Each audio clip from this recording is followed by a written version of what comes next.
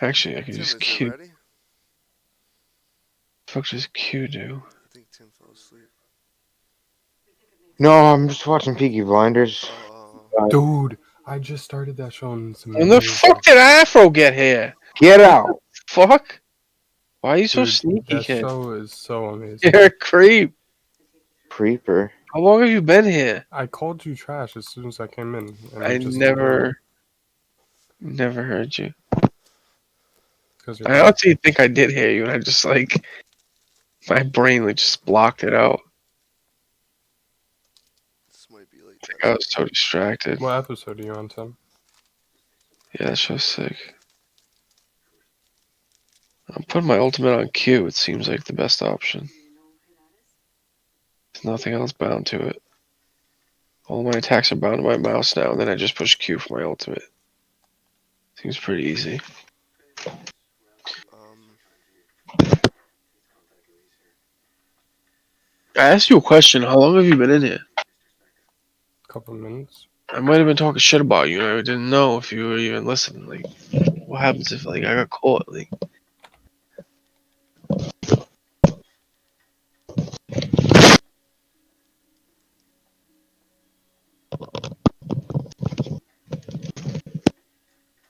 Rob thought I wasn't listening.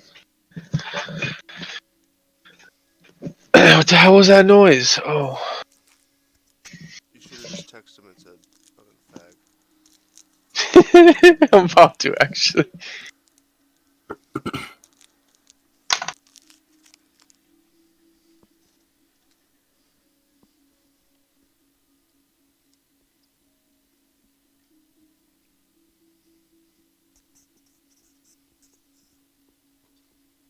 Oh, hold up, hold up, hold up. See how you have that bell on the bottom right? Go to that. What is that? Notifications. Click it. At the top. You go to unlocks. Go to what? Unlocks at the top. What'd you get? Team booster. Jeff and Don't Barra. put that on. You'll regret it. You equipped it? Oh, you put the punk duck on? That's fine. I don't know. I just clicked equip on everything that I got. They're all pretty whack.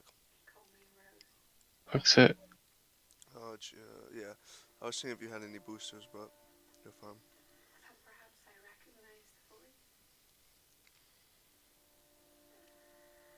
I figured I had to give it a try. Tim, you coming or not, you bitch? Not yet, no. Well, we gotta get you to level 15 too. But this arena is fine for now.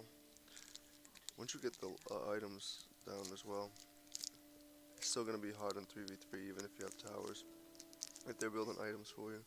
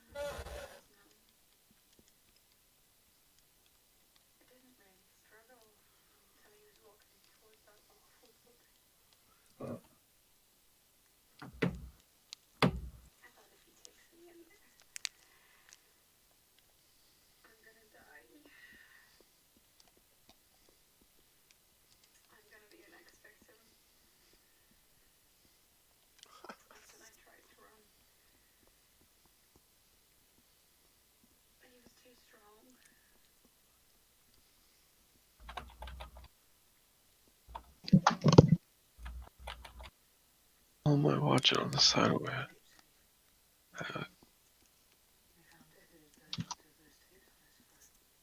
Who else is streaming? I don't want to watch King George. Sicko. Watch some Tarkon. He tied me to a chair. It was fixed to the ground. And he sat behind the camera so that when I looked at him, I was looking directly into the lens. He hardly spoke. He just stared at me. Gotta get used to my new binds. Go. So I push K and I do what now? Oh, I don't know how to get to that other upgrade screen. What's the other upgrade screen? I got it. Bloodforge, Ninja Tab, Atlanta's Bow. No. Buy Bloodforge. That's the lifesteal item. That's lifesteal. Bloodforge. Buy the one on the far right. Atlanta's Bow? No. Where the physical lifesteal, where the glove is and the blade on the right. But no, buy the one with the skull on it. Yep. Actually, don't do that. Ready? Buy the first tier. Yeah. Buy the first tier. Purchase. Yeah. Purchase. Now go to the Ninja Tabby boots on your left. Ninja Tabby boots on your left. Up. Right there. Buy those. Buy the red ones. Finish Can't. those. Yes, you can. Buy the second tier. Buy Oh. the second tier. Purchase. Good to go. Now you buy a relic and get the hell out of here. How do I upgrade now? Just F1, F2, F3 my shit? Boom, boom, boom. You just go back to How this do I thing. buy a relic? What's a relic? Where is? The yellow thing blinking. That was the bead that you had before to get out of stuff. I would probably get the Aegis amulet or the med. The green cloak bitch. That will give you immunity This makes me immune? for like 3 seconds or something like that.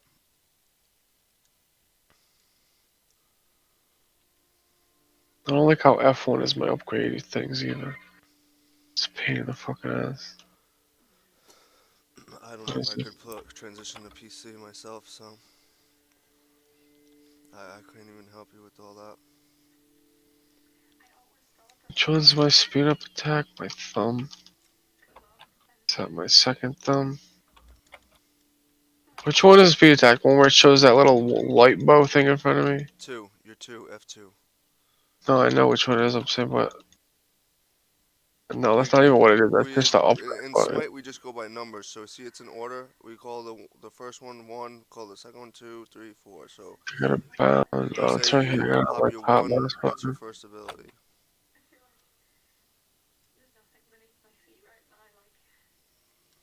You want to upgrade your 2 all the way and not upgrade your trap. See how it's upgrading your trap? That's taking the upgrade away from that 2 that you could have had.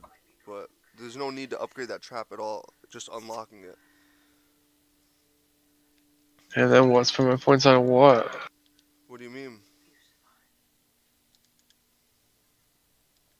The fuck's going on? I'm dead. I don't know if I can rock with these keybinds. It's too much to even like remember. Reset. I think it's reset. I had to reset that. That didn't work for me.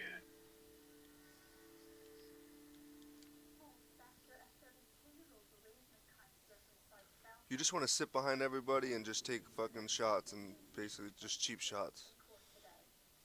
Yeah, then Everyone when pushes someone's me. rushing like that, you just turn around and get behind your team again. If I run faster if I turn around? You can pop your 2 to use your speed ability, but you don't have full boots yet. You'll get a little bit faster when you finish those boots. What does that mean, finish those boots? Like, how do I upgrade them? See how they're not finished? They have 2 lights on them. Yeah. They'll need 3 lights. There's 3 tiers of of items. Every item has 3 tiers. You have 2 the second tier. Yo, I can't hit this guy. He's so low. I need to learn how to aim this bow. Fuck. Could have just killed that guy, dude. I could have just killed him. Yeah, but look at your traps are upgrading. So yeah, great. Your traps are gonna be super strong, but that's taken away from the ability that you actually want to be strong. That's why that shit sucks. Why does he have auto upgrade on? What? Why do you have auto upgrade on? I thought I had it off. I thought I turned it You off. turned auto buy off. You have to turn the upgrade abilities off. I don't know. You remember how you kept reading the abilities? I think it might be the same thing. Turn off might be there. You can always do it in the beginning, but it's not a huge deal in this because you're gonna level up fast anyway. But I'm just showing you because your two's already almost leveled up. Oh, it's But set to use default. No, that's not what it is. it's not a huge deal right now. But it's see how it's upgrading your one instead of your three. Like your three does damage, your one doesn't. So it I've should. been upgrading it. I've been choosing with F1, F2, F3, and F4. Oh, don't upgrade your one till the very end. Just upgrade everything else. Okay. Because your Don't one upgrade doesn't my. do damage, your three does, and you can shoot the three over. You know how you can drop it on people? Oh yeah, yeah, yeah. All right, I Yeah, get what you're the saying. trap is only gonna hold them there for a longer period of time. It's not gonna do much damage. Oh, are you kidding me?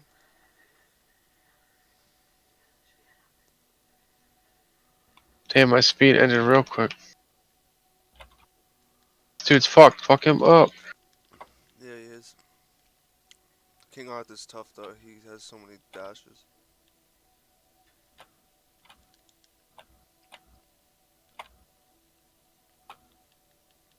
Once you get the lifesteal and shit and the boots, then you can walk around and do whatever the fuck you want basically. Like once you get to a certain like certain items built, then you can do what you like been feeling like doing, just like fighting people. But you need the lifesteal in order to. Oh, I'm about to get wrecked. Oh, I'm No, about to no, get no. wrecked. Remember you have lifesteal, but you're probably gonna get wrecked. You once you now build, you have 4,000 gold, bro. That's I'm just letting you know. I don't know. 4,000 gold is a lot. You What do should I do? probably go back when you have like 2,000. Do I have to upgrade these? Yep, upgraded both of them all the way you probably can Okay. afford it. Ninja Tabi. Which top version do I want? Warrior, Ninja Tabi? You want Ninja Tabi. Yep, those are for attack speed. They'll help you shoot What faster. about my bow? You want to get the gold bow. This bow? Get the gold bow. Out Odysseus? Yes, that's 40% attack speed. That's the fastest one you can get. Oh, I gotta do all these purchases, huh? What about the bottom row? Do I not do core 2 or situational? Is that separate Don't worry shit, or about do that I stuff. do Just that? don't. Just do what I'm telling you, and then we'll get to the other shit another time. That stuff doesn't matter right now. Dude, what did you just do? I need to aim my arrows better. This guy's gonna wreck me. They have a King Arthur that's going ham right now, so it's a little tough. Yeah, I know. He was just about to shit on me. This Use guy's your shit on me tower. too. Yeah, because you're walking forward and shooting at the same time. You kind of want to walk backwards and shoot when because you're walking into I feel like I have like nowhere else to play at. Like I'm the in tower. front. Your Like tower. Your tower. You always want to play your tower when you're because your tower will help you shoot them. It will give you like that line of defense where they're not. wait, we don't have towers, do No, we? that's a tower. Right here, look. Where? This is the eyeball. The eyeball will shoot down if they Oh, come what up the beyond fuck? this line. But that's the only tower. Yeah, I didn't know we had towers in this mode. It protects it from spawn killing and shit. Yeah, this motherfucker comes again. I'm about to get wrecked. Shoot him. You'll get health back when you land shots. So That's the thing. I'm not landing shots. you're not popping your 2, so you're not getting your attack speed. When you pop that 2, dude, you shoot super hard and super fast. You know what I'm saying? That's when you'll feel that's when you'll feel the damage and the lifesteal kick in, is when you pop that 2 ability. Why does it say F and G or like? It says I can upgrade, but I don't know what it is. I don't know where I'm using it. You can upgrade them. You don't even worry about that, bro. You don't have to upgrade them. It's just don't worry about the relics. The relics, you're not going to use them anyway, so there's no point in worrying about them right now.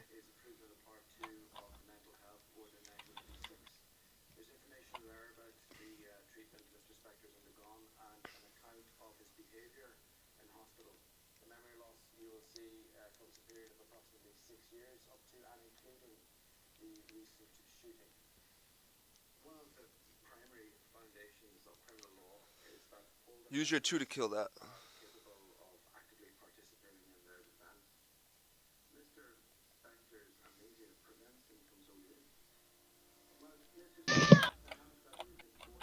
Too squishy, I think.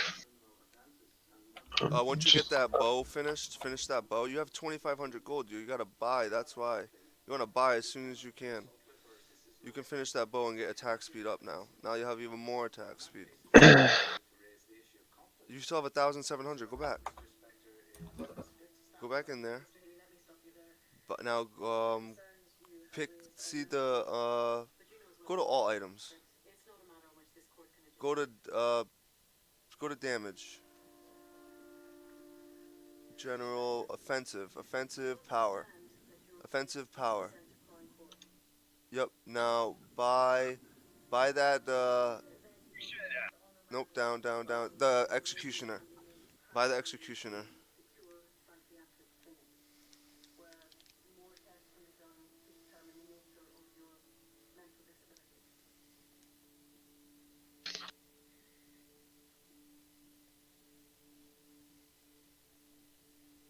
oh man, my attack speed is a lot better. Holy shit.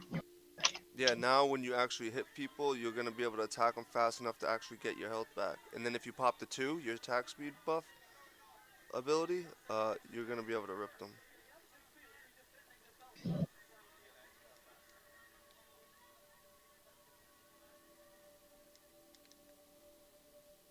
But to be honest, it's not even you. We're just getting smashed as a team in general.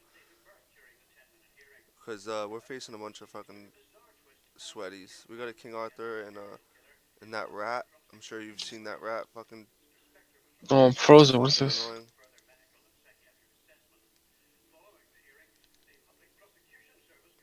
Did my arrow shoot further when I upgrade too? Oh, No. King Arthur's on me. Oh my god, that dude is a savage. What is Yeah, that? he's not fair, bro. He's kind of whack. What even is that? He just like did an This insane. game's about to be over, and we won't have to fight. That guy knows what he's doing. He's 15-1, bro. He's just torturing us at this point. What's the executioner do? The executioner gives you power for your shots. All your shots will be more powerful, and you get attack speed. That was just, yeah. Don't worry about that. Even I got fucked up right there.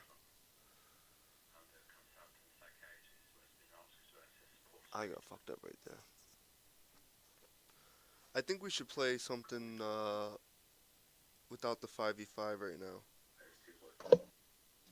But This is go to play. Go back out of that and hit play. Normal arena. You can play conquest. You can play unlocks at 15. That's it. You can play arena and conquest.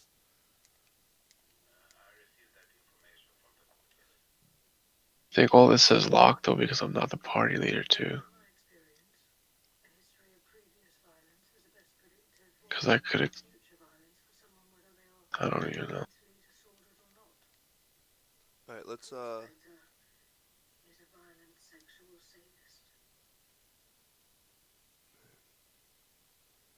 hate how they put restrictions. It's so whack.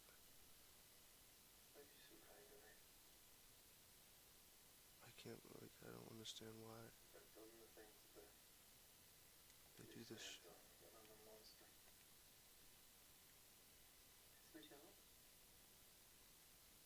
Alright, let's do this.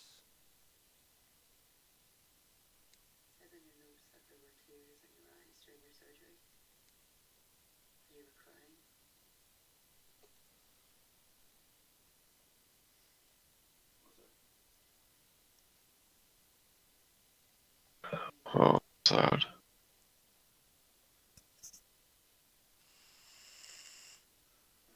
I don't know if I still want to play her. Trying to like try a bunch of people, but it's like fucking me up because I'm not gonna get any consistency. That's kind of what screws people is they do try a bunch of people. It's better off just playing the same guy over and over. But you know what? Try Kabrakan. You might like Kabrakan, bro. He's kind of like a bully. Oh, I didn't want Ares. Why is this doing this again? I clicked it just to look at it. Now it's. Hold on. Oh, Just do this.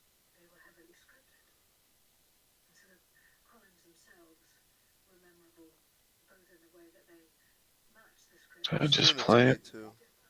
Ares Like, is there's really nowhere to click. I don't understand where I change back. good. Dude, Ares is really good, and it's only gonna be like a 10-minute match. Like a boss.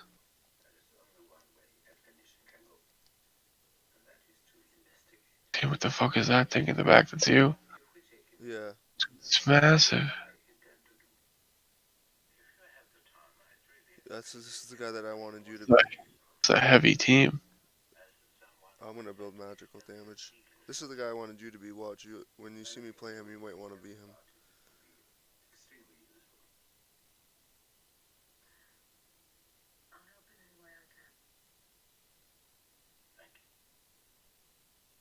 You're gonna find a god you like more seeing someone else's playing with them rather than like looking for him yourself. You're gonna just see someone like, damn, I want to do that shit.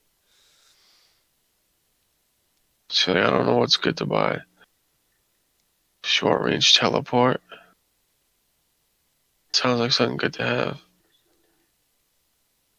You can do whatever you want in these bots. Just make sure that you build. The blink is definitely what Ares gets because you'll see his ultimate. You need a blink, but I would just buy press all items. No, go to all items. We have plenty of time in this mode. Go to scroll down on all items. Just scroll down. No, on the middle. Yeah, that's all item list. Scroll down. Scroll. Scroll. Scroll. Scroll. Scroll. Scroll. Scroll.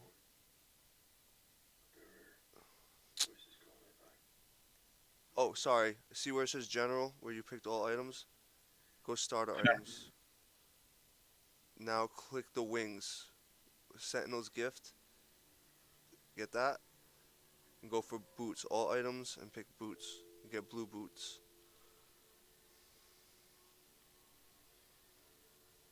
Should be under all items. Just scroll. Scroll. It's kind of like in order. Those are like the. Right here? Hold on, is it right here? Yeah. I don't use PC, so I can't really like. Yeah, buy the boots. Whatever you can buy. Yeah, 900. There you go. And let's take off. You do your abilities, and we're good to go.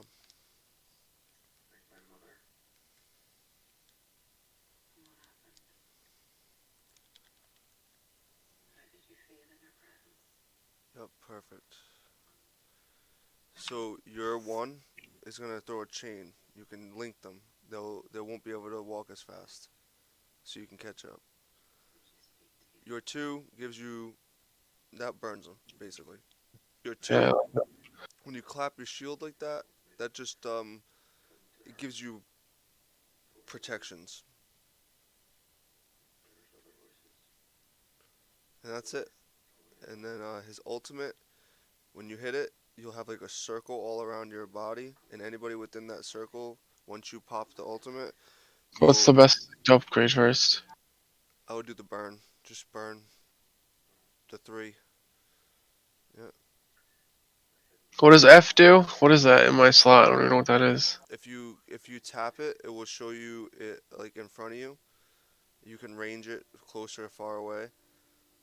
It blinks you. You teleport. It's a teleport. Oh, that's my teleport? Oh shit, okay.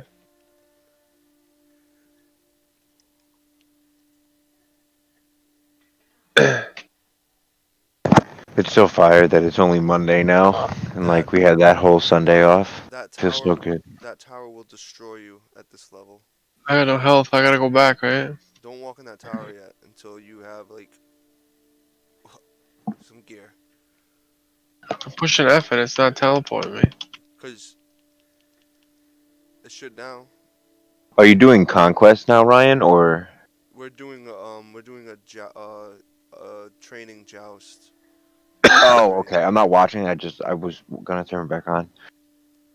The tower ones with the waves is called Conquest, or Oh, am I I did wrong? it. What the Tower fuck one was with that? the waves. The 5v5 is conquest. The 3v3 is joust. Oh, I push F and then click. Oh, but it's the same concept, just 3v3. Yep. Yeah, It's okay. just a smaller map with less players. That's pretty cool. I enjoyed that in League because This they is had my a map favorite. like that. Yeah, this is my favorite mode. 3v3 is actually just like really cool in these type of games, honestly. I feel like it's more like there's more Competitive. no, there's more teamwork Oh. in it. Like even though there's less people, like you work together the whole game rather than like once you meet up at the end. Yeah. Like in the regular conquest, you kind of take your lane, do your thing, and then kind of like meet up at the end and finish the game. And this like you're like with each other the whole time, I got just you. like trying to outplay the other team basically the whole time while farming and doing all the basic shit. You might want to unlock your ultimate ability, your F4. Tap it so you can see it. Just tap the ultimate ability so you can see it around you. It's not doing it.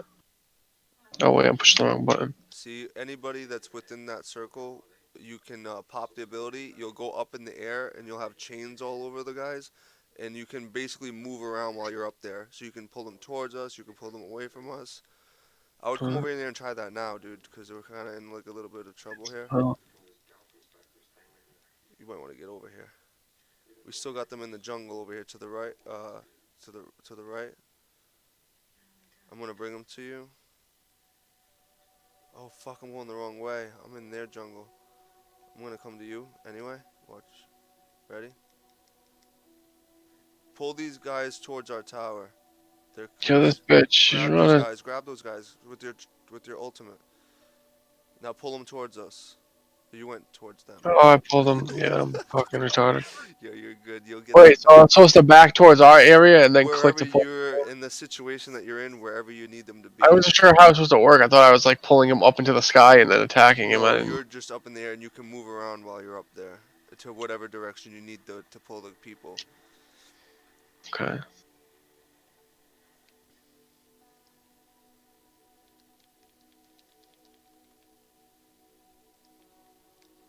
Oh, I just died from archers.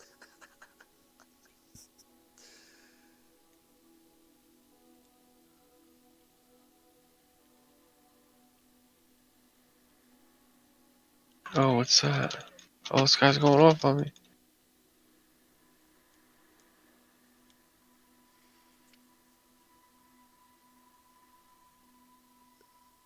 Yo, Ares is strong, huh?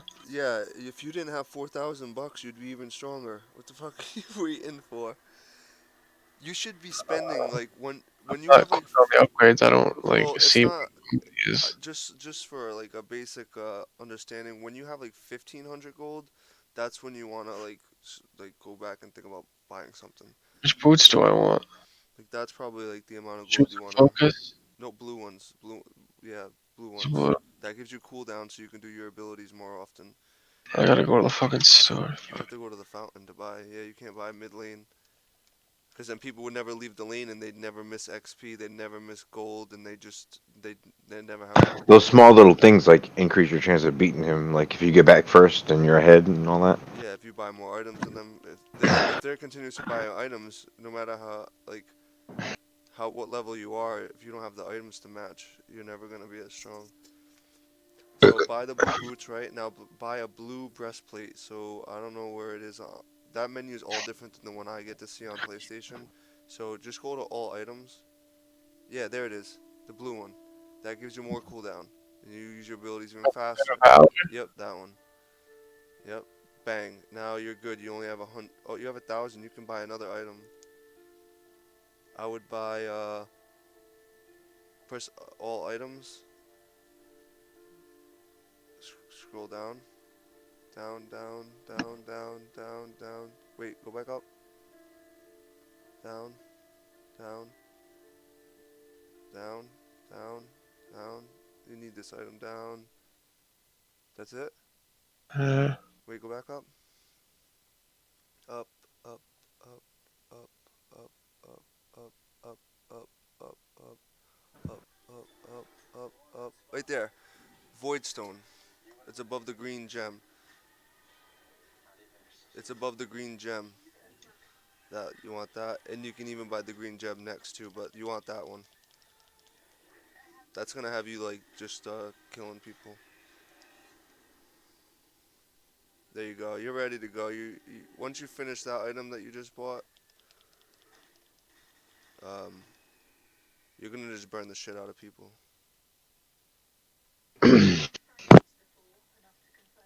Parole officer, what the fuck?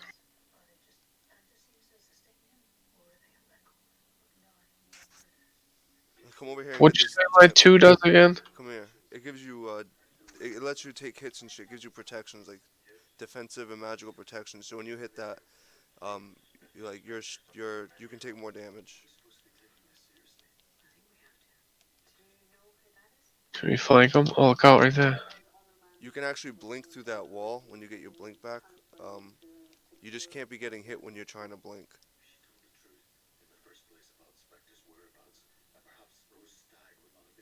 Yeah, he wants you.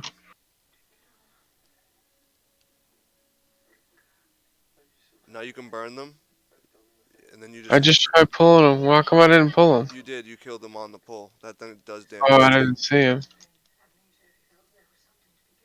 Hook him again. You can hook him more than once. Every time you hook him, he moves less and less. You can hook him up to 3 times. You should be getting your abilities back pretty quickly. Yeah, see now your cooldown on that is only like 8 seconds instead of like 15. So you can burn someone like every 8 seconds, basically. And then your ultimate abilities unlocked even faster, obviously.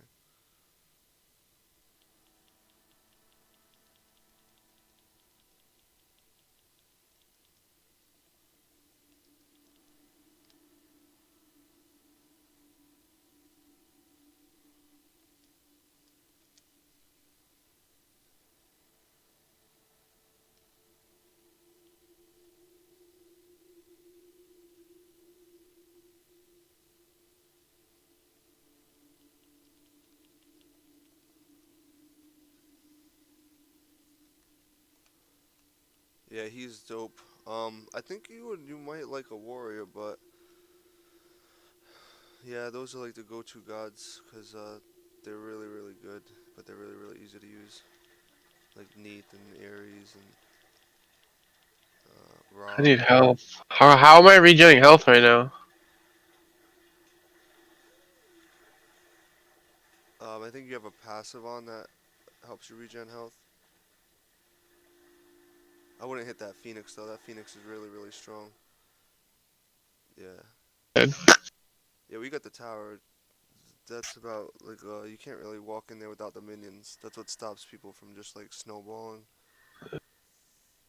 You gotta wait for the minions. Says I got a new skill Hey, available. What should I get? Oh, the Void Stone. What else? Hand of the Gods. Healing Potion. Pirate Plate Helm. Reinforced Shoe. My shoes are good. What about this stuff? Pith Jerem Piece. Talon. Fang. Soul Gem. no, no, no, no, no, no. I don't want any of this. No, you're a tank, so you want to keep on building defense. So build, go back. Don't worry about the tower or nothing like that. These are big robots. Go back. Buy. Now you have physical protection. See the the blue breastplate that you bought. Yeah. That's physical protection. It's like it's armor. Now you want like magical protection because you need to protect against a magical guy. Now go back to all. Go. You can probably go defensive, magical. You're probably gonna want to get that Heartwood amulet to the right. Yep, that. That's perfect. Yep. And then that will basically make sure that nobody in the game can fuck you up. Because before, the physical guys couldn't fuck you up, but the magical guy could. Now, both of them are going to have a hard time. Uh, You know that water guy that keeps on going blah, blah, blah, blah, blah. Yeah, I don't know. he's a magic guy. Come here, you bitch. Quit running away. I'm gonna fucking whoop your ass. Oh, Oh, I got her! Chain caught her in the ass. Go. see, he's doing like no damage to you now. he can't really fuck with you. Like, he can't hurt you.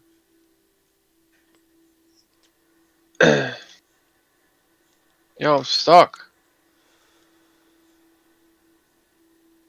I want to see if I can solo the fire giant.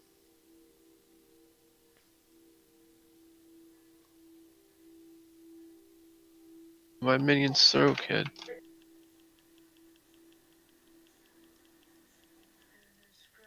This is the mode I really like to play, but it says it only unlocks at level 15, which is stupid as fuck. Even if it's unranked, it's stupid.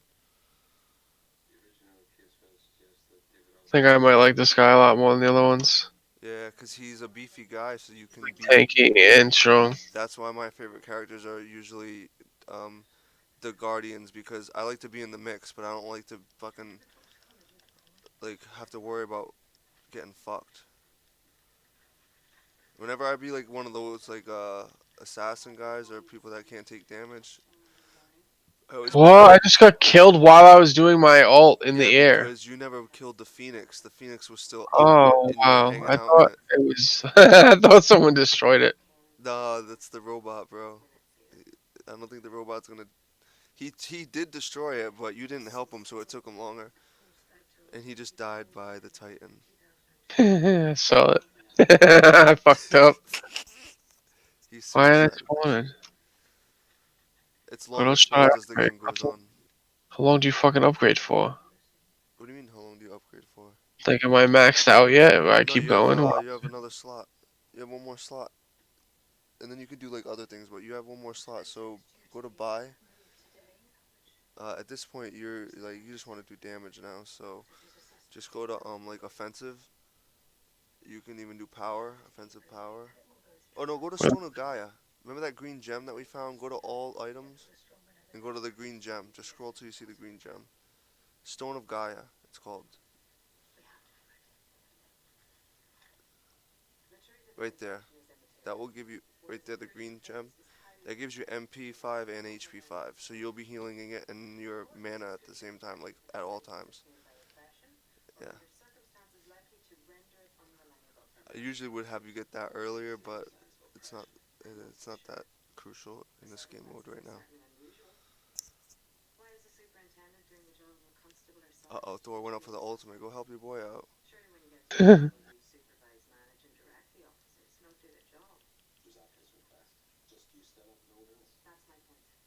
Pretty sure you can probably take all those guys if you just burn them. Burn, you want to burn. Your melee is not going to do much damage, that sword. It is going to do damage, but not much. Yeah, bring him over here. Oh, he's running. You're going to be healing too. Remember, you're still healing.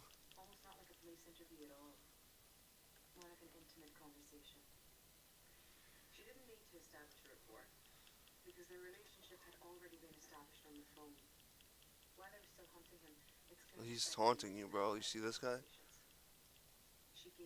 Blink at him. You can blink at him. Oh, if you didn't use that ability, you could have teleported towards him and just fucked him up.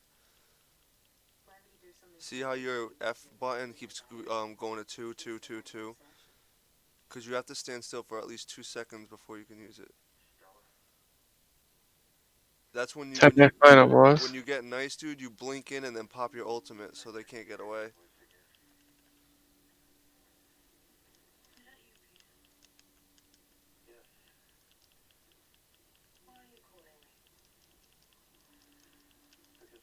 We gotta be careful here. That Titan can beat you down, dude. Oh, I got pulled in. Oh, the thing's back up. Yeah, How's that? it only goes down for a certain amount of time. That's basically you gotta protect it till it comes back up, and then that's the whole like game. That's the point of the game.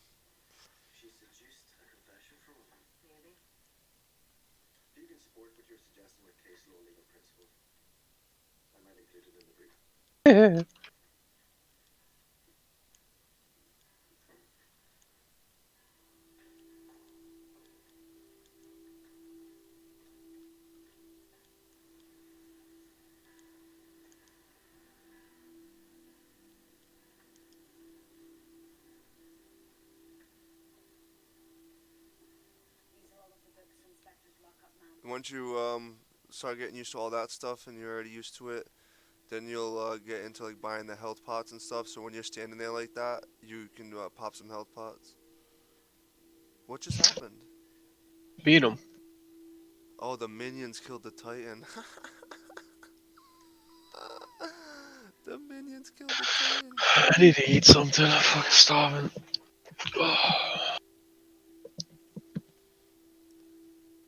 About to reheat this shrimp scampi and smack on it. Are you supposed to do that? What? Reheat seafood? It's it's still fresh. Not when it's like if it's like not fresh, then you wouldn't want to do it. I don't know. I don't eat seafood. It's shrimp, dude. It's like the best shrimp I ever fucking had. Fucking shit was insane. I was so full when I got it. I have had lobster Benedict and Lobster crab Benedict. rangoon. What?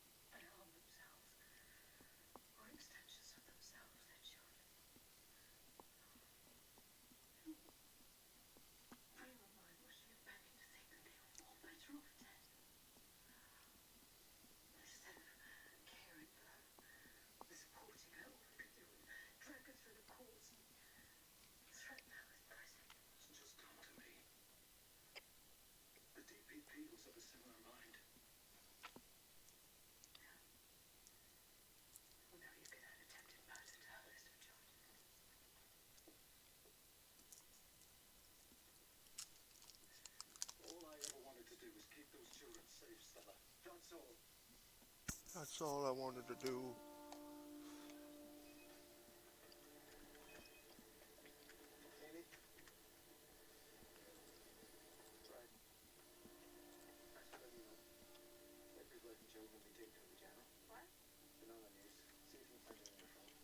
Yo, Tim.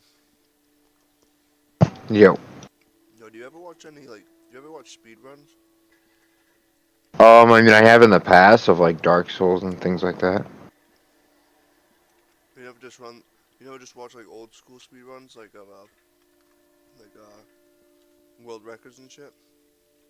I mean, once upon a time I have like I don't like look them up on the regularly. You ever I've watch like devs react to speed runs? The developers reacting to speed runs. They're pretty. not developers no, but like streamers or whatever. I never thought about that. No, it's a segment on IGN. They do it Shit. on YouTube. It's called Devs React to Speedruns, and they have the speedrunners in the background, and the devs are like watching them break the game and shit like that. It's pretty That's pretty fucking cool. I'm gonna yeah. look that up. They got some really pretty good games. They have Oh. what's it called? Hitman on there. And they have the guy breaking the game. The speedrunners. It's just a video recording, so the speedrunners aren't actually talking to them, so they can't Yeah. respond and like tell them. So they're just sitting there like, "What the fuck was that?" He's like, "Tim, did you put that in the game?" He's like, "Ah." Like they fucking blame each other for the game being broken, and it's pretty interesting. Watching Oh. the devs that made the game watch Wait. it get broken in ways they Yeah, couldn't she's do. coming up the Where? stairs now. Have a ton of them. A ton of them. So when I always watch them. Back on the shrimp. They got like some pretty good throwback ones too. Like the guy speedruns Tony Hawk, dude. It's insane, bro. Like how fast he goes through the entire game in like what fucking like 15 minutes. He beats Tony Hawk, the whole thing. They got Doom on there. The guy speedruns Doom. He completely breaks the game. He like just fucking flies a million feet up in the air and jumps over the whole game. It's crazy. Resident Evil 2's on there. The devs are just like mind blown. Completely broken. Like, Yeah, fuck, man. I thought we did good. Jim, did you know you could do that? It's like, no, I fucking tested that thing 60 fucking times. How some of these guys get jobs like that. Yeah.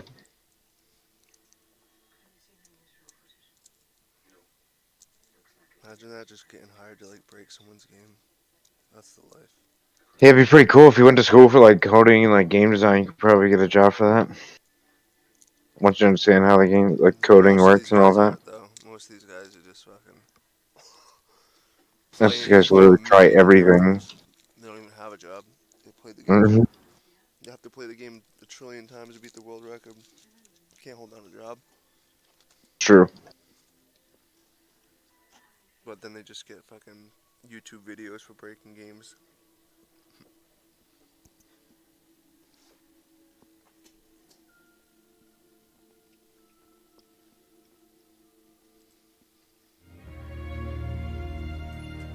I'm gonna actually go. You're supposed to, go up the tower and have this big cutscene, but I'm gonna go around the cutscene trigger by going to the right and past an invisible wall, then climb up the mountain. I did not know about that. Yeah, I have not seen this. Yeah, I spent quite a while trying to make this harder to do. So, congratulations.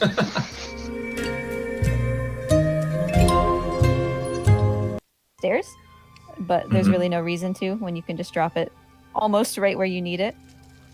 Yep. I think I kind of perfected that when we were developing it. Yeah, you end up testing the first 10 minutes of the game about 100 times. Yep. Yeah, if you time it right, you can just get the eagle to fling it directly onto the button instead of lining it up. I'll keep that in mind.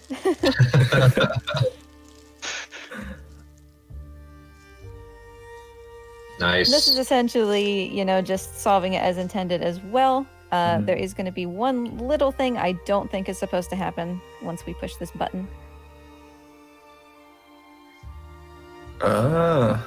Oh, very nice. cool. You got the eagle to go for Fly it, through even the though you wall. didn't have the line of sight. Mm-hmm. You just skipping my map room. I appreciated it on the first playthrough. Don't worry. Yeah. That's Oh, all we skate to need. that. Okay, so now we're at the first boss here.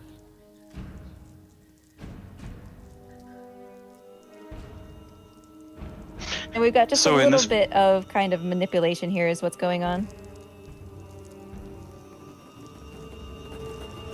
Oh, wow. But go ahead. So you're just staying right in space to keep that time of that kind of fireball really short, I guess. Well, he can shoot fireballs from his horns if you're further away. It's just that the swipe is the fastest thing that he can do. Oh, so it So skips we- the attack where he shoots the big wave at you. Yeah, Right. so It you- skips, as much as fascinating. possible. sequence That's breaking. cool. Nice. Yeah, that's very fast. And the first half of this fight, just standard, pretty much. Yeah, it's a little bit of strategery in occasionally Yeah. maybe being able to hit an eyeball a little early, but Hmm. it's essentially the same. This is just an example of a smooth puzzle, a puzzle that went Mhm. very well. there's nothing particularly like broken about it, for lack of a better way of saying. Yeah, you just took that shot without even having to kind of look where you're aiming. Pretty cool. I suppose I said there was nothing broken, but I do intentionally make sure that I'm hovering at this point so that I can be going up during the cutscene when I can't control my character. Oh wow, Oh, that's great. Yeah. Brilliant. that is very cool.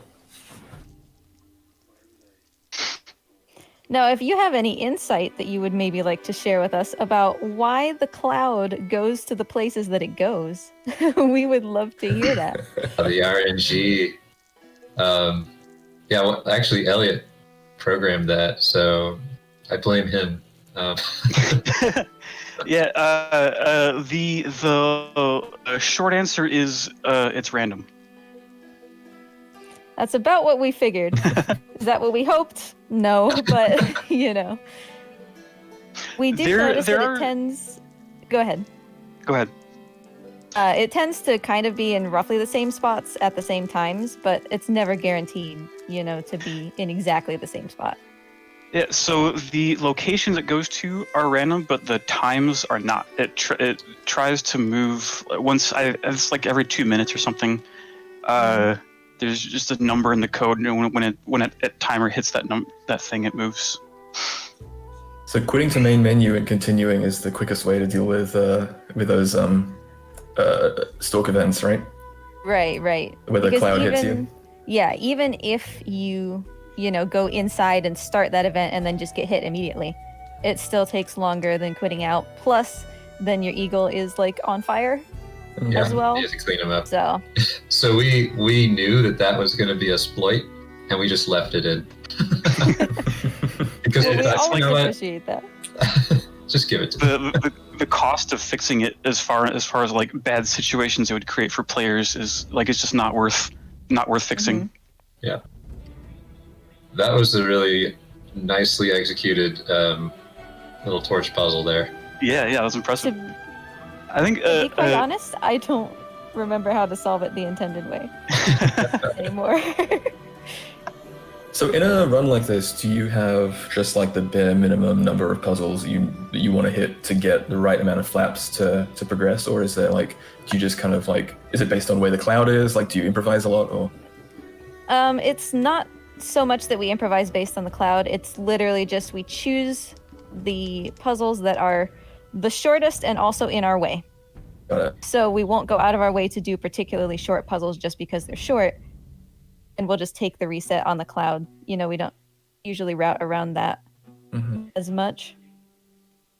So do you have kind of like a set of routes that you are kind of finding yourself going on or switching between or coalescing to? Or... It is nice. Yeah, it is definitely nice because there's a little bit of variability. I keep one puzzle that I particularly like in Kumo's section that I know that the second place runner does completely differently. He does actually a number of different puzzles, and we still come out at about the same time. So there is a little bit of flexibility. Yeah, I'm curious how you routed all of these. Like there's either 9 or 12 per plateau. That seems very hard to route. I'm curious how the speedrunning community accomplished that. Yeah, that's actually a great opportunity for me to bring up Ben Rice and Azama, who are the two people primarily responsible for routing this. Ben was the one who started the route, like when the game first came out, and then Azama kind of came in and was helping with that. And there was definitely a lot of finagling, you know, there was a lot of going places that definitely didn't need to be gone to.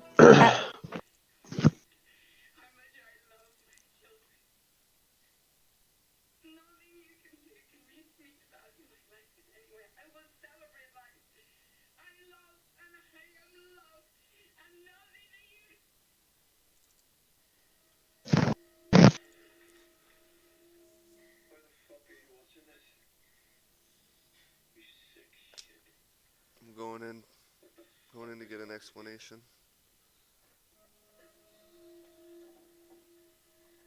Wish me luck. What are you doing? investigate what happened earlier. You mean Going on a mission. no, Daisy?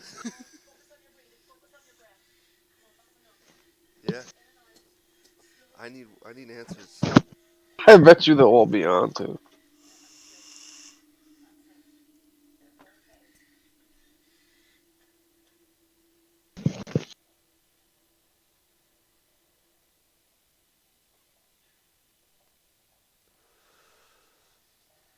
I really want to figure out fucking GTA, but Yeah, it's just pretty annoying. I would really like to figure out GTA.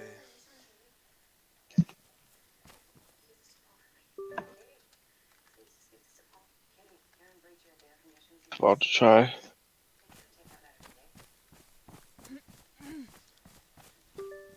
I need to unplug my PlayStation.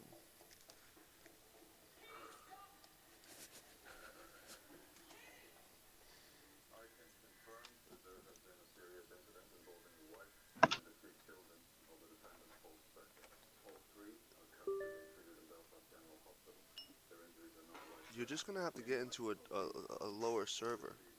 You know what I mean? Like, that's all it is. I just started connecting to one and I'm actually downloading mods, so maybe I can actually get in.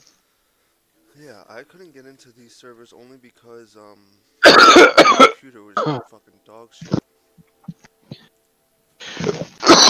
It was loading way too long.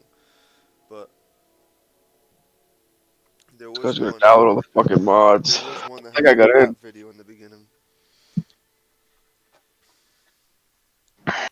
Forgot which I'm server it was. sorry.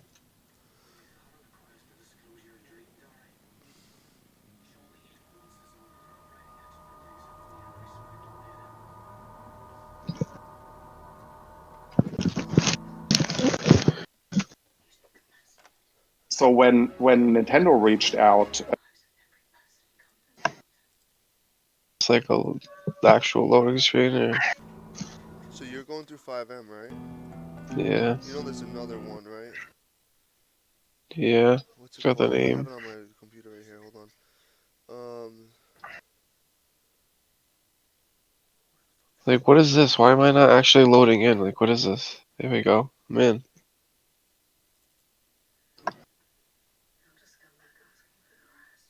The whole server's in fucking Israeli. I looked it up when I was like trying to get into it. There's like a website. I want to go to it right now. It tells you Bro, the what top kind of rated crazy servers. ass fucking server even am I in right now? What is this? Right here, bro. I got it right here. Join my stream and look at my screen? Yeah, Look you at this can. modded server I'm in? Where the fuck? What the fuck? See this You're shit? in a building that's not loaded up yet or something.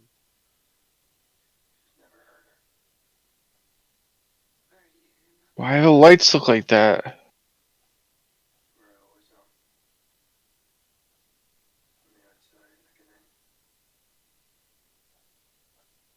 How do I switch my fucking view?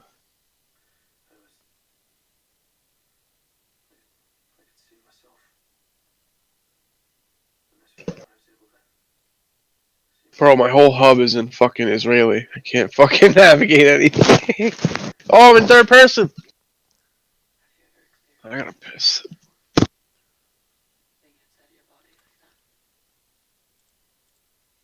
What the fuck server is that?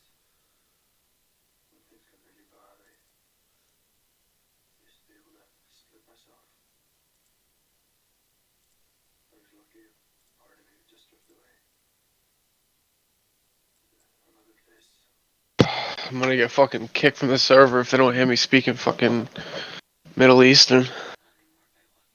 Nah, it's how you're role playing an American. I am here on business contract. Oh, I hear a vehicle. Yo, I'm in a big ass fucking crazy plate. What? It did load in. It's all modded. I'm leaving. It's just crazy though. What the fuck is this? A green screen company? Like, where am I?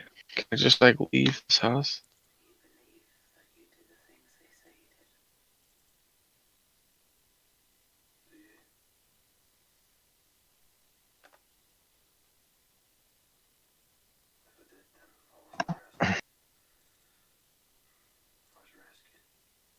What is that thing for?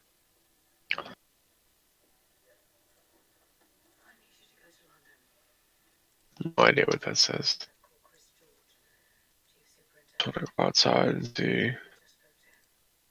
Dog, I can't find the exit. I'm leaving this server. I can't even find out how to get out of the fucking building. My whole game is Israeli now. I don't know how to leave the lobby. Like, what is this? What? Help?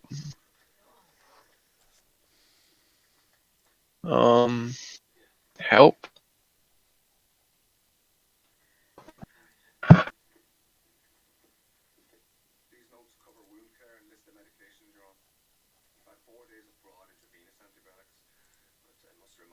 I'm just gonna control delete this.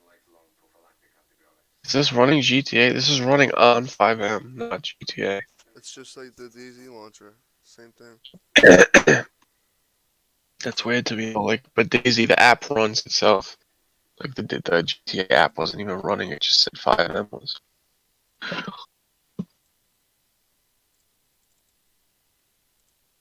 Gotta be a fucking decent server to join somehow. All these ones are Arab. The Arab Black Day. Like, what does that mean? John Wick roleplay. What does not allow list mean? You gotta look for the ones that are hiring. What does not allow list mean?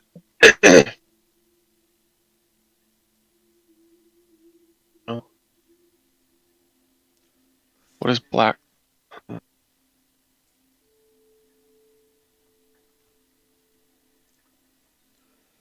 Why don't you, are you searching by players?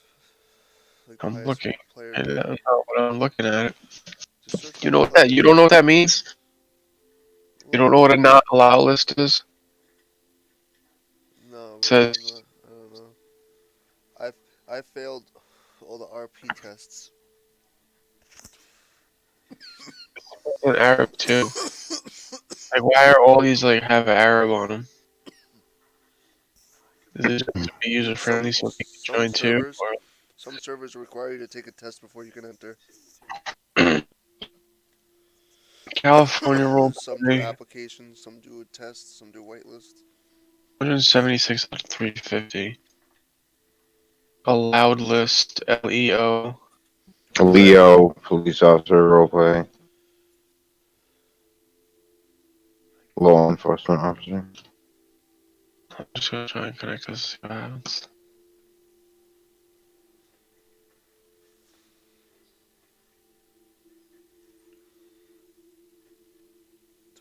What does deferring connection mean?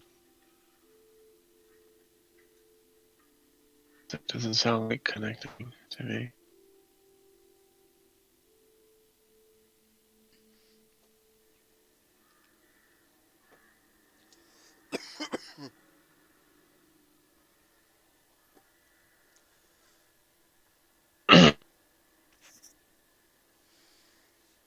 A little mad mod.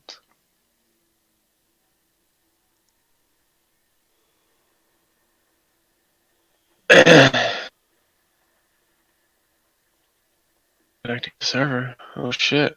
California DOG roleplay. Loading. Please if your this is a roleplay server. No VDM, RDM. There's really loud music. Oh my god, I can't hear anything.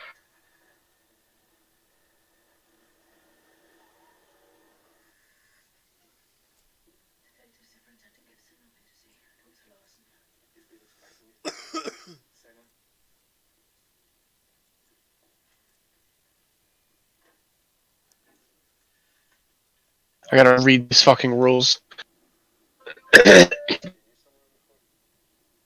Players must roleplay every situation.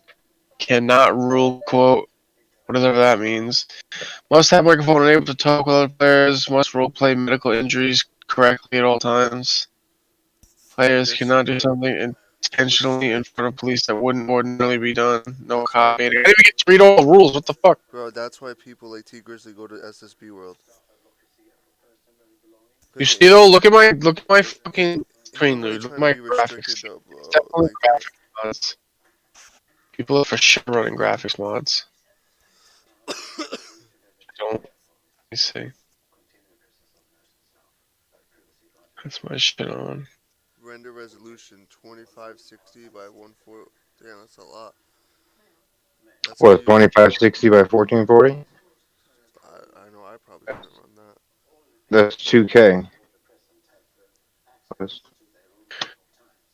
Me and him are two I freshies. keep my shit at like 1920.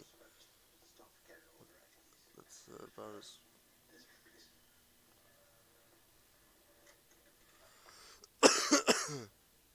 Shit, my shit must be Oh, it's- 4K then. GT. My shit's Push stuck in the 0.5K.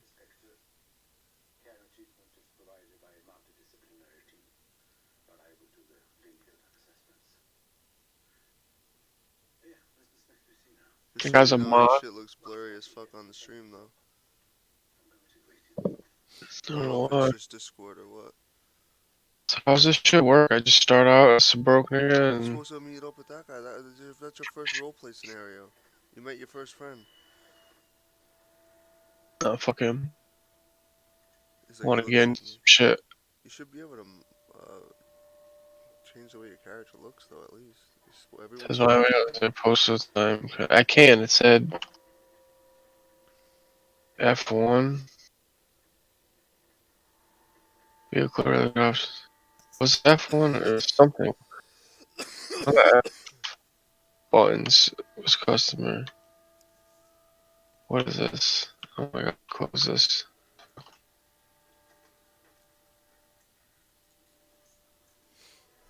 I already got a call. What? You just what? How do you?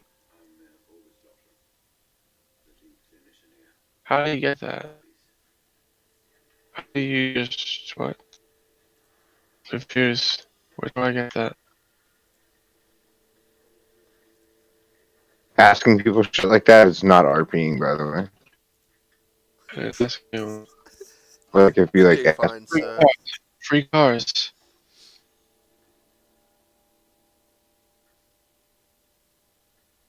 $19.96 Impala, 2017 BMW. Oh, that's a lot of cars, dude. What do I get?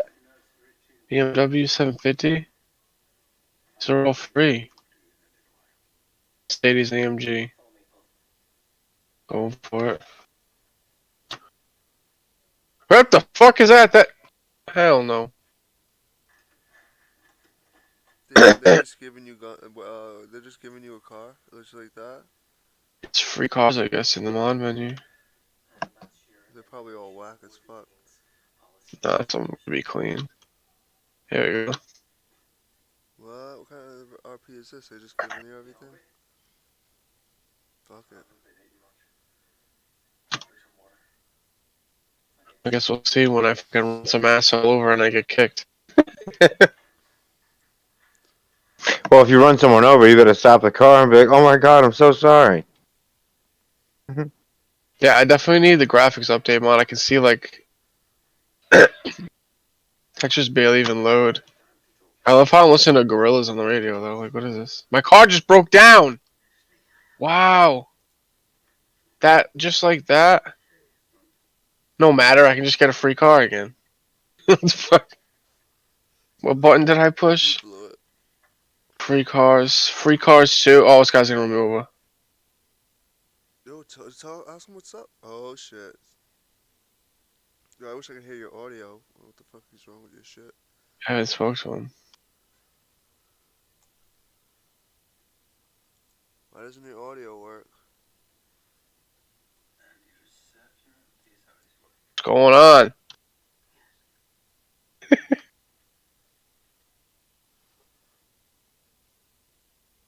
Racing or what?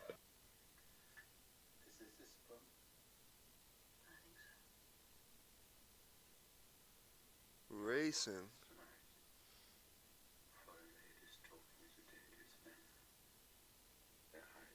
Oh, bitch. I'm not no actor. I don't know how to even. What am I gonna role play? Dude, role playing It's isn't for the really random even that difficult. It's basically what I was doing earlier in DayZ. It's like that. These cars drive way faster in this. Holy shit. I'm in a safe zone? What?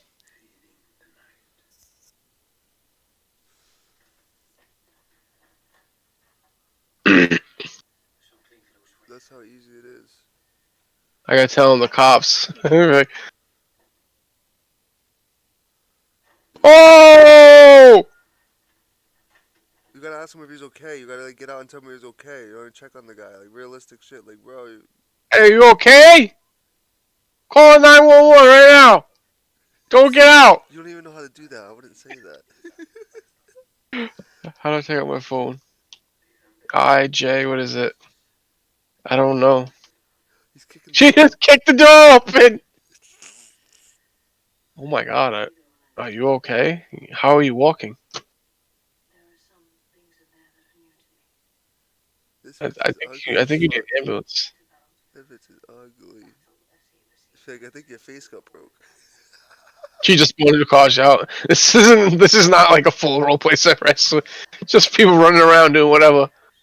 Either way. She's not even talking. It says you need a mic. Look at this guy. What is this? Oh! He hit you on the trike? What is this? Oh, you better watch out. You're about to get surrounded. What is this, a tricycle gang? That you flicking me off? What is going on over here? You just... Is that a buggy? What the fuck is that? These guys are get up at MVGs and shit. Like, Well, you probably just be quiet and see how they're acting, but I can't even hear your screen. I'm not even hearing. I don't hear anything.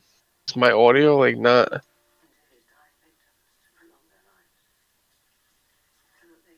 No, you got the non-stop pop FM. You got that. It's not that. Dialogue. No. Voice chat. It's in the list right there to your left. Bottom. Oh, it's not even on. No wonder I know it's talking to me. Here you go. I'm an idiot. I'm gonna get banned. That whole time they were talking to you and you weren't answering. You're lucky.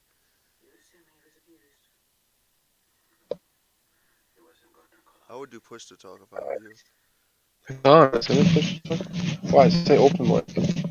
Yeah, microphone enabled, input device, microphone too large, check voice chat mode, voice activated. So whenever you talk, voice chat mode's activated. No, I think it's when I push in. Yo, yo, yo. Nothing. Oh, these guys Yo, are yo, real yo. guns. What's going on over here? Bunch of iced out gangsters. This is a McDonald's kid. Someone's about to get tased.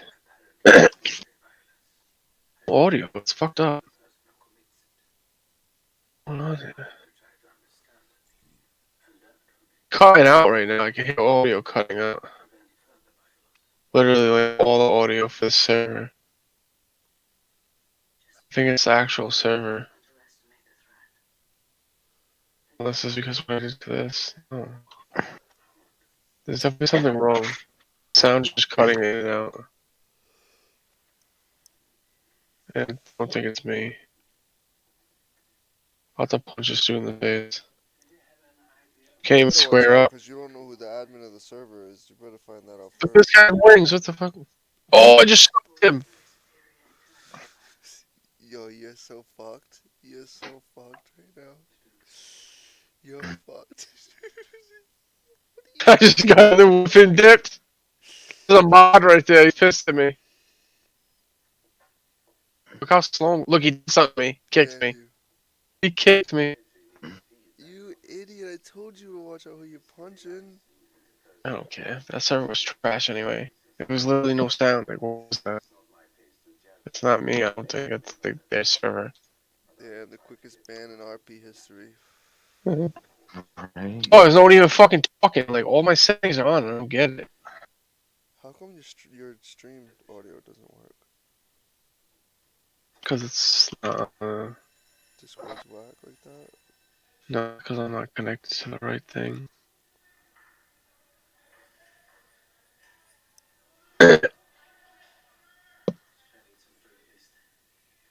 Hey, United was hiring. He did hiring EMS doctors PD. Dude, you're not gonna like any type of roleplay where you're actually a civil human being. I don't think that's like what you're looking for. I don't know. That's It what depends. they If I said. walk into the situation, I can like play with something, but like, No, I but don't all know. of these are as well as like even if they're hiring, they're gonna be like, well, why do you want the job? And then you're gonna sit there like you know what I mean? It's a little too much. It's a little too much. I don't care. I'll try. See what happens. I remember when I went to LaSalle for my freshman year, they had like these fucking gay ass acting classes, and I used to have to try and take them. And that's literally how I feel whenever I try to do that. You don't even have to like act. You had to do like improv and like just act, You but don't like even legit. have to act though, bro. You just gotta be like witty. We do the same thing with Roboto at work. It's true, honestly. Literally just It's not bullshitting. even really acting. You just have to be a bullshitter. You just have to fucking bullshit with these people. But you have to act like you're the person in the fucking. So like I have to like give myself an accent. don't Be like, have- how ya? Nah, most people don't do that unless they're just trying to be like fucking funny. But you just have to always stay in character, as in like a GTA person, not like GMH money. That's all they want. So you probably want to start by giving your guy a name, so that way you can kind of probably play off that. That would probably be your best bet. My name's Willis. Pretty important. My name's Willis. I already got it figured out.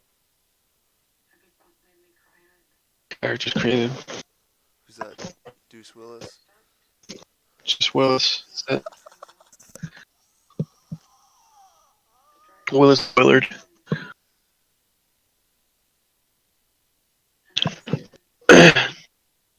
Oh, I'm in. I'm in. I cannot believe you punched the mod.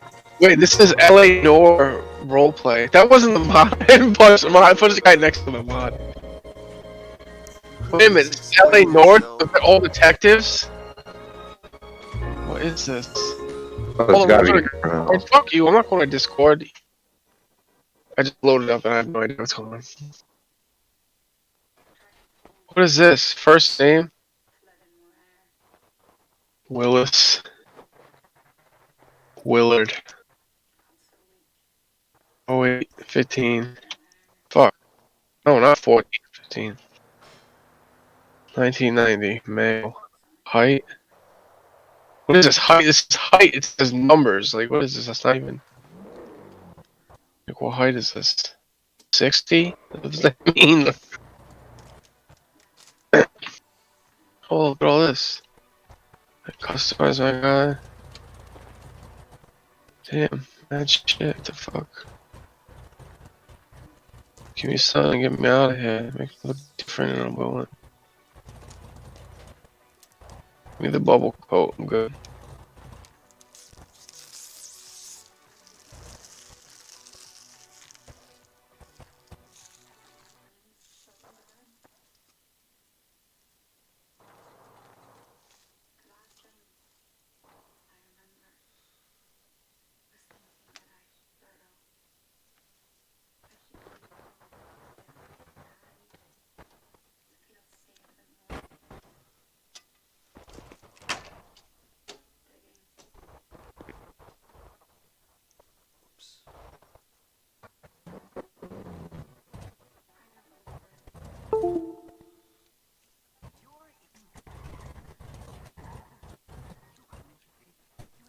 Wait,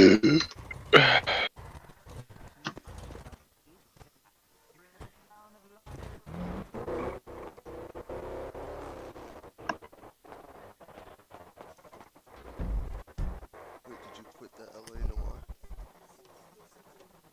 Hey yo man, can I bum a cigarette? See, nobody's answering. I feel like my audio's fucked. Look, it's clicking out again. What is that? Audio.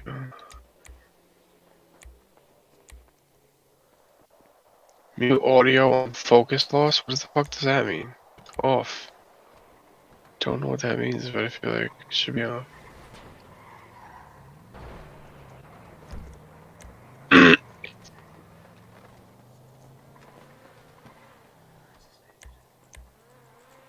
Sound effects during voice chat. Oh wait, did it turn everything off? So confused.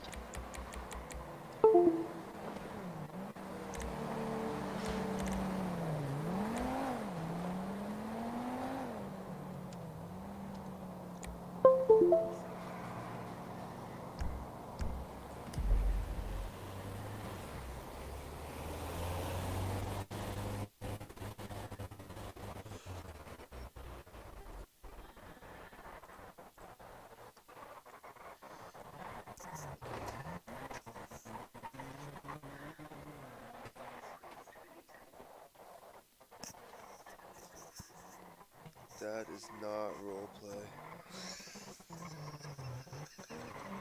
Questions for F11. Oh, this guy's getting another ban. I can hear your audio in the cars and stuff like that. You know that, Yeah, I right? can hear that. It's all I can hear. Oh my god. Now I hear him. I just heard him talk. Why was it cutting up before? Oh. That's NPC. God damn. Call the cops. He's just crazy hearing NPCs. I don't know. I don't think so. Oh, is it? Hey, oh shit, you a person? I'm a person. Was that guy driving a real person? Wait, one of them is AI. Oh, wait, half of these are AI. That's why no one's talking to me. Can I steal a car? How do I get? Yeah, this server just has maniac NPCs running around. I don't know, it's insane. I've never seen this. I don't think I can spawn cars in this one. Looks like the Oh, I got thing. cash or a phone. Phone, use. Phone, use. Phone, use. Phone, use. I guess I'm not using my phone. What's going on over here? Can I steal this empty car? I can't open any cars. Like, what am I supposed to do? Anyone actually roleplay? You need a lockpick, dingus. Which should record, I think, I don't know how much it is in this server, it was like 250 bucks, no pixel, to get a lockpick. You gotta go to a lockpick guy to buy one. Or get one from some guy, begs for a lockpick for some guy, I don't know. Can I talk to AI? Did I just get booted? Oh, my game just skipped. Look, now, sheesh. Skipping hard. Might be getting booted. Crashed. 5M error. Poop. Poo poo. I feel like nobody's like on the same page. Like, I don't know. Now what am I supposed to do? Like these servers all like claim on the title like this, that, and the third, but So you gotta go to SSB. you join and no one's even fucking. What's this one? Engage in PvP, just around with friends. These are different free roam servers. G Life, fight zombies and players, survive together in fucking what? That sounds cool as fuck. PvP zombie GTA. Daisy and what? I'm gonna try that. It's like Daisy and fucking GTA. And you can PvP too, like. That's kind of cool. Stream it. I got nothing to do because Sarah. my GTA lied to me. Maybe. It went on my desktop, like it was done downloading, and then when I went to go open it, it fucking just started downloading again. So I'm just chilling here while it's downloading, watching you join these servers, hoping you find the server, and by the time it's done, then I can hop in when you do all the work, you know? I see. There's another server browser, but this might be it. Look up SSB World when you go in there. Oh, you joined one, never mind. I hope this works. It's like a zombie survival GTA server with PvP. What? Press enter to start playing. Whoa! Is that how we start playing? Character list. Free falling. What is this? I don't care about any of this. Character list. Yeah, I want that. Do it. Parents. The guy from American Horror Story. Wait, I can have gay parents.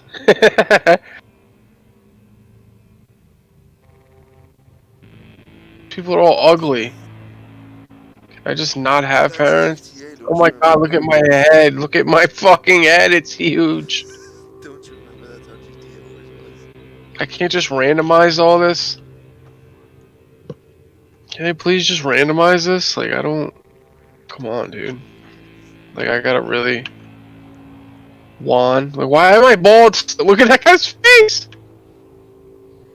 Oh, these dudes all look wild. Why do I have several men as my father? There's no woman. Why am I... It's more men than women. They want me to have 2 men, children? You ever play Grand Theft Auto in a while? No. Not in a long time. Yeah, they're all fucked, bro. You just have to like add hair and stuff and like a face mask. That's all you can do with those characters. You have to put like a mask Let me this guy, I have to make this black guy. like a bandana around the face. Why can't I change the color of my fucking eyebrows? Whatever, that's fine. Give this dude some facial hair.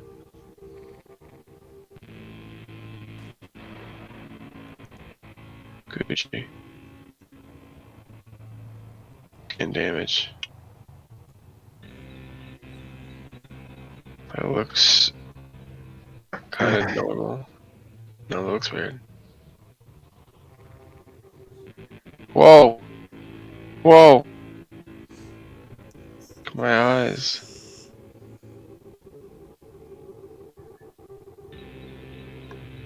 Should I make red eyes to cover when I smoke a lot of weed? Damn, these eyes are crazy. What the fuck? There's a lot of mods.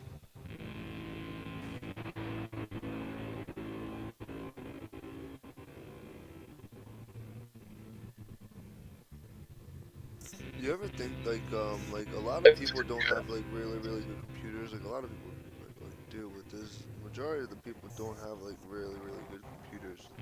Don't you think that would be a like? Oh, what is this? Now you're really gonna die. Whoa, I'm in. Oh, who's that guy? Freshie, I guess. Do you think that having to have such like a dope computer like hurt the game wise? Because not a lot of people can play even though they want to. What's this? I got money Like with based all on. those mods and shit. They must know that only like select people can get into these games because of how advanced they are. No? Yeah, I guess. They're not too advanced. I feel like once you just download them all launcher, I was intimidated by that shit at first too, but how do I? Oh, I just walk up. Yo, feels like a vibe, kid. I feel like this is cool. I don't know. I feel like this. Everyone has guns. I haven't done anything yet, but Is it I or don't is know. it? It's only I have to wait and see. He goes, yo, I feel like this is cool. Yo! I don't think that guy was real. You could have stole that.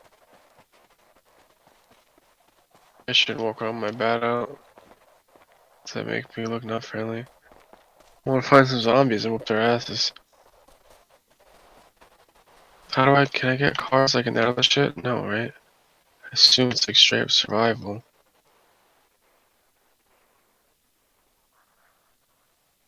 That was that. 315 people in here. That's a lot. They want me to kill players too. Wait, I have money on me. If I die, I assume I drop that. No? Oh! Oh! Yo, back up, hombre. Oh, how do you lock on? Oh, never mind. Get fucked. Oh, they're coming! Oh, I'm gonna get jumped. I can't aim. He's like...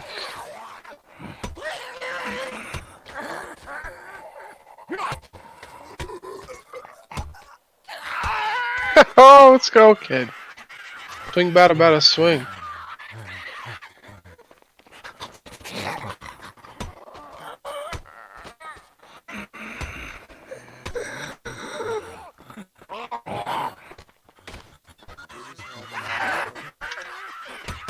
I'm going in with a baseball bat. Some fucking zombies. Is this real life? It's so weird. Let's go. Get fucked, bitch. Want some, still chump? Fuck over here, bitch. Can all get it. I'm gonna loot every single one of you. Wow. Scum's way better than this game. Like, it's not even realistic. You can actually kill zombies. Stupid. Dude, they just keep coming. So how is the zombie GTA thing you were just mentioning? What? You only the server? You said there's like zombies and players. Yeah, I'm playing right now. I'm beating the shit out of 1,000 zombies. Is it like actually cool? I don't know yet. I have only... Oh yeah. He's beating the crap out of it. Oh, I looted stuff. What is all this? I'm looting stuff. Getting mad shit. I got mad shit with zombies. Mad shit. I got money, stamina shots, medkits, 9 mil.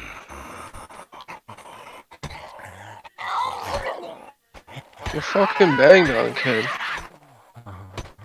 You want some too, big boy? Fuck out of here.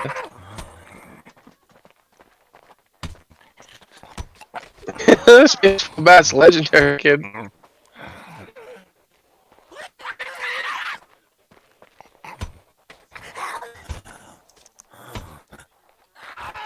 Dude, they won't stop coming.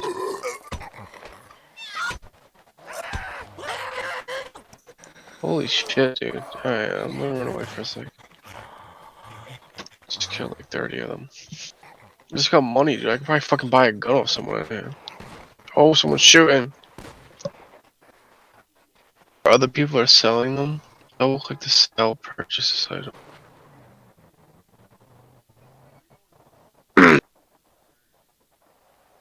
I don't have enough yet, right? So what about like a starter gun? What do we got down here? 3,000. I have 700 bucks. How much is a pistol? 800. I need a couple more dollars. What can I sell?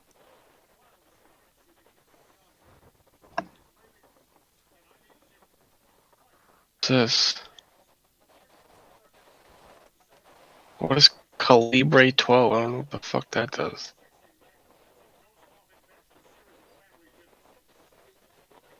I have a switchblade now though. Oh shit, let me equip that. I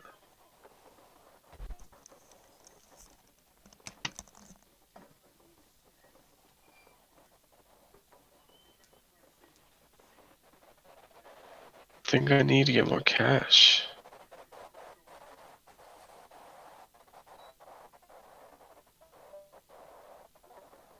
I think I can buy a machete.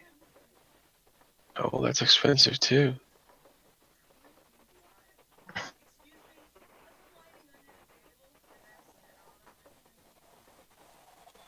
Oh, this pistol's 200 bucks. 50 cal, 500. I feel like I should just use the bat though.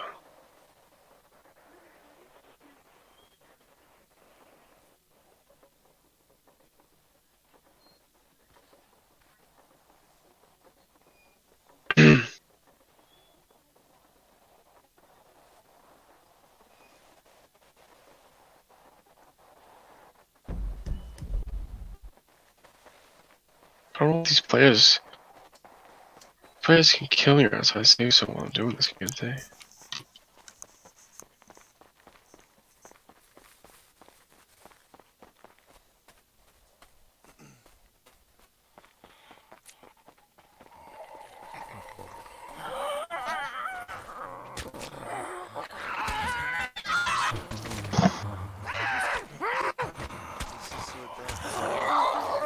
Oh, I died. What?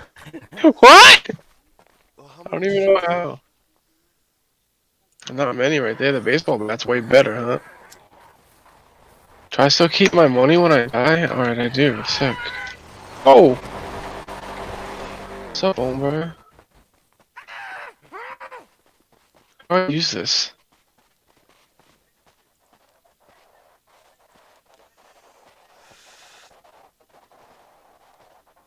You're not allowed to do that here. Oh, how do I use it? Like...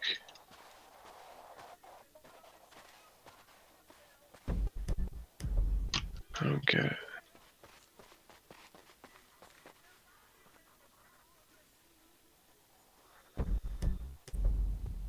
Oh, there it goes.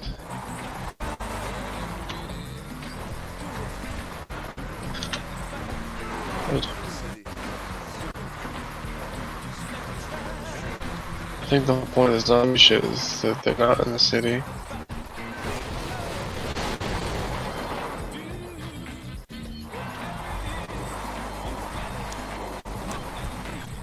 I just went to safe zone. Let's see if I can go in these houses. Let's see if there's like looting aspects. No. It's not that modded. I think I just need to kill zombies to get money. And then buy more shit.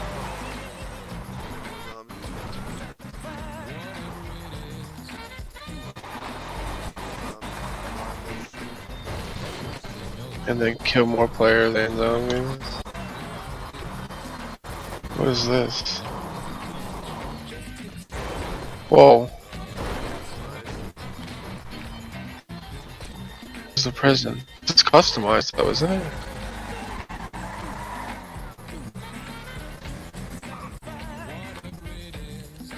This shit's all customized. Yeah, that's made to look like overgrown and shit, I think. Look at it all. Oh shit. Can't go in there. I'm dead.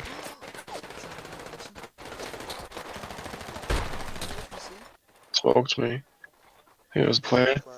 Oh my goodness, bro. Why didn't you talk to him? I couldn't do nothing. He was gonna smoke me no matter what. What? This is... I need to buy a pistol. You're basically playing GTA at this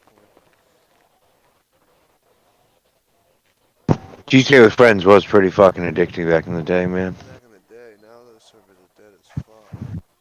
Yeah, when a new GTA comes out on PC in like Show how much money I have. probably another 2 years or something.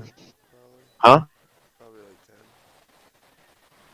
10. Yeah, I don't know. It's been a long time since this came out. GTA 5 an extra fucking 5 years of life.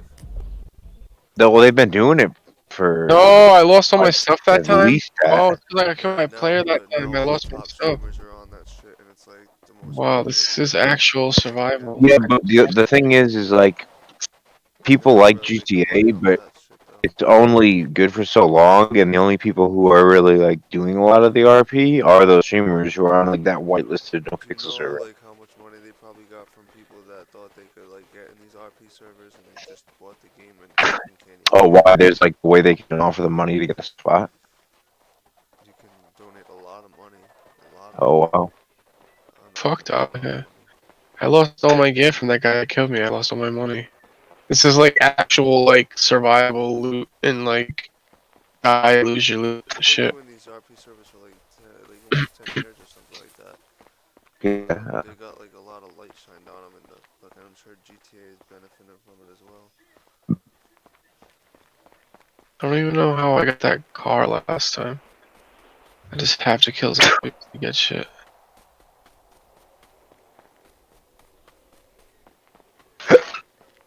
What's up here? Maybe that's like a military spot or something.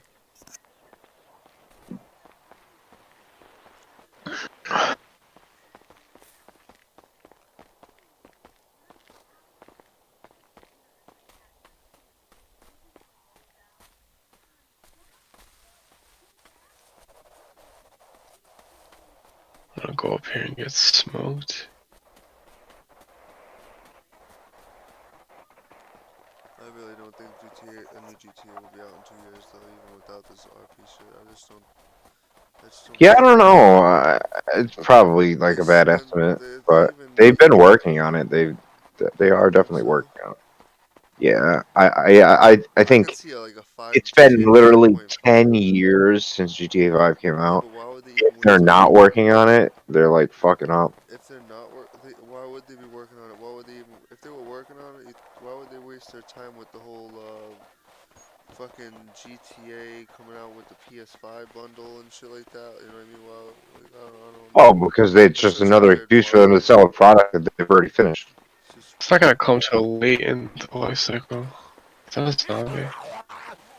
Like, it's just like another thing for them to promote for something they already put all their hours and money into. It's been so long where it's like they haven't even announced anything. Yeah, I mean, they could just be keeping it under wraps. That's a long time to keep something. Probably too early. Well, if they're not done, they're not done, you know. It's not gonna come out to like the end life cycle of PS5 probably.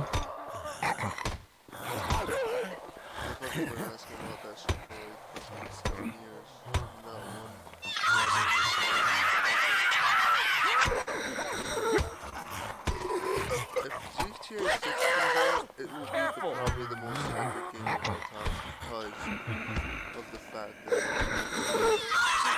Grand Theft Auto, bro. If it can outdo 5, then like look how long 5 lasted. If it can outdo 5, it's only by itself like another 15 years. Especially now that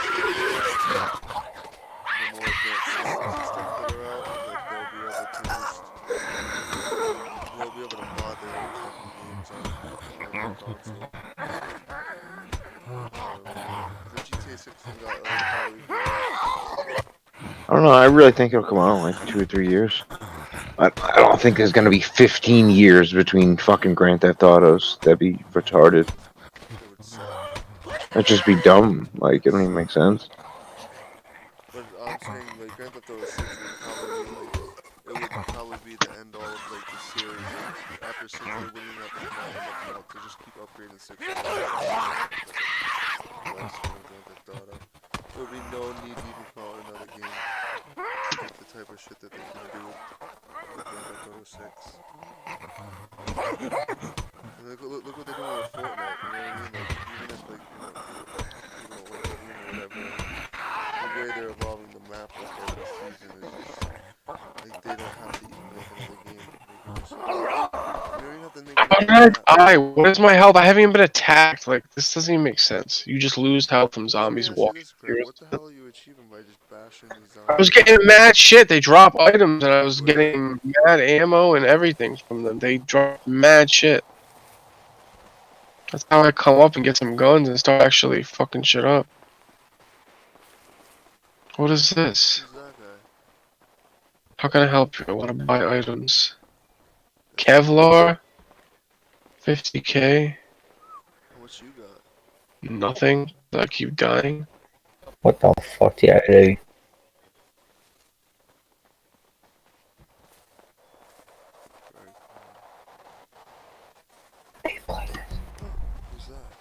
Some kid talking to me. Team up with him so you can get some more fucking... Fuck you. Fuck you too, bitch. Wait, there's 2 guys out there. Hey. I think the whole premise of the server is you go outside and just smash the fuck out of zombies with a baseball bat until you get enough cash to buy guns, and then you kill everyone with guns. You wanna help me?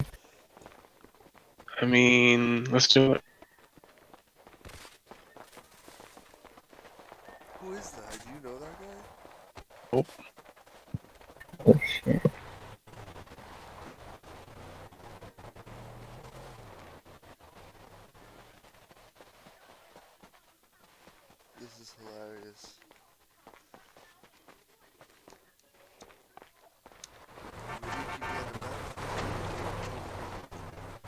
phone every time you die. Y'all be careful. We're still in the safe zone. If that bitch follows us out, he can just run us over. And that looks like that's what he's trying to do. What you want, bitch? Bitch. Get out the car, be a man about it. Get out the car, be a man about it. Nah, he hit the zombie.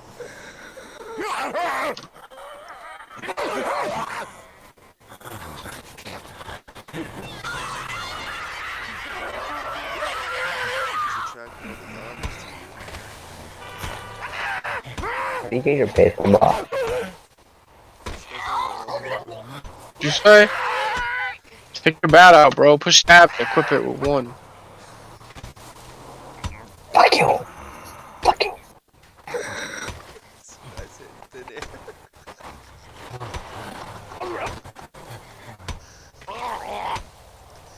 I got an SMG. I just got an SMG. Fucking wrong. Shoot the guy next to you. Shoot that guy. I don't think I can kill anything but zombies right here. I need to run though. My health. I got SMG. To shoot some bitches. Leaving that bitch. I don't give a fuck about him. He couldn't even swing a bat to save his life. Pussy. Got the Uzi, get him strap. Let's go. How do I shoot this thing? Do I have ammo? I don't even know. I don't want to shoot because I don't know. I'm just gonna kill everything until I get more. Oh my god, look at the ball! He's behind him.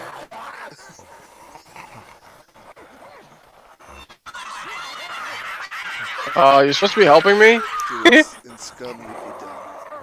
You ain't right. Right? You can run from none of that. Should I try the SMG? Do I have ammo? I don't have any ammo. None. How much money do I have? 90 money? Like what does that equal? 90 money. Like I don't know what that means. Is that 90 bucks? We're kinda fucked. Yeah, come over here. Get run to this other area. Split them up. Shoot him in the leg so he can't run as fast as you. I can't, I don't have ammo. Make him limp so the zombies. I have 45 ACP too, I don't know what kind of ammo it takes.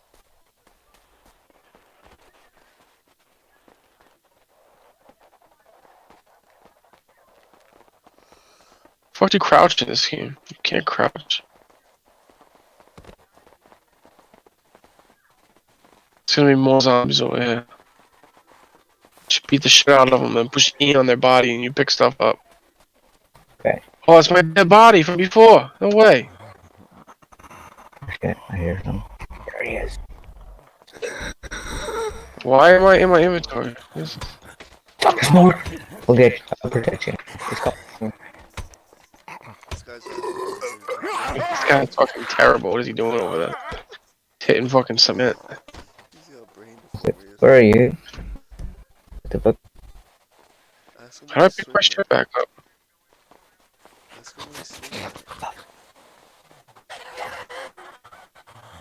How do I get my money, dude? I want all this. Pick this up.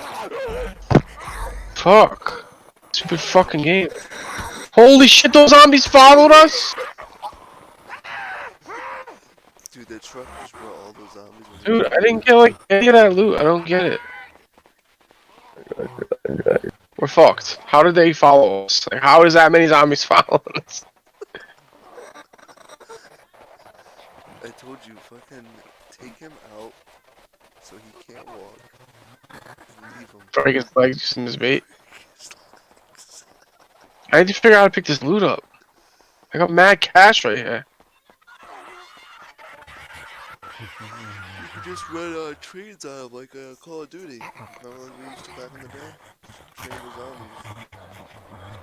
Look at it, it's not picking up any of the money. Oh, I did pick up some. Not all of it though. I dropped the flashlight and go back.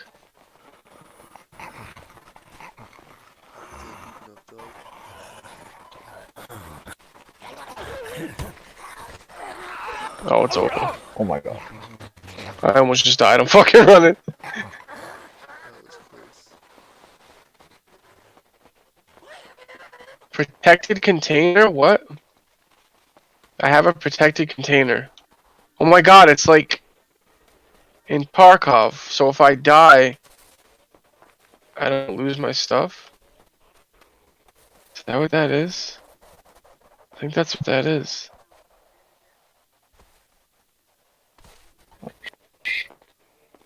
Yo, how are they still following us? They better not be. I need to get back to that bag. I'm trying to figure out how to loot my bag from before when I died. I had some cash on me over there, but there was too many of them. And it wouldn't... I couldn't figure it out.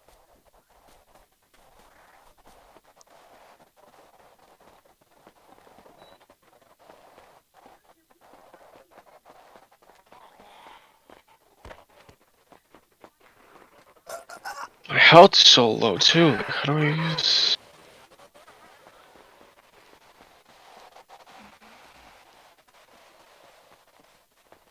Oh, it can't be in the thing.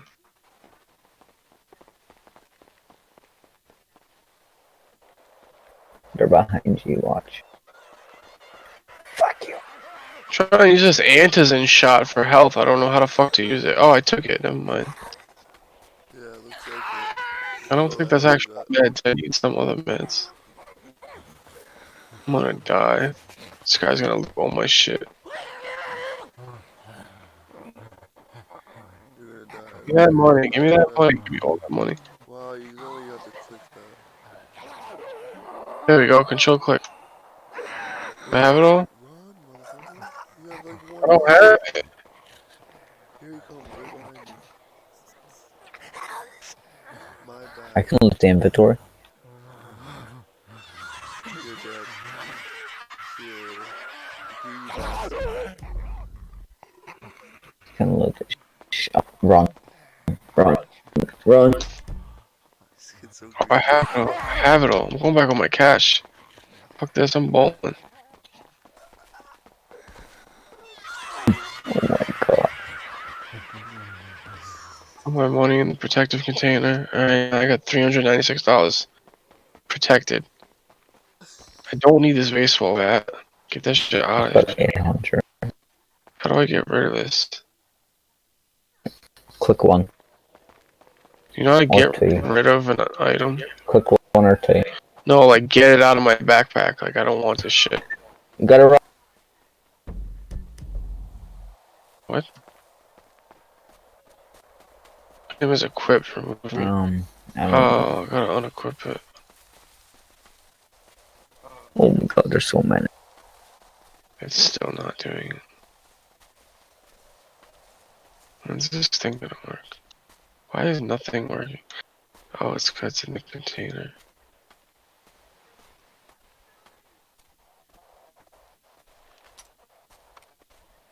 I think I can just buy ammo for my SMG. Yeah.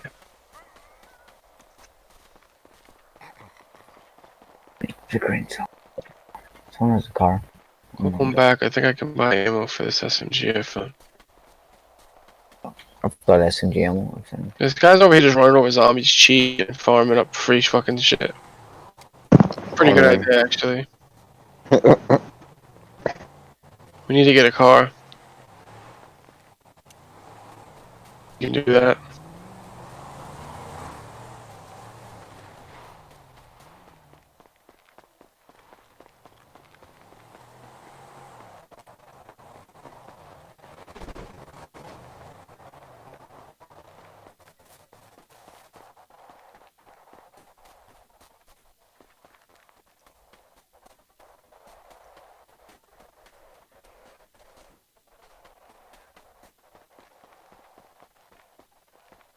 Gotta figure out this inventory system. I don't know how to use the items that are here. Or discard them. Like, can I If you throw look at this the, away? the shortcut, what is the shortcut? What do you mean? In the bottom of the shortcut. That shortcut is where you bind this. Try to shoot my boy, kid. Savage.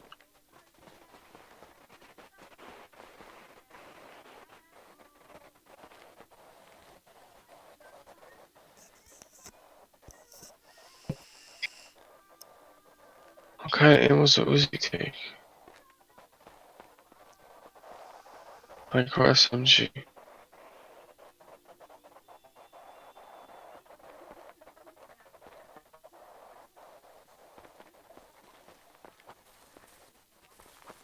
Nine millimeter, maybe. Who is this fucking Ammo's guy in that here. you found? Whose man is this? Who is this guy just swinging away? Am I buying this right now, or am I not buying this? There's 2,082 offers on that item, bro. I know, but I think I can buy. I think it's like a market like Tarkov. I think I just.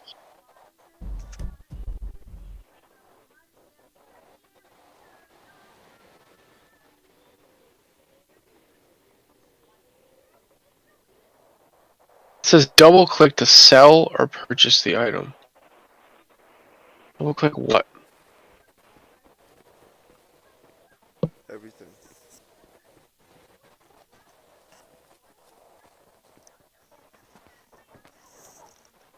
Did I get ammo? I definitely don't want ammo.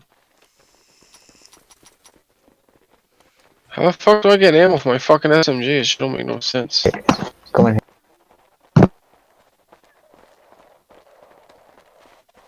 Oh, I just gotta go buy it in here. here. This guy.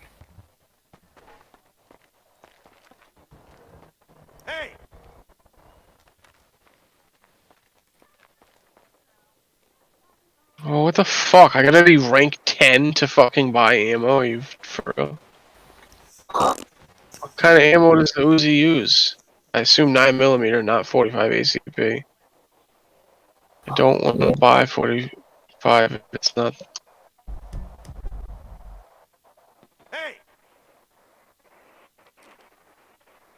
Oh, I have 9mm ammo. So, maybe it is 45 ACP. I've got 45 if you want to test it on it. What? What do you mean I can't afford that? I have cash on me. 396. It's on your fucking protector, it's not in your pocket, you dingus. Oh, you're right. What the fuck?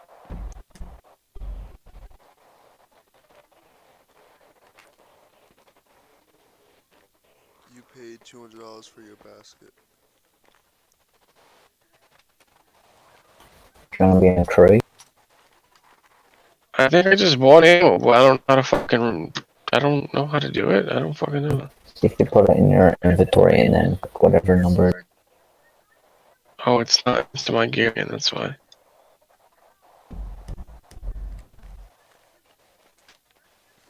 Did I gotta put on a number?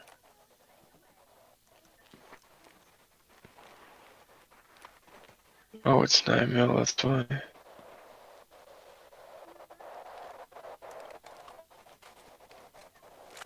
Let's go! We out here. Got some ammo.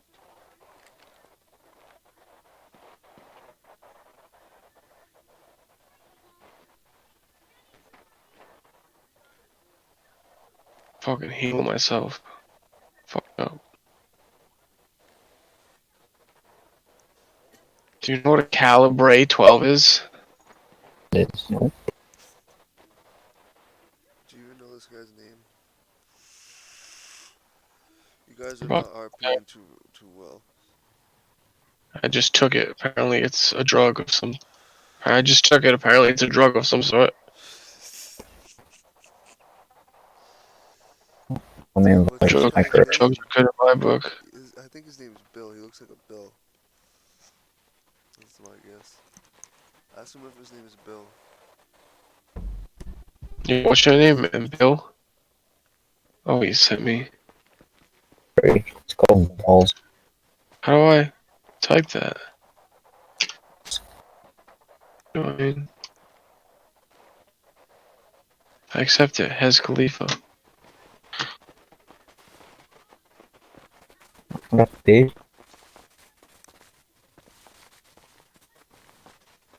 God, it's the white tea gang. I just people get the card.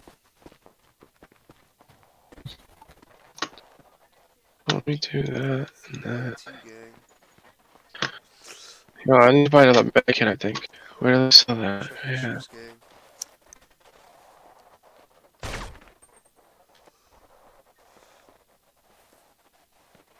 Oh, I took my money out of my thing again.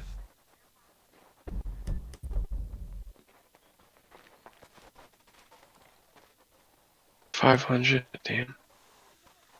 That armor's 50,000. That's crazy. Just about 700,000 more zombies to kill. Good to go. Hey, did I not just buy a medkit? Where is it? Just kill another million zombies.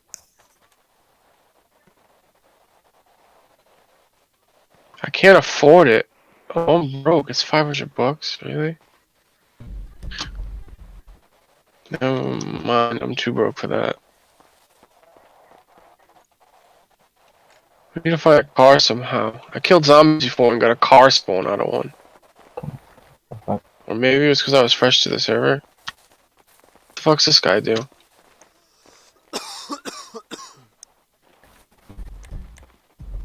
Oh, you can get property? What the fuck? Terry. Fuck that guy. Go. We need to make a come up. Let's go smoke some fool and take his car. You get a gun now. Yeah. We gotta leave the safe zone. I was down at the prison over here on the right before. Someone rolled up on me and wrecked me. Stole my fucking car. How long have you been playing? Not long. I was only on the server for like 2 minutes. A couple minutes before I seen you.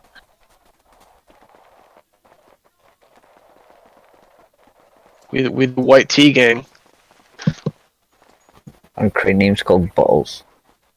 This guy. You said your clan name is Balls? Buttholes. Oh, perfect. Oh, Balls. That's a good one. Is my mic not open? Can you hear me? Yeah, I can hear you. Oh, I've been fucking holding end talk this whole time and shit. Fuck. Alright, we left the safe zone. I think the prison's right over this hill. What the hell's over here? Is there like loot in any barns or interiors in this shit, or is it like just kill zombies and kill people, not loot? Yeah, the prisons are here. Can I like sneak? I forgot how to play this fucking game. It's not really late for you. Oh, what the hell? Your voice just came through really clear for a second. Then Is faded it out. not real late? Oh yeah, it's like 4:30 in the morning for me. Fuck. Yeah, go down there. Go down there. There he is. Are you try? What are you saying at?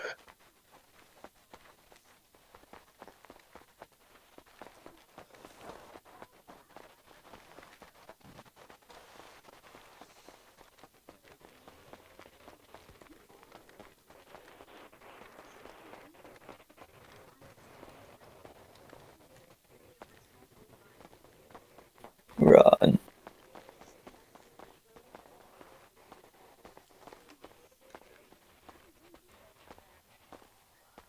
What are you swinging at?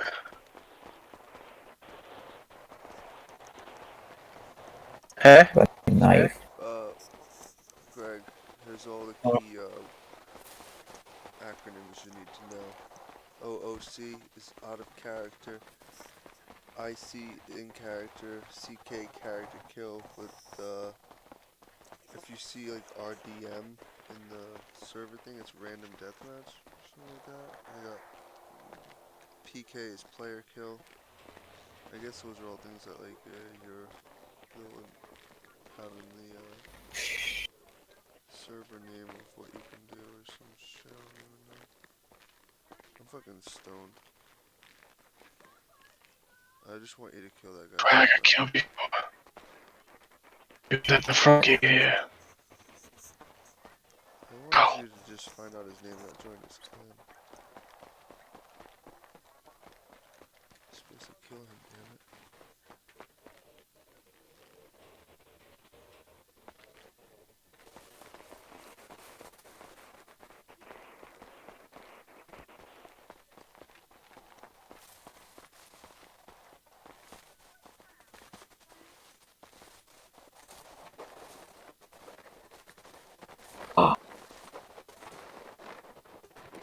What the fuck? You guys on like a secret mission? Shit. Yeah. Stop. Can you switch shoulders when you're aiming in this? How do you switch shoulders? I don't know. You can't. Oh my god, run. Run. Run why? Why are you running? There's multiple sounds. Oh, I see them.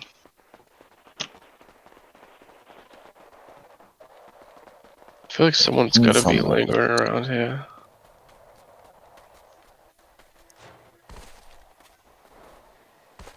I can't grab that ledge.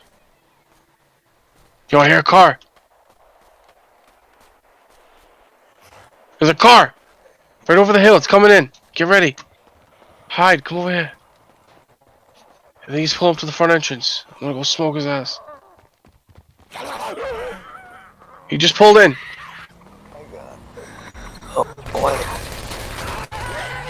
No, you could. No, no, no, no, no, no.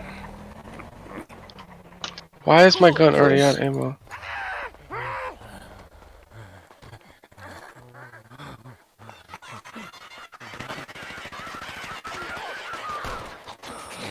What?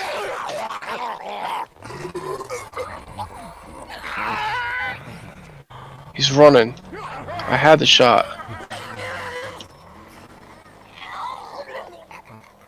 Dude, I had that shot.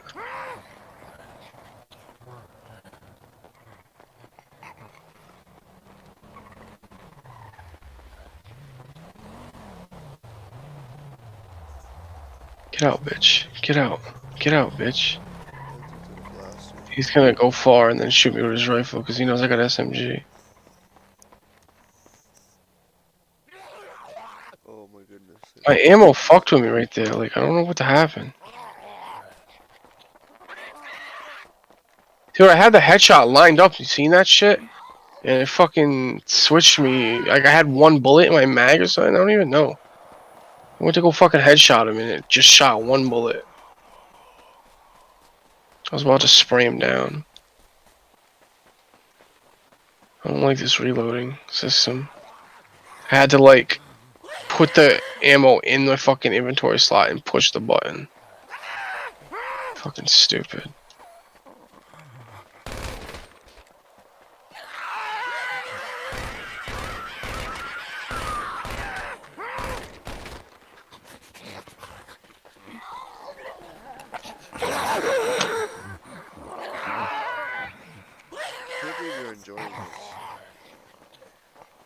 I don't know, it's honestly not terrible. I kinda just wanna get like a gun and fuck with other players. Well, I mean, it's like 5 in the morning, so I understand the enjoyment of it, but I don't see you actually like grinding on the server. Playing it progressively, yeah. I mean, this thing's for the moment just bashing some zombies, but I don't see you like making a life here, you know. What is that, prison? You can be like Rick Grimes.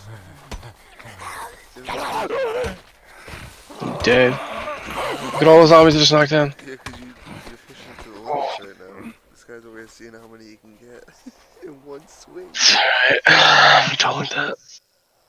I wanted to kill that dude, that was bullshit though. I should have had him. Oh, I didn't put any of my money in my gamma case either. This guy's trying to see how many zombies you can take out in one swing. Thought I could do it. You almost had him, you missed 3 of them. I gotta really control Alt Delete every time I want to leave this. Like, how does this work? Is that Jeff Sestry? Dude, looks like Jeff. Oh no. Not anymore. Who's this fool? Kill somebody You're a bitch. That's nice.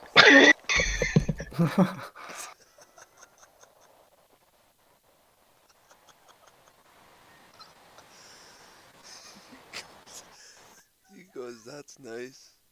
Come on, mic was open. That whole time too, I was talking shit about that other kid who was with me. And my mic was open the whole time. I was trying to push N to fucking talk to everyone, and the shit was on open. You're a fucking tard. So that other guy, I'm like, who the fuck's this guy? He's like, huh? I was like, you're a bitch. He goes, that's nice. That was good. Good stuff. I don't know, honestly, that wasn't like terrible. Like,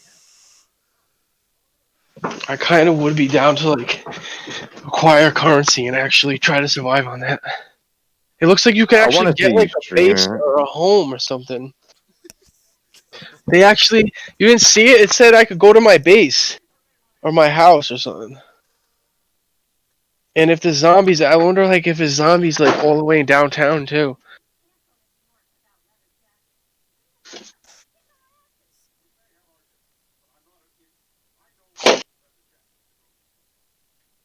Bought some Red Bulls at Cumberland Farms today, and they offered me like free chocolates with it.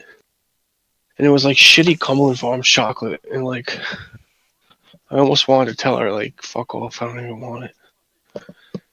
But I already like accepted the free offer. It was awkward.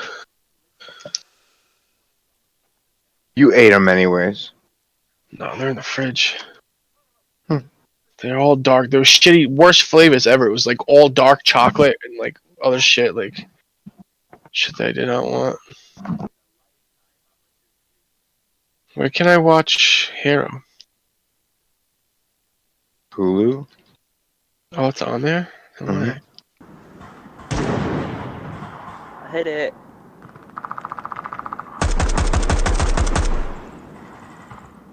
What the hell's that? What are you playing over there? Fuck. You, what was that noise? This is a new season, shit. yeah? Season 5, there's 2 episodes. Yeah, I see. Oh shit. Eat some Twix. And this glass of milk.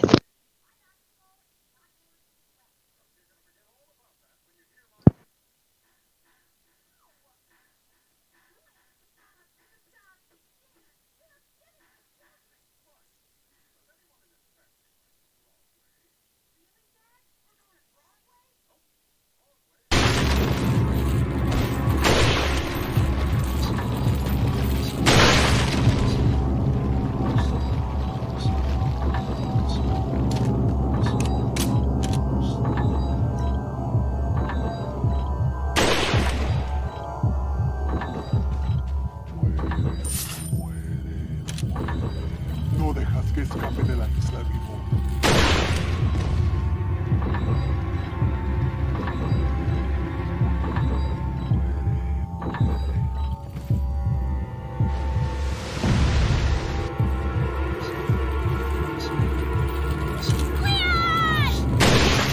No dejas que escape de la isla vivo.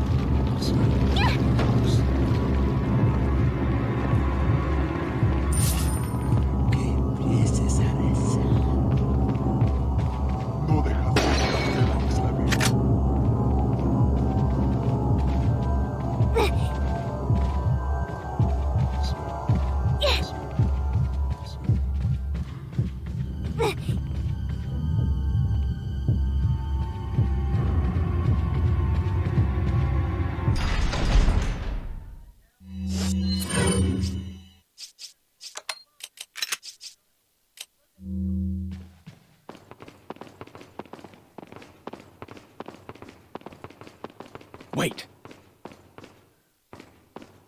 Follow me.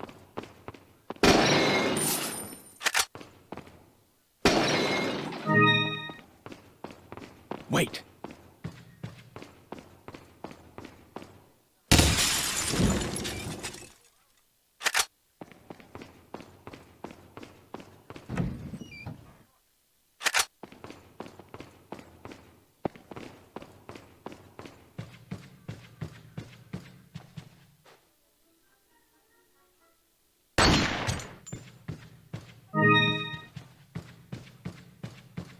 Follow me.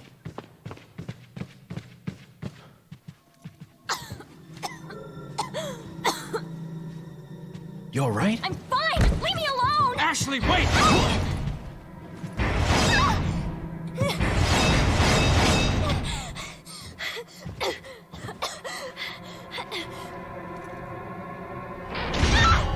Ashley! What's going on?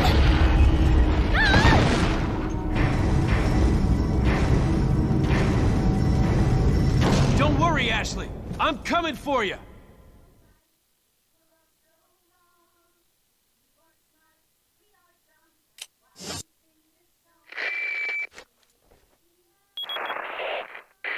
Hunnigan, what happened? The transmission got cut off. Salazar, how'd you... We've jacked the line. We didn't want you telling everyone any unnecessary information. Where's Ashley? Ah, so she fell into one of our wonderful traps. We'll make sure we find her. Don't you worry about her. Oh yes, I let our miserable insects out for some exercise down in the sewer. Thanks. That should keep me company, 'cause boredom kills me. I look forward to our next encounter. In another life.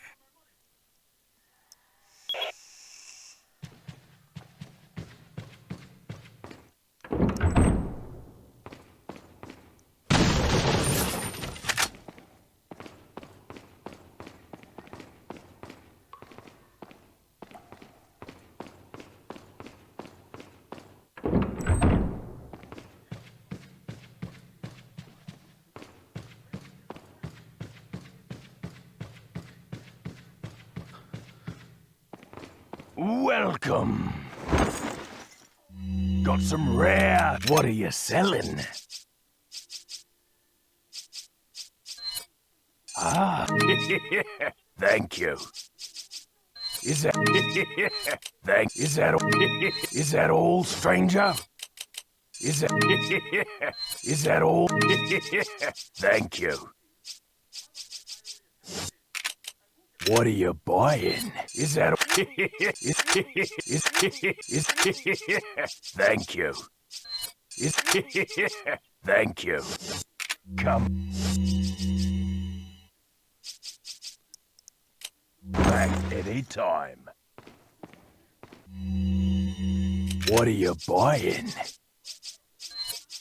Thank you.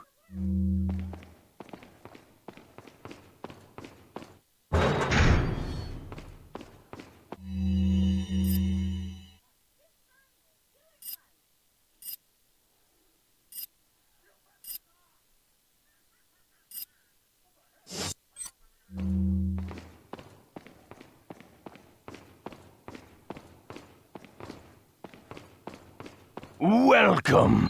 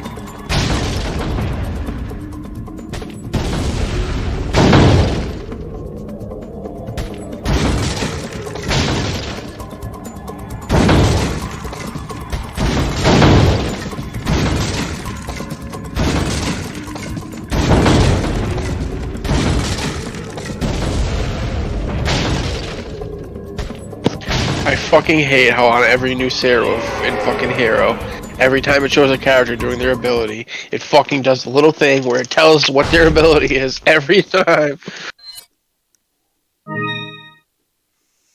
Oh, that's not like they definitely do that. Try to kind of keep you in it, but they kind of do it at like the beginning of the season. Yeah, I mean it makes sense because you was watching it for the first time.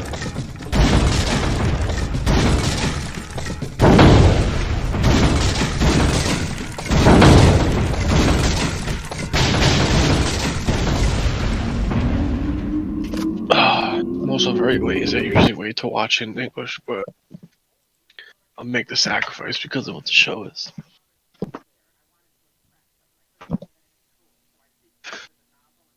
I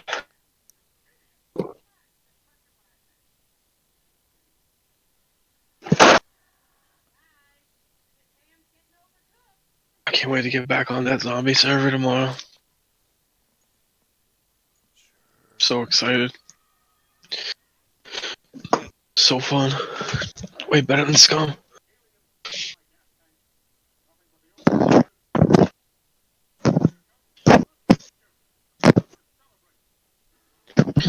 I love how this girl has like a bookshelf on her butt.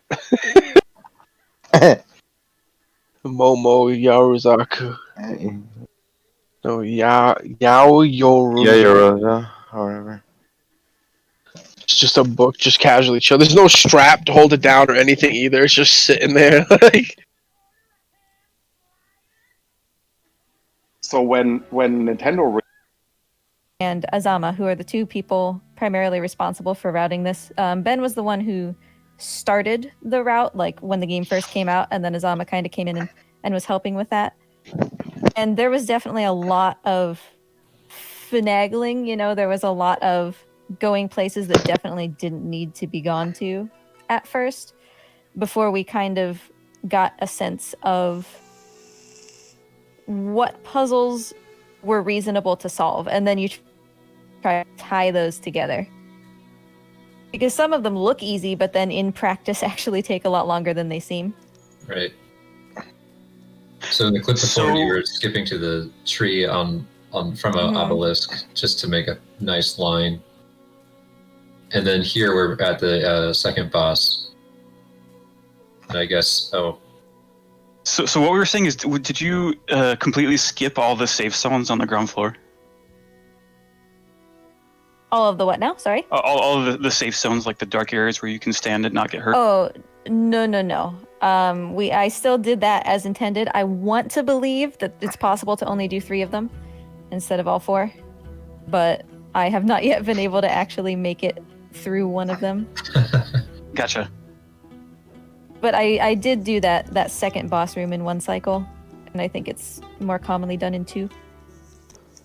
yeah, that was impressive. That's a pretty good trick. Yeah, even playing it as much as we did coming up to launch, like that room was never a sure thing that you were going to get it in one shot. Along similar lines, something I never ever did while testing or developing the game, but I've seen happen every time, is leaving while the keystone flies to you. You've succeeded with the puzzle, and then it comes over and does an animation as it like flies into you, and you just sprint away while that's going on.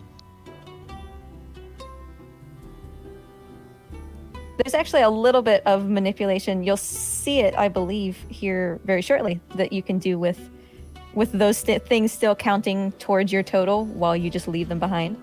Those puzzle rewards, sigils, whatever you'd like to call them. Light stones.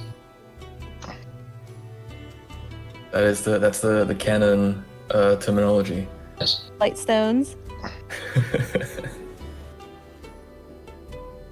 Yeah, you're already halfway to the next point when you collect it there. That's crazy. And of course, not climbing the tower either, using the rope. Is there an optimal timing for, like, you were trying to maintain a set amount of height?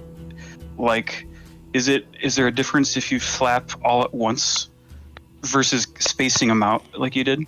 Yes, there is a little bit of lost momentum if you flap like repeatedly, very close together. Like right there when the bird flaps, you slow down for a bit before he gains speed again. And so usually you just want to keep forward as much as possible instead of burning all your momentum going up all at once. Oh no. You just skip the whole Dark Wind puzzle there. Nice.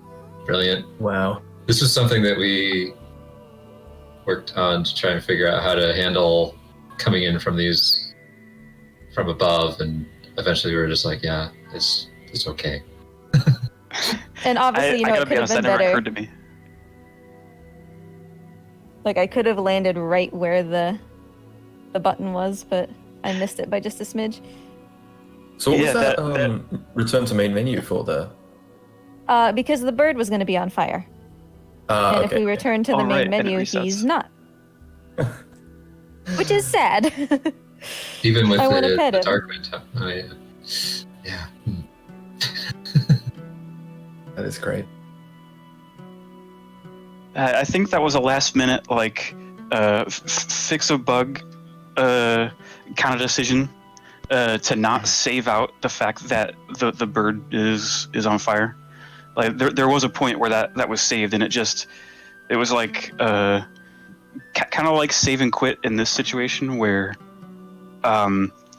like most players are never going to run into it, and there's a trade-off of like it makes some other situation worse if you save it, and so we just decided not to. Look at you outrunning the storm, just doom surfing. Yeah. That's awesome. And it ends up being, as far as petting the bird, that there's only one time that we pet him, and that's the required time right when you get him. Yeah. So you still do it once, at least. Yes, we still do it once. So is doing this deposit here just going to cancel the storm that was about to get you? Yeah. Nice. I was really trying to tough it out. I didn't want to look behind me because I didn't want to acknowledge that it was there.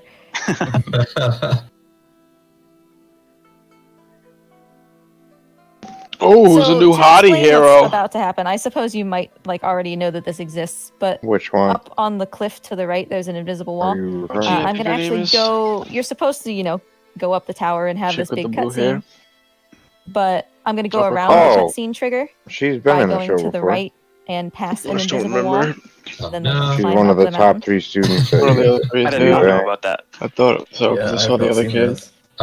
Yeah, I spent quite a while trying to make this harder to do. So, congratulations. It's still challenging because I can't use the bird to flap. What's the name of that Early on, guy, I'll get dude? pushed back outside the Mirio? wall. Or the Yeah, guy yeah, who okay, has I've all never the other seen powers. this Mario. path here, He's this, hilarious. approach. He was on the bridge during the rescue I thing, and wondered if he it just was puts his maybe hands like up a and just little bit jumps in the water. intended Goes, because I there's fell these again. talismans Yeah. to hit. They Those do guys, exist. they are automatically placed. That's kind of what I assumed eventually was why they were there. Yeah, we would have to erase them from places that we didn't want them, so they kind of are default on. Yeah, the system just looks for pretty much anywhere that's walkable and just plops a whole bunch of them down, and then we have a tool we can use to block them out of certain zones if we want to prevent them from spawning. Wow, look at that. So at this point, we're past the invisible wall. I'm not going to get pushed back out if I use the bird. And so then we can just continue scaling the mountain instead of doing the cutscene. Which, again, is kind of sad because the cutscene is really cool, but it also takes like, multiple minutes. Yeah, I gotta go fast. And plus, at this point, we have the fast recharge of the flaps from defeating the boss.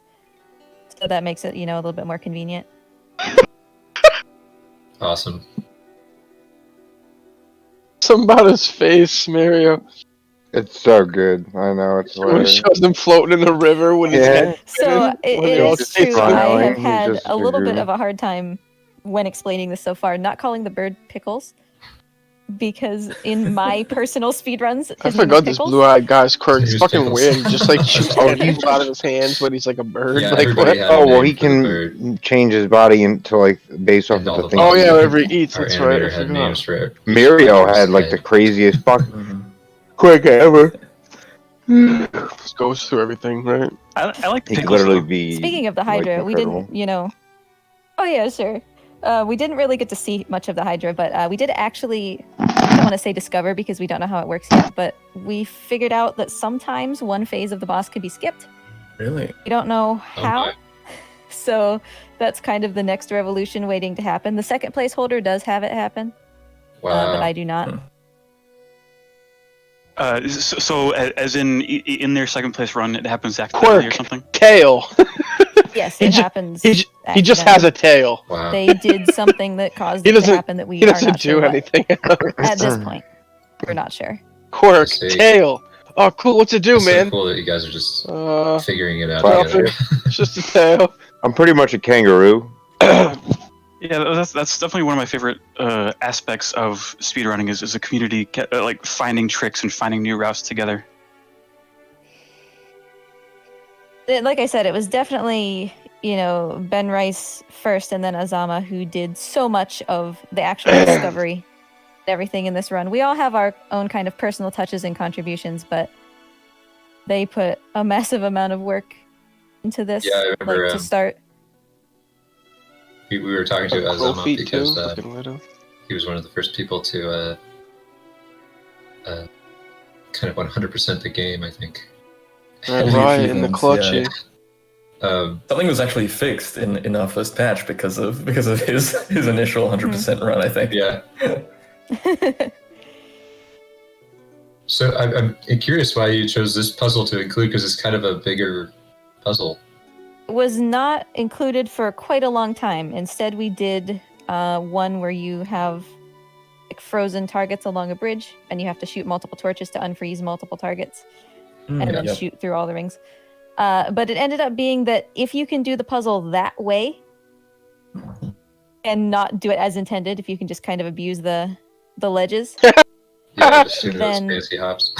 yeah, those are pretty quick. Plus, the transition from the previous puzzle to that one is much faster. You don't have to do as much travel time around the area to get to the Okay. next puzzle. Just better routing. So Bakugo that, is a yeah, gangster. it saved time in that way.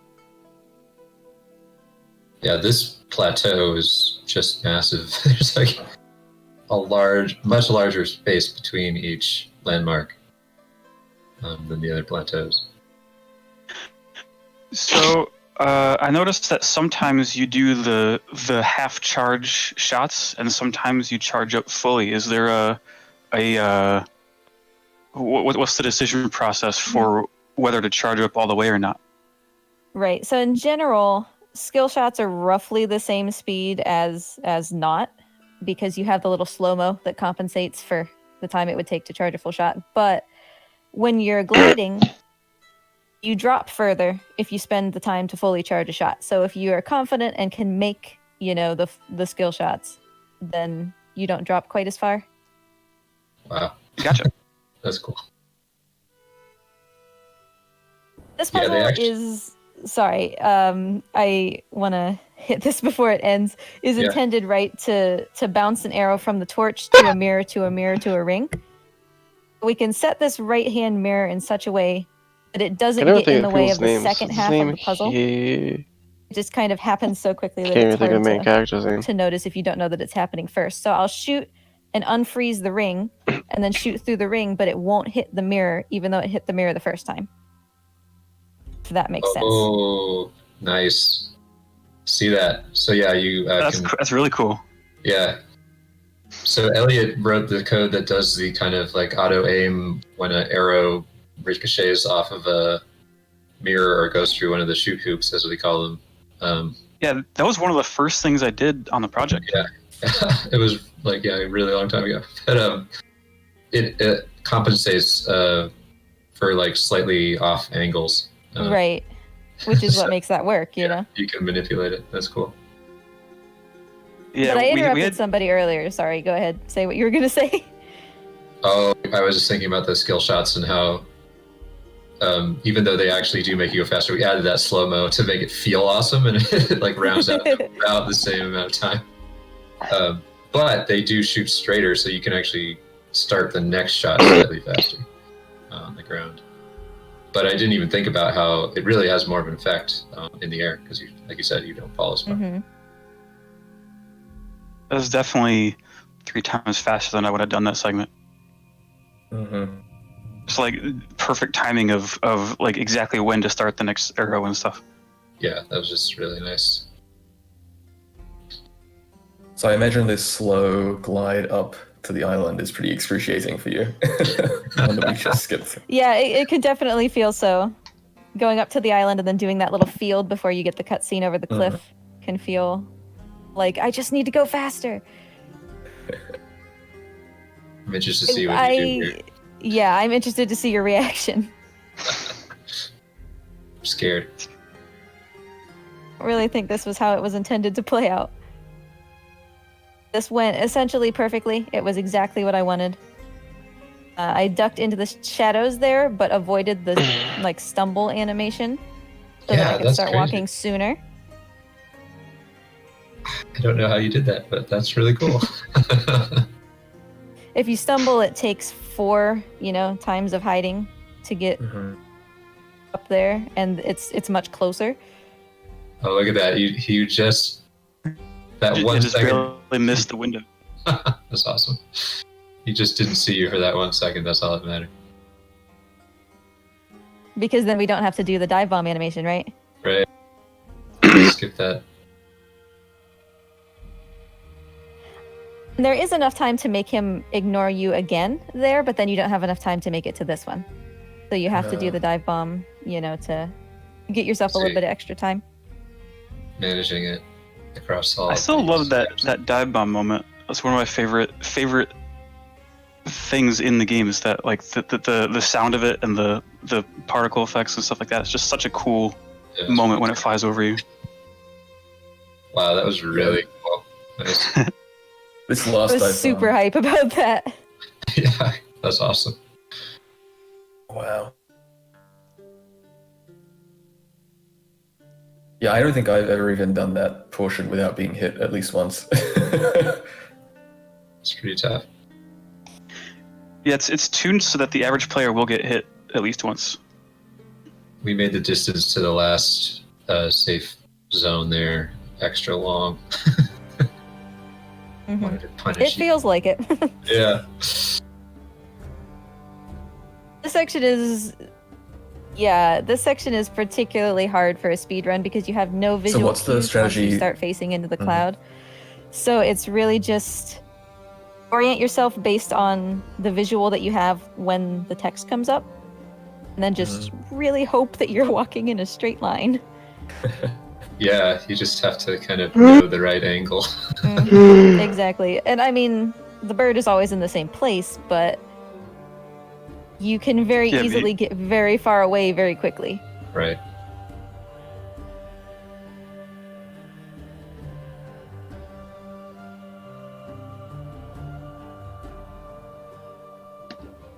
It definitely happened a The lot when rest is testing. the final fight. Like someone would say they couldn't find it, and it turned out that they accidentally walked the opposite direction for 3 minutes or something. They have to walk all the way back. Oh my gosh. Oh, okay, yeah, I'm extra interested to see this final battle here. There's really just a couple smaller optimizations. There's one opportunity where I can get multiple hits kind of all at once. I appreciate that you made it so that the arrows that miss his face as his face tilts back will come back around and hit him in the face. Oh yeah, they arc back. It's really nice. Yeah, that was actually a complete accident that we left in because it looked so cool, where the arrows just fly around in huge loops. Mm-hmm.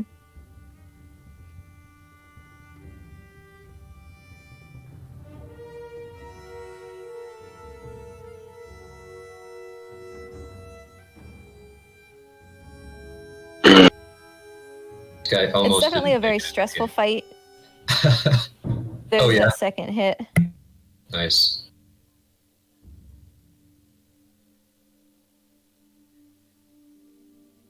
But yeah, I mean, there's a lot to think about, right? You know, there's fireballs and shockwaves, and actually making sure that your shot is charged, that you're not just going to whiff right past his face.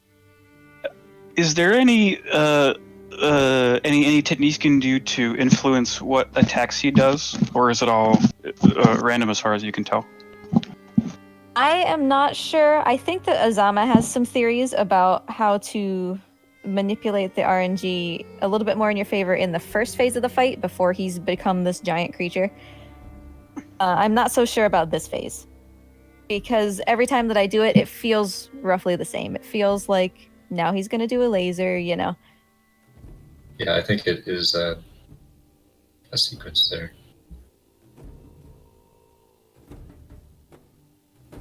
I definitely like to pretend that I'm making a difference, but I still can't believe we got this into the game. It came in real hot. But it made it. Yeah, I'm so happy that that we got this giant ledge boss in. It's awesome. the arrow like arcing stuff is just fantastic. I love it. It's so much fun, yeah. Do you have a favorite boss? Personally, I'm a fan. Well, I'm a fan of the boss fight of the first boss, but for anybody who knows my streams, I'm a big fan of lizards, and I have a lizard cam on my stream, so that kind of makes the second boss my overall favorite. Very cool. Mm-hmm.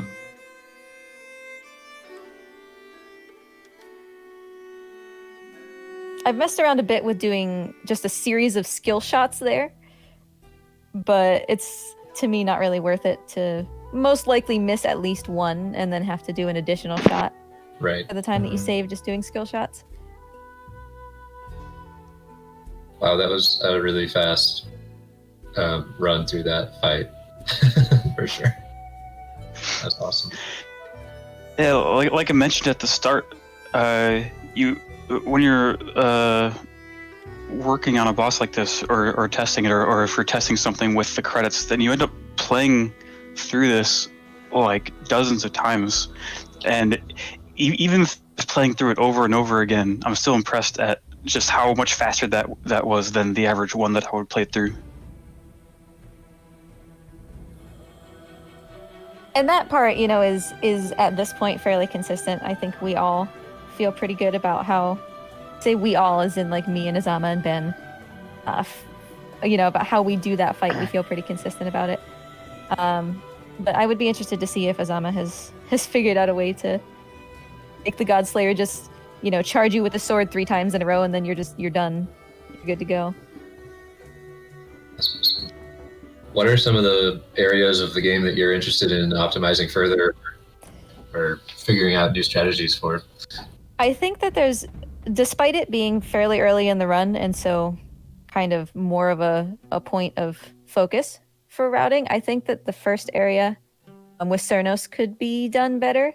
There's just some kind of odd cliffs that you really do just have to walk up, and that just feels weird in a speed run, right? To just like actually use your feet and do it as intended. Right. So I feel like that could be done better. Interesting. Plus, if we can figure out how to because, consistently skip that phase of the Hydra fight, that saves a minute or something. That's cool. Well, what a fantastic a bunch of tricks there. Really, really cool to see. Absolutely. Yeah, that was a lot of fun to watch. It was fun to get some insight as it was happening. So thank you. Thanks so thank much you for so much. making the game. Obviously, this is a wonderful game. Yeah, well, it's all worth it to see people play it, and the speedrunner community is something that we particularly love, because you just really dive into the game and appreciate it and understand it so deeply, and we really appreciate that dedication, and it's just really fun to see the game in a new way through that community. So Yeah, I feel like we spent the first 2 weeks after launch just watching nothing but people running the game. It was great. Yeah. Cool. So yeah, thanks so much for playing the Pathless and speedrunning it, and congratulations on the world record for this category. It's so cool. Thank you. Yeah. Yeah, I hope you shave even more time off of that and manage to figure out how to break the Hydra in a good way. Well, here's hoping this time next year we get sub 150 or something like that. Very cool. And with that, I think we'll wrap it up, right, guys? Anything else you guys want to say? Yeah, I think that's a wrap. Thanks so much, and it was really nice to talk to you, Sable. Thanks for having me.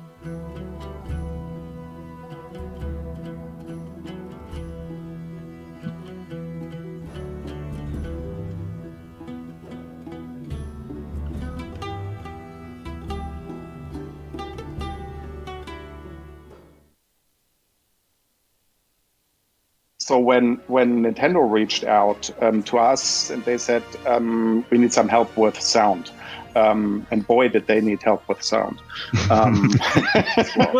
Nobody at LucasArts knew about this. None of the other teams, and not the marketing department either. We showed the demo and everyone was like, "Oh, all excited about it," and we're like, "Oh, I guess now we have to make a game."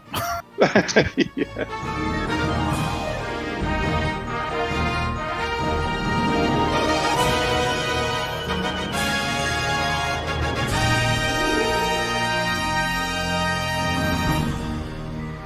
Hey everybody, my name's Julian Eggebrecht. I'm the director of Rogue Leader, and I'll be the one leading you through the speedrun here. And with me are Holger Schmidt. Holger? Hey, I'm Holger. I'm the lead programmer of Rogue Leader. And Rudolf Stember. Rudy? Yeah, hello. This is Rudy. I've done all the sound that you hear in the game. Oh, not only that. Come on, don't be so moderate. Well, You I also wanted did all of to tell about the videos, but there's no videos in this one. A little bit at least, but that's true. In Rebel Strike, there's a fun voice editing, everything you hear except the music. Yep, exactly. All right. So it's interesting actually to look at this 20 years onwards, because this year happens to be the 20th anniversary of the game, and maybe we should first dig in a little bit into the history of it. So we started Rogue Leader. We always wanted to do something like Rogue Leader since the 90s, and we were kind of waiting for the stars to align, no pun intended, because on the one hand, at Factor 5, of course, we had been working with LucasArts for a number of years by that time. We started out working with their properties with Indiana Jones' Greatest Adventures, and then they gave us Star Wars for the first time with our PlayStation reimagining of Rebel Assault 2. And that actually, Rudy, you did a lot of the video stuff for that one, right? Yes, it was mainly the conversion from the PC version for the PlayStation 2. Right. Yeah, and that was really the first touch point with the Star Wars universe, because of course they were pretty protective of it. And then jump forward when we moved to the United States, Marin County, where Lucas was situated, and even Lucasfilm to these days is here. That really was the point where the Rogue Squadron series started, and the first one obviously was the N64 version, the first Rogue Squadron game, and it came out of the idea of basically mixing up, or attempting to do something that would have the feeling of the 1983 Atari Star Wars vector game. That I was completely addicted to that, and I just loved that game back then. And mixing that with more of a free flight feeling, and the free flight feeling was really inspired by an 8-bit, the very first 8-bit game that Lucasfilm Games had done in 1983, I believe, and it was called Rescue on Fractalus, and that was basically, for the time, on the Atari 8-bit home computer, was absolutely mind-blowingly cool what they pulled off there. And that really was had the same free flight dynamic with a radar, which was basically leading you to the next goal and shooting in between. And if you mix that with the feeling of the Star Wars arcade game, that's really what we wanted to achieve. We very much wanted to do a different game than Larry Holland's TIE Fighter series was, because TIE Fighter and X-Wing at the time already had been done on the PC, and it was more of a simulation. And what we were going for is make it more accessible and make get that arcadey feeling. And Rogue Squadron was a huge success. Came out in '98. Had a pretty horrid development story, but we won't talk about that one here. And then, of course, it was a huge hit. It came out at the same time or the same Christmas as Ocarina of Time, Nintendo's Zelda game for the N64, or first Zelda game for the N64. And in fact, we were sharing, didn't we share the Zelda QA team at the end? Can you guys remember that one? I don't remember. No. I thought we had at the very end. Yeah, I think we had at the end of Rogue Squadron. They Sounds had familiar, yes. They had just finished at Nintendo. You mean the Treehouse people, or the QA team at Treehouse? Yeah, exactly. Yep, they had just finished Ocarina of Time, and we were awfully late. That much I remember, and so we suddenly had 100 QA people on the game, which actually did Rogue Squadron well. Well, long story short, Rogue Squadron was a huge success, and at the time, at least, it was the best-selling Star Wars game that LucasArts had seen. So, of course, it was a no-brainer to make a sequel. And the sequel, actually, so the one thing which we weren't able to do for Rogue Squadron was actually do scenes from the movie, because our original pitch actually for Rogue Squadron was exactly what Rogue Leader and Rebel Strike became, which was basically a best of the Star Wars trilogy. And the folks at LucasArts, or basically Lucasfilm, actually stepped in and said, no, you can't do that. Yes, you can be in the classic universe, or you actually have to be in the classic universe, but you cannot do any scenes from the movie. So that was a real bummer. That's why Rogue Squadron, while I think it's an okay game, it doesn't have this nice weaving in and out between scenes from the movie and original stuff that Rogue Leader here has. But when we got around to do Rogue Leader, then obviously due to the huge success of Rogue Squadron, they kind of eased up on that whole thing, and finally were willing to go with it. And that's why Rogue Leader flows so well. The game started actually while we were still working on other games for the N64. Holger, which one were you doing at the time? Oh, I was wrapping up Battle for Naboo, right? The Episode 1 game. Yeah, right, the Episode 1 game, yeah. And we were doing Florian was doing the Indiana Jones game. Oh, yeah. Well, and I was spending, Florian and I was spending pretty much every night till midnight at LucasArts trying to get that damn N64 Indiana Jones thing together. Yeah, it was pretty insane. Yeah, me too. You too. Yep. No, but at the end of the day, that turned out much better than we were hoping for. Actually, that ever shipped was a miracle. And we were doing the sound system for Nintendo. Musics. Oh yeah, that's true. Yeah, musics. Yeah.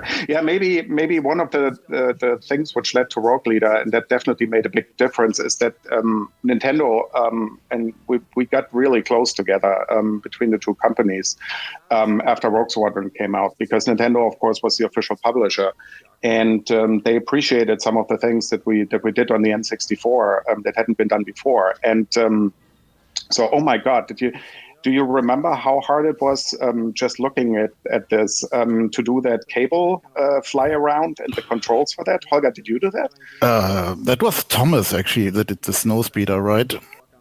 Yeah, he did the Snowspeeder. But did he also do the circling of the AT-ATs? I don't remember. It's 20 years. It's 20 years, yeah. But that still watching it actually looks fun. Yeah, although it's, I mean, we improved it a little bit from Rogue Squadron, amongst other things. Rogue Squadron was really tough and impossible. And it had 0 frame rate. I mean, the worst thing about that Rogue was the hard Squadron part about it. Yeah, I mean, the frame rate is just unbearable. People, if you play it on the original N64 version these days, it's barely playable. That's how bad the frame rate is. No, and that certainly what helped with Rogue Leader was that we got back into the mode of trying to do 60 FPS, which it isn't always. I mean, you see some frame glitches here and there, but it is holding it together pretty well, and that is partially because especially Thomas Engel, our technical main genius at the company, and myself, we got very close with Nintendo following Rogue Squadron. And so when Nintendo reached out to us in, I believe that was in '99, they had just started the Dolphin project, which was basically the GameCube, what was to become the GameCube, and then later the Wii chipset, actually, which was pretty much the same thing. And they reached out to us and they said, guys, we need some help with sound. And boy, did they need help with sound.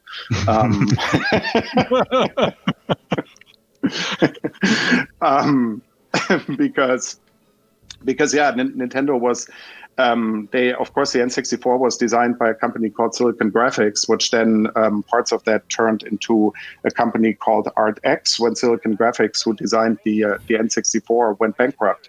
And on the N64, Silicon Graphics actually made the decision that they wouldn't put a sound chip in. And that was at the time a pretty, shall we say, controversial decision. I mean, nowadays you have enough power that you don't need it necessarily anymore, although some helping stuff always is good. Even the PS5 has dedicated hardware for some of the sound stuff. But Nintendo basically wanted to kick out the sound chip, and on the N64 it became a horrible drag on the whole system to do any sound, because you had to give up some of your graphics. So on the GameCube, they didn't want to make that mistake, and they got us into the fold to, on the one hand, co-design the sound chip, and then, yep, exactly, and do the dev tools for all of the sound. And that's why we had the unique thing that we were really the ones who had the very first prototype chipset of the GameCube. That was in, do you guys remember when was that? In July of 2000, right? Must have been early July, or was it earlier than that? Yeah, I believe so. So in July, or in June or July of 2000, I remember Thomas and myself driving down to ArtX and basically seeing the first prototype chip running of the graphics chip, sound chip, everything. The Flipper graphics chip, and this, which also contained the sound chip, right, Holger? The sound chip, the DSP was on the one big ASIC, right? It was the custom chip, big one. Yeah, exactly. And we drove down there, and we were amazed. We saw that it was literally the first one, and we saw it before Miyamoto or anybody of the Japanese teams. And I immediately started to pitch Nintendo hard that they should give us one of the very first units to develop on, because we had heard that there was this thing, the Space World exhibition, where they would be doing the official unveiling in August. Only a month away, where they would be doing the official unveiling of the thing. And we assumed that one unit would go to, or a few units would go to Japan, and we convinced them that we also would get something. And we immediately jumped on basically trying to get the very first version of a Star Wars prototype going. Right? Was that, or was it Tornado? I think we started with Star Wars. No, it was that. Yes, it was always Star Wars, because we knew we could do that one level, right? That one showpiece that everyone wanted to see, and so we went hard for that. Yeah. No, I remember that because we were only supposed to do the audio, right? Some of the dev kits we got had broken graphics, for example, or would only display graphics for a few seconds and then shut down. and Nintendo was like, "Well, you're only doing the audio, right?" We're like, "Oh yeah, of course." But it would be nice to see something. Yeah, and the fun thing was that nobody at LucasArts really was aware of what we were doing, because there was no official Rogue Leader, there was no official Rogue Squadron 2 yet as a project. So the only person who knew that we would be working on this demo, which turned out to be the battle over the second Death Star, was the president of LucasArts at the time, and he gave me secretly the okay to go ahead, and he actually also allowed us and Nintendo to show parts of what would become Rogue Leader at Space World. Nobody at LucasArts knew about this. None of the other teams, and not the marketing department either. So when we finished that, and it took 19 days to do this demo, which were probably the hardest 19 days of everybody's lives who worked on it. Mm-hmm. Right, Rudy? Yeah. Remember how Chris Cly put together the level, not in a level editor, but in text edit? Mm-hmm. Yeah. Yeah, because we didn't have a level editor. Level editor for. It wasn't really a game, right? I mean, we showed the demo and everyone was like, "Oh, all excited about it," and we're like, "Oh, I guess now we have to make a game." Yes. Well, yeah, everybody was excited about it except for LucasArts marketing. Blindsided, and I remember being in Japan that morning, or basically that evening after the showing happened, and several of the LucasArts folks reaching out to me and basically saying, "Are you out of your mind? Why didn't we know about this? This isn't a game. This is because we of course placed the Rogue Squadron logo on there. This is completely unsanctioned, and you guys are crazy. There's nothing coming here.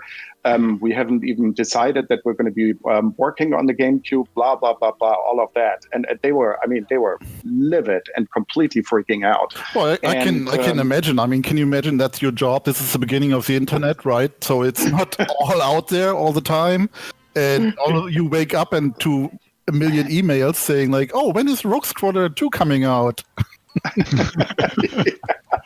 Exactly. Well, and they had as their biggest Star Wars game, they had Starfighter planned.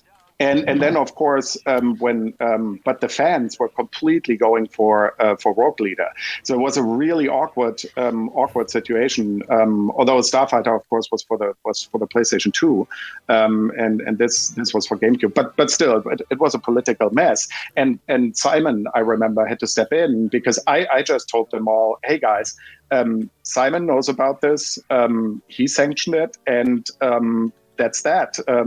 You guys sort out your internal problems with this, but we I think we did pretty good here. Well, and that then of course led to about 5 months of infighting between LucasArts and us, because and actually Microsoft and Nintendo. Because what happened was that Microsoft, of course, wanted to launch the Xbox at the same time as the GameCube. And they saw the demo, and they immediately came to Lucas and us and basically said, we want to snatch this away from Nintendo. And we would like you guys to do this for the Xbox and not for the GameCube. And they offered quite a big chunk of money, but they didn't offer it to us. They offered it to LucasArts. And LucasArts said, sure, we're going to do it for the Xbox. Goodbye, Nintendo. And we, at the same time, didn't get a green light. So the whole rest of 2000, there was not any work done on the game, right?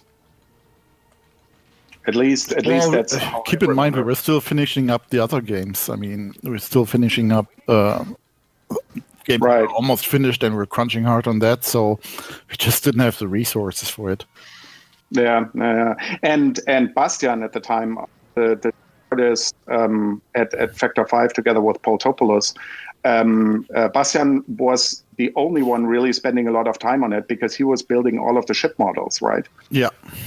He was. He started that because we knew that there would be no way if we would start Rogue Leader for sure and for real on January 1st of 2001. We knew that we only would have 9 months and for the whole thing, and there would be no way that with our, how many artists did we have at the time? 2, 3? There was not many, right? Mario, Bastian, Paul came later. Yeah. Yeah. Suzanne, right? No, she Suzanne. was- she Suzanne was just did on the Battle- she did the skies. She was on Battle for Naboo. No, it was on Rogue Leader. Leader, I believe, really was done by Paul, Bastian, Jim Moore. I think Jim Moore Jim also Moore, had joined. Right, Jim and Mario. I mean, it was those four guys who did most of the graphics and everything. It was So nuts, that's yeah. why we. Yeah, it was nuts. No, it was beautiful because at the time you could do a game like this with that few people. Yeah, but to finish the story there about the political upheaval, so it got really nasty towards the end of 2000. That much I remember, and because LucasArts came to us, we said no way. We're a technology partner of Nintendo. This would completely destroy our relationship with Nintendo, and we're not going to do it. And they, of course, said, well, what do you mean you're not going to do it? And we dug in, and we said, we're not going to do it. If you sign the deal with Microsoft, our relationship is out, and you can do the game yourself, have fun. And it got super nasty towards that. And at the end of the day, Lucas had to budge, and they said, "All right, I guess we have to do this with Nintendo." And we were safe because for us it would have been a complete political nightmare, of course. And for Microsoft, a pretty big win. I mean, they ended up having Halo, so they were just fine, of course. But they were really worried that Halo wouldn't make it as a launch title, and they could have used Rogue Leader at the time. But yeah, then in January we started out with the whole thing. Oh, the water planet here. The water planet is the very last thing that ever was finished. Remember that? Yeah, you can also tell it looks pretty nice. Yeah, it looks pretty nice. It was the stuff which we had it in the designs relatively, but the whole water we didn't get around for a long time. Or was it? No, Cloud City was the next one which we did, right? Do you remember in which order we did get everything up and running? Oh, well, Death Star, and then we started Hoth because we wanted to have the landscape, right? Death Star didn't have landscape, so the landscape was the next big thing, and Hoth was a challenging one. So I think it was in that order, and then we started Bespin. And then we did Bespin, yeah, exactly. Yep. And but Bespin took a long time too before it was pretty. Yeah. Oh, at that time, though, we had building blocks, right, and we could let the level designers work in parallel to the engineers. Right. Yeah. And Bespin, to get a little bit technical here, Bespin, of course, the skirt of the city is basically a landscape. And the cityscape itself is like the Death Star surface, which is basically a type, we call it a tile-based map. So we needed to have the Death Star tech in place, and we needed to have the landscape tech in place to do Bespin. And then I think the only other outlier was the interior of the second Death Star, right? Because that was a completely new engine one more time, which was a little bit like a first-person shooter almost. Yeah. And that actually was the very last one. So the water planet here, the water stuff was the second to last. The very last thing was the second Death Star, which is why it's in the Rogue Leader version. The interior tunnel stuff is pretty rough stuff, if I remember correctly. Yeah, it was also hard to design, and I don't know. I think we bit off more than we could chew on that one. Yeah, absolutely. Yeah, I mean when we did Rogue Squadron or Rogue Leaders for the Wii, the game that never was released, and well, hopefully it will at some point, but at least so far hasn't been released. That of course featured all of these levels amongst many other things, and you could see in that one which levels we had to redo the most. Or basically changed the most. And I remember we the trench run is much better in that one because the trench run is a lot more fun. The trench run here is a little bit hard, to be quite honest. Well, if you know what you're doing, it's kind of a walk in the park, right? Yeah, it's just like very, the Atari very Vector predictable game. Yeah. Yes. As these speedrun people obviously I remember the trench run. Funny story. I remember the design, or we said that okay, if you just fly out of the trench, you get shot down immediately, right? And so I was like, okay, I'm just gonna launch a missile at the player, and we had some test players, and they managed to evade the missile that got shot at them, and they just kept flying out and flying all over, and found new ways to play the game that way. I remember our lead tester doing the whole thing upside down. Yes, Chuck McFadden could do the trench run upside down. He always immediately they were so good at it. They immediately would flip around. So basically use I think it was the Z trigger, right, to lock in rotation, and then basically flip around and then play the level upside down, just because they were so bored. Yes. And speaking about the last things that we did, I think that the medals, the platinum medals, were the very last thing which came in, right? Yes. Yeah. Yes. The whole company was playing the game and trying to beat any score, and we had to submit our best scores. I remember I got some of them, but yeah. Right, and we wanted to have gold, of course, the hardest, and then we tried to play those scores, and we're like, no way, no normal person can play this at this level. So that's why we added the platinum ones. Yeah, exactly. Well, and then people immediately got them, of course. That was the funniest thing. Yeah. Well, not me. The academy.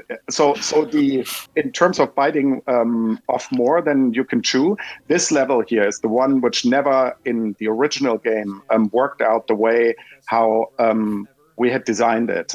It's an okay level here, and especially the volumetric fog on the ground is, I think, the first time anybody ever did that on any platform. So technologically, it's definitely amazing, but gameplay-wise, it didn't work at all out the way it was intended to. And this one is the one which is actually in Rogue Leaders on the Wii, actually finally the way it's supposed to be. So you just saw him skip all the stuff that we designed. Yeah, I know. That's why it's the perfect speedrun level, because if you find the glitches, and it has so many glitches, but we changed a lot in this one, and it's a much better level with a little bit more time. I mean, it's ironic. We probably spent on that damn reimagining of all of these levels, we spent significantly more time, I believe, in aggregate than the original Rogue Leader actually took, and Rebel Strike. But yeah, so the Academy level, that was an awesome one. In terms of the art, by the way, so one of the things that people always ask, so what made Rogue Leader looked so good at the time? Because I mean, to this day, people can't believe that this thing is 20 years old and is running on a GameCube. So, what do you guys think? What's the magic and what's the secret behind it? There was a lot of technical knowledge about. I mean, for example, the crafts, right? The way they were designed, we designed them, the shaders and the textures on them, right? We could go with just color textures, but no, we went with grayscale textures because they offered more detail, because you could get more pixels in the same amount of memory, and then tinted them and stuff like that. We really didn't just use a straightforward approach on any of these.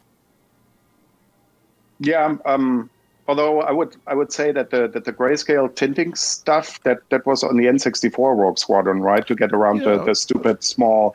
But on the GameCube, I think that Bastian was pretty happy in general, and Paul, that they finally could use higher res textures. I think the trick was that we actually told them to go all out on this one, because I mean the ships, they actually did the highest level of detail on the ships is 25,000 polygons, which at the time was a completely crazy number, and nobody else did something. I mean, not even for characters at the time were polygon amounts that high used, and I think that makes all the difference. That we have so many levels of detail in here. Yeah, but you only see them in the hangar, right? The 25,000 one, yeah, but the in-game one actually goes up to 12,000. When the camera gets really close to the A-wing here, that's 12,000 polygons on the A-wings. And of course, you've got your buddies flying with you. That actually was a cool thing which we never worked out for the N64, which really works out well here. The flying in the squadron and it feeling much more like a squadron because you're always flying with your friends. That actually worked out really well.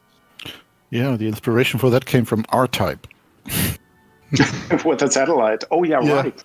Yeah, that's actually a good point. That's what we wanted to achieve. But also, if you look at the crafts, right, there's always something moving on them. So they're not just static boxes in space.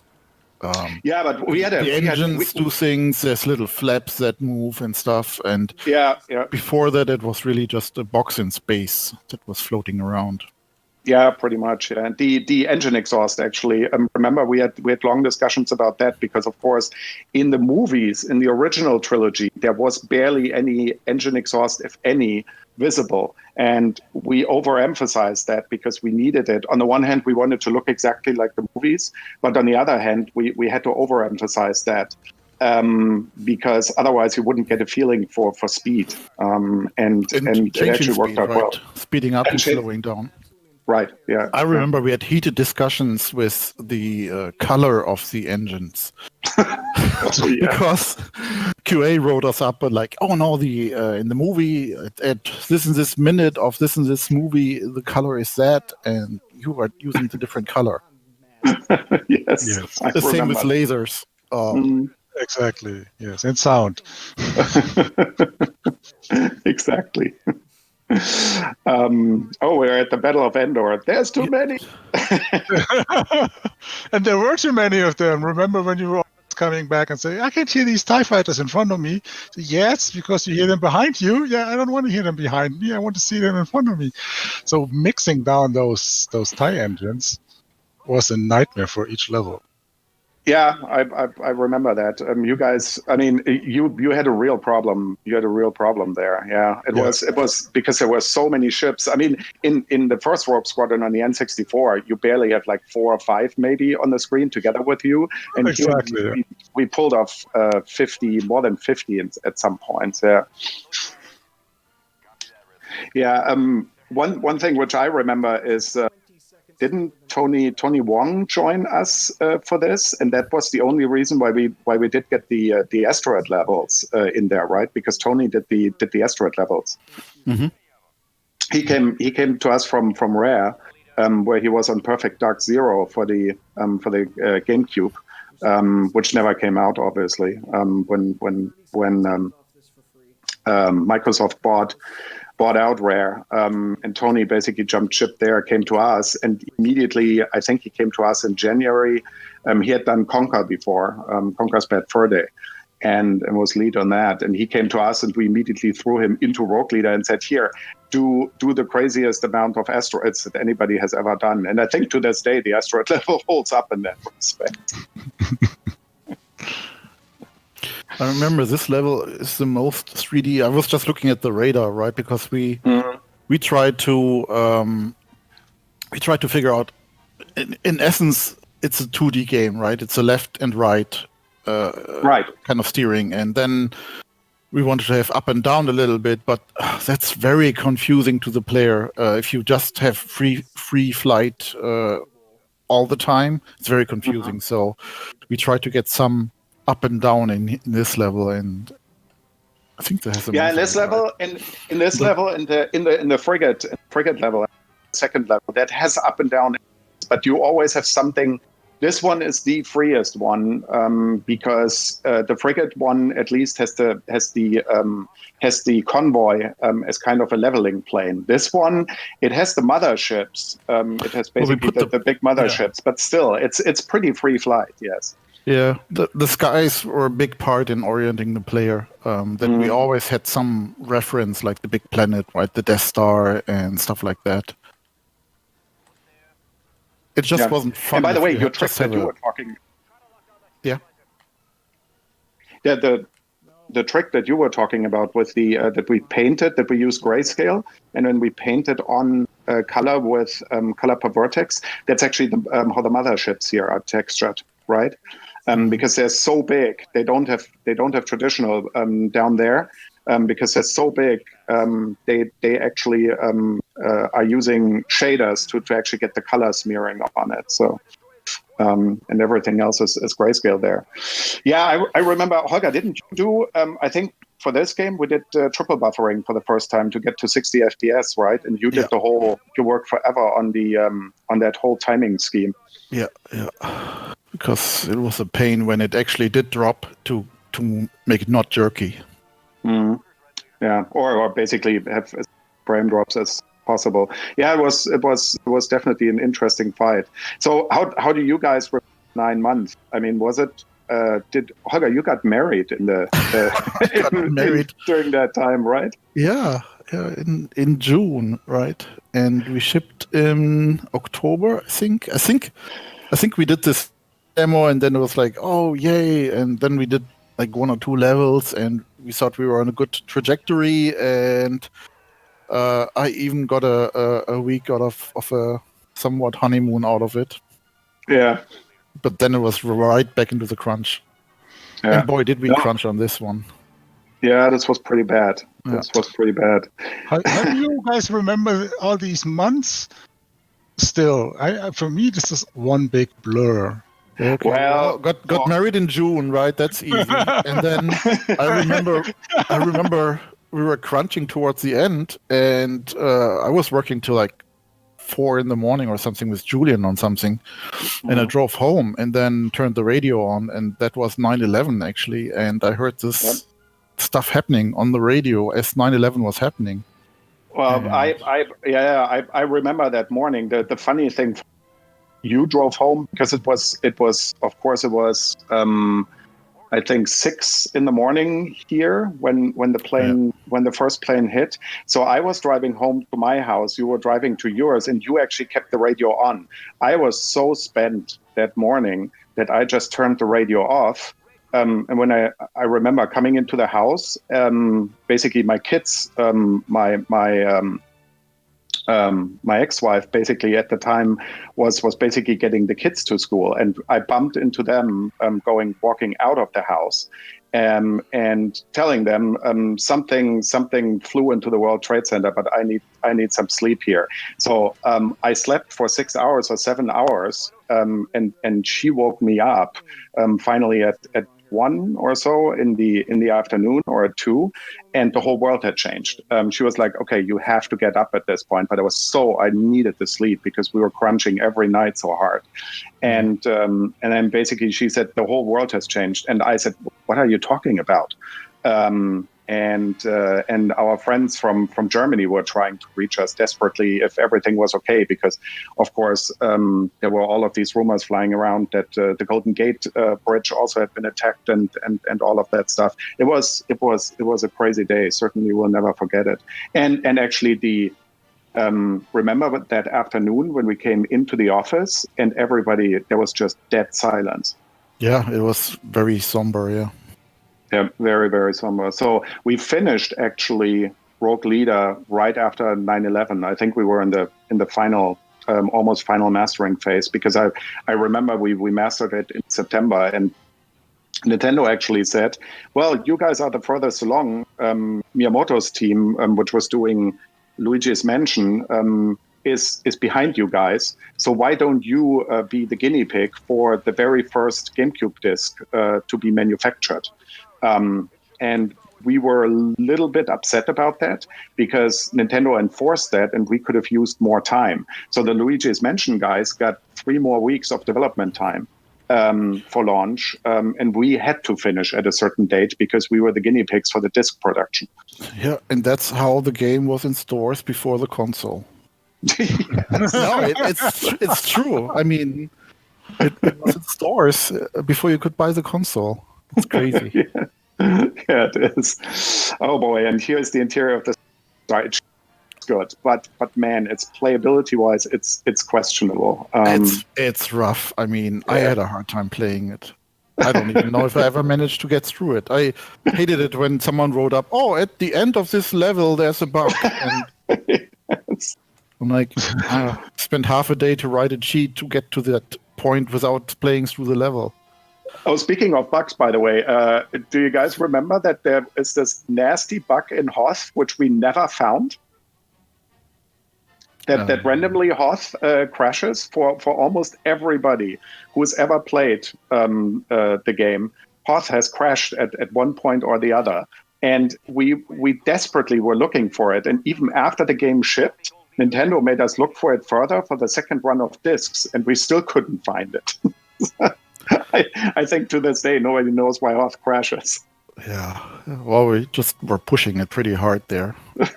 Yes, memory-wise and played everything. You Yeah. played it a different way. Some conditions were met, and yeah. Oh yeah, here we have the final blow up of the Death Star. Yeah, Rudy, this is the fire chasing the player. That's movie, right? That's movie. Yes, exactly. As like the first Death Star exploding, that's a movie too. That was the only two movies in this game that had to be edited. And and the third movie would be the one that contains all of the level selection. Right. Yeah. Did we ever have any problems with the memory? I think because people were complaining that the GameCube discs had of course much less storage space than the PS2 DVDs. But I don't remember that we had any issues with memory. I don't know. I was very happy about the disc and not having to cramp all the audio into a cartridge.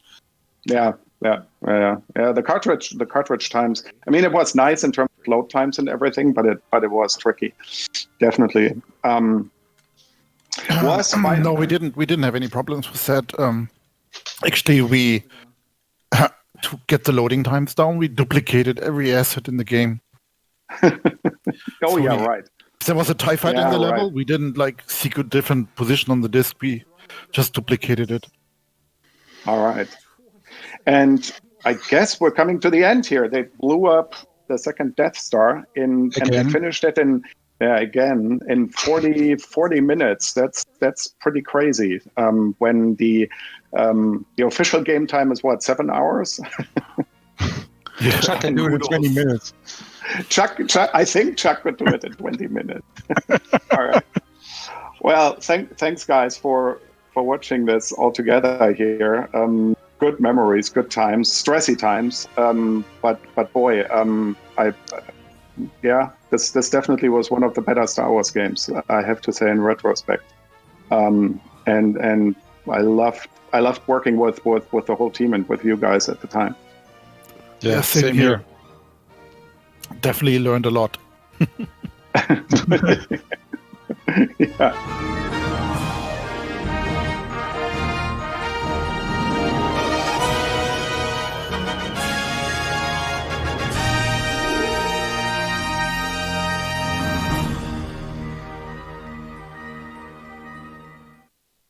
I mean, I guess speedrunners play games way too much. Probably. Not that you can play too much Carrion, of course. You can. When you're developing it, you can.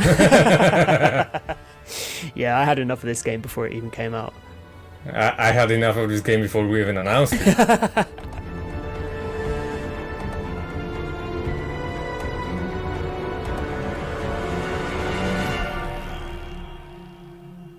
Hello, Chris. Hello, Robbie. Chris, why don't you tell everyone who's watching who you are and why we're watching Carrion today? Yeah, so my name is Krzysztof Chomicki, or Chris for everyone who doesn't like Polish tonguesters. And I'm the game and level designer at Phobia Game Studio, the studio behind Carrion.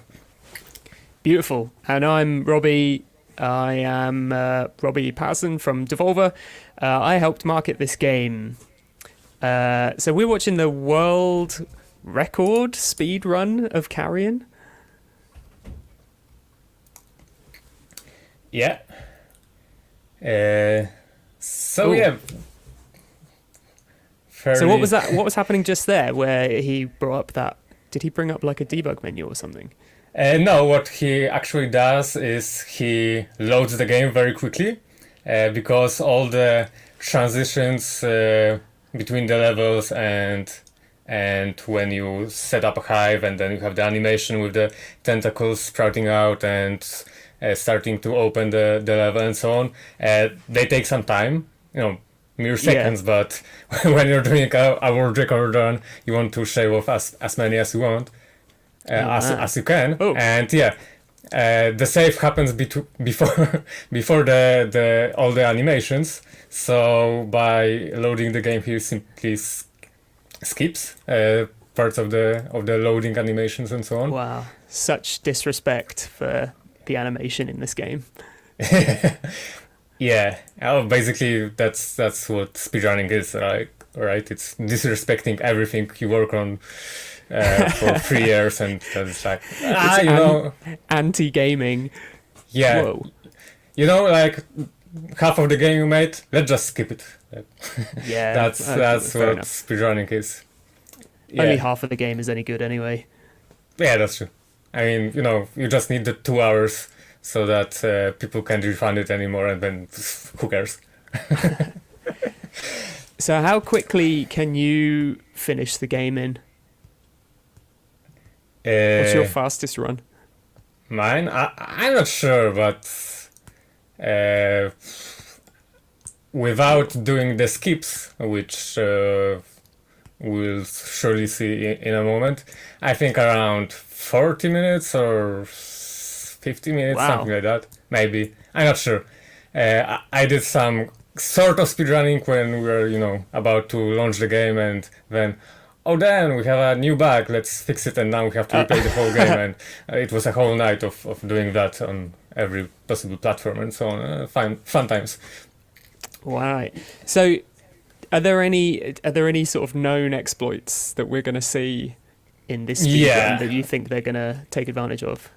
Yeah, there are at least 2 major skips in any person's speedrun. Which we'll see fairly soon. And I actually see the list of the levels that our world record speedrunner is going to tackle. Okay. Yeah. That's on the right hand side. Okay, I see that. Yeah, so obviously he's going to utilize the skips, and I mean, he wouldn't be the world record holder either otherwise. You don't know. He might just be really, really fast. Yeah. Obviously, he skips pretty much the second half of the game, and also one of the levels from the first half.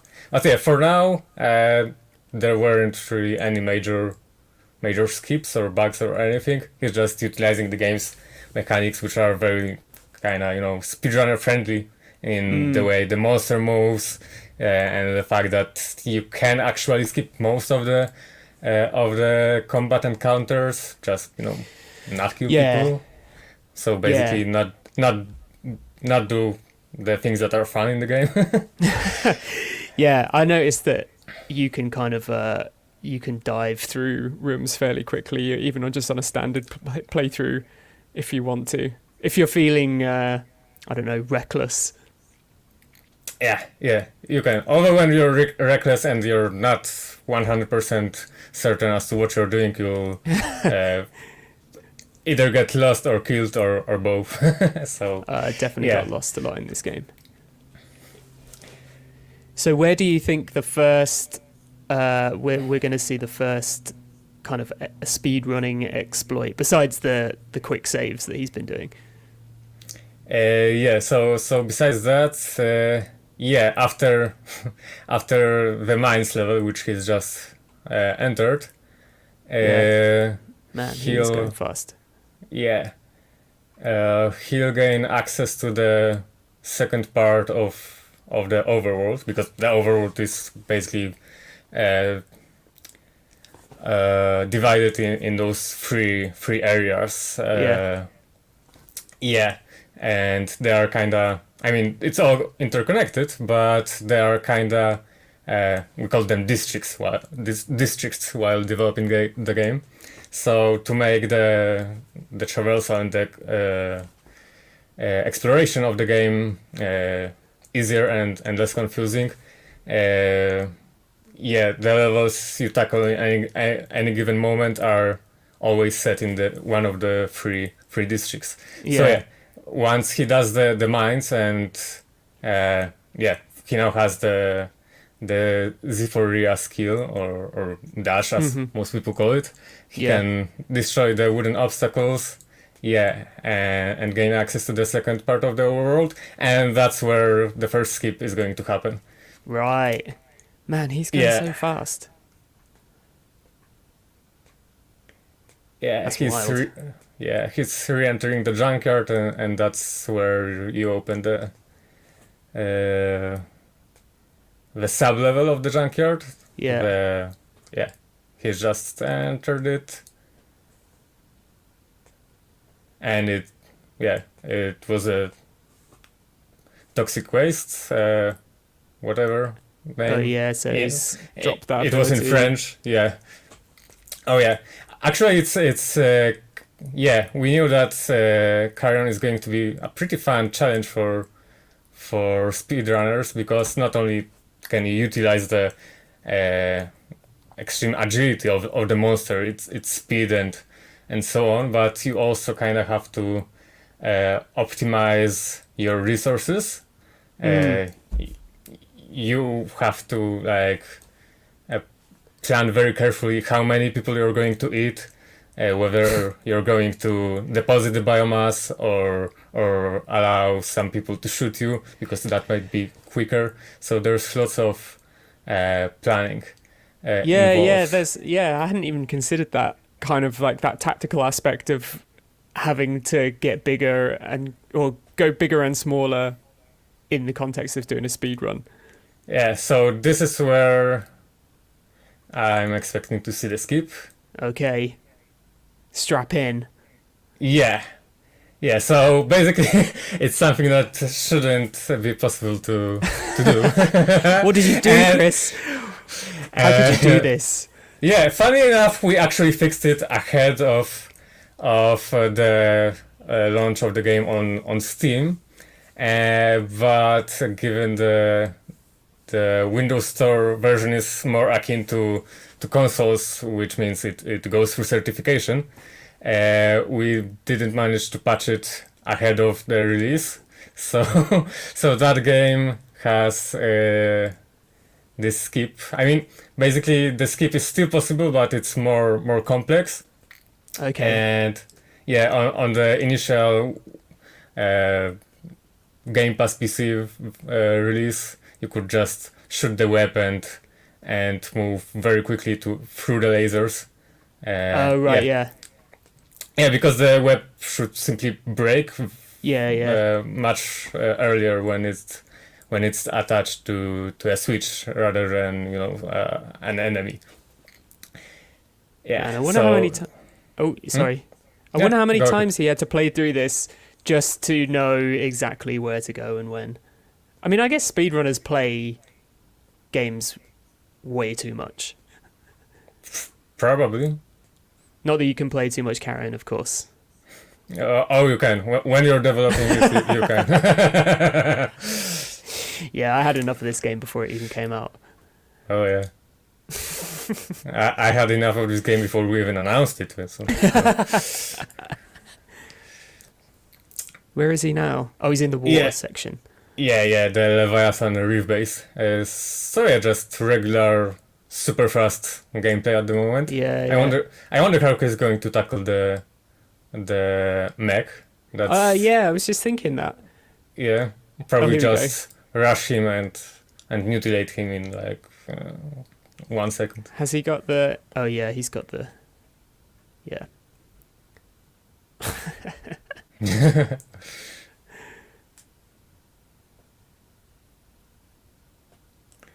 Oh yeah, he actually used the fact that the floodgates open fairly slowly, so he used the time to eat the operator of the mech.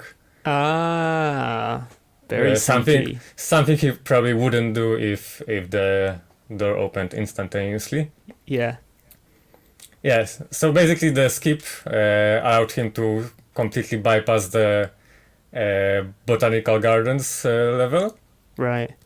And also, the game is designed in a way like, you know, the whole progression is linear in that you're expected to go to this level first, then this new skill will allow you to unlock the level after that, and so on.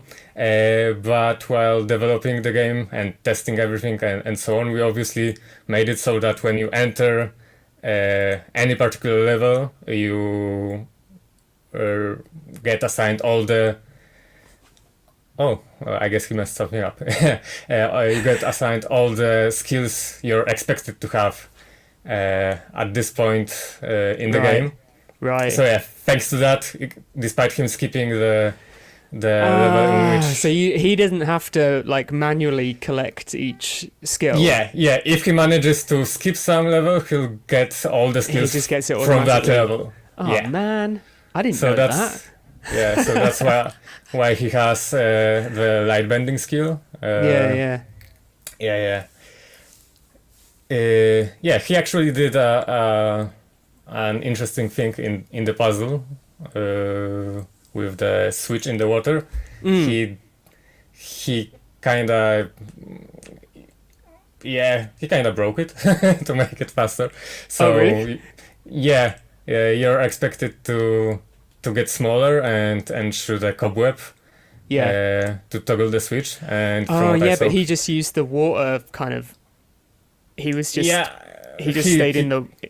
Yeah, I think he dashed and kind of tunneled through it. So yeah, Oh yeah. Okay. it's a minor just- skip, but yeah, saves Yeah. a couple of seconds. Does that drive you nuts?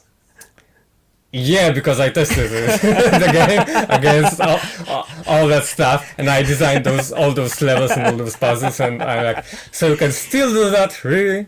Your life's work just being torn apart before your very eyes. Yeah. Although I still think that, you know, the speedruns being around like 20 minutes or so, it's still pretty good. Yeah, that's good. Time, given the game isn't super long. It wasn't meant to be. It's not It's like fun- a 40-hour it's- game. Yeah, and it's fun to watch as well because like you're still getting to watch the monster crawl around at high speed, destroying stuff and eating people. Yeah, that's true. It's not like watching, I don't know, a Morrowind speedrun where you basically just get some spells to fly around and then everything is done in a couple of Yeah. minutes and you really don't know what's going on. And yeah, in Carrion, it's except for a couple of skips and a couple of game breaking bugs. It looks game like enhancing game enhancing bugs. Yeah, those are features. Yeah, exactly. Man, he's looks really- like it just looks like, you know, very high skill gameplay, but it's proper gameplay. Yeah. I mean, like, I realise he has obviously skipped through parts of the game, but I mean, to me, just watching it, you know, it just looks like he's just playing through it as normal, but super fast, which I guess he is doing as well. Yeah. He's not far away, though. Yeah, because there's going to be a major skip soon. Okay.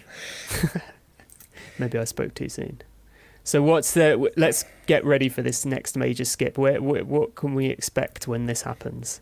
Yeah, so actually the skill that he's gaining now, Parasitism, it's one thing is it's crucial in ending the game because at the very last skill jar you upgrade the skill again, so we need both the skip versions of the skill. But also there's a very quirky feature of the skill. So basically, for it to work reliably, the mode in which you switch to controlling the tentacle, the tentacle probe, which goes into people and takes control over them, it stops the monster in its tracks, so that you know it doesn't break break the mode accidentally, it doesn't drop down, Yeah. and so on. And yeah, I mean it works great in regular gameplay, but our wonderful speedrunners found out that it can be also used to break the game, obviously. Yeah, so yeah, what he needs for that skip is the dash skill, which he earned in the mines, and the parasitism, which he got in the Relief HQ. Yeah. So he's now going back to the very beginning of the game, which is where the game also ends. And normally he'd have to go through all the like the rest of the game, the final district of the overworld, Yeah, all the he hasn't hardest been to the levels. overworld at all. Yeah, Oh my god, I mean, he's he's got, got- is he got, oh! Yeah. He got through the pipe backwards. Yeah, so this is the skip. It's called ETAP because that's the default key binding. EF is for the offensive skills and tab is for parasitism. Yeah. So yeah, when he dashes through the pipe and then presses tab, he kind of stops in track inside the pipe, and then he can, as far as I know, yeah, he does it again. Dash through the pipe through and eventually get out of it. So Yeah, so he's just completely bypassed like all the mazes and everything. Yeah, And all the so- backtracking. Whoa. That's the fun of having, actual physics in the character's movement. Yeah. And then people abusing those physics. So Wow.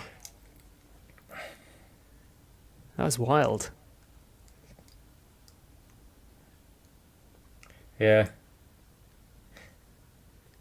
And because of that skip, he skipped like the 3 final levels of the Yeah. game, which are the longest. So Well, he I was gonna skipped, say, like, yeah, half of the game. like seeing how quickly we just went from. I was just like, oh, he's just playing through the game really fast, and now he's like literally right here at the end. That's Yeah, insane. Yeah. All through skipping through that pipe as well. That's mad. Yeah, we've never expected that particular thing to occur, but Now the secret's out, Chris. Everyone Yeah. knows. True. What's interesting now that the 100% runs are much longer because you actually have to do all the levels pretty much. Even if you utilize some of the skips to, for example, you can skip the jungle to get that skill right away, but you will have to go back to the level eventually to get the optional upgrade. So yeah, and that's below 19 minutes. Wow. Yeah, That was- I'm impressed. That was impressive. There's Sebastian's name. That's not you. Yeah, that's not me. There you are. Yeah. Game design.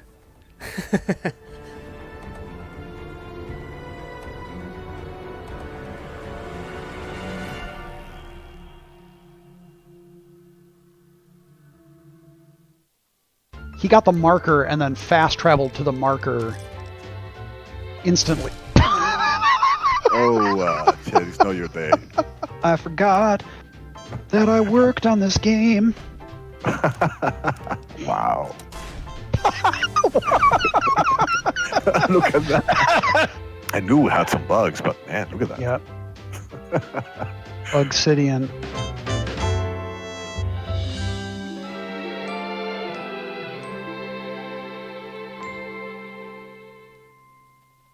Hello, this is Josh Sawyer, the studio design director from Obsidian Entertainment. I was the director and lead designer on Fallout New Vegas. And hello, my name is Jorge Salgado. I am currently a lead area designer in an announced project at Obsidian Entertainment. I started with the company precisely with this title as an area designer. Look at that. Wait a minute, that's Italian. Yeah, I was about to say I haven't heard this VO before. Is that the secret to the speed run? The Italian version is just a little bit faster. They move like a Ferrari, man. Yeah, exactly. That is interesting. Maybe they do it because then the voices are the length of the VO must be shorter. I don't know. Either that or Sharo, who is Italian. The star here is Italian. Whoa! I didn't know you could click through the menu that fast. It's the first time that I actually see a speed run of New Vegas. Oh, really? They're crazy. I mean, the fact that the game is still fairly buggy, I think makes it. What in the world? What was that? Yeah, how did he do that? So he chose. What was it like? He chose endurance. I didn't even see it. Yeah, I didn't see it. It went so fast, and then there was like a. I don't know. I don't even know what's happening. Is everyone just going to be like, these devs don't even know their own game? Yeah, what the hell is going on? Like that. Like, what was that?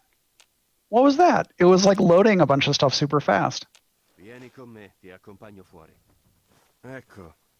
is great for my Italian practice, by the way. Very good. Wait a minute. Molto bene. What? What? What happened there? How was he able to leave so quick? What? So he got the marker and then fast traveled to the marker instantly. Oh, Chad, it's not your day. Yeah, I know fast travel. What? Okay. What in the world? Wait, what's happening? I'm assuming the grenade going off is somehow related to all of this. Okay, I've seen some of this, like the looping reload jumping thing, but this is next level. Oh wow! Is this with like macros or something? Like, how is this even? I mean, yeah, just absolutely just flying through the whole thing. The trick I've been doing with a revolver is known as a reload dash. Reload dashing is a glitch where we exploit a reloading animation that is found on guns that reload one bullet at a time, like the 357 revolver or the Cowboy repeater. For whatever reason, those animations force movement in whichever direction you're holding during the reload at the end of that animation. Using that to our advantage, we initiate a reload, interrupted by pulling up the Pip-Boy, then unequipping the revolver all while holding forward, which releases a massive amount of stored momentum after putting the Pip-Boy back down. There are red rocks. Okay, so I think what they're doing is glitching. Well, I don't know the exact mechanism, but what they're doing is trying to get the fast travel locations so that later on, they can instantly travel. Right. Because I've seen that done with Hidden Valley and Black Mountain. I don't think I had seen it done with Red Rock Canyon, and this is extreme. Yeah, I mean, yeah. I believe I can fly. It is a glitch of the game. My God, I knew we had some bugs, but man, look at that. Yep. Bugsidian. Wait, what?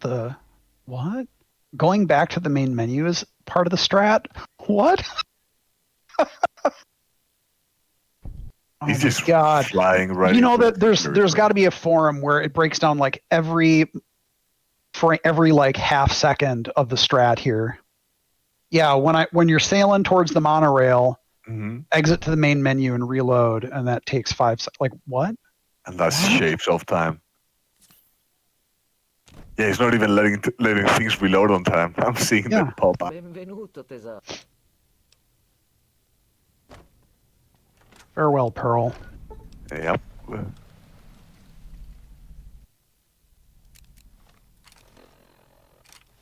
Yeah, see, that's the main thing I'd seen a lot of people do is during the looping reload, there's some like jump during the looping reload that will just launch you. Oh yeah, look at that. And then there's also save and prevent you from taking falling damage.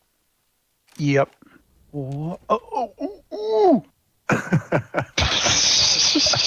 my God, he got into New Vegas. It's just that easy, folks.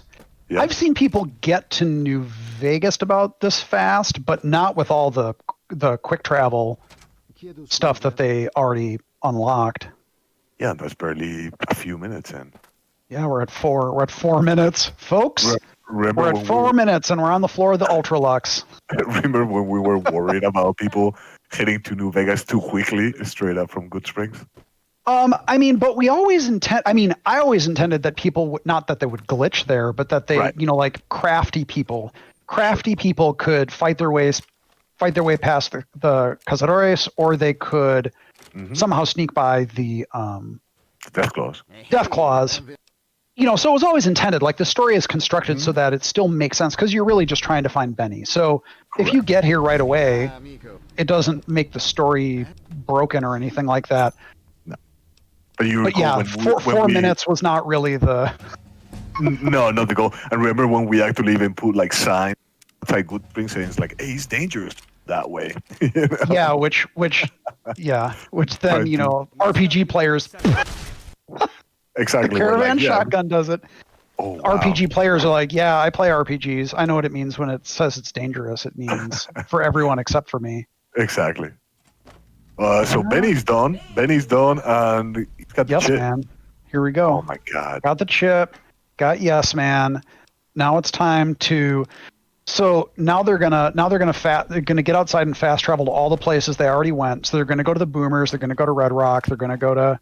Well, you have to talk to. You have to, yeah. You have to talk to them. Talk to all of them. So the fact that they got all the fast travels means they can just. Okay, bye.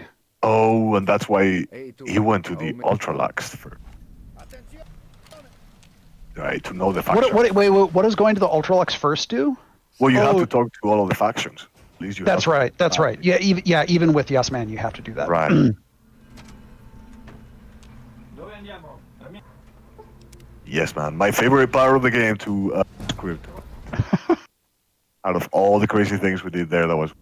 Just because he zips around all over the place? Yeah, just trying to figure out how to make this guy all come back somewhere whenever you decide to randomly kill it. Yep. Here we go. Wow.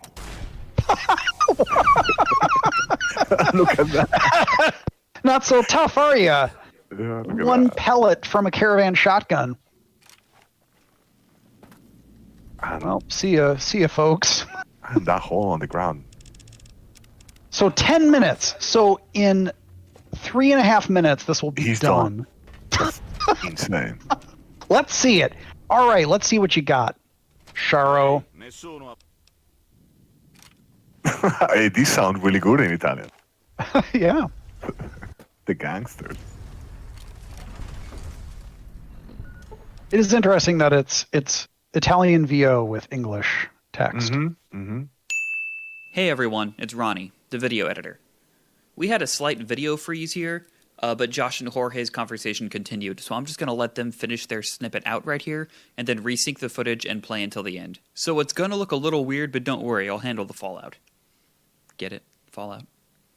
Okay, bye!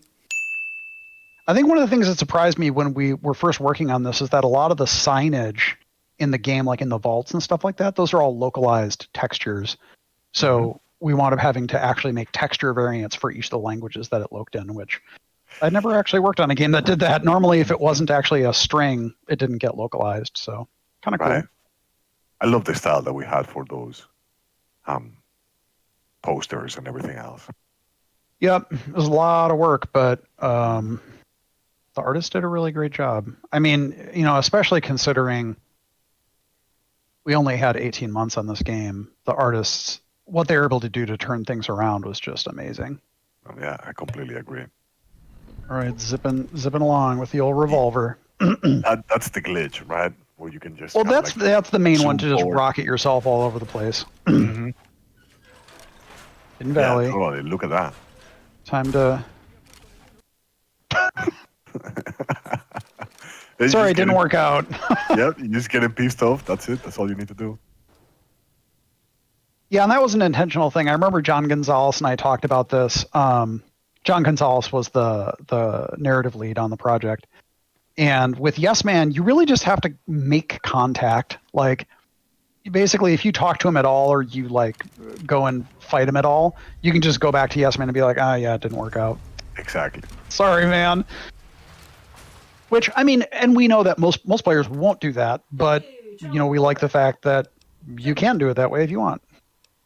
Yeah, it also seemed to make sense to not have to acquire also other interaction with them, right? Because Yesman was our fall through, right? Exactly. Like, you decided to anger everybody in the world, he'll still make it work.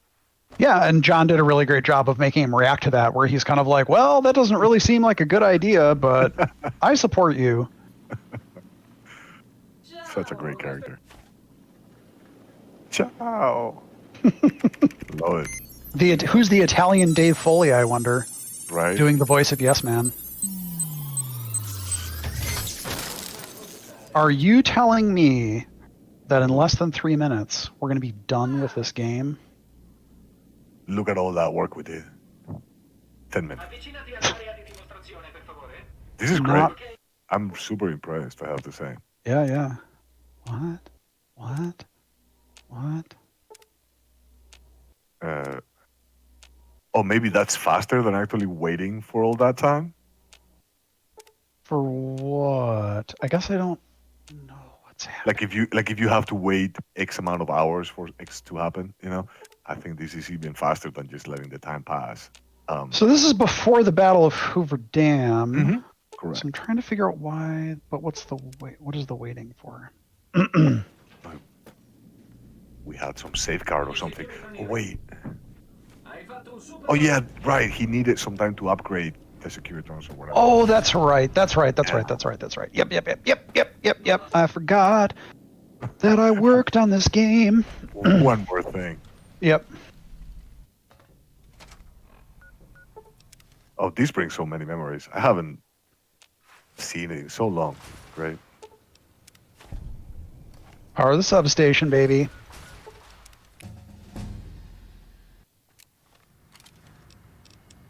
I love the propping too.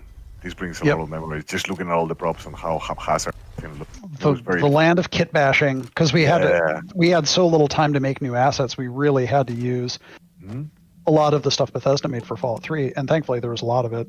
Yeah, 100%. They did a great job with their assets. We put them all together and mish them around. Yep. Good. All right, here we go. It's the dam. Let's do this. 923. What? I got to know the strat. I got to know the launching strat. Oh, okay. So it is like he's rocket jumping. He's basically grenade jumping. So they shoot the grenade and then do the reload right before the impact, and it propels them, like a million miles, basically. Oh, wow. Wait, he's at the camp. Here we go. Hey, Leggett, what's up with your sword? Memories of this camp. Speech 100. Yep, done. Well. Wow. It's just that easy. Yep. That's so awesome. When does it officially end? Hey guys, what's up? Woo. Oh man, I remember the scripting on this one too. That was a good time making this area.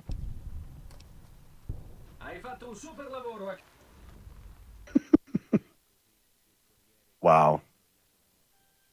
That is really, really impressive. To dream the impossible dream. 1021.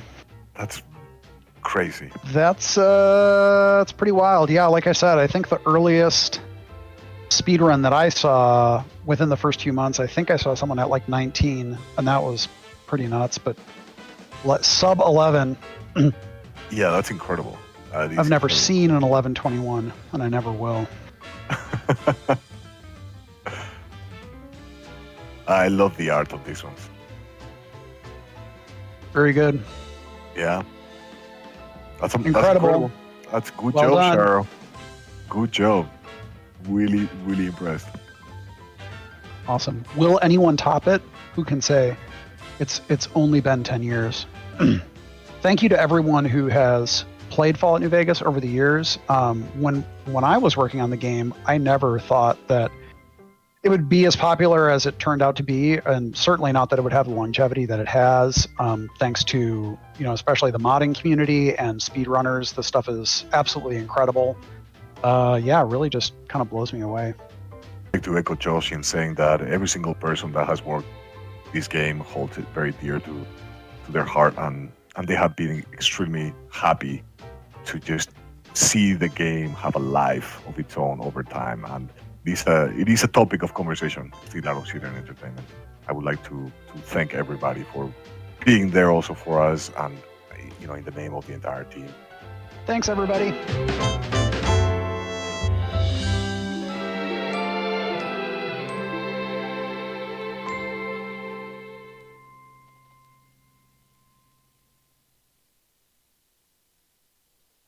This is exactly how I play, so it's like watching myself. It's pretty great. I'm excited to see, kind of what other players have found, because honestly, I haven't watched a single speed run or anything since the game came out. So the difficult part of that is watch out for the endless supply of Dr. Fetus clones. Yeah, these blocks are the worst. I love how terrible these blocks are.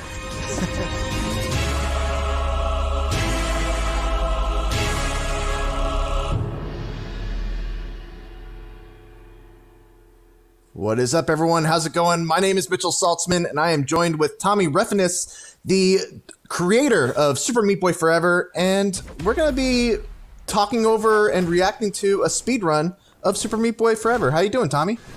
Pretty good. Pretty good. Cool. So one thing that I think we really got to touch upon with regards to Super Meat Boy Forever and a speedrun of it is the fact that this game is technically randomly generated. The levels are randomly generated with chunks that are kind of pre-made. Is that correct? That's correct, yeah. So can you go into a little bit about how that works and, maybe give a little context to what a speedrunner has to do in terms of planning on doing a speedrun for this game? Yeah, so the way the levels are generated is, like you said, they're from a lot of little level chunks, and each level chunk is kind of the size of a Super Meat Boy level. Super Meat Boy levels were all kind of small. They're pretty. I think we always use the term bite size when we were marketing the first game. But so with Forever, the levels are pieced together randomly from tons of those little level chunk things. This is level 1, 2, and I think for level 1, 2 we have 102. What is it? It's 102 level chunks for 1, 2. I think 1, 3 has 102, and it goes anywhere from I think it's always 102 or 70 is kind of oh my God. What we go. So we literally we made. Oh, he missed the speed skip there, by the way. Wow. So we literally made thousands and thousands of these levels, because the idea of making a randomly generated Meat Boy that gives you nice looking levels that feel like they're made by a designer is kind of I don't have a quantum computer to do that. so we just kind of brute forced it. So a speedrunner, I guess, would need to. I always figured they would just find a seed that they were familiar with and just practice with that seed and then go from there, just for regular speed runs. But you can see as he's playing, he's doing a lot of punch and then dive back to the ground, because that's really the only way you can get any sort of speed boost. If you chain together a whole bunch of punches or whatever, you're always going to be moving at that speed velocity, which is more than your running velocity. It's actually twice as much. So yeah, you're going to see him doing a whole bunch of jump, punch, dive, jump, punch, dive. And this is actually the exact way that I play over the years of developing it, just trying to run through levels. This is exactly how I play. So it's watching myself. It's pretty great. Have you ever tracked your fastest run? No, I've never done anything like that, because it's just been oh, I gotta play through this and test all these mechanics. So I'll just I'll open up the level editor. And in the level editor, you if you open up level 1, 2, and you just hit F1, then it'll just play through every single chunk in the level. So it's 102 chunks. It takes me 20 minutes to do a level. But yeah. So I've never really tracked my my actual best time. I have like he beat that boss pretty quick. I think that's about as fast as I can beat that boss. I have like done little speedrun strats for actual bosses, but I'm excited to see kind of what other players have found, because honestly I haven't watched a single speedrun or anything since the game came out. So we already saw one death, I believe, over the course of what we've seen so far. I wanted to ask you, since obviously you know this game so well, you know about how long it would take to complete it. How many times do you think he's going to die here? And we should say this the speedrunner is creeping at my door. That's not actually what he's doing, but his name is creeping at my door. It's a fantastic name. I'm going to throw out a guess and just say 20. 20. Pretty okay. 20. Pretty safe estimate. Yeah, that's a good estimate.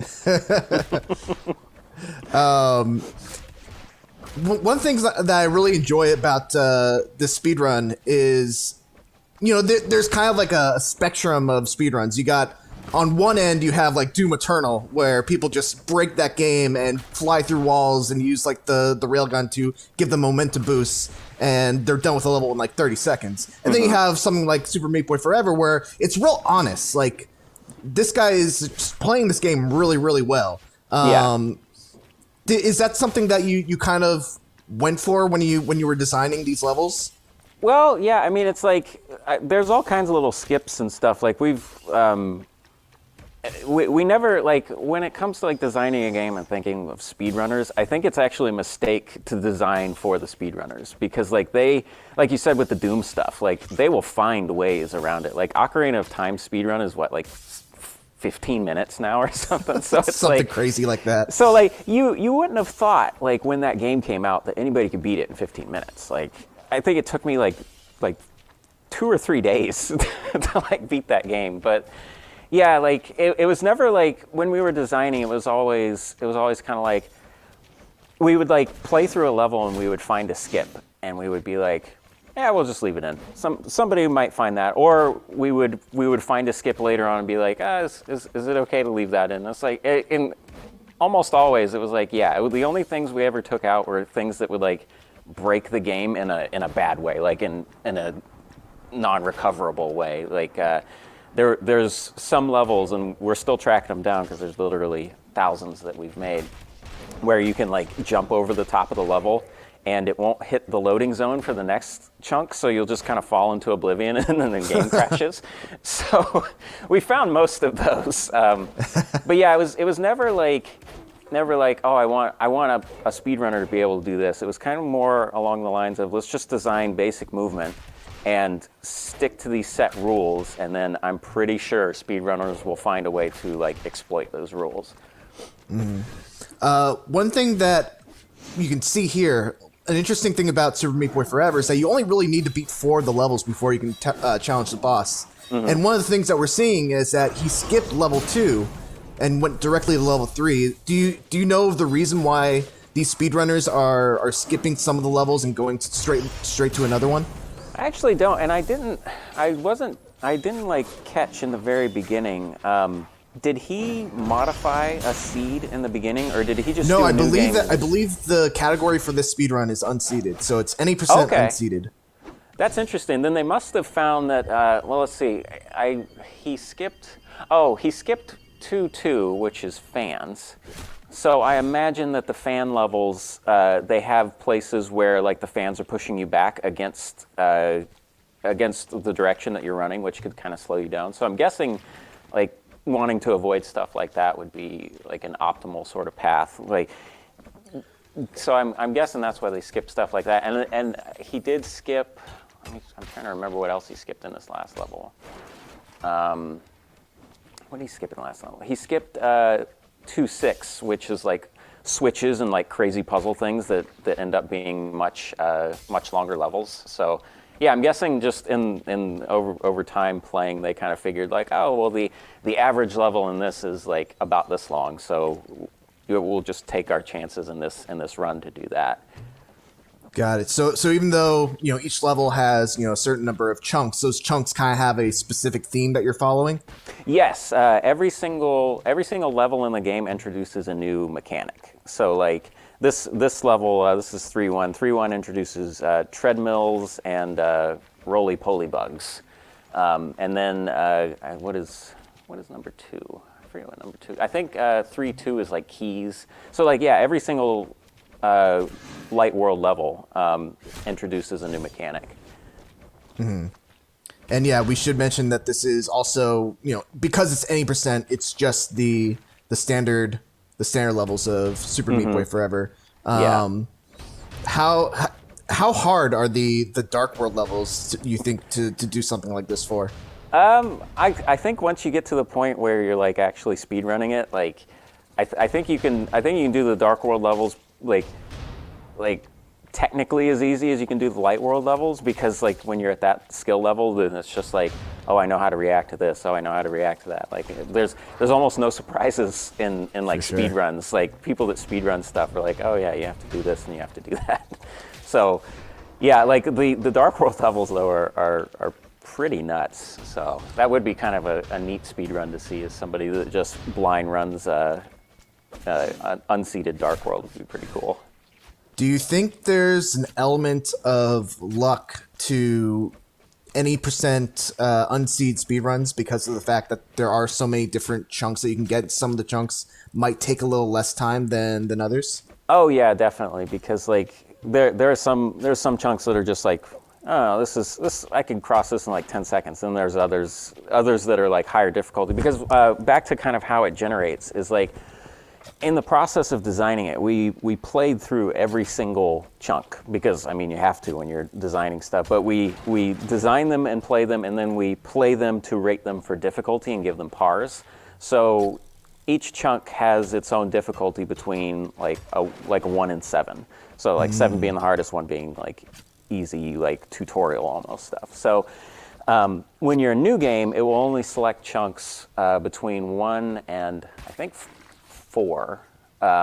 So like you could get kind of unlucky in an unseeded run and get a whole bunch of 4s that are much longer than if you did a different run and got a whole bunch of 2s that were, maybe a par time of like 15 seconds each or something. Yeah, I wanted to bring up what you did right back there. That seemed like a skip. It seemed like you skipped the entire like top right portion of that little area. Yeah.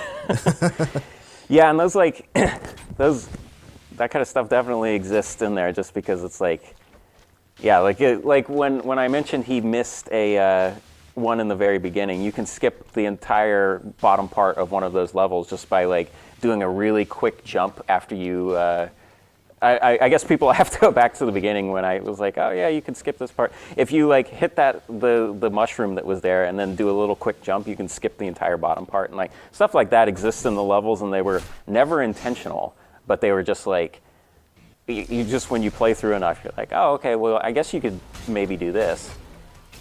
Like how he beats this boss is something I didn't realize until like, maybe like a month after I actually made the boss. I was like, oh yeah, I guess you can, like, you can jump and then dive immediately into it. And I'm like, oh, okay, then now you can like 2-cycle this boss, basically. Yeah, I've actually seen people 2-cycle this one. Yeah. Which is a little crazy to see. Yeah, it's pretty nuts. Like, all you have to do is ignore everything that's presented to you and just hit the things at the top, and then you're like, oh, I can 2-cycle this. So one thing that's interesting is that on that first phase, it seems like he doesn't do all that much damage, and then when I've seen people 2-cycle it, they don't do a lot of damage in the first phase, but on the second phase, they smash the heck out of it and manage to do like all the damage in that second phase. Yeah, so what happens in that is like you can get, with the little door lab guardian guy, I think you can get 12 hits before the electricity will kill you once you're punching him. But on the last phase, you can get 13 because you'll hit him right as the electricity is about to hit you. So like, oh, interesting. Yeah, so you can like just like when you're 2-cycling that boss and you get to the point where you're like, when you get to that second point, you're just like, all right, just go all in, because chances are you'll actually kill him. And what's this mechanic that we're seeing right here? So these are like the orbs, and like the orbs will kill you if they touch you, but if you punch them, they split, and then they will kill you slowly. Like they rotate around 4 times, and then you explode. But if you punch while you're in the influence of those, then you like shoot out like a little Hadouken that can break blocks and everything. So like, got it. He kind of ran through that, but a lot of the levels in 4 that are more difficult are like, punch the orb, and like here he's gonna punch the orb and then break those blocks. So a lot of them are like punch the orb, break the blocks. You know, it just gives you like with Forever he's always running and it's only 2 buttons. So we have like a lot of things that modify how he moves and how the player can like actually interact with the level. So like we have like a lot of little things like that to just like enhance his moves, and like Chapter 4 has a lot of stuff like that. Which it would be like, the more I think about it, the more I really want to see a Dark World speedrun, because the Dark World levels where you have like the power-ups, I think this is a level with the power-ups. It starts to get introduced here. But the Dark World versions of these are just nuts, because you're just like flying through the air and there's no ground and you're just hitting power-ups over and over. It's pretty great. We saw that they skipped 4.2, it looks like. Do you know what happens in 4.2 that maybe... Oh, yeah, I think 4.2 is bomb blocks, and I think the bomb blocks levels tend to be longer because it's like giant corridors of bombs that you have to like go through. So I think they just end up being like just longer levels in general. Got it. This is probably like my favorite... I don't know if gimmick is the right word, but gimmick of a level. Just the ability to, change the direction of your dash. Yeah, is really, really cool. Yeah, that was something we were messing with like really early on, because we were wanting ways to like, just kind of mix it up a little bit, and like the uppercut and the switchback are always like, oh, this you can do a lot with those. And we found that out with like. Especially like Dark World, but also Chapter 6, Dead Beef, which is like all of the weird glitchy stuff. There's just insane stuff with that. It's pretty great to play. I haven't seen anybody actually like I said, I haven't seen anything. I've been locked away, far away from the internet for a long time. And here we have like a little kind of teleportation mechanic, and this kind of, I think, goes to show just like how impressive a speedrun for this game is, because you have to know when to hold that teleport, because you only get one until you pick it up again, right? And if you use it too early, you're not going to have it where you need it in order to get through the area. Yeah. So like he's like really accurate with like, okay, like what he just passed through was basically like, okay, well I have to. Like he knew exactly when he needed to do it.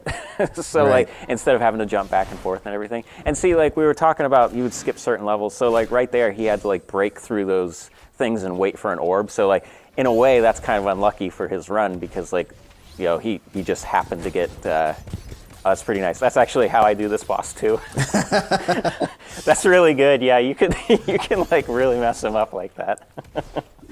So for someone who's playing this normally, how would this fight look? Because it seems like he's making it look super easy. It's honestly like the most difficult part of this fight is not getting distracted, and that's kind of by design, because it's called Burly Brawl, which is like throwback to Matrix, where Neo's fighting all the Agent Smiths and everything. But like if you just like with that boss, all you really have to do is just kill enough of the Dr. Fetus clones to get the real one to appear at the top, and I think it's like 50 or something, which is just going back and forth maybe once or twice. So, but the difficulty part of that is in your head keeping track of where you are in relation to all the things and not hitting that saw in the center. But if you just like look at it as I just have to dive. I just have to dive when I get past, like, I have to jump over the saw and then dive, and then just jump over the saw, like jump off the wall and jump over again. It's like a really, really easy boss fight. I was actually really concerned, like, I think, because the only like online thing that I like pay attention to is our Discord, and I was really worried that boss fight would be very, very easy. But everybody kind of hates that boss fight because they say it's the hardest one. I'm like, there's no way the hardest one. I'm like, it's difficult in how it's presented, but like if you just zen out, all you do is you just kill a bunch of guys and then you just go up to the top. But like back to kind of how that's supposed to work is you hit the orbs, and then you like Hadouken the orbs back to him. And that's how you break him out of like flying, and then you go back and then you just punch him a whole punch. But yeah, he was basically just landing on top of him and just doing like dive punches into him. Yeah, That's pretty it didn't great. even seem like he used the orbs at all. Yeah, no, he really didn't, and you don't have to. Like that's like you can just uppercut into him as soon as he appears too. So there's two ways you can beat him. But yeah, the difficult part of that is watch out for the endless supply of Dr. Fetus clones. I'm real sad that we're going through this so quick and we don't really have time to appreciate the cutscenes in this game because they really are fantastic. Just thanks. seeing the few little clips of like, oh, that's Chrono Trigger. Oh, that's Super Mario RPG.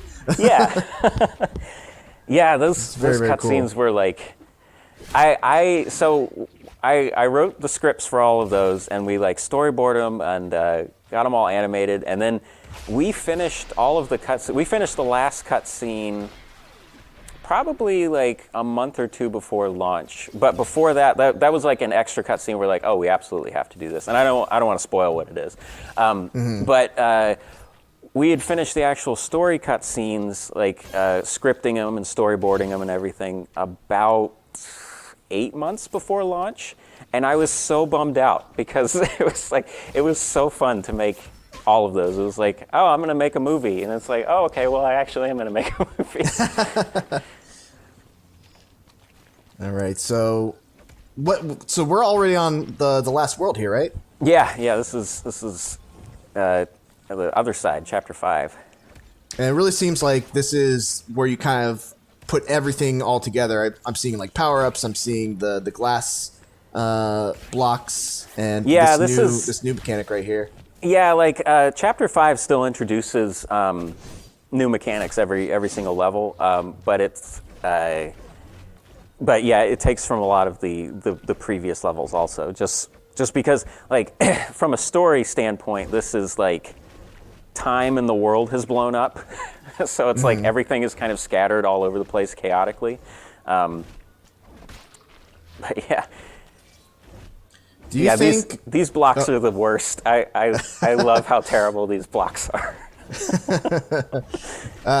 Do you think with the nature of the randomization of a unseeded run in Super Meat Boy Forever, do you think that will, or I should say, how long do you think it'll take for us to get a deathless like speed run for Super Meat Boy Forever? If it hasn't happened yet, I actually don't even know. I have no idea, but man, I know that the thing I know from speedrunners is like if there is some kind of obscure goal, somebody will do it. Like it's just how it happens. Like if there isn't one already, I guarantee there will be one soon because like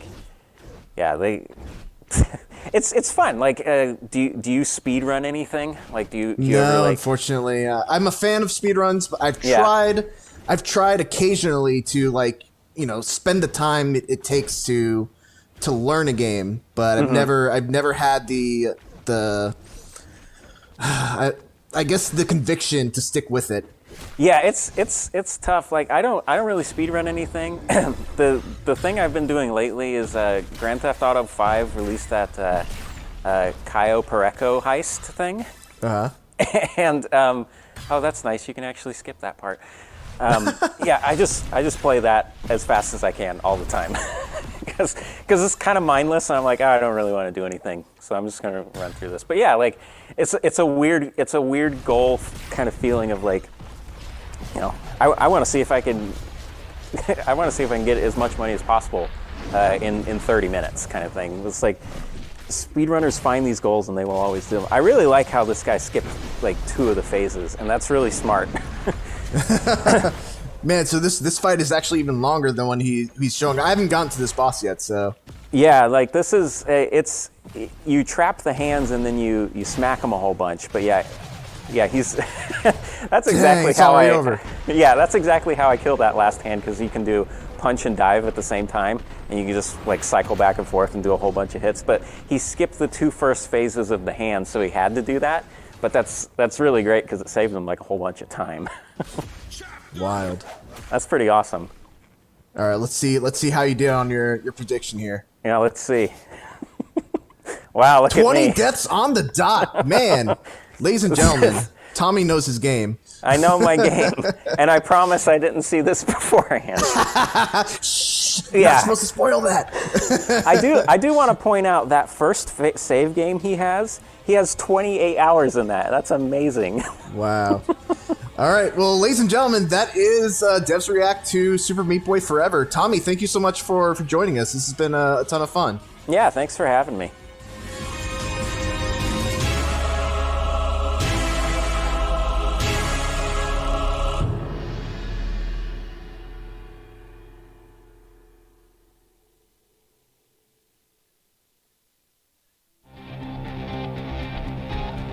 You know, this is I spent for a few hours. I was like, all right, what am I gonna say on this? You know, I'm gonna be reacting. I know of these glitches, and I am just left without words.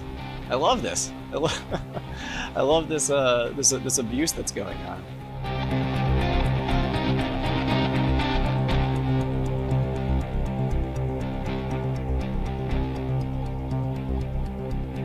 Hey, I'm James Silva. I am the dev reacting to Salt and Sanctuary, and we're watching D Planet 36.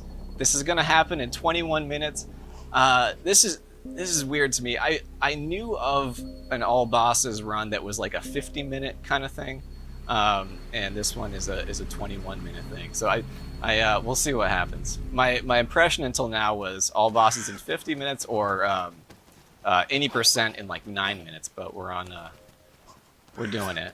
so to start off, I know this jump they're using is if you okay, that's a new one. This is gonna blow my mind. So the jump, I knew about that one for a while. That is if you dodge and jump in exactly the same frame, you get this I don't know if people call it bunny hopping or but you get this sort of dart jump. And okay, the ladder one, I think I knew about that one. Oh boy, this is a lot of stuff is happening in the space of like a minute, and I was like, okay, I know about one, but more of this is really blowing my mind. I don't know how they did that. And are they gonna knock him off the ledge? Okay. Okay. All right. So yeah, I know there's something with like if. Okay, yeah. So that should be a falling death, but if you grab on the ledge, that breaks that. Boy, there is so much happening, and I'm still kind of stuck on a bug I saw earlier where I was like, okay, I want to explain how that bug happened, but but we are just so far beyond. So this it's kind of like infinite air jump. That's one I have no idea how that works. All I knew about was the dart, and then I think the ladder glitch. Something about actually I don't think I know how that one works. I remember being at a state where some speedrunners were asking about these glitches, and I was like, well, you know, as long as they don't affect the game for like a normal experience, and the speedrunners like them, I mean, what's the harm, right? But this is blowing my mind. Wow, yeah. So yeah, I guess we got one boss down, headed toward the Mad Alchemist. And what's the strategy?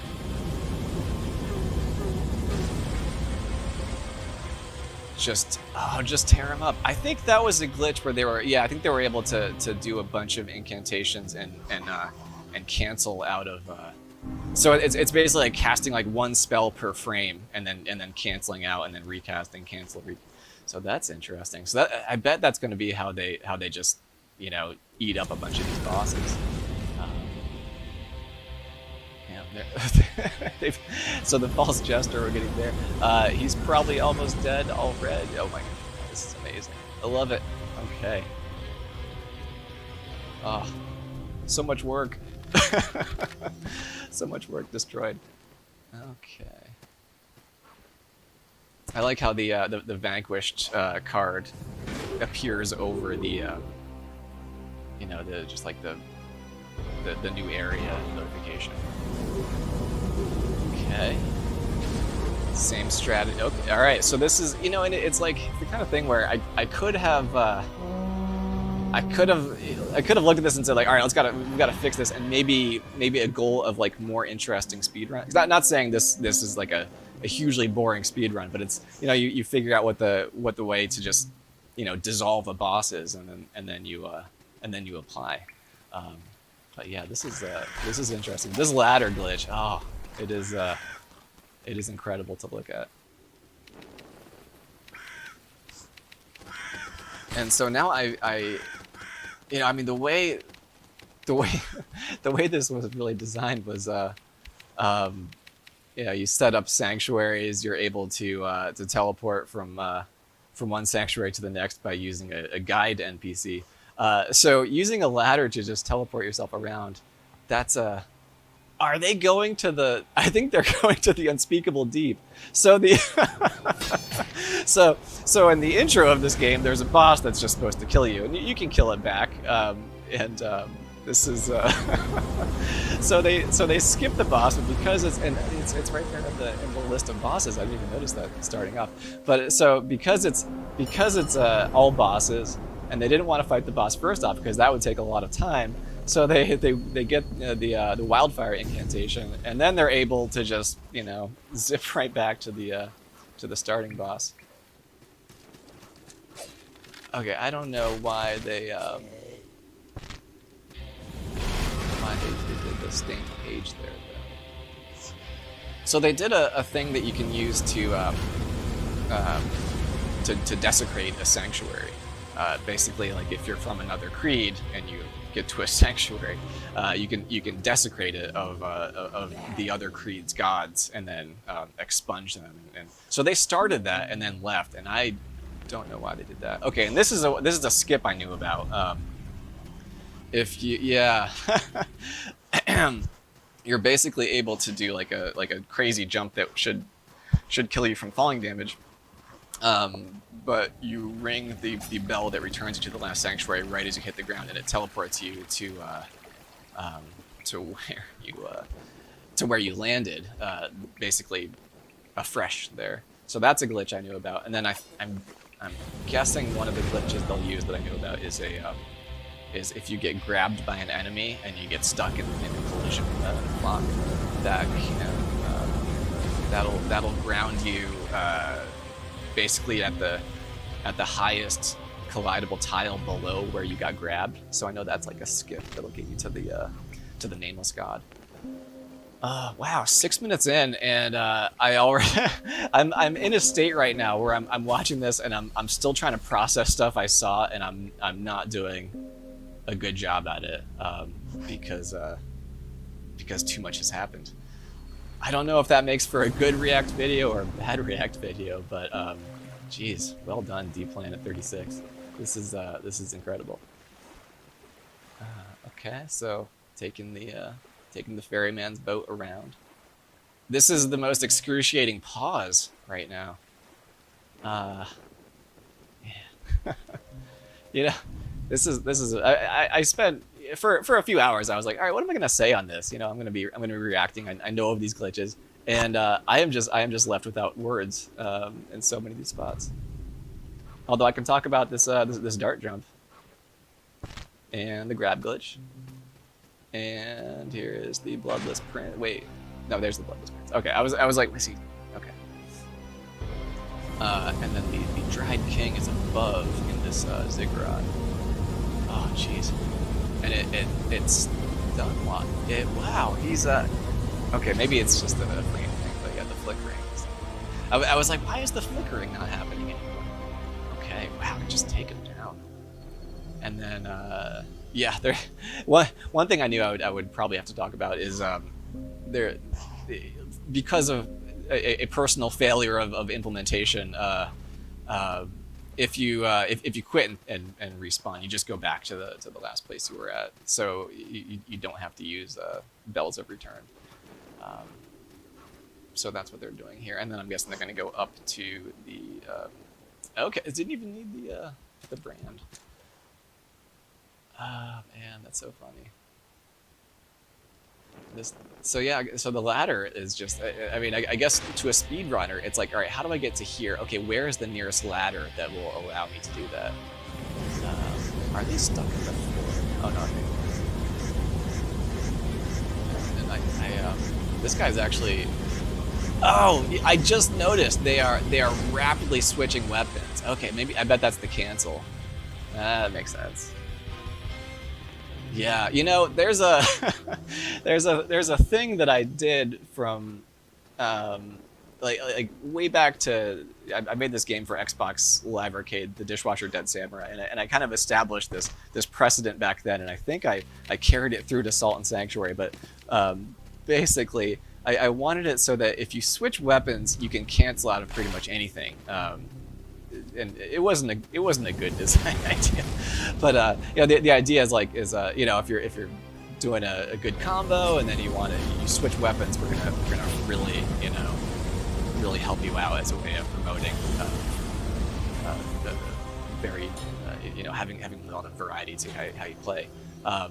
But yeah, that is totally abusable as a glitch. That's that is something.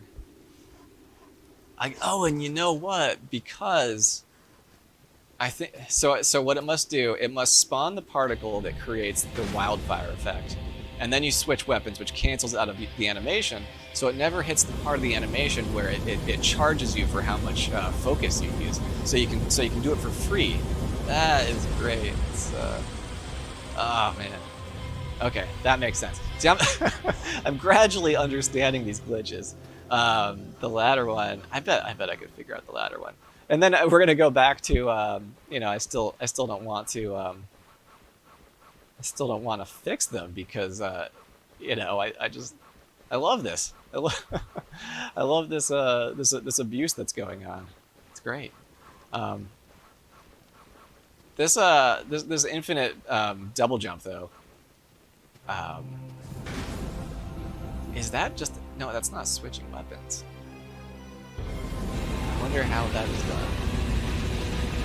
done. It looks like remapping keys is part of it because they're using the right trigger to pick things up. I think a lot of it they'll remap different like basically like one button will do multiple things, and that enables certain strats. Like it's going into the crouch animation before the double jump happens. Okay, and then up to the explode.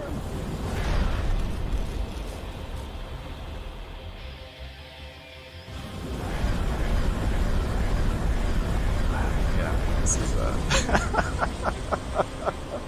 I just get such a kick out of how that just wrecks them. Okay, on to Karsja the Cruel. This is a sort of a little known optional boss.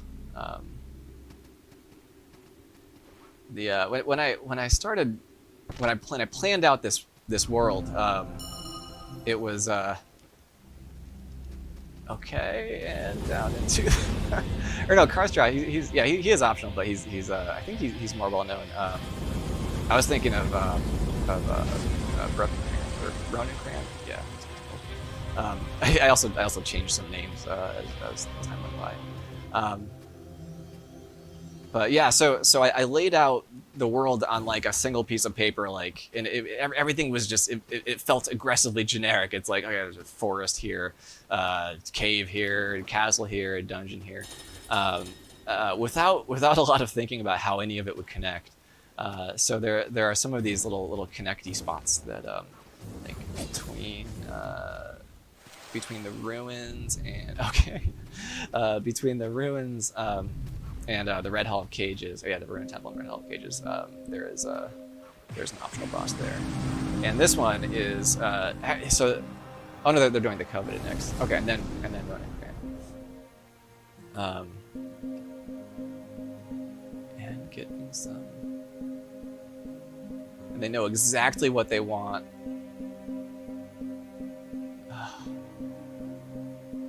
Look at that. How 18.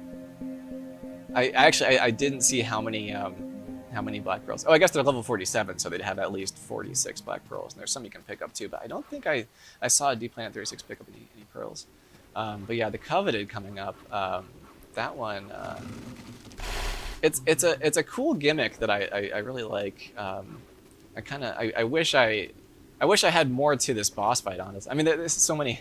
I guess part of game development is figuring out when you're done and try to have as few regrets as possible. But yeah, this is the axe that these two spirits will pick up, and you can't harm the spirits, but you can't harm the axe. But I'm guessing they are just going to completely destroy the Deep Planet's going to destroy this axe before. Okay, well that's interesting. So it looks like they started to pick it up, and then the axe got teleported up for a little bit. And I think this axe must be highly resistant to fire. One thing I cannot tell you offhand is what resistances certain bosses have. Okay, now they're doing some ladder stuff. And then Ronin Cran. Okay. Whoop. Stuck in the floor. Yeah, and there's kind of a hidden creed in here that's the creed that loves gold. House of Splendor. Just tear. Look at those damage numbers. I saw 2,000 something before it vanished. Okay, and then into the Red Hall of Cages. Is that Tree of Min coming up next? Okay, so then they did have the red green brand.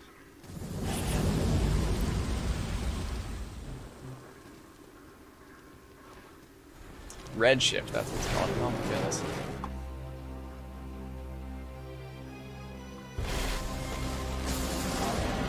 Okay, Tree of Min. Another boss that gets a lot of hate. And okay, they're using this one. I think that is Dark Reach, which is like a really high. And so this is kind of the only one they can't just spam Wildfire on.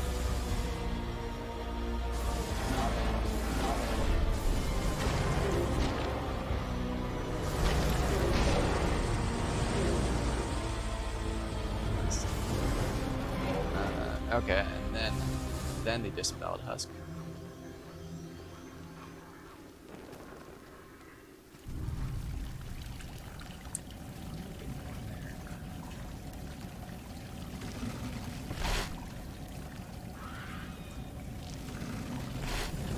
And I know for a fact that this boss is weak to fire, so we'll see how much of an interest Queen Bee can get before it. Oh, look at that! Ah, oh, nice.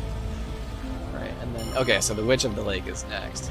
Yeah, when I first saw the list of bosses, my brain didn't say there are far fewer than I think there's 21 bosses. But yeah, my brain didn't say there are far fewer than 21 and I didn't realize that the list scrolled. So. Oh, cool. So it goes high enough that it hits her. I wonder if there have been runs that have stopped because she just hovered higher, or if she hovers that high. I know the hover logic is a little bit weird. Okay, and then for the unskinned, can they? Oh, then they can just. Ooh, no, they just take the.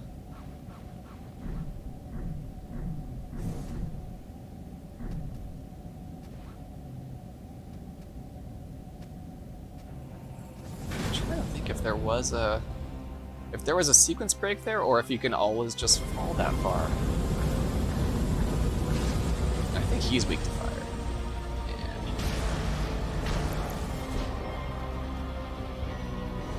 oh, that Dark Reach. Wow, that hits hard. Okay. So that's that, and then the Forgotten is next. Which, you know, the Forgotten was a thing I wanted to do more of. It's essentially there's a creed called the Three that you hear about a lot, and there are worshippers of the Three. You basically find the quote unquote real version of the Three at the bottom of this crypt, and they're just dead gods.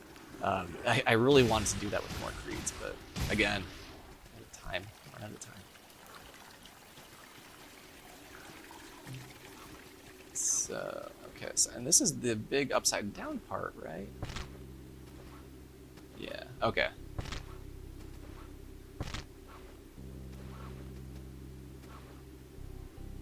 I mean, not upside down, just dropping.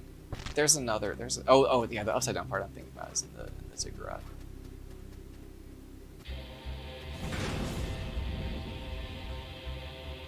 There they are. So yeah, that's the Forgotten King, the Forgotten Knight, the Forgotten Judge. But the game was set up only to just show one name. And then Dark Reach to finish it, and then done. Wow. Goodness.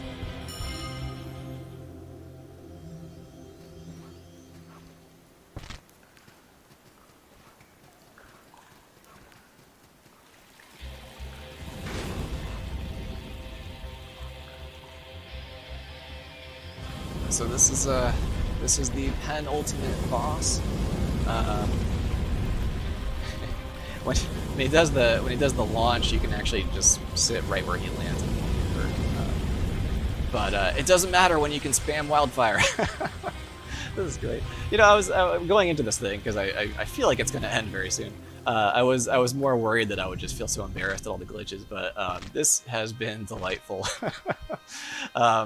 We are making our way, oh my gosh, through the Still Palace to the Nameless God, and one drop, and then here he is, and let's spam him with wildfire until he succumbs. Oh my gosh, well done, D-Planet 36. I don't think it's 5 years on. I don't think I'm fixing the glitches. You can bask in 21 minutes for all time. 215,884 salt. Vanquished and down into the well, and we're done. Oh my gosh, that's incredible. Well done. Wow, that was great. Thank you so much, IGN, for doing this. D-Planet 36, thank you for that that speedrun. That was amazing to watch. That was awesome. You know, I used to watch Dark Souls speedruns, and like seeing a speedrun of my game happen like this is super cool. So thank you. This has been awesome.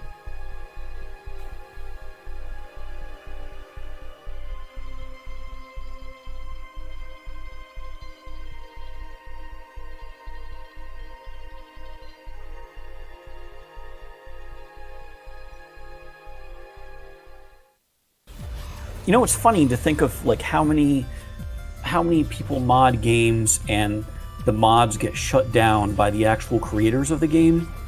I don't know why you would want to do that. I mean, it's what? Yeah. What just happened?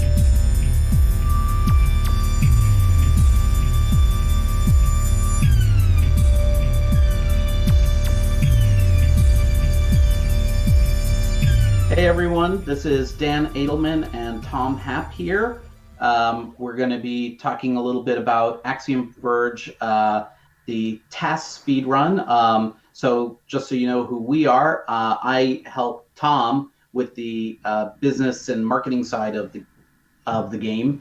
And Tom is really the star of the show because he was the one who created Axiom Verge from scratch, did all the art, coding, music, sound effects, everything, design. So Tom, why don't you say hello? Hello, everyone. So just wanted to let everyone know kind of what we're watching here. This is something called a TAS speedrun, which stands for tool-assisted speedrun. So what you're actually seeing is not a human, because there's some techniques that you can do in Axiom Verge speedruns that require pixel perfect, microsecond, nanosecond level precision that no human could ever replicate. So this kind of represents an absolute ideal of how somebody could, in theory, play through it, when in reality no human could actually do this. So, and this TAS speedrun was created by someone named Calais, and so thanks to Calais for putting this together. So that was just the first weapon of the game, which is required to unlock certain doors, and all of the crazy stuff will be coming up fairly soon. So we've already seen some crazy stuff. I think every time he lands, he's only on the ground for like 1 frame, long enough for it to register that he's on the ground and be able to jump. And so it kind of looks like he's a bouncing ball bouncing around the environment, because there's none of that lag inherent to human players.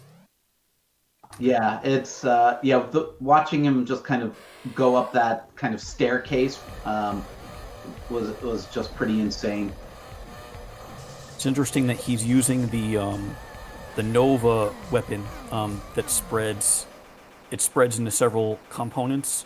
Usually for humans, it's usually easier to use the default weapon and just spam bullets. But if you're a computer, I think you can probably harness the Nova to its maximum potential.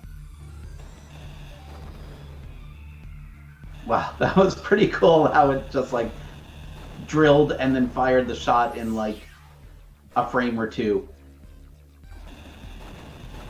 So one thing I'd also like to give a shout out to the entire speedrun community. I won't list everyone's name who worked on it, but they actually just put together for us a randomizer mode. I would say probably Video Game Roulette VGR is his username. He's, I guess, the leader of the project, but there are so many people pulling their weight, and they did this just as a labor of love. So we actually worked with them to release as free DLC for Axiom Verge this randomizer mode, which basically randomizes the objects that you get along the way. So totally bypassed, by the way, just there a health node.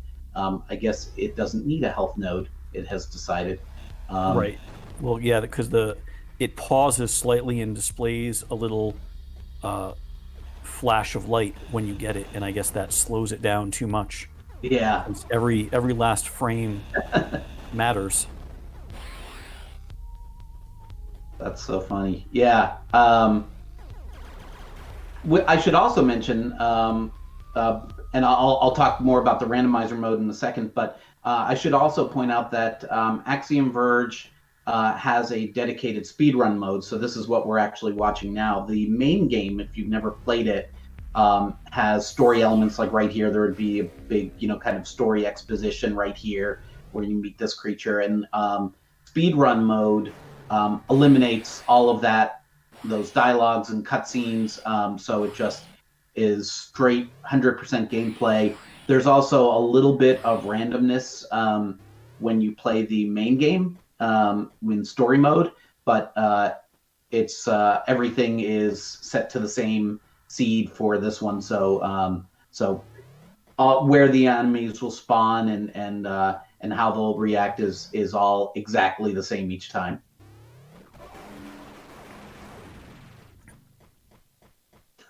This is true. Yeah, he just jumps like on the very pixel edge of the platforms, and then immediately jumps off in that same frame.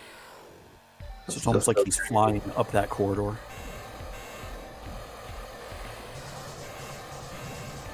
Yeah, and usually what people shooting, do drilling, here, and lightning bolting. Yeah.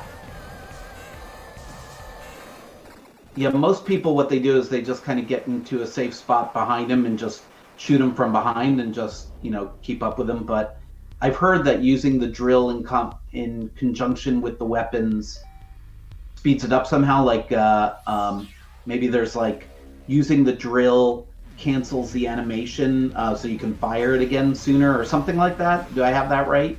There's a cooldown. So every time you're using a weapon and you attack, like you hit the attack button, there's a cooldown of a few frames before it will let you fire again. But when you switch weapons, I know that in that case, it will eliminate the cooldown. So I'm not sure if the drill helps with that, or if it's just that the drill is kind of a continuous damage to, help increase the amount of damage output. But switching weapons, like switching between the Nova and the Kilver weapon, that could be a way to reset the cooldown, especially if you're a computer and you could just do it on a frame-by-frame basis.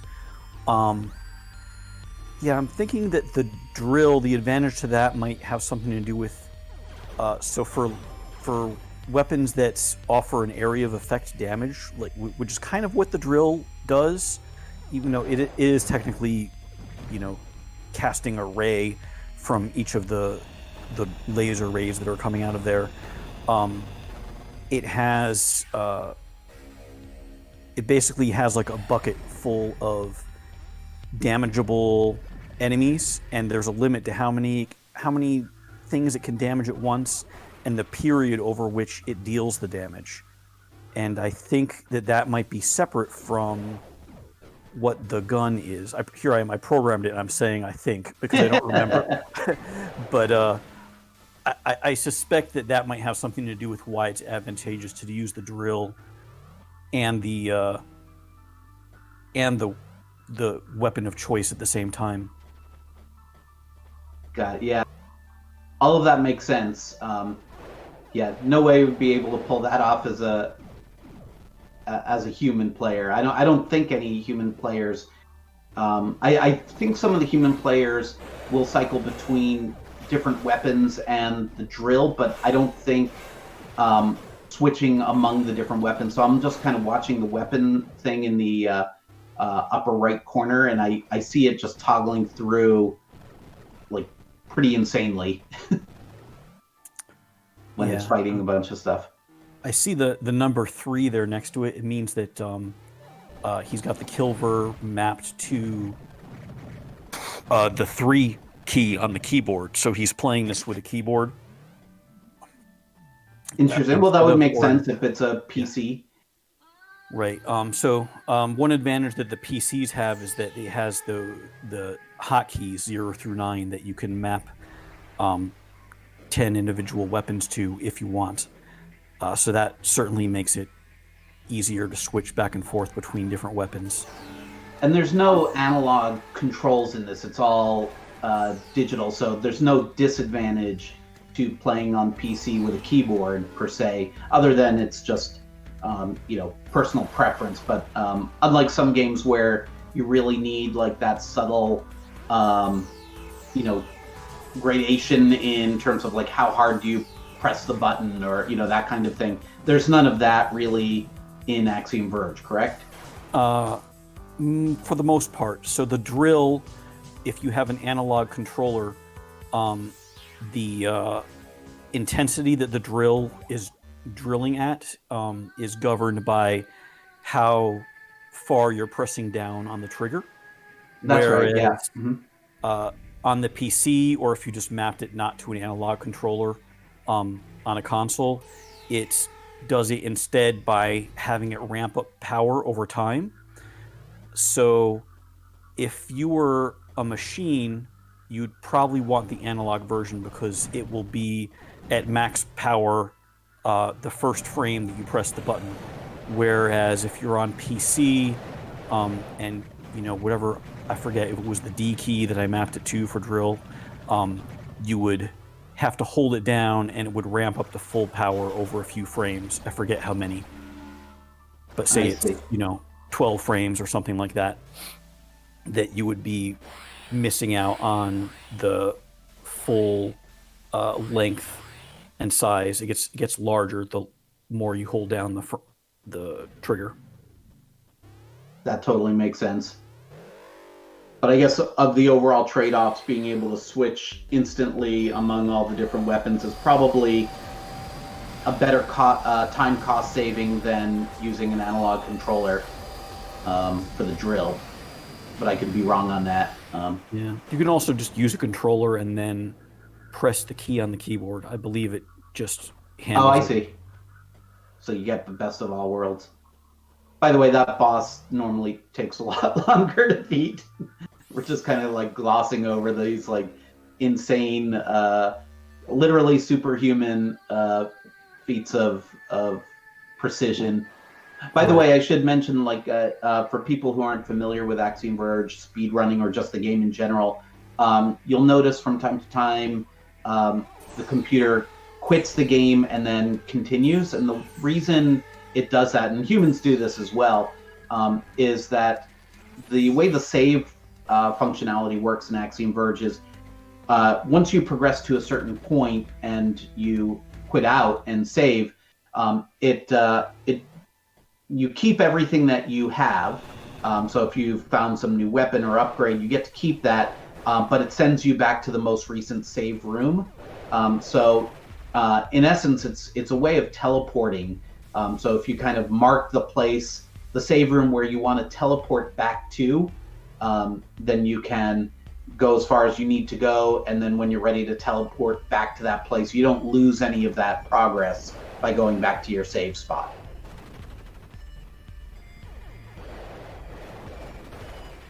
And I'm not sure, I don't recall seeing many other games that do it that way. It's usually if you save your progress, either you start from where you saved, or you lose everything and go back to your save point. Also, if you die, you don't lose any of your progress. You just go back to that save point and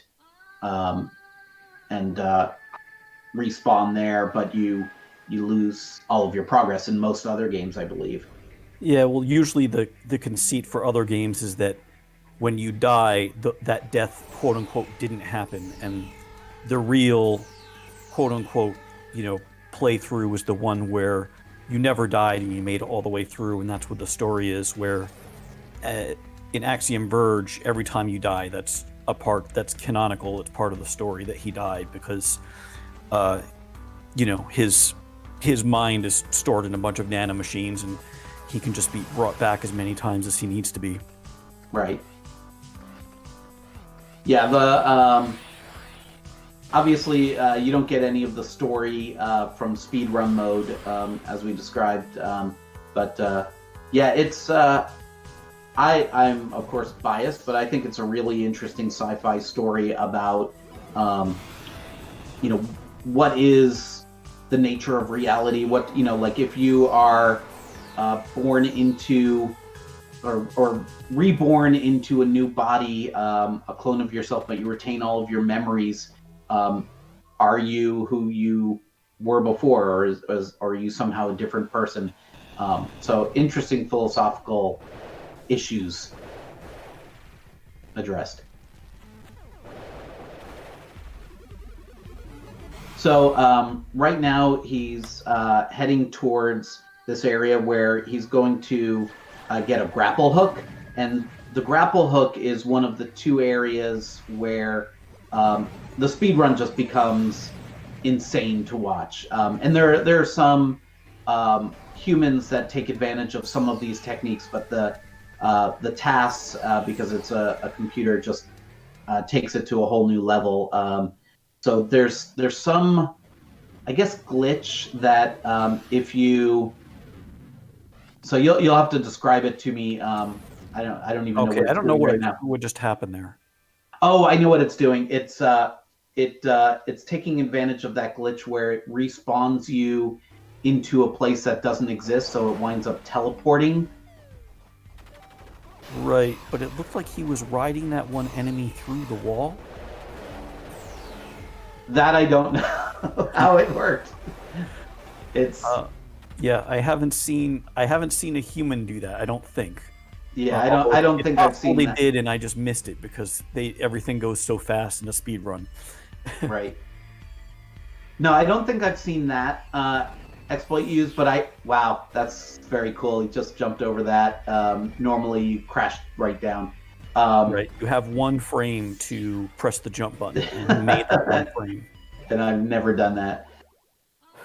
So you just got the grapple hook, and this is where things will be crazy. But the exploit that we saw and we've seen in other speedrunners do is if you try to respawn, like if it thinks you're in a separate place, that's not a valid place to be, then it will kind of put you in what it thinks is a safe area to respawn you.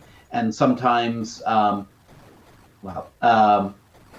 sometimes that works like a teleport. Now this grapple hook, I don't know. Can you describe why it's working the way it's doing? I think it's doing some kind of grapple and cancel.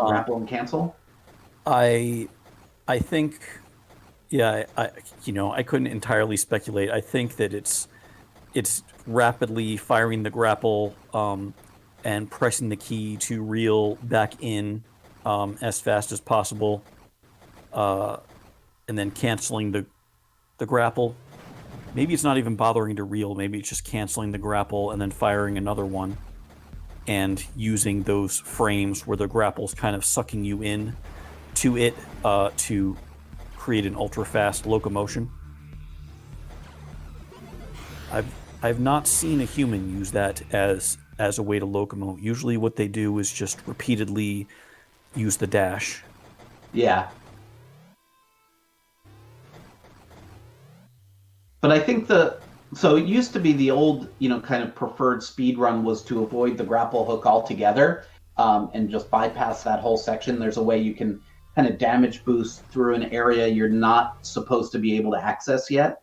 But then somebody found out that by using the grapple, I think that was like this kind of teleport thing where you wind up in some glitched out area where you're kind of inside a wall, so it tries to put you in a safe area, and I think you need the grapple for that, and that's why most speedrunners now do go for the grapple. Right. So he's playing as the enemy in this room.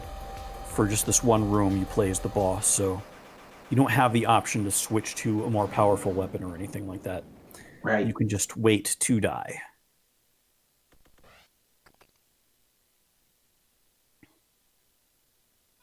Oh yeah, so I started talking about the randomizer mode a while ago, and then I kind of stopped my train of thought there. But I'll just mention that anyone who owns Axiom Verge, it's on PC, either on the Epic Game Store or on Steam, you can just grab the free update, and it's in beta, so we'd like your feedback. But basically what it does is it knows kind of what weapons and what characteristics of weapons and upgrades you need to progress through the game, and it randomizes what it gives you to make sure that you have everything you need so that you don't get stuck in an area that you can't progress through. But it does it in a way where you don't necessarily know where it's going to where those objects are going to be. It could be essentially anywhere in the map up to the point where, not where you would normally expect it. And so that's like kind of like the default mode, but there are other modes where it kind of assumes that you know all of these speedrunning techniques, and so it kind of tests your knowledge of the speedrunning techniques. But the default mode is great for someone like me who I didn't have any hand in creating the game, but I've play tested it I don't know how many 100 times, and so it's a lot of fun for me to kind of rekindle that sense of exploration where I'm like, all right, I need a weapon or I need an upgrade, and I kind of know where all the hiding spots are now, but at least I can like go and look for them. Yeah, it's really amazing that the community just sort of took it upon themselves. Their original attempt at it was, I think what they did was disassemble the game and create some outside code that would sort of inject itself into the game to add what they needed for the randomizer. So it would only work for people that had the game. They would have to download this extra thing to patch it, basically. And so we got a hold of them and, said like, well, we think this is pretty neat. Could you help us just add it into the game itself? That way it's not, an extra download or any extra work for people. So they've done that, and now that's what the current beta is on Steam and EGS. Yeah, and I should point out that I can't even guess at how many man hours went into putting that together. It seems to me like must have been a ton of work, and we have tried to pay them and they keep refusing all the money. This is just something that they do for the fun of it. So of course, we're not charging for their work either. It's just something that they wanted to do to support the community, support the game. So we're just enormously grateful to have such amazing fans. Yeah, it's it's funny to think of like how many people mod games and the mods get shut down by the actual creators of the game. I don't know why you would want to do that. I mean, it's what? Yeah. What just happened? Sorry, I just, yeah. So what it just did is it was swapping positions with the drone, because it got the that ability to shoot the drone and swap positions, and then right now it's using that glitch where it tries to respawn. You get caught behind a wall, so it repositions you. And now he's switching quickly between the drone and Trace, the main character, to drill through those blocks extra fast by switching back and forth, which is ridiculous. Right. It's possibly taking advantage of both of those things I was talking about, where there's like a period of damage and there's also a cooldown after you fire, and I think switching between drone and Trace and using their respective drill abilities probably resets that cooldown to 0 and lets them do damage every frame, as long as they can switch every frame, or maybe every other frame, I guess would be the shortest period you could get. Yeah, and that technique that they're using right now to like jump in, like with the drone, to like you basically shoot the drone and then swap positions with it and then shoot the drone again. And I think if you hit the drill, you can so you hit the drill and that stops the cooldown. And I've actually done that. Someone showed me how to do it, and I'm not great at it, but I can kind of do it. Obviously not at the level of, first of all, the main speedrunners, or let alone the tasks.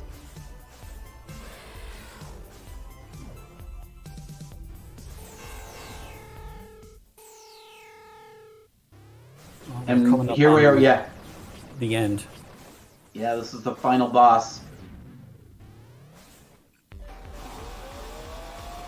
The game normally is about 10 hours for your first time playing through in story mode. I think it's longer than that. At least it was for me. I tend to try to explore every nook and cranny, and so I take my time. And I think the first time I beat it, I think it was closer to 20 hours, maybe even more. It's been a while, but now my fastest time was 3 hours or 2.5 hours, something like that. But yeah, 25 minutes or so is ridiculous. But I think the human world record is right around 30 minutes, I want to say.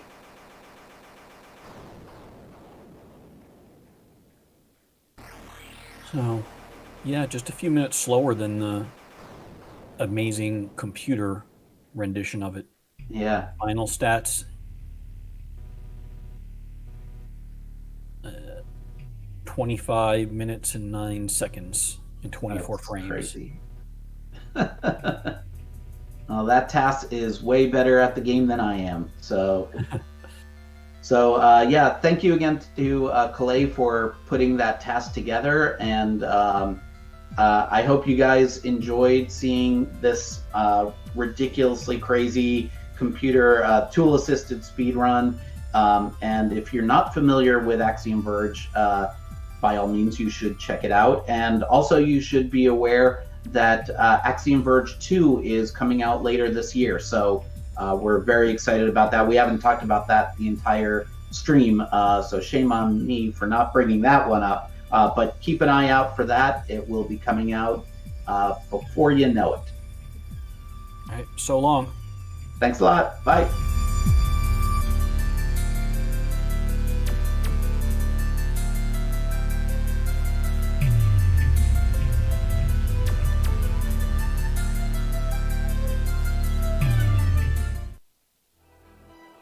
Oh.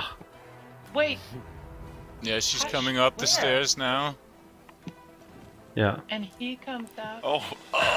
Muffin. He used the muffin trick. Oh, the muffin trick! Yeah. I would be really impressed today that they killed the target before the textures loaded. That's like they don't notice it at all. What? What the? How would they not notice that? It's like right next to. He's just hogging him.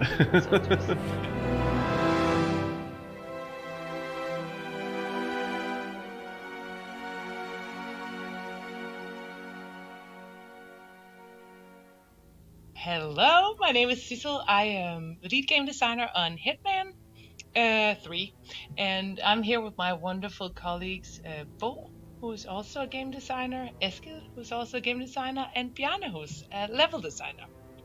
And we're here to react.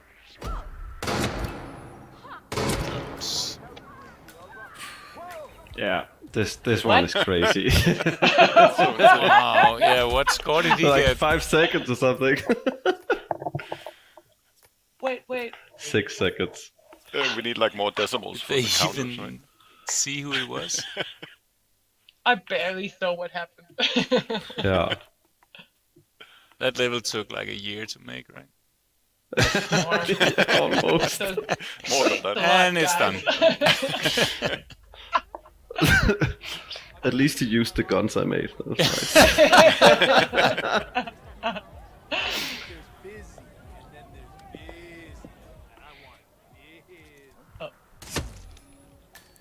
Okay. That's some serious aiming. Tremaine, are you still there? That's crazy. But how? What? That wasn't a target, was it? Non-target kill. We've lost a third. There's no silence death. We're paying for our mistakes with blood. Stop wasting time and end the. What? Oh yeah, that's five guys out, right? And then just getting to that the was fight. fast. That was super fast, yeah. Didn't even get to the dance Nutcracker. floor. Nutcracker. Well, I forgot what that is. Oh my god. Something about headshots, maybe. Probably. It's a really consistent run. Oh yeah, I think it's when you do headshots and also kill civilians. Must be that. What? Most people won't be able to Sounds shoot about right. Yeah. Get good for her. Yeah, it will be consistent with practice, I guess. So it is a consistent run. It's just a noob can't pop it. I don't think. You have to stand in certain spots when you shoot, don't you? So you Oh, don't is get that the to thing do it. where the targets meet up when And you end up dying. destroy the... Yeah, it's the sniper opportunity, right? Yeah. Oh. Wait, Yeah, she's coming up the stairs now. Yeah. and he comes out. Oh. Muffin. He used the muffin trick. Oh, the muffin trick. Yeah. That's crazy. Oh man. Where is she? That's the question. But because she's on her way to. The Yeah, but she's way too Yeah. slow, so he needs to go get her. Bing. There she is. The data cutting. What's he doing with the camera? Yeah, it looked like it's like snapping from behind.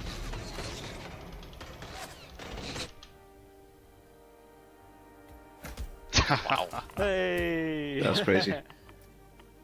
You knew it. That is dedicated.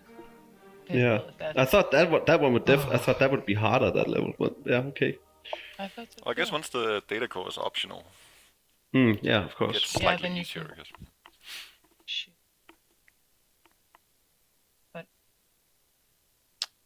But good use of the muffin trick.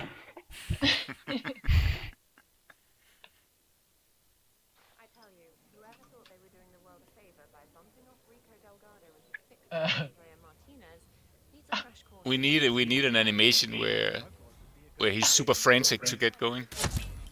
Yeah. Yeah, It's just like tripping. Like, come on, get going, go. Come on. Let me go. Yeah. You got the shot.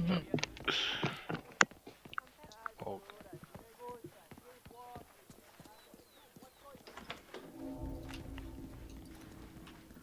I guess he just ran by the frisk. Did you know you can do this boost with the app? Yeah, that's crazy that they haven't started shooting at him. Yeah. But I mean, Oh, what? Like, it doesn't push it as high, but because that boost's so easy, you can still make it. Was that in? Did he put a mine in the bed? I think he just dropped an explosive and triggered it, and it was like, yeah, bye. Already. Wait, what? the thing is though, And it even was Shadow Assassin. Because they didn't see him. Nice one.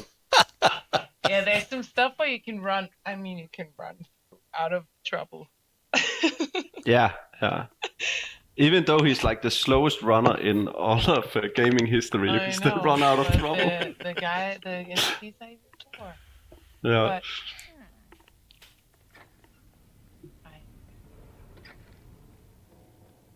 Curious whether there's going to be a silent assassin. Oops. Oh, nice. Oh, nice. I saw this one as well. Is this the one? It's really nice. Yes! Just as I was asking for it, there it was. Yeah. That was... Yeah, and it's very 47. nice. It's 47, of course. That is So good. very cool.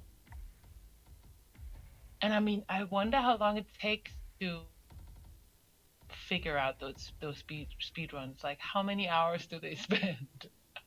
Yeah, it Like, must take especially some the preparing. silent assassin ones. Yeah, it's like, yeah. A locked room murder mystery 47. I trust you'll get to the bottom of this. And go! Come on. I have some doubts about getting to the bottom of this. Yeah, they gotta. I would be really impressed today that they killed the target before the textures loaded. That's like... Time to get the fire on Arthur. What was it we were talking about? Maybe we would need more decimals on the timer. Yeah. Right. I think Jakob said that, yeah. Yeah. Nice one. What? That gun is so good. Dave. Tranquilizer gun is awesome. Oh, Yeah. I love it so much. That and the banana. Yeah. Tranquilizer in VI is amazing because the dots they stick, Stick and to it's their so faces obvious. or wherever they hit. Okay, that was really cool. Sweet one. Yeah. Really good. And nice use of the crystal ball and tranquilizer gun. And nice combo of items. You really have to be extremely concentrated when you're looking at this because it's over in Yeah, 'cause it goes in the so blink. Yeah. Exactly. Oh. Ooh. The Nutcracker one. Yeah. See, I was gonna crack this nut. Yeah. Go.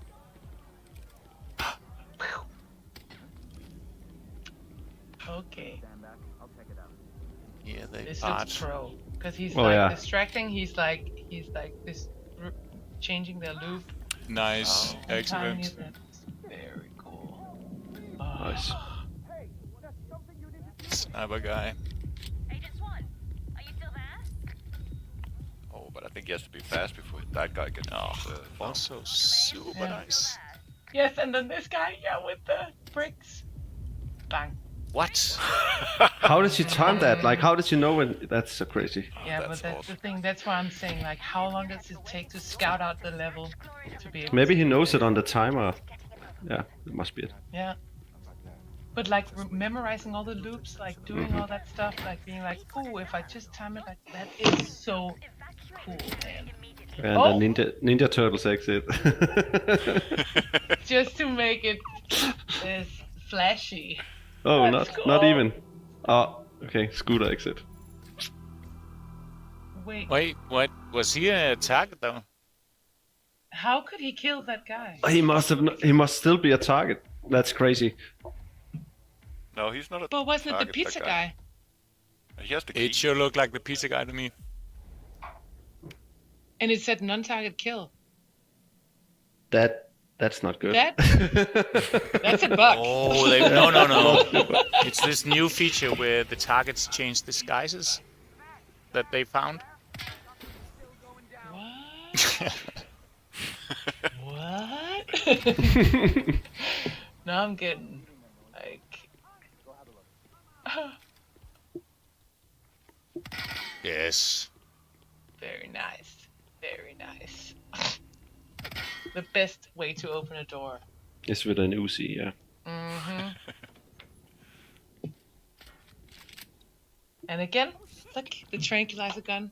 Yeah, it's amazing. Love it. Hush goes down. Now go get Imogen Royce and we can get to the core.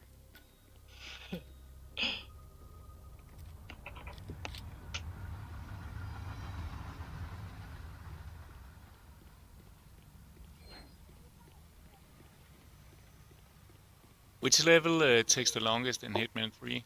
Do we know? Depends on your approach, I guess. Yeah, but like, which one has the best time? Which is the longest? Best time. Yeah, so we know the it's shot- it's oh, not Dubai, right? No. I don't actually know. Any of you guys know? I think it must be this one, if it's not Berlin. Yeah. I thought with all the targets at Berlin that it would take longer. Oh, there she goes. Yep. What about the train mission? Does that even count? That's Oh, yeah, maybe.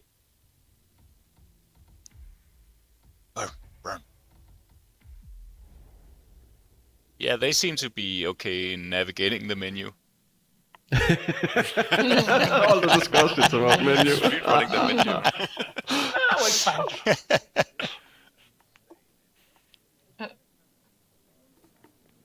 Okay.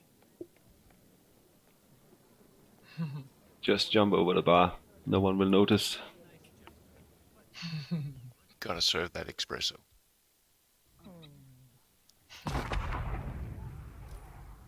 Ooh. Oh yeah, I've seen this one. This is crazy. Look at her.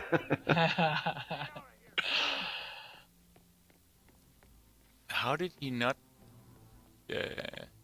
How is he not supposed to be frisked? They were frisking the other guy? Or Yeah, what? maybe. That's awesome because we normally have the other issue, right? Yeah, Goes for the keys again, yeah. Yes.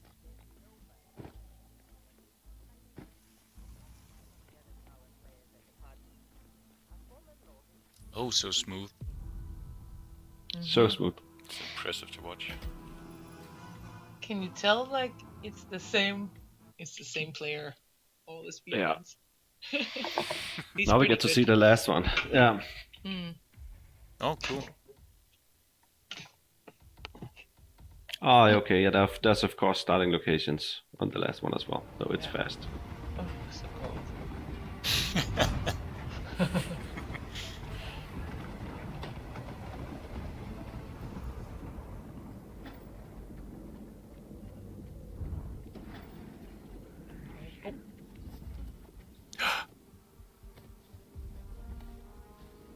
They don't notice it at all. What? How would they not notice that? It's like right next to He's just hugging him.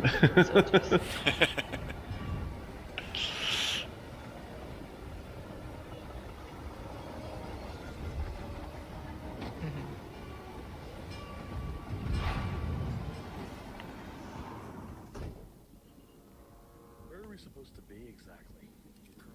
Yeah, they're not the best guards. They're like, Blah, blah, blah, blah.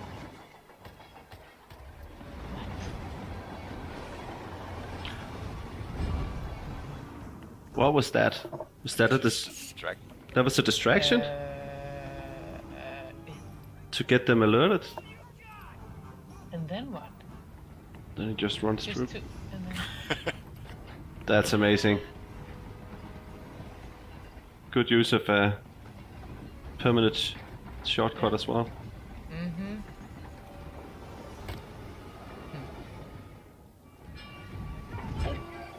Okay. Is there a It difficulty makes setting? them look a bit... Oh, sorry, what? I was just wondering if there's a difficulty setting that these guys say, yeah, you gotta play it on master or is pro, sort of the one. They're playing on normal. He's playing Yeah. on normal. Okay. Yeah. Or like Like professional. Okay. It's called in game. But you can, yeah. This sure makes the guards look a bit daft. Mm-hmm. It's also Like- very hard on a train. Yeah, it's like. Huh?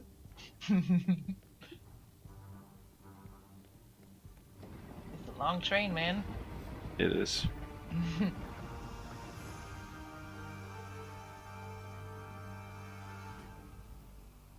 Yeah.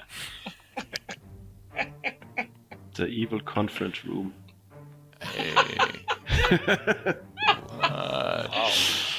we go. That's amazing. So awesome. End of a trilogy. Just Yeah.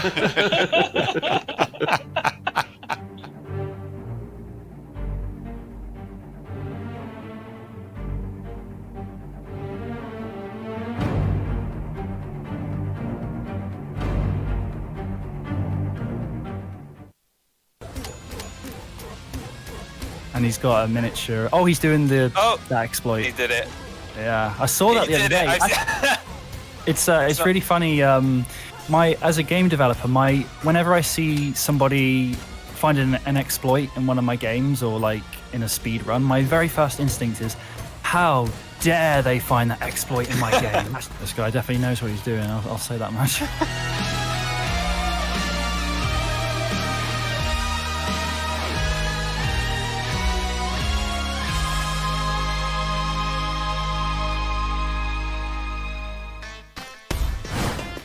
Hi there, welcome to Devs React. My name is Josh Sullivan. I'm the level designer and sound designer on this game, BPM, and I have with me here David Jones, the game director. Say hello, David. Hello. Hello. So Oh, go on. I was just saying in the very first room, tanks are hit. I'm like, maybe this isn't going to be so fast. Yeah, so, like, I've got amazing respect for people that can play like a roguelike so much as in a speedrun setting. Like he's already it's crazy because like basically this game is all about RNG. So you can play this game for about 12 hours and get different results every time. But yeah. So yeah. The most effective way to play usually is to just try and get to the bosses as quickly as you can and cheese them, but then the other fact is that you need the damage to hit them down quickly. So if the character doesn't get the right items, then you're not going to be okay. Exactly. So, oh my goodness. So he's just over a minute in already, and he's doing pretty well on the second floor. Asgard 2. It's kind of like the aim is on point. Yeah. I'm kind of predicting that this guy will just stay with the pistol and not waste time and get another weapon, but we'll see what he does. Blimey.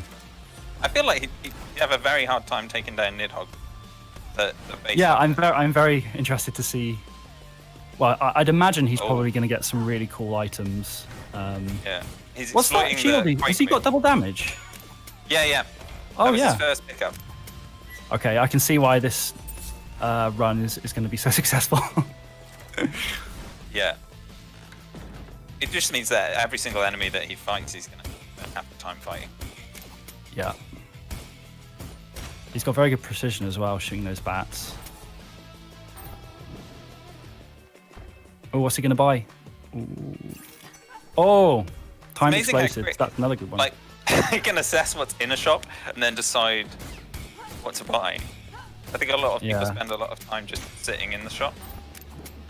Yeah, I do at least anyway. Oh, a shield guy in this room. I don't think I've ever had that. See, he knows the trick. Some Here of we the go, damage straight over into times them. apply through the shields, so the most scary enemies in the game can actually be taken out by the Yeah, damage over time spells. I always hit the shield guy with the fireball straight away because you can kill him before he even gets his charge off, I think. Man, this guy's flying through the game. Mad props. He's got some of the best items for just dealing damage, which I think is going to be important. Yeah, which is very important to get through it fast.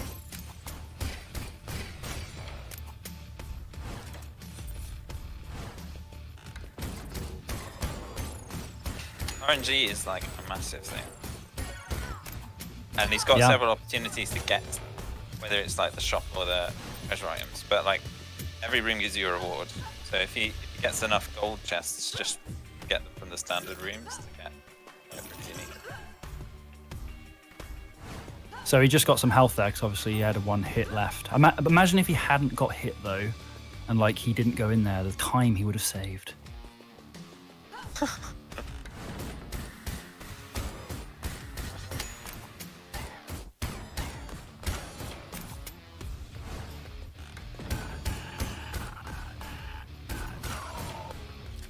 He took him out quite fast.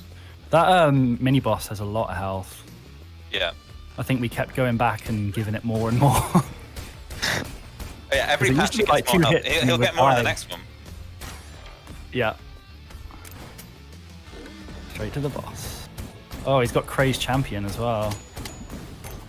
I'm kind of interested that he is super focused on just like running to boss over, like even bothering with the armory. Like the armory would have only been one room away, Yeah. but apparently it's just not worth it. Well, I mean, if you've got really good damage items, like combined, like the pistol is really powerful. Yeah. And he does. He's got double damage and Oh, he's timed got snap explosive. fingers. Is that snap fingers? Oh, was it? I think you just left it. Yeah, he left it for the default. Damn, man. He's blasting through That's this. interesting. It's far.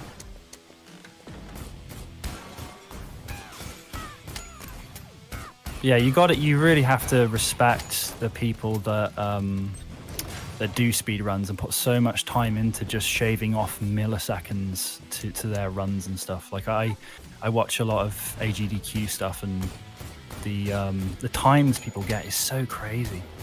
They're so dedicated. It's a very admirable thing, the dedication.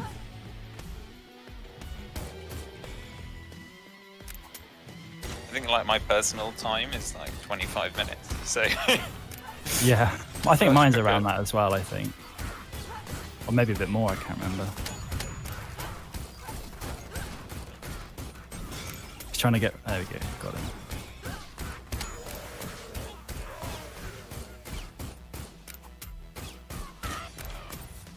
Nice, straight to the boss. the rhythm's on point as well, because this is one of the interesting things about BPM. Obviously, that it's a rhythm game means that you got to have a different set of skills. Like in a lot of games, it's all about the quake jump. It's all about the hitting the, you know, in every hit. But in this, you've also got the rhythm aspect. So Yeah. You miss one of those, you can potentially, slow yourself down. Yeah, 100%.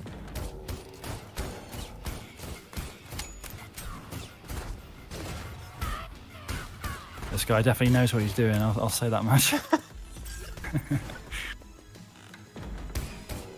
I'm personally happy he's not found any crazy exploits yet. Yeah, it's really,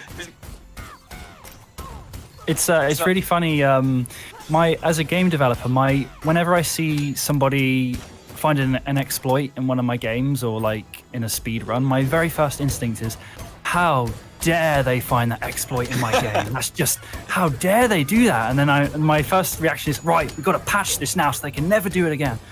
But it's like, it's incredible the fact that because some exploits are ridiculous. Like, no, I don't understand how anybody could find them. Like some exploits, they're so like, and I'm not just talking about BPM, but like any game where you just go to this specific wall in a level and somehow you can glitch through it, or like how do people figure this out? It's incredible. Oh wow, that was Helheim with quick. Man. And he's got a miniature. Oh, he's doing that exploit. He did it. Yeah, I saw that the other day. Coincidentally, I saw that the other day for the first time. Oh no, yeah, it was the ADGQ run. The guy did it, and I saw that for the first time, and I was like, my instinct was, Dave, we have to patch this so people can't do this. But then we thought, actually, no, this is fun. Let's leave that in so people can do that. Yeah. Well, there you go. He's already at the boss. Yeah. Spent what, 30 seconds in Helheim? Yeah, that was the fastest level, I think, the hardest and final level. I mean, if you're in Helheim and you see the boss room, you don't really want to spend any more time in Helheim than you have to. You don't know. He knows exactly when he can attack him. That's brilliant. Look at the damage he's doing with the pistol, dude. Yeah. I'm wondering if this is pre-patch. This might be patch 1.0. I don't know. Yeah, I'm wondering. Oh my goodness. GG. Wow. Incredible. Let's see the final time. 8 minutes 25. Wow. That's pretty impressive. Oh, this is the okay. So this is the world records, and it's also on the hardest character in the game, where you can't get hit, otherwise you die. And if I'm not mistaken, I think I know this guy. He's big in the GoldenEye 007 N64 community, so I think I know this guy. But yeah, this is just insane. I've not seen this before, but I've seen his time. So yeah, this is just insane. Nobody will ever beat this. Oda was made to specifically have tons of mobility, so the fact that he's got teleport and he can fly means that you can get anywhere you want basically instantly. Yeah. And so it was kind of made for the player that's very, very good at the game, because he can only take one hit, so you have to be very good to get anywhere near this level of play. I can't even complete 100%. First level on. Didn't we say before the game came out? We said I bet you no one will ever complete the game ever on this character. That was our thing. It's like, well, let's just put it in anyway, just to see, just in case. But I think the first day people had beat it on that character. But this speedrun is so insane. Ooh. Oh, he's even I got the Dragon Slayer. Yeah, exploiting the well, that's good. That's what it's there for. You gotta get no discount on your items. Yeah. This is great. See, I don't know that helped him actually. No? Because he got the so he's got quarter note, which allows him to shoot once every every shot is 2 shots, but that means he has to reload every time he shoots. It's gonna help shred bosses, but yeah, I don't know. Yeah, I don't know how the maths works with that actually. If it does help, or you do more damage quicker, but you have to reload quicker. You can do Oh, he didn't want anything from there. That was a quick assessment. Yeah, I feel like it's slowing him down here, not speeding him up. Well, who cares? There's nobody will beat this. Yeah, no. I think we can say because we're close to releasing a big content update for the game, and There's a new a harder difficulty, and there's another hard character. So I'm very interested to see what speed runs people will get with that. In fact, I'm extremely interested. Yeah. The new harder than Oda character is going to be like ridiculously hard. So, I mean, I'm not able to do this. Like even complete it. Never mind complete it in yeah, I've never completed Oda. I've never completed this character. I just can't do it. I probably could if I, sat down and dedicated the time like these amazing speedrunners do. But yeah, I'm just too lazy maybe. Wow, look at that. Look at him go. So this is arguably probably the hardest boss because of the arena and the attacks. Yeah. And it's just been destroyed. I wanted to make that so she does an upwards attack to stop you flying above her, but it doesn't do it like super high. I always thought if I modified it like that, and that boss could be Oda's worst nightmare ever. Yeah. The whole time I'm really self-conscious about saying Oda because I'm pretty sure it's Oda or something like that. I don't know. I have no idea. Yeah. I still call all of the characters in the game and the enemies in the game by how they're referenced in the code and not what they're actually called. I don't even know half of the enemies' names in the game at the moment. What's he buying? Double damage? Oh, it's over. He's got double damage.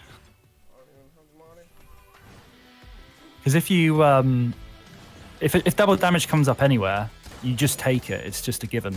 There's no other alternative in my book anyway. I always pick it up. Blimey. And that's Svartalfheim 2 almost done. Oh wait, no, this is 1. Just flying. It's not even. I mean, I know the character does fly, but he's flying in a way that the character doesn't. He's normally 4 minutes fly. into the run. 4 minutes into the run, and he's almost on the last level. Yeah. I wonder, does he pause there because so he can see his time? I wonder, because obviously the time stops when he pauses. I'm guessing. Yeah, maybe that.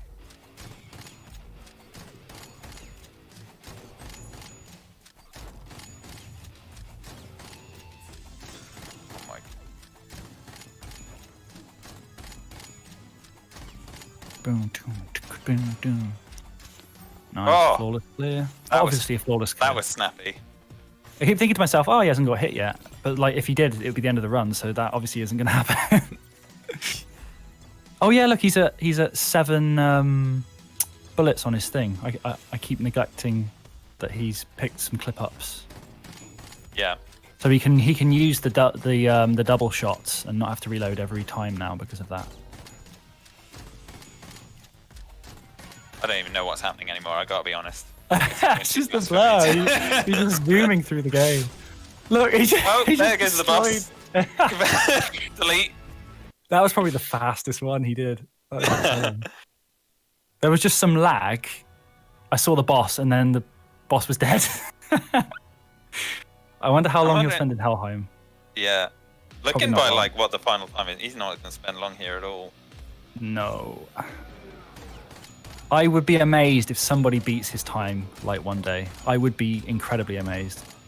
It's so painful to fight these guys though. Like on, well, not those specifically, but there's a few enemies in here that when you're playing as Oda are an absolute nightmare. Like a skeleton mage can like shoot across the map like that. Yeah. And if you get tagged by that, it's GG to your one hit point character. The second to last boss gone. He didn't even do the exploit. GG. He knows. Oh, and he's already got the Dragon Slayer. Yeah. Here we Apparently go. It matters the Oh, percentage. he'll annihilate the boss. Yeah, he'll not with this combination of stuff and this gun. He'll annihilate Nidhogg. Oh, look at him go. He's a madman.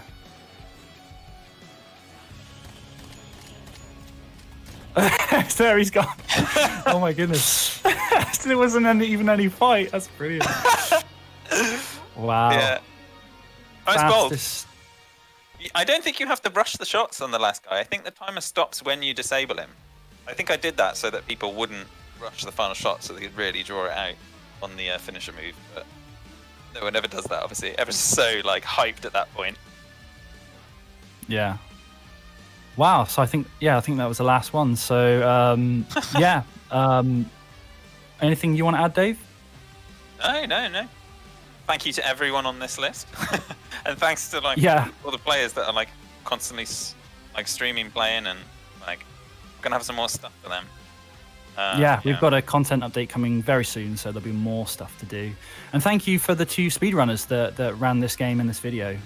We really appreciate your dedication to speedrunning and speedrunning our game. Thanks for watching, and we'll see you later. Bye-bye. Peace.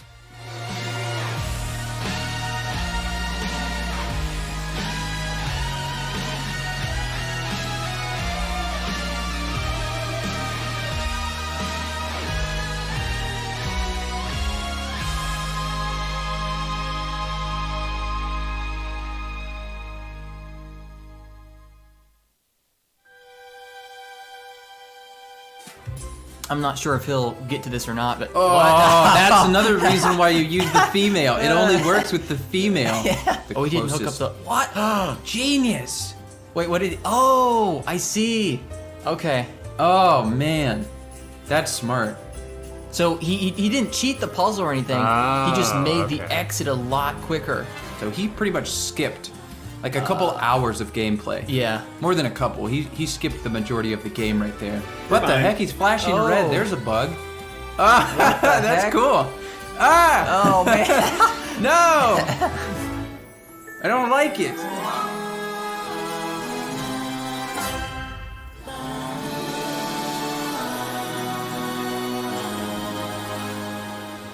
Hey, what's up, guys? This is Daniel Lackey from Skookum Arts. I am the co-owner and artist/designer on The Pedestrian, and I have here with me Jed Lackey. I'm the programmer and more technical side of everything. And Logan Hayes. I'm the composer and sound designer for the game.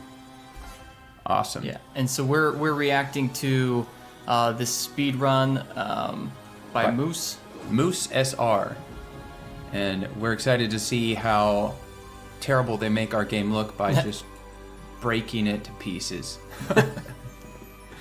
So what you saw was the opening to our game. It was just an animation, but now's where he can really start doing stuff. They always choose the cold female open. Yeah, it's quicker to choose the female. Because all you have to do is just hold right. Yeah. So I guess that means... Oh my jeez. That was quick. In and out of what we call puzzle mode. Sheesh. Yeah, it'll be interesting because I would assume... Because we had actually talked about, like, with our game, speed running, like placing the signs in specific positions and the connecting of them will probably make quite a big difference. Yeah, and it looks like he placed them really close.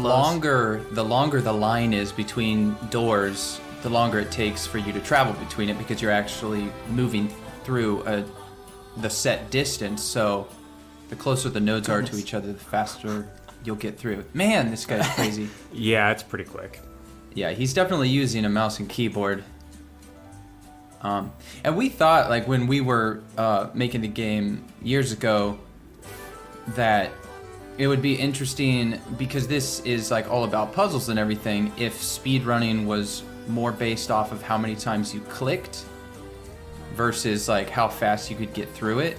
Because most of the time our game is, like, sitting there and kind of optimizing your path. So, like, how many clicks it would take for you to get through something, but... I'm seeing, too, he's, like, doing these, like, little mini hops at, like, certain points. I feel like he's like, optimized the best number of hops or something for the path. Yeah, I've noticed... Speed it up, yeah. Yeah, with speedrunners, I notice when they're, like, about to fall down a ledge, they jump before they fall down the ledge because gravity will go ahead and start pulling them down faster than if they just fell off the ledge. Huh.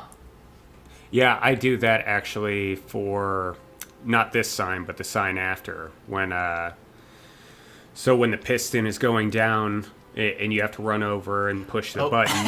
If Oh you, my gosh. He skipped it. Am I behind you guys? No. We just noticed that there's this in the previous sign. We didn't know this when we first released the game, but you don't even need that piston back there. Wow. Like, you don't need to turn it on. I always get hung up on that sign, too. Perfect timing. Yeah. I want to see him mess up. I don't think he has yet. There is a trick to jump on top of the, or was at one point a bug that you could get on top of the elevator. I don't know if we ever squashed that or not, but that would be Yeah, I don't a know. tricky way to maybe cut off a second or so. But Yeah, I mean, I think a lot of developers say this, but we said it a lot when we were making the game, and that was, if the average player can't break the game, it's probably good enough. Oh, look at him, like, tweaking the signs just... Wow. That's a really awkward setup. But yeah, like, if the average gamer can't break it, then it's probably good yeah. enough. But then, most of the time we're not considering speedrunners and how Yeah. they can totally just take advantage Dude, of he's little things. freaking beat the because this is the end of the warehouse, and he's done it in what, 340? That's crazy. It's funny because we played through the game like a ton when we were testing it. Basically, anytime we'd have like a major release, for one reason or another, we'd have to play through the entire game. And so I started trying to optimize my playthrough in order to make it quicker, but he's like well beyond what I was able to do in the past. Yeah, some like larger studios, they'll create like an AI system to kind of like play through the Sure. game for them so that they don't have to keep playing the game. We're just too cheap. Yeah, we just couldn't do that, so we had to play through the game like Holy probably crap. about 1,000 times at this point. So I feel like we know all the optimized routes, but this guy's surprising us already. Yeah. All right, very nice. Oh. Okay. I haven't seen that configuration. Yeah, usually I do it a different way. I guess there's two versions of this. Yeah. I wonder. That's actually the way I do it. Really? I wonder Yeah. if this version is quicker. Oh, dude, I guess I've it seen is. that before. You see how they're twitching with the box? Like, if you What? let go of the box and then grab it again, You think? Like spamming it. then it kind of pushes the box faster because you're half running, half pushing. Huh. Oh. Yeah, I did in one of the later levels, which I'm not sure if he'll get to this or not, but Oh, that's another reason why you use the female. It only works with the female. Yeah. Because the position of the key on her back is different than the male character. Oh, yeah. Dang. We knew about that one because somebody else did it, and we're like... I've never seen that. Yeah. Oh, man. But yeah, because I had thought about it previously about the box, because I think you move at half speed when you're pushing the box. So on some levels you can set it up in such a way that you have to push the box the like minimum distance possible, and so that definitely helps a lot. So see, like right there, he could have let go of the. Well, no, he preset it up. I see. Yep. Yeah, he pushed the box to a specific position so that it'll make his job faster when he comes back to it. See, this is smart how he's just kind of like, he doesn't care about overlapping signs. Yeah. It's just about like the Oh, he closest... didn't hook up the... What? Genius! Wait, what did he... Oh, I see. Okay. Oh, man. That's smart. So he didn't cheat the puzzle or anything. He just made the exit a lot quicker. Wow. Because otherwise... that makes sense. Yeah, otherwise there at the end, you'd have to like go through that all the way transition. back up. I wonder if this is... I wonder why he's putting the components in the bottom. Maybe that's So that some sort of reason. The further along he gets, the less he has to travel downward, I guess. Maybe. Yeah. Oh, he missed the ladder. No. Oh. So there's been a few minor mess ups, but I don't think that's really going to slow him down any.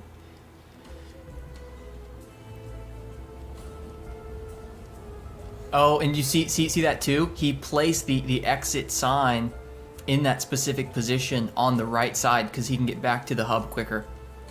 Man, that's crazy. He's Oh, yeah, there was the jump. I wonder how many times he had to play it to perfect this. Yeah. That would be so infuriating. Like, you just make one mess up, and you gotta redo it all. Well, the good thing is that I guess, he beat the entire thing in, 11, 12 minutes. So his actual turnaround time for doing a playthrough is actually pretty quick. Okay, so what you just saw there, like, he knows the codes in the train that take you to all the different areas in the game. So he just punched in the code that takes you to the last area in the game. So he pretty much skipped like a couple hours of gameplay. Yeah. More than a couple. He skipped the majority of the game right there. So all my hard work. Yeah. What the heck? He's flashing red. There's a bug. That's heck? cool. Ah! Oh, man. No! I don't like it. Stop flashing red. I've never seen that before. Oh, thank you. Dude, it's like he was listening to us. What is he not? So, I wonder... Let me just make a side note. This coming up, we spent so much time to bring this moment coming up to an awesome M. Night Shyamalan level twist. So if you haven't played this game yet, don't watch any further. Bruce Willis pause. dies in the end, so sorry. No, you dang jerk. it. What the heck? Don't watch anymore if you what haven't the played heck? the game. He's glitched Come out back that to this TV after you've too. played it. That TV shouldn't have the terrain on it. I don't know. Man, Weird. That's crazy. Here he goes. That's something I've Wow. noticed too. If you go like really quick, that animation tends to lag. Yeah, all these animations are based off of an average speed. Look Oh, at that. He geez. just clicked through the door. Gosh. It feels Here like it goes, he's running baby. faster than normal, too. Oh, he's probably going to do that one trick that we used to do.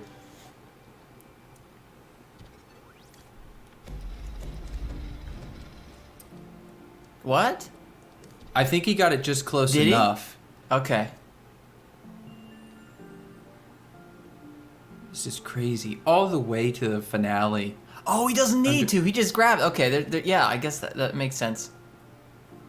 Yeah, we always push the box fully into that corner, but I guess you don't have to, so he saves a little bit of just a tiny bit of time.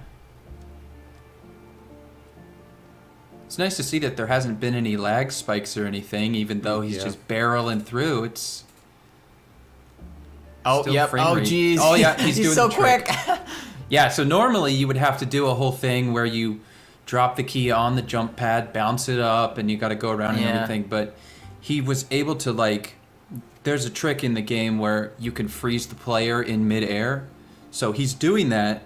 Like, we didn't expect it to be utilized here, but he's literally freezing the key up in the air so he can grab it right here. Yeah, dude, I like there were a couple positions in this area where you could do something like that, and I thought I got all of them.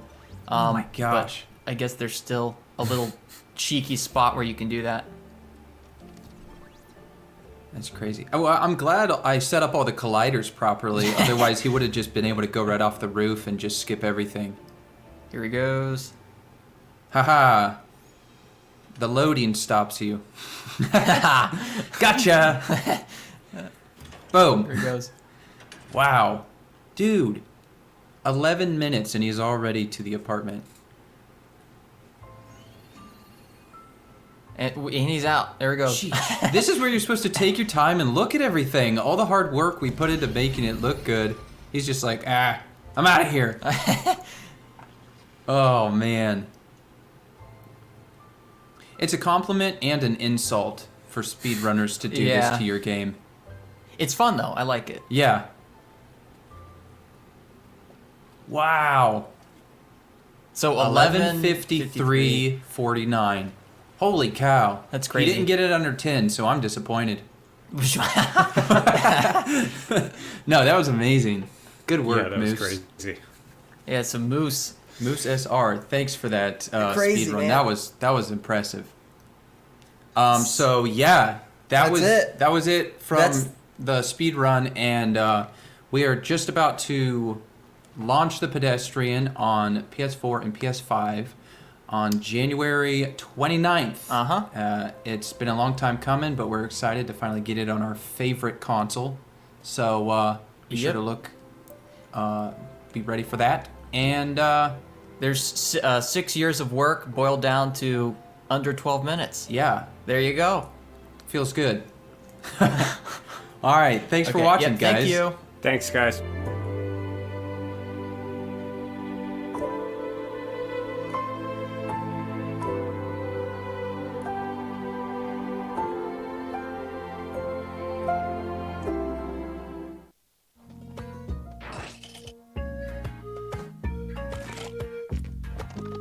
Hi, I'm Derek Yu from Mossmouth. I'm the lead designer and lead artist of Spelunky 2, and we're going to watch some Spelunky 2 speedruns today. And I'm joined by Mickey Pasquale.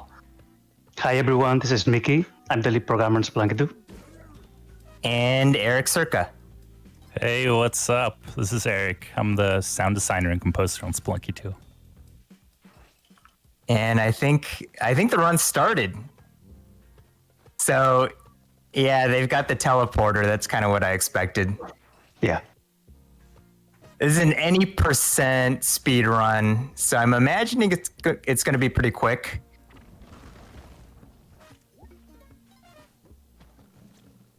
This is such a difficult item for me to master. I just never pick it up when I see it. Yeah. And it's awesome especially for speedruns, but I just can't bring myself to do it. I like the telefrag of the caveman boss, Quillback, or Quilliam, as people like to call him now.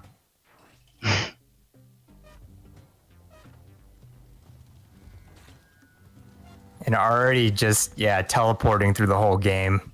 Yes, the game's almost done already here. Oh, that was close. See, it's not that hard, everybody. It's an easy game. Okay, I'm curious about this. Oh, okay. I thought he was going to say water for some reason. Yeah, I thought so too. That caught me by surprise.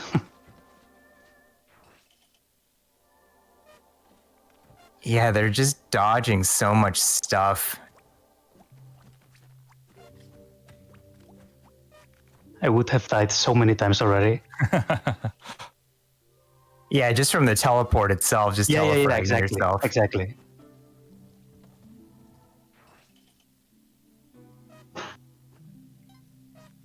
The levels go by so fast that it's like only when they're in the transition can I actually process what happened.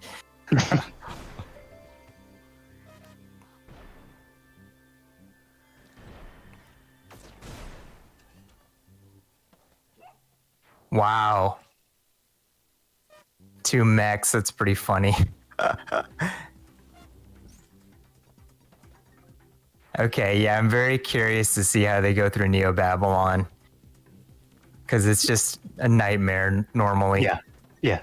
In terms of traps and things like that. Yeah, worst area for me probably, yeah. Especially if you're trying to go fast.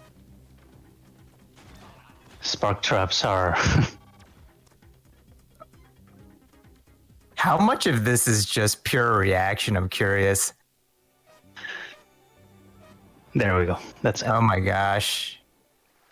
Yep, wow, it's a game. telefragging Tiamat. I have to say, yeah, I don't think about telefragging too much when when we're working on the game. Like, I didn't think about it that much. Especially not Tiamat. And that's it. I feel like half of that run was just the intro. So Yeah. Well, I blinked and I felt like I missed it, so. But there you go. Easy game. Mm-hmm. Yep. Fun, casual game. I mean, it's taken me like hours and hours and hours to beat in easy mode, but yeah, it's you can see it here. I mean, I have to say the game is not about just beating it or beating it fast. If you're watching this and you're feeling like, well, I'm never going to be able to do that. it's not about that. It's really about the journey, about exploring, enjoying. But yeah, that was pretty nuts. I think they got the achievement for beating it quickly. Okay, and we're starting with a new speed run. This is called Eggplant Percent. Pretty sure that is unique to Spelunky 2. And I'm told that this is a seeded run. So presumably this was a run that they actually practiced. And yeah, in Spelunky 2, there is an item called an eggplant. And you can only get it by sacrificing a present onto an altar like they just did. And they got a cape too. So that's kind of interesting. I wonder if this is really seeded. You don't see the message at the top, right? That's true. That's actually true, yeah. No, there's supposed to be an icon in the upper right if it's seeded. Mm-hmm. That actually makes it more impressive. It does. Yeah, because it takes a while to get the present and the altar in the same level. Yeah.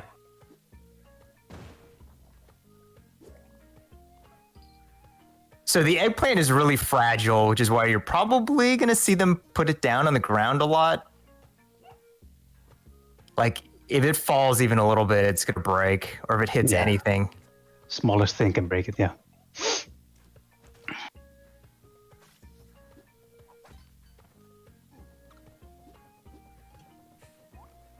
Wonder what route they're going to take.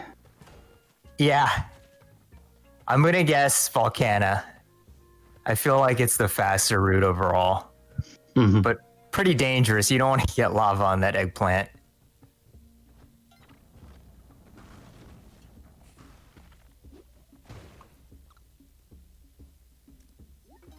It's a good bomb cook right there. It's pretty sad how long it takes me to get past pullback still. Like how carefully I still play that compared to this. I finally got used to bombing him, but not that way. I usually just throw a bomb his way and just go the other way. That usually works. I don't usually cook it like that. Oh, that was funny. The shopkeeper fired and it reflected off the robot and hit him.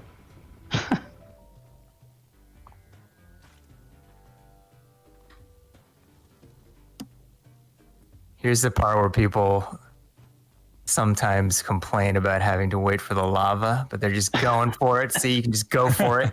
Oh. Interesting. Okay. Yeah, that was a like a secret entrance that's, randomly generated. Wow, that whipping of the arrow was pretty impressive.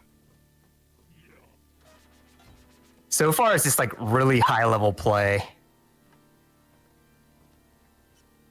I actually don't know if I've ever beaten Blood without using the hunter. He's surprisingly tough, but there. So the problem with him is that you hit him and then he teleports, and then you have a brief window to hit him again and hurt him before he'll start teleporting again. And yeah, they just made him telefrag himself.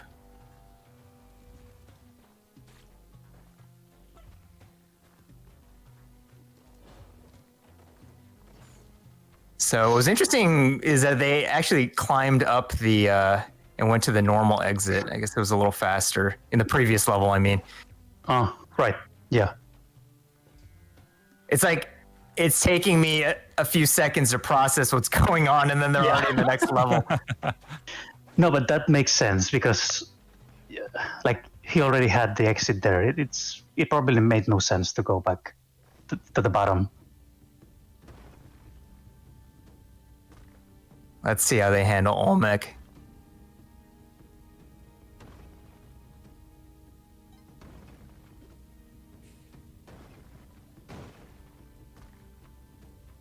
Oh, geez. I'm already sweating. Yeah. Just I got holding the eggplant next to this giant crushing machine. Okay. There we go.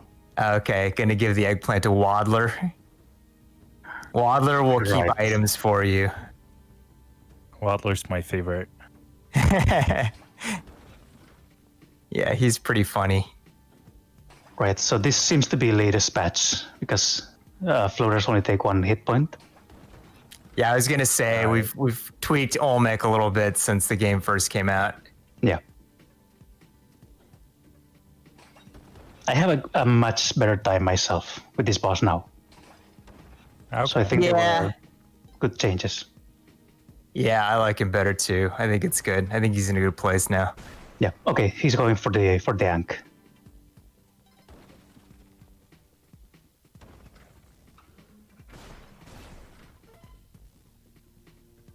I have yet to do this part with this new behavior. Yeah, this part hasn't changed since we released it though, right? But that was very clean, just whipping those UFOs. Yeah, but just because the fact that people used to just wait upstairs, like this phase was completely ignored. Right. Olmec usually went straight down. I know, which is why we had to change it, because I love that third phase. Yeah, yeah. I think it's my favorite phase. It even has music for it. You know, each phase has different pieces of the music, and no one had ever heard that third phase music. That's why we changed it. We wanted people to hear Eric's that was music. the main reason. That's my incentive. Oh. Octopus there is. That was pretty smooth. Okay, so he left the eggplant up. No. It wasn't that on Waddler. Never mind. Yeah. Forgot. Yeah, you can imagine Waddler's just carrying it somewhere behind the scenes. Scared not to break it. Well, no, Waddler stores items inside his body, so he's just got the eggplant like sucked inside him somewhere. Yeah, I imagine Waddler exists on like multiple planes at the same time, and he just like puts something inside his body and it appears elsewhere. Yeah, it's like a teleporting entity. Safest there place. You go. Waddler lore. We're just creating it on the spot. Yeah. The deep Waddler lore.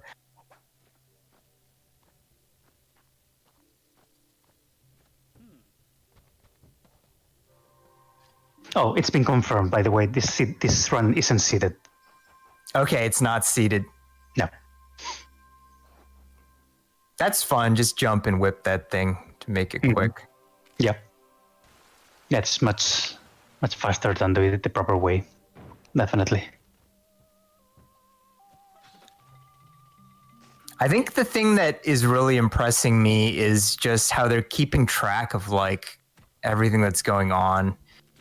I don't know, even after all this time, like, you know, when I get to the Lake of Fire, it's just, I have to think about every step that is required to actually, you know, bring all the items you need to the next stage. And yeah, just keeping all of this in their head at the same time is really impressive. I'm ballsy. I don't take no shit from anyone. I smoke my stogie anywhere I want. I don't have to find a hideout place like you. They just looked at the tablet of destiny and memorized it right then, huh? Yep. So he knows which one to pick straight away. Okay, yeah, I think he's going to carry it.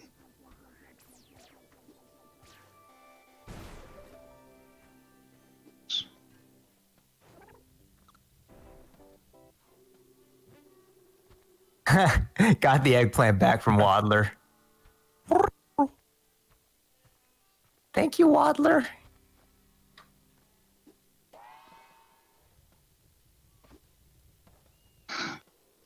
Back to sleep. There they are, the eggplant child. Is this intended, Derek, by the way? I don't think I ever asked you. What? The ice cave skip. Did you make it so you could fall and just grab the edge? No, no, not at all. Okay. Was not intended. Cool though. Yeah, it is. Yeah, you can just drop straight down. You can kind of like line up two tiles where if you just you just drop straight down. You can skip a big part of it. Ooh, they actually got hit there. I wonder how much they're sweating at this point. Probably a lot. Eggplant child is a very good child, though. They just go to sleep as soon as you put them down. Yeah, that's not how it works in real life, definitely. Okay. Oh! That scared me. All right, so if you go back and you look at the journal entry, you can pause it and you can see what they're looking for. I have no idea. This place is scary too, just with all the elevators going on. Right, yeah. Yeah, elevator, number one scariest trap in the game. For sure. Can easily crush you on those little corners.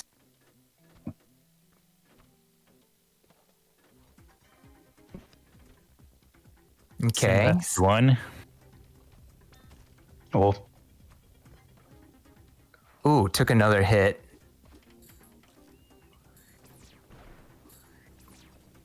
I wonder if that was intentional, like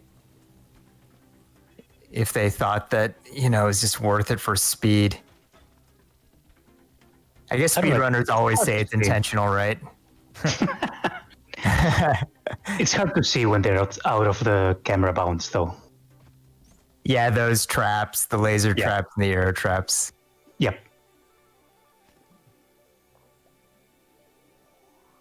I love how they put the eggplant child to sleep at the beginning of the level. You wait here, son. Yeah. They're just so, they seem so tender with the eggplant and the child. It's great.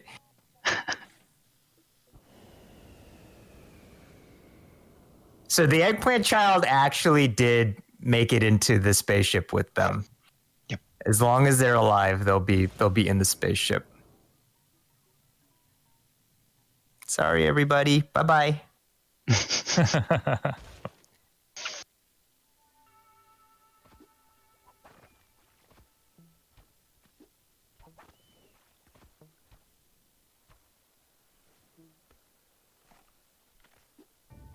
So now they have to bring the child with them, and you'll see why in a little bit.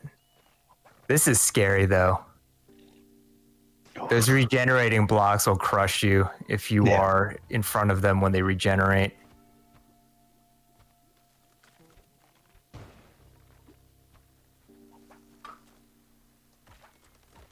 Yeah, I don't know if anyone's figured it out by now, but this is a metaphor for parenthood. Carrying your little baby through dangerous places.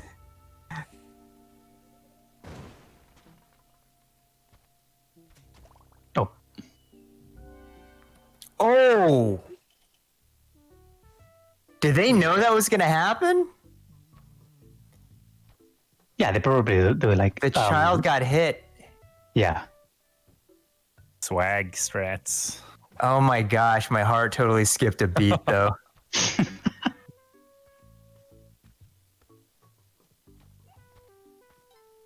And welcome to Eggplant World. All that nice eggplant juice flowing. Yeah. Delicious eggplant juice. I don't know if it's what it actually looks like, but nice and pink.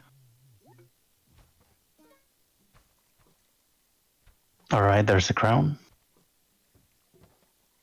So I think the goal of Eggplant Percent is to just beat the game with the crown. And if you're wearing the crown, you can throw eggplants, of course. Okay, yeah, I had to check their health. I forgot that they got a bunch of health in Eggplant World. Yeah. If you eat the face of the Eggplant King, you gain a lot of health. I know it's really obvious, but yeah, I mean, best you would. You can definitely get like 99 lives out of there, if I recall correctly. I think so, yeah.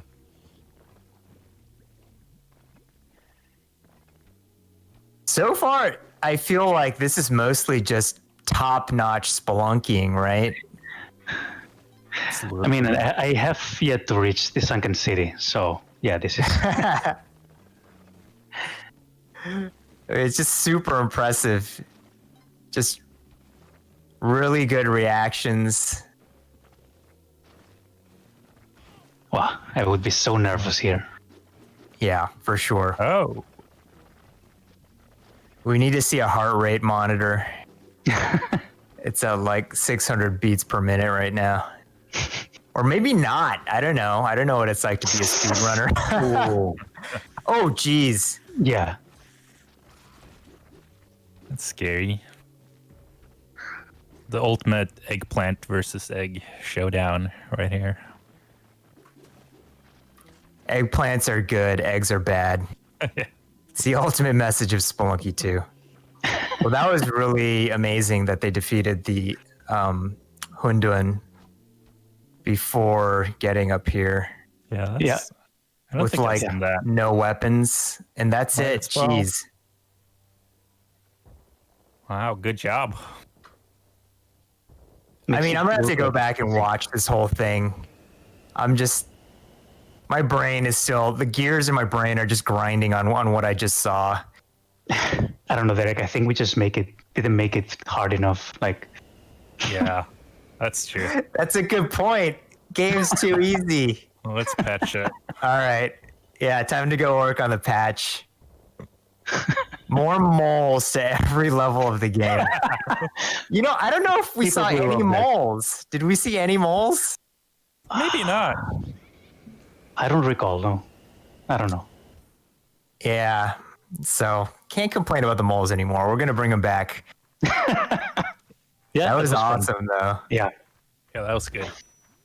Yeah, lots of close calls. It felt like, but I don't know. You don't know how much is intentional in these runs. It was cool. Yeah, it makes me want to go play the game and try to get better at it. My next goal is almost reaching Sunken City, but I mean, not at this speed and no eggplants involved. Plant. I think the funny thing is, whenever I watch these speed runs, like it does make me want to play the game and try to do it myself, and then I always fail. And like I'm feeling that same feeling right now, even though we made this game. Well, that's cool. Yeah. No, it was fun. That was really good.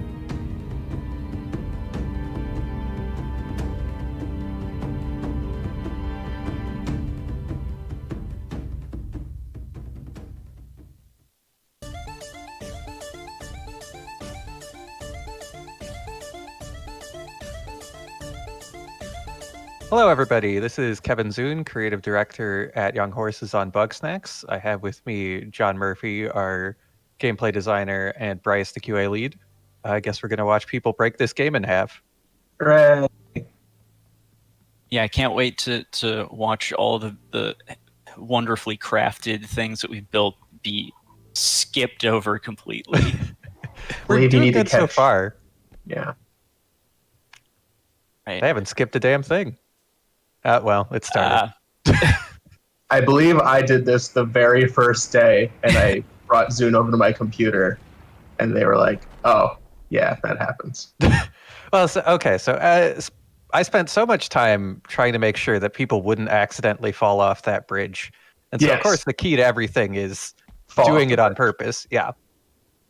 Yeah. Me and Zune talked very early about all these potential skips, and the decision was, well, as long as people won't accidentally run into them, then why not just leave them? I mean, here they have completely ignored Philbo at the start. Philbo doesn't care. He's still ahead of you. I like that they also managed to skip the whole flashback scene with Clumby.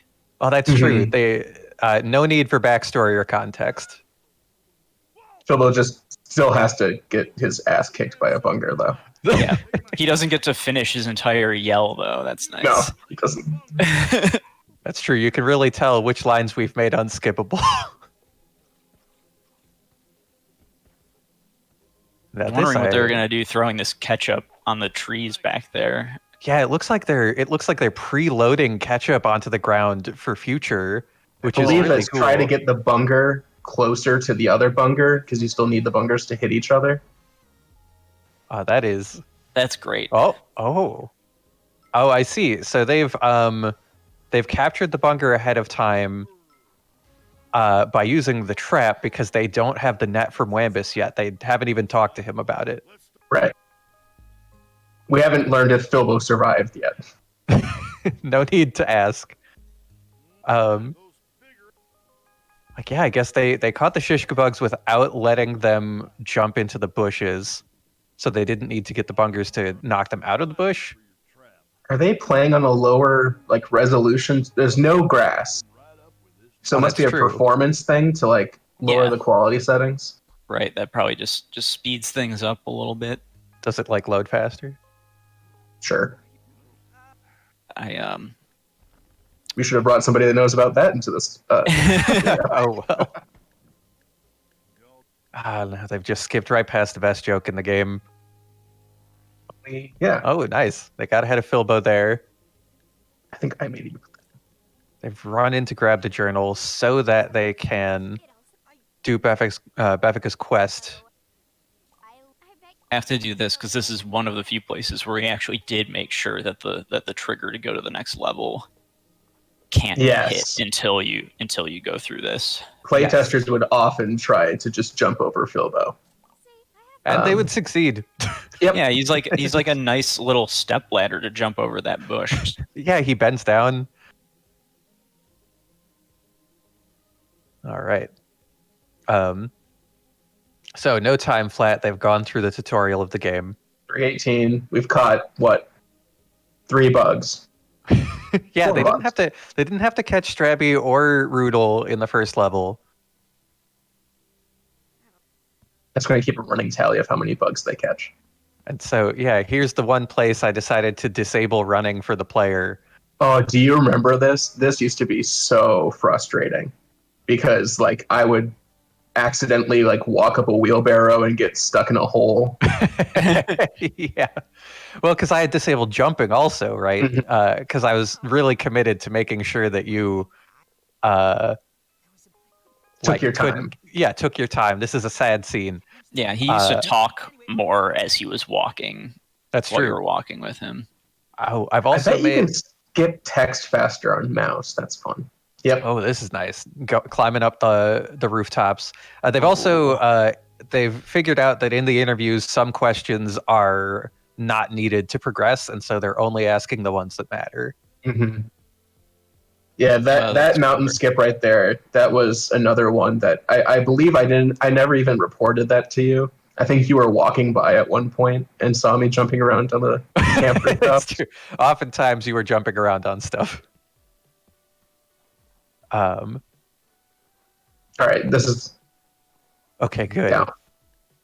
Oh man. Okay, so by doing the mountain skip, they have just avoided playing 3/4 of the game. By the way, you don't have to go to. They don't need to meet any of the characters. They don't need to help Snacksburg in any way. They just jump over that one bridge and then this series of rocks, and now they are at the end of the game.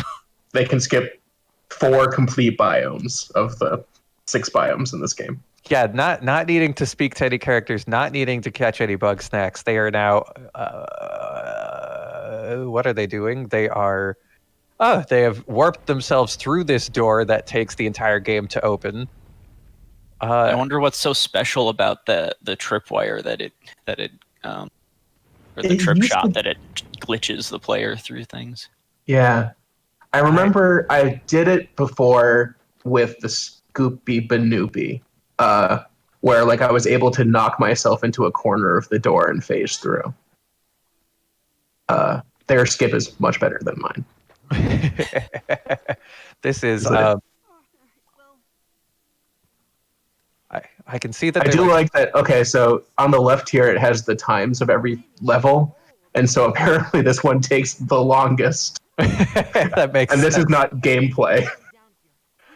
Well, I can see that they're scraping against the walls of the undersnacks here in an effort to get through it faster, because this is the other place where I disable your ability to run. Mm-hmm. That's a good point. Yeah, it feels like a racing game or something there, like staying inside of the turns. Yeah. Again, I just really wanted to communicate a mood here, so no running. Not that it matters to speedrunners. Drifting DLC in the next update. You can drift around corners, says Bumpus now. And here they're interviewing Lisbert. I think unlike Philbo, Lisbert, you have to ask her all the questions. You can skip 2, I think. Oh, you're right. Oh, there they go. There are mysteries yet unsolved, you guys. Oh, there's definitely. I'm not going to say anything, but there's one thing that they haven't found that can speed this up a little. Interesting. I certainly don't know what it is.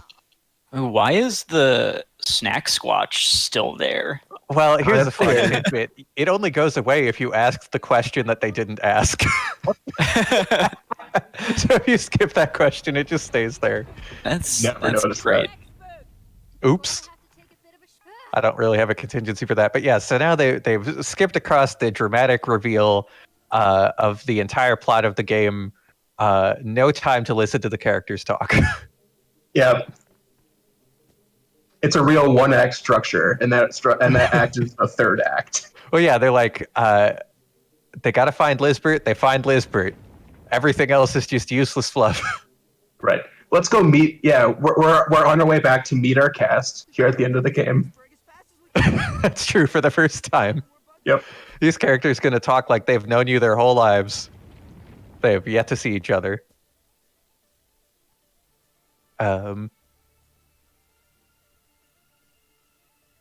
Felt really callous to walk past Philbo here at the end for some reason. Just run straight ahead of him. Like, yeah, much more so than at the beginning of the game.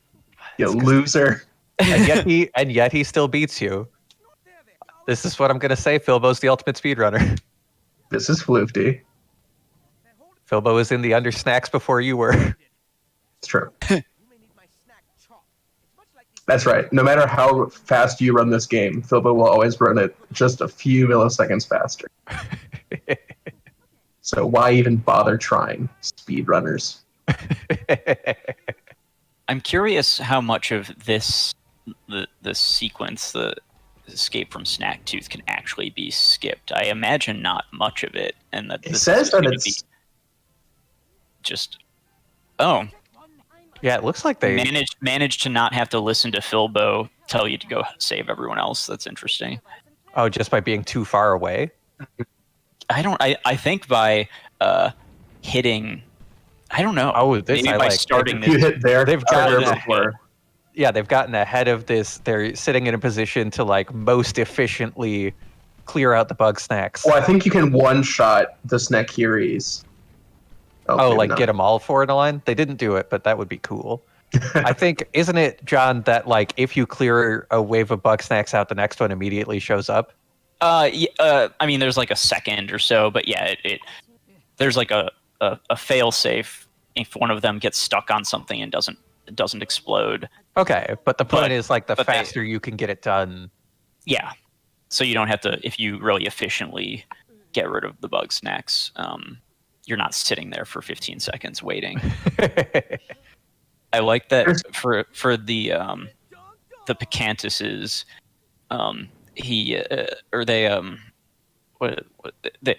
they knocked them towards the Grumpuses so that like the component bug snacks just like were eaten, because that was more efficient than trying to. I do like that we've generally had to see them play this part. They're like engaging in the gameplay for a couple minutes at least. Yeah, good job, John. Thanks. Between this and I really liked the beginning, the efficient placement of Ketchup.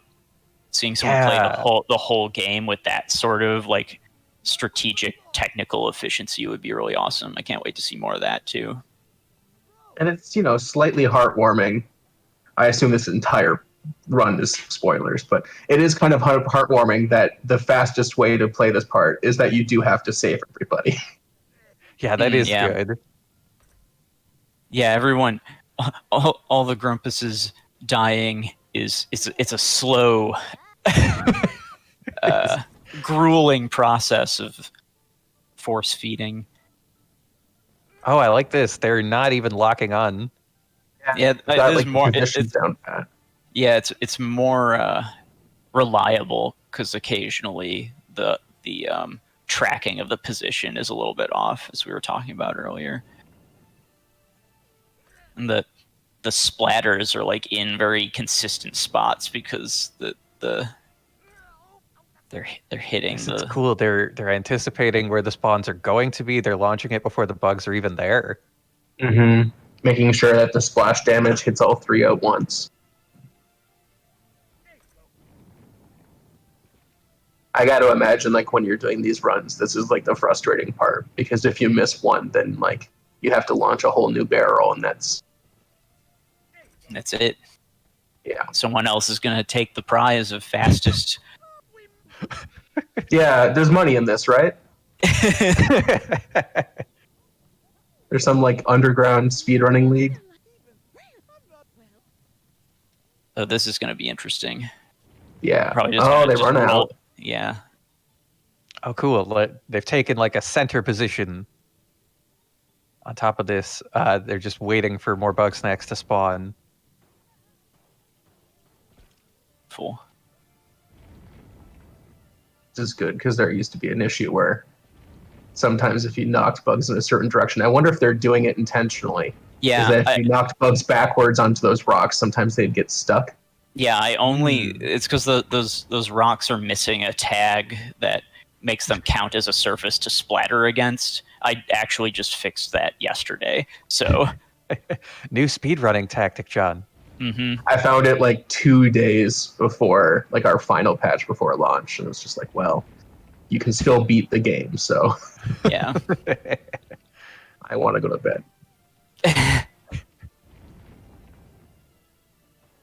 Yeah, so they're just kind of like anticipating once again, leaving it where the bugs will just kind of naturally walk into the ball. I am kind of amazed though that there's no like you still have to do them all. Yeah. It feels like, I mean, kudos to us. It feels like there would have been some exploitable more exploitable way for this.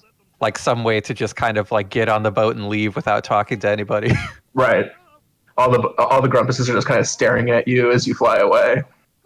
Yeah, it is amazing that like the most gameplay we've witnessed is at the very end. Right. And has nothing to do with catching bug snacks. Yeah, exactly. I think it's because it's the most linear part and like constrained part of the game. That's true. For sure. It's kind of like a section of like Midway arcade games. Mm-hmm. So yeah, they're similar idea, just putting sauce where the bug snacks are gonna be. Right between where the bug snacks are gonna be. So like they have to walk the shortest distance to hit the splat. And they don't even look. The explosion happens without looking. That's how cool it is. That's right. No scopes and bug snacks. Okay, so they've saved everyone. They're heading back. Though they're gonna hit this. If they get on this boat before these two get on. Oh, okay, never mind. Saved by the cutscene. Yeah. Although the player's having trouble getting onto it, but I guess that doesn't matter. Got a nice little look inside of Triffany's face right there. So yeah, I think like all this is just playing out as a cutscene. I don't think they can make this happen any faster, which is good. Witness. Yeah, now it's just like a story, sprint on jerks. the beach. Wait, can you run on the beach? Yeah, right. Oh, okay. I think so. Yeah. I guess we'll find out in a sec. Listen to Pretty some sure. sad, tinkly piano music for a bit. Yeah, do you feel emotionally fulfilled, speedrunner? That's the real question. Was it worth it? I mean, they saved everyone in record time without putting them in that much danger. So That's yeah, true. Yeah, I like the lesson learned by this version of the game. There's no character growth, but I am alive, so. Yeah, here they are, sprinting for the finish. They jumped over Peffica's head to save time. That's just showing off. Yeah. Bugsnax 2 is definitely going to be a Madden game. So yeah, no need to talk to Phil out there. Oh, this is cool. I wonder if you can beat Floofty. Can you be the first one out of the beach? Maybe. Now they've skipped across all this epilogue dialogue, and now the game's over. Wow. So is that where they call it the end? Yeah. Wonderful. Look at that. Wow. Well, good job, everybody. I think we made a really good, emotionally resonant and satisfying game. I think everybody learned a valuable lesson about capitalism. You spend 6 years on a 15-minute long game. Feels good. That's right. I guess that's it. That's the run. Yeah. Any last words? Working as intended. Well, that's Bugsnax. It's out now on PlayStation 5, PlayStation 4, and the Epic Games Store. Give it a look. It's a lot of fun, especially if you play it for longer. There's a story. You're going to love it.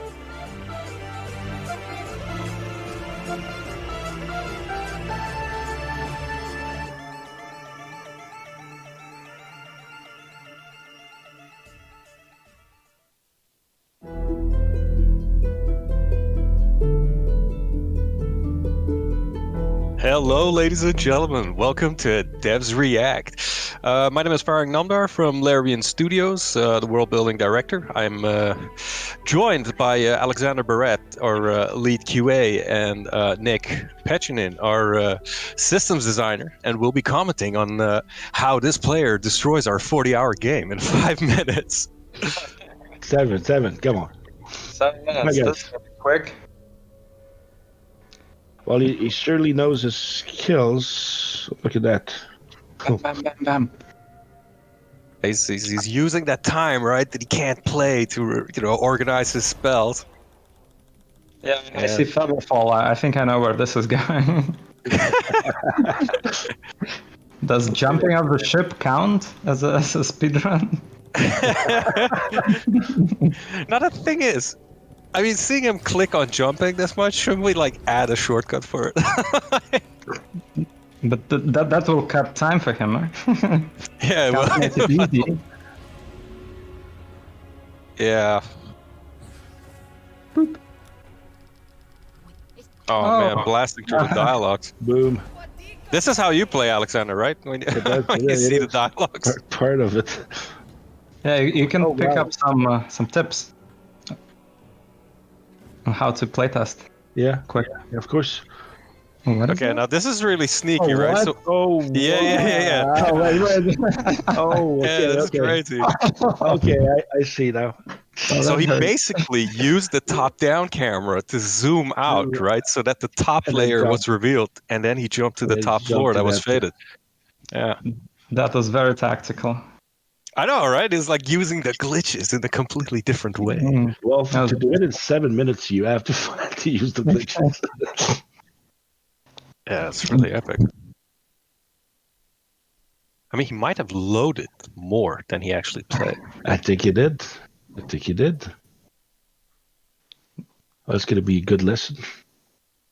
But many of these things will be fixed. So don't you dare think you can do this again.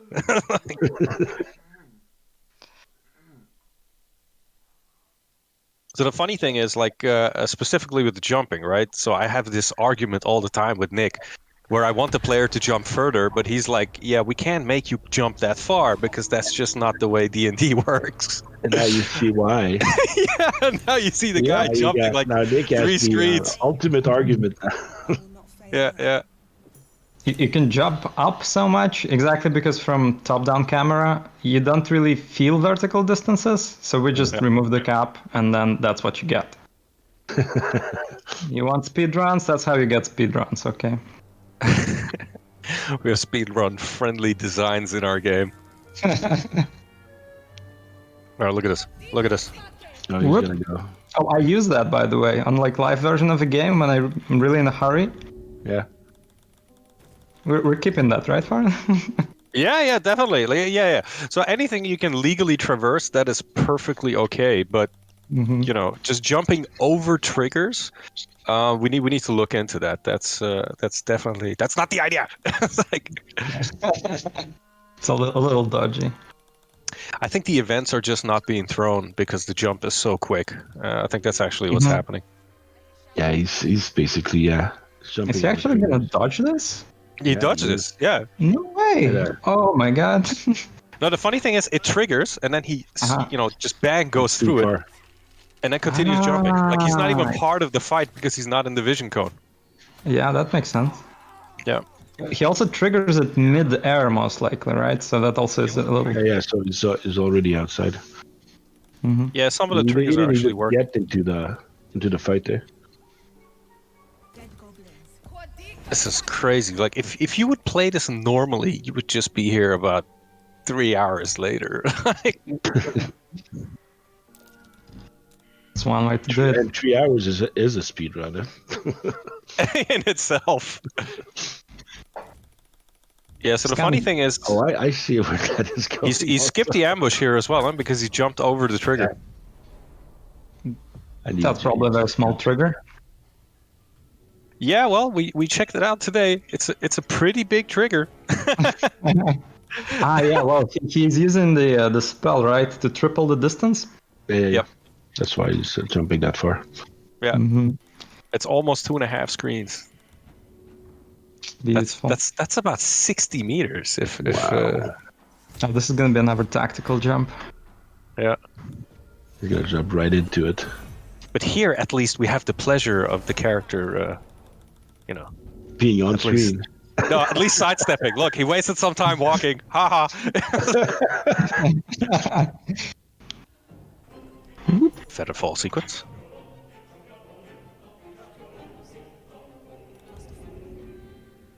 All this jumping reminds me of that one speedrun of Morrowind, where you jump over half of the island.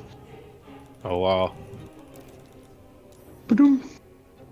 That's crazy because he gets a height advantage here as well, huh? Yeah. He jumps And even he still further. has Featherfall, otherwise he would die several times here. We've been making the levels with you got this overview and then you can see where you want to go. It's been absolutely abused. There you go. And he jumped over this ambush and yeah.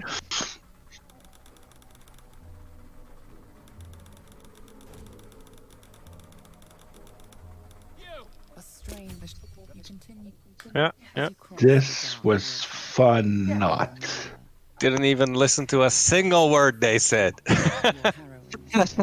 Except this. Just the ending.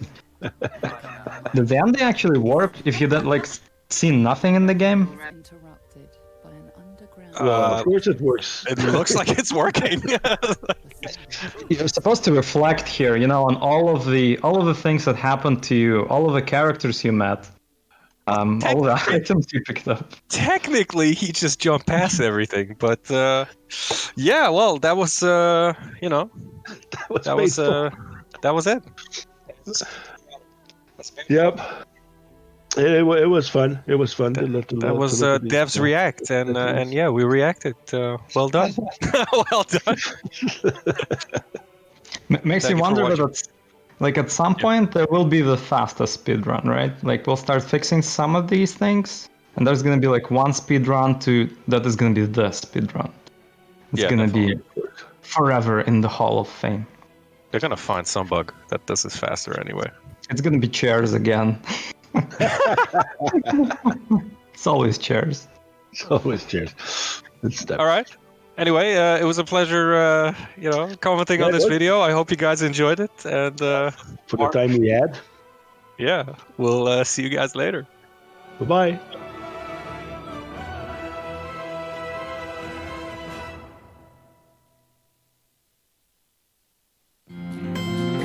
Really cool things if you bounce. Yeah, look at this. Oh my god. Oh, wow. Oh,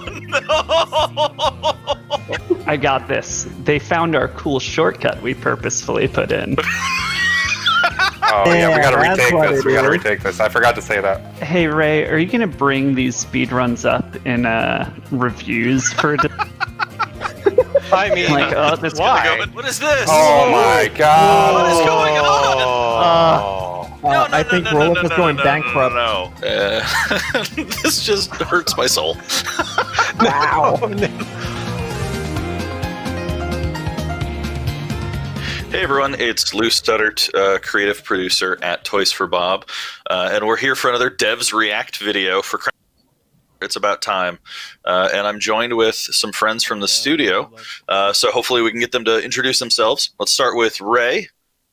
Who are you? What Hi do you folks, my name is Ray West. I am lead level designer at Toys for Bob. All right, and Jan? I'm Jan, and I am lead character designer at Toys for Bob. All right, Steven? Hi, I'm Steven Ivanauskas, level designer at Toys for Bob. And Ethan? Hi, I'm Ethan Benanov, a senior software engineer at Toys for Bob, and this guy speed ran through the menus. He's setting a pace. Yeah, so we're here to all giggle hysterically at this phenomenal speedrunner playing the game as intended, correct, guys?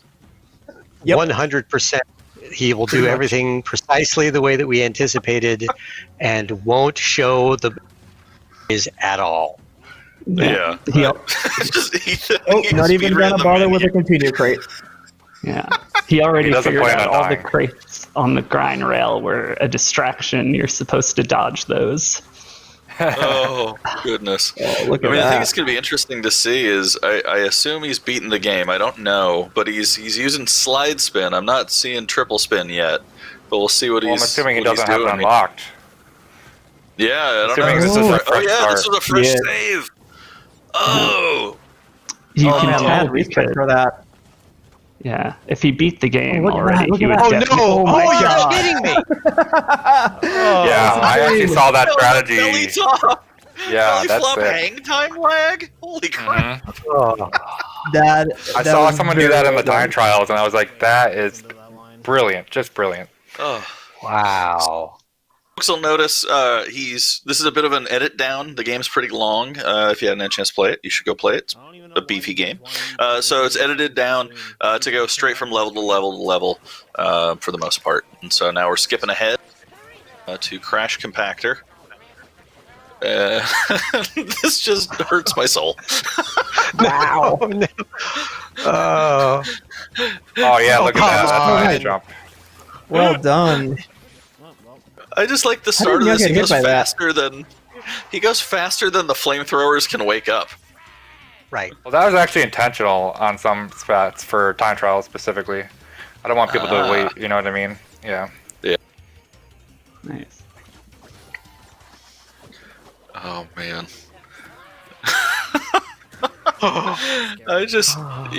It's the shortcuts, you know? Like it's the spot. Yeah, we totally Oh, God, we should give that minion a little medal. right, give that minion a raise. Yeah, he's just bigger next time you get to him. Oh goodness. I'm still Yeah. not over the belly slam hang time. That I made me know, very the belly happy. slam hang time is genius. Right, because I always think of belly slam as like a complete negative when speedrunning, right? Right. And that's like a way that you can use it to be positive. Ooh, Oh damn. wow. Yeah. Wow. Yeah. Oh! Hey. Got him again. You know, you fly too close to the sun, this is what happens. They're fast, not invincible. That's good to know. That's good. That's very good. Which means there's room for Yay. improvement, which is what's even more terrifying. We should keep score on which designer's level successfully kills the speedrunner the most. Ooh. All right. So what was that? 2 points for Matt? 2 points for McManus, that's right. All right. I'll put this down. All right. I love this I've got battle. a notepad. So you have the. Is there still a bug in this level where you can just like skip it? No. Oh, Don't Find tell out. them. Out shortly. Let's see them try that Let's see. again. Oh man. Crash 4 could be the best-selling game of all time, and if it was dog shit, I wouldn't like it. Yep, pretty sure Oh. this is what's happening. Oh. Yeah, so I read about What's this. he If doing? you like slide spin the enemy, it skips the next Wait, what? damage phase I or don't know what something. even because Oh. it's taking, yeah. Why? Why this? Wait, what? What is going on? What? That is No. impressive, but sad. but impressive. No, wait, But don't also worry, very guys. sad. I got this. They found our cool shortcut we purposefully put in. Oh yeah, we gotta that's retake what this. it We gotta is. retake this. I forgot to say that. All intentional. Yes, yes. Everything is by design. Oh. Opening the script now, it says right here, we did this on purpose. Yeah, good. Yep. Oh wow. All right, let's see what he's doing next. This is Maybe just- the shortest speed run ever. It's it's like watching the game and fast forward. I'm curious about all the other boss fights because, like, there's level design shortcuts. You know, you can cut corners and stuff. But I just love stuff like that Sure. where they just completely broke the game mechanics. You just love it when they break it. Well, it's just like really creative instead of just cutting a corner. You know. That's true. That's true. Even then, though, finding those corner cuts, man, like again, that belly flop hang. For sure. Yeah. Nobody worked Just hard say, on let's that. just say the dev time Ghost doesn't have that body slam. I'll just put that out there. Sure. Yeah. I also like the fact that we get the controller in the video, so we can see how fast his fingers are moving. Yeah. Oh Yeah, that wow. is awesome. That's so A great. lot of people said they did remap some of their buttons just for that. He seems Just to saw be it. doing the He's doing default. he's doing like R1, I think, for crouch. Yeah, that's the Yeah, preferred method, so yeah. you don't have to move your thumb back and forth. I never broke sneaky. out of the habit though. From PlayStation 1, I still use the circle button. Sure. I don't want to jinx it, but at least on rail grind, they have to stay at the same speed. Right. But I again, think I you don't want just to jinx jinxed it. it. We put that. Take a breath. Probably take that over a new game annually. Oh goodness. DLC is a lot like Yeah, it's so funny too, just because we're seeing early game right now, but and when it gets late, Oh no! Oh, What's that? That's so That's cool. my Well fault. done. That was my fault. that was some Tony Hawk stuff right there. That was That amazing. was. The 5-0 Steven, grind by rail. fault, you mean completely in. Yes, intentional. Right? Yeah. Okay, good. I'm just taking the fault, more like the credit. I'd say. Wow. Wow. Hey, we did some damage once. That was Maybe it was satisfying. intentional though. It could have been intentional. Just That's true. using the Aku. Oh wow. Oh man. That was very impressive. All right. Great Note run. to self: vary the within jump so they can't do that slide stuff throughout every level. And I just Because if there was like a curb there, you'd trip and Yes. fall, Yeah. and we'd all. I remember the laugh. discussion of like, should the slide keep you level or drop you slightly? And I feel like Yeah. we made the right choice. It's cool that we.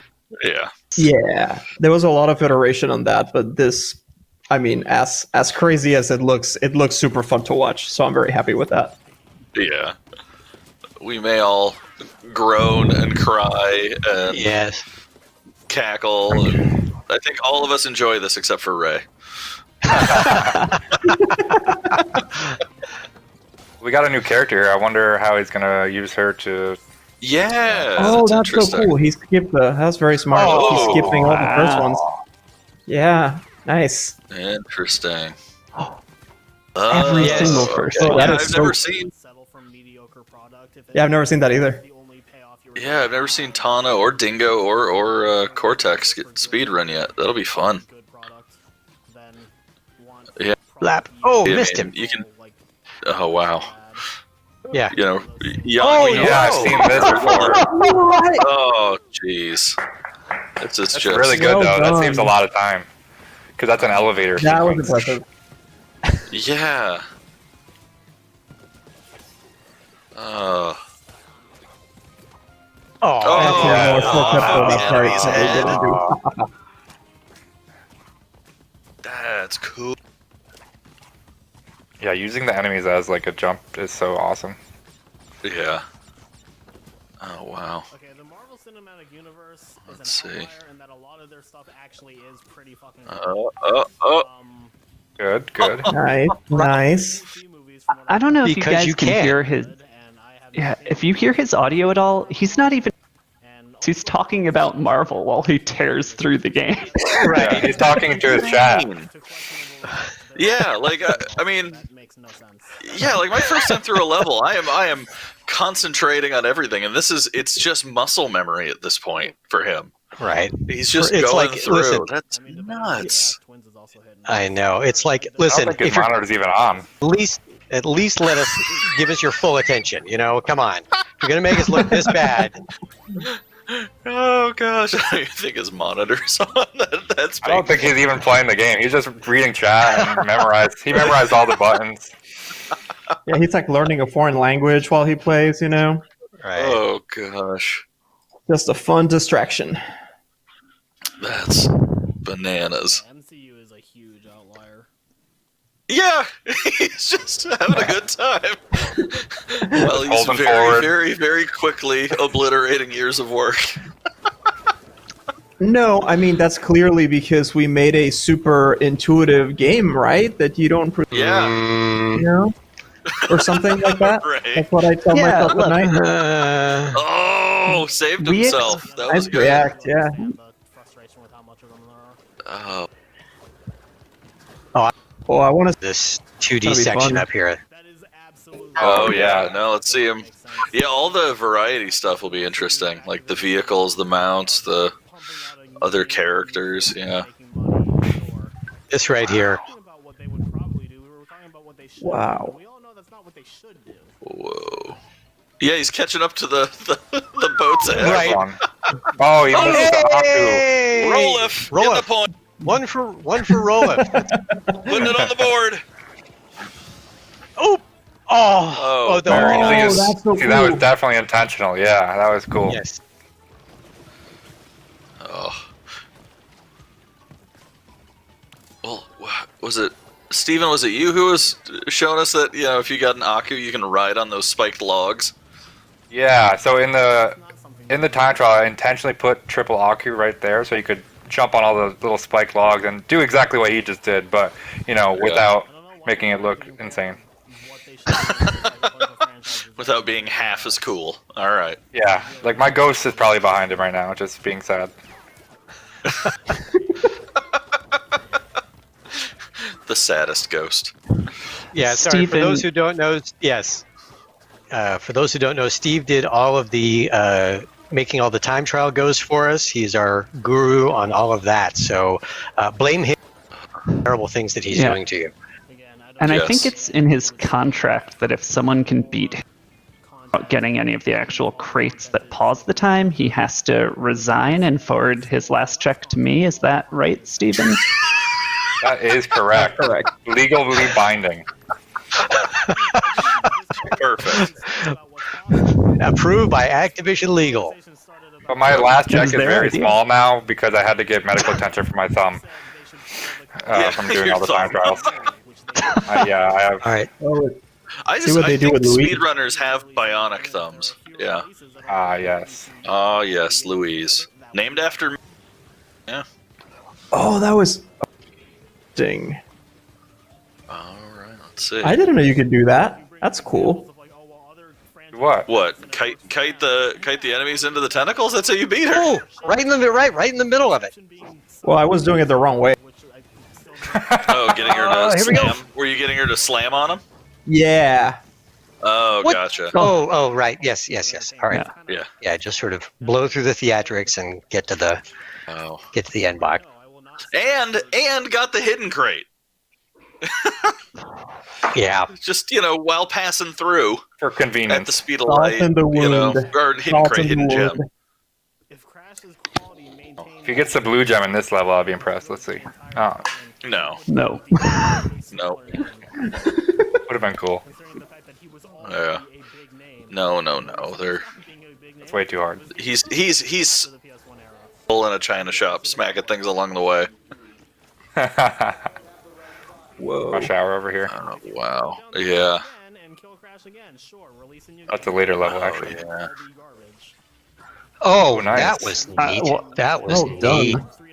Oh. Oh, I. Oh, Barnes! John. I was John really Lawrence rooting gets- for him. Oh, John's got one. All right, at the end of the speed run, it's going to be great to. I was going to say, Steven and Ray, you guys aren't on the board yet. I Slacking. I'm really slacking. I know. What is it per capita that or per was population? nice. I don't have as many levels.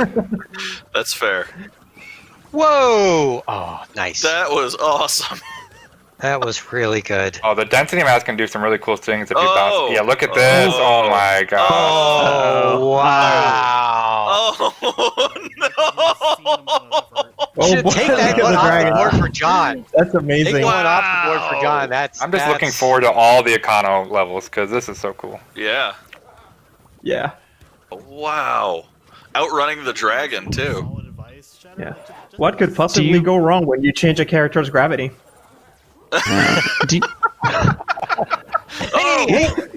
Oh my god. That's what I say. Recovery. Hey Ray, are you gonna bring these speedruns up in reviews for? I mean, Like, oh, this why? Go into the That's yearly. right. That's right. It's like it's not going in the self reviews. That's for certain. The ones we give ourselves. Yeah. It's like, yeah, sorry guys. Here's evidence of why. Gosh. All right. So to recap, Matt has 2 deaths. Roloff 1 and John 1. So that's the current scoreboard. Here we go. I'm Here's dreading Steve. this. Steve. I'm dreading this. Steve's I know level. there's a giant skip on this level, and I'm just dreading it already. Oh, the one. Oh. Right. You're gonna get a talking to during this Steps React Yeah. video. I'm just getting demoted already.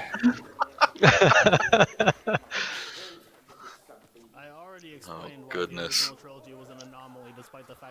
Not even gonna wall run. Why No. bother? Too slow. Oh wow. Yeah, I know. It's like what? Well, yes. Oh. Run. Guys, you can see I'm doing a really good job at introing people to wall run. Yeah. You teach them it's optional right away. Yeah, Yeah. right away. You don't even need it. Oh yeah. Good couple Classic. of skips there. All right, Akano, show me Alright. your moves. Oh, he doesn't have triple spin. That's huge, actually, because Oh my Whoa. god. Oh. I just like They don't need any triple spin. You got all the spins they need. Look at that. It's crazy. no, there's a hidden technique with triple spin and Akano that makes you go really far and fast and can speed you up pretty good. what? Did he just skip that whole thing? Yes. And then Oh, he's going. he's Wait, gonna what? skip the What's going thing. on? He's avoiding the trigger that removes Akano so he can have it for the rest of the level. Oh Yeah. no! Oh. Cheating. We don't have to Was count that this a wall run anymore. with the mask? Oh, Wow. asterisk on this one. I'm gonna cry. No! What? Yes. Goodbye. So See ya. long. This is my no. favorite part of the level, personally. Oh. It's designed so well. Wow. What Hey, just happened? Negative he 5 can. points for Steve. -5? Negative Yeah. 5 points? Okay. I mean, if we're looking at golf scores and like laps and stuff, I'm doing the best. That's true. Hey, Luke. This is like a Grand Prix. Half a point Yeah, because yeah. they Hold on, just did Jan. a. What's up? Can I get a half a point because they just did wall run while using Akano and the game didn't break horribly. That's correct. That's correct. That was not in Alright. our Okay. yeah, our magic thing. Okay, Jan, you get a half point. Thank you, Steven's thank at you. -5. As you can tell, our point system is very accurate and specific. Yeah. Whose line is it, anyways? That's right. That's right. The score Where doesn't points matter. mean nothing. Yeah. Oh. Oh! I didn't know you. Oh, all right. What's interesting? That makes him look like a cool action hero. He tail thwacked the mixers. Yeah. Took that right out of Pacific Rim.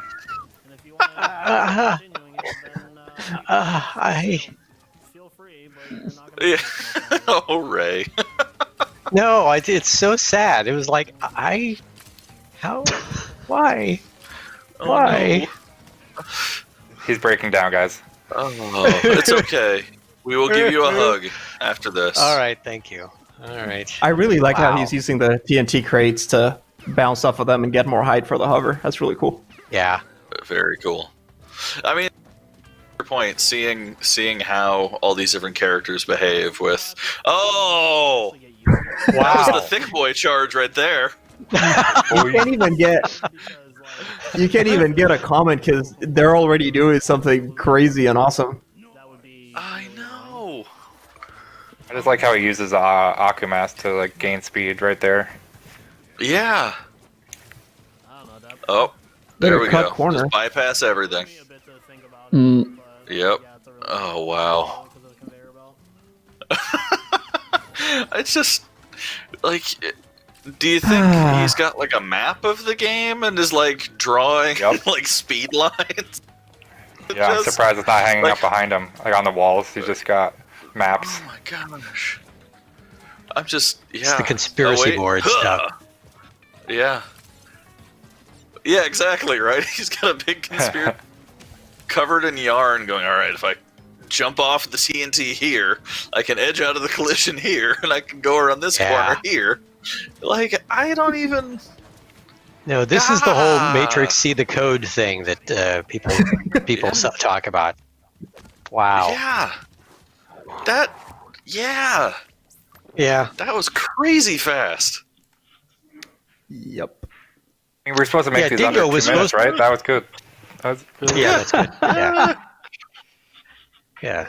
Oh, wow. Dingo's more the slow, methodical character. Well, that depends, doesn't it?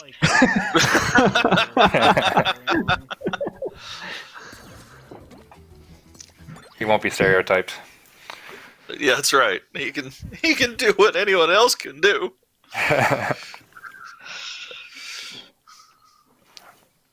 All right, let's see this. Oh, jet Run board. It By You is gonna be. This is gonna be a good one. Yeah. Yeah. So bad on PC. I remember still having issues with it. Goodness, yeah. The sous chef boat. Unfortunately, I don't think we're So- going to see that.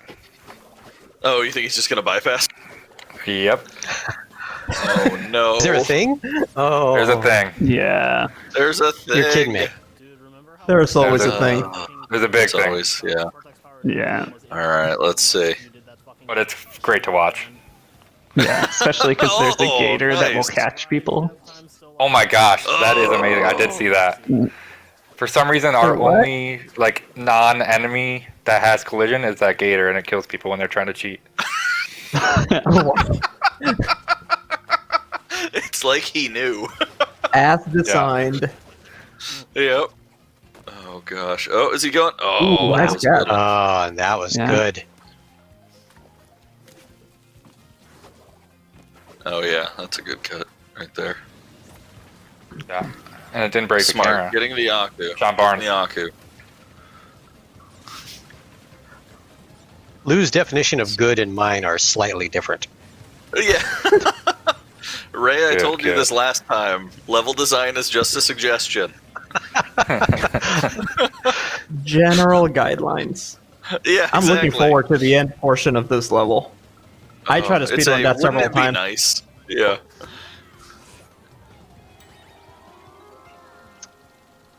I think people don't realize that if you move with the whirlpool, it does boost you a little.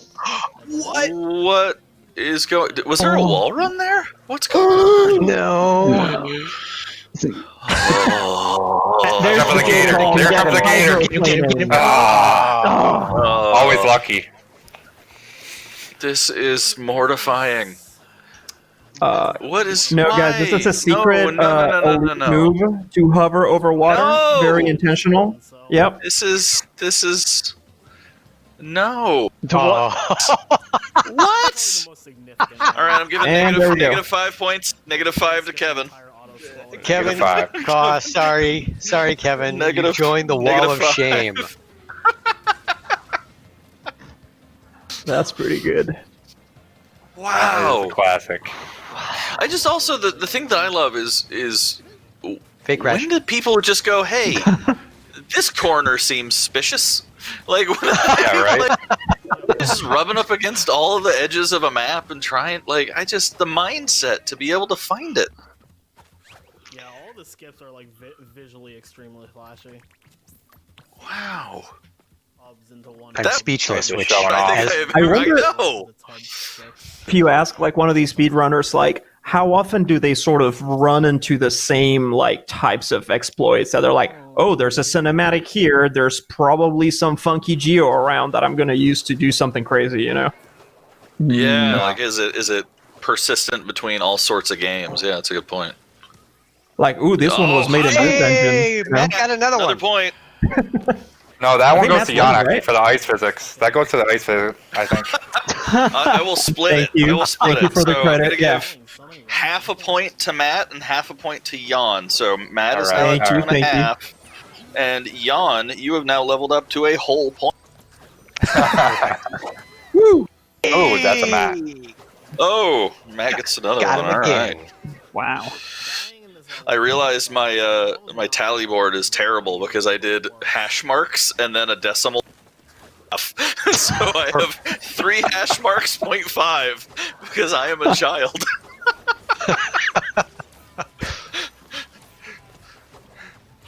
Nice, nice. Wow. Now the entire internet. No, Hey! Ooh. I think Matt's going to win this, guys. Yeah, he's Oh, really yeah. running away with this. I don't know. You know, Vegas has him as a Barnes will, favorite. That's Barnes true. will- It Barnes all will come back at It the all end. comes out of the wash. Yeah, it all comes out of the wash for Lab 3. I don't know. People are pretty good at that one. Cortex Castle is a good one to memorize. Yeah. Hey, am I correct? The only mask we haven't seen yet is Gravity, right? Correct. Looking forward Yep. to that. Yep. I am looking forward to that. Yeah, you think there's some sweet exploits you can do with that? Oh, yeah. Oh, just straight through. Straight through. Oh. Hi, Zombie Fisherman, created by Cortex in the Lab. Those are my favorite. Oh, he doesn't even Why need even dice. bother slowing down time when I- you're so fast? Yeah. He probably we take is away like, masks. No, I just got to think it's like, you know, when you watch someone in a movie who's really fast and they just see the world around them slower. That's probably how he sees the game. Oh, here's another boss. Ooh, yeah. This will be an interesting one. That's right, because... This is a Mike Stout So we skipped... special. Yeah. Skipped Embryo, right? Correct, yeah. I guess it goes without saying, when watching a full game playthrough speedrun, spoilers. Oh, Ethan, your favorite. Oh no, it skipped my line though. Oh! Well, fun fact, Punchbot Mark 2 is one better than Punchbot Mark 1. Is that a Spinal Tap joke, or...? No. God, it's just our writer being a genius. Oh. Yep. Conflict of For interest. those who don't know, Ethan is married to our writer, Mandy. I maintain complete impartiality. That's true. That's true. He never laughs at any Look of at my this. jokes, only hers. I'm happy to confirm the genius. I still want to be invited for dinner. Yeah, right.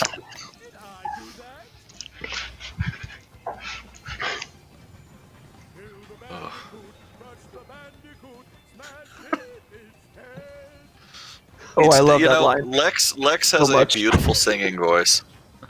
Does he have an album? He should. The dulcet. We should get a Neocortex Christmas album.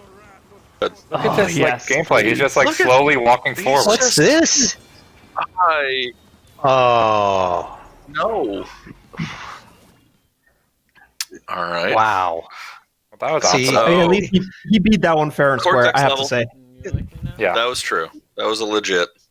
No asterisk on that one.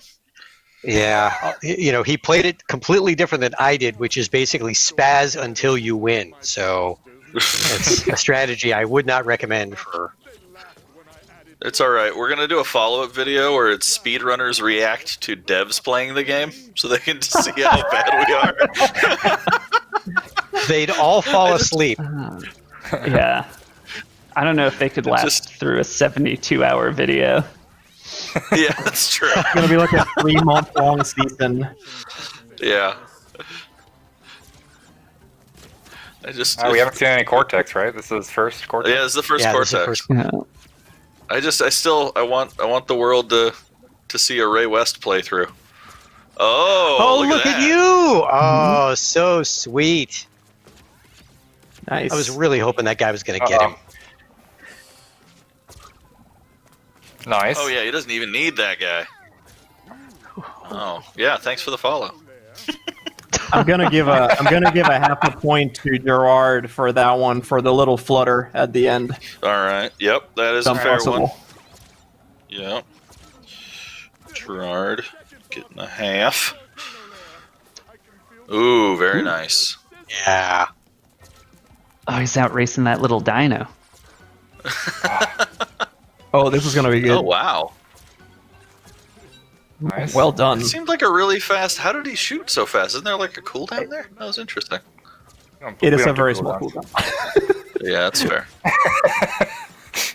We had a very small cooldown, and at the 11th hour, Chris Nelson's like, "Hey, what if smaller cooldown?" And we're like, "Okay." Yeah. All right. Okay, so half point for Chris. Is that what I'm hearing? Yep. All right, that's fair.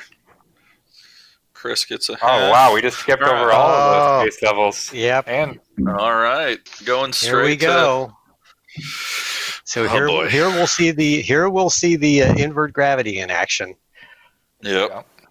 Invert gravity. And We're going to ice see and the Schnurgle. slippery physics. We're going to see That's the true, we mount. get the This is going to be Schnurgle. great. It's true. That's right. For folks who don't know, the mount's name is Schnurgle. The official reason for that name is our wonderful art director Josh saw the creature, and that was the first sound that came out of his mouth when looking at the console, and just went, "Oh, Schnurgle." Okay, that's his name. now we name a lot of things, actually. Would you believe me if I told you that the Schnurgle assets in the engine, Schnurgle is spelled like 8 different ways? Yeah. Oh no. Yeah. I mean, it's not exactly something that rolls off the tongue. It's an alien language. I mean, and other fun fact: this takes place on the planet Bermugula, which we took from in CTR. Oxide is racing. He has a line where he yells, "You're slower than a Bermugulan slagvork," or something like that. Nice. And that's where we. That was my nitrous oxide impersonation. Thank you. That's pretty Very good. good. Nice. I'm going to give you a Yeah, I get a half point for my nitrous oxide impersonation. Yeah. All right. All right, let's see this All invert right, here we gravity. go. Oh, yeah. Just smooth. Very slick. Very, very slick. smooth.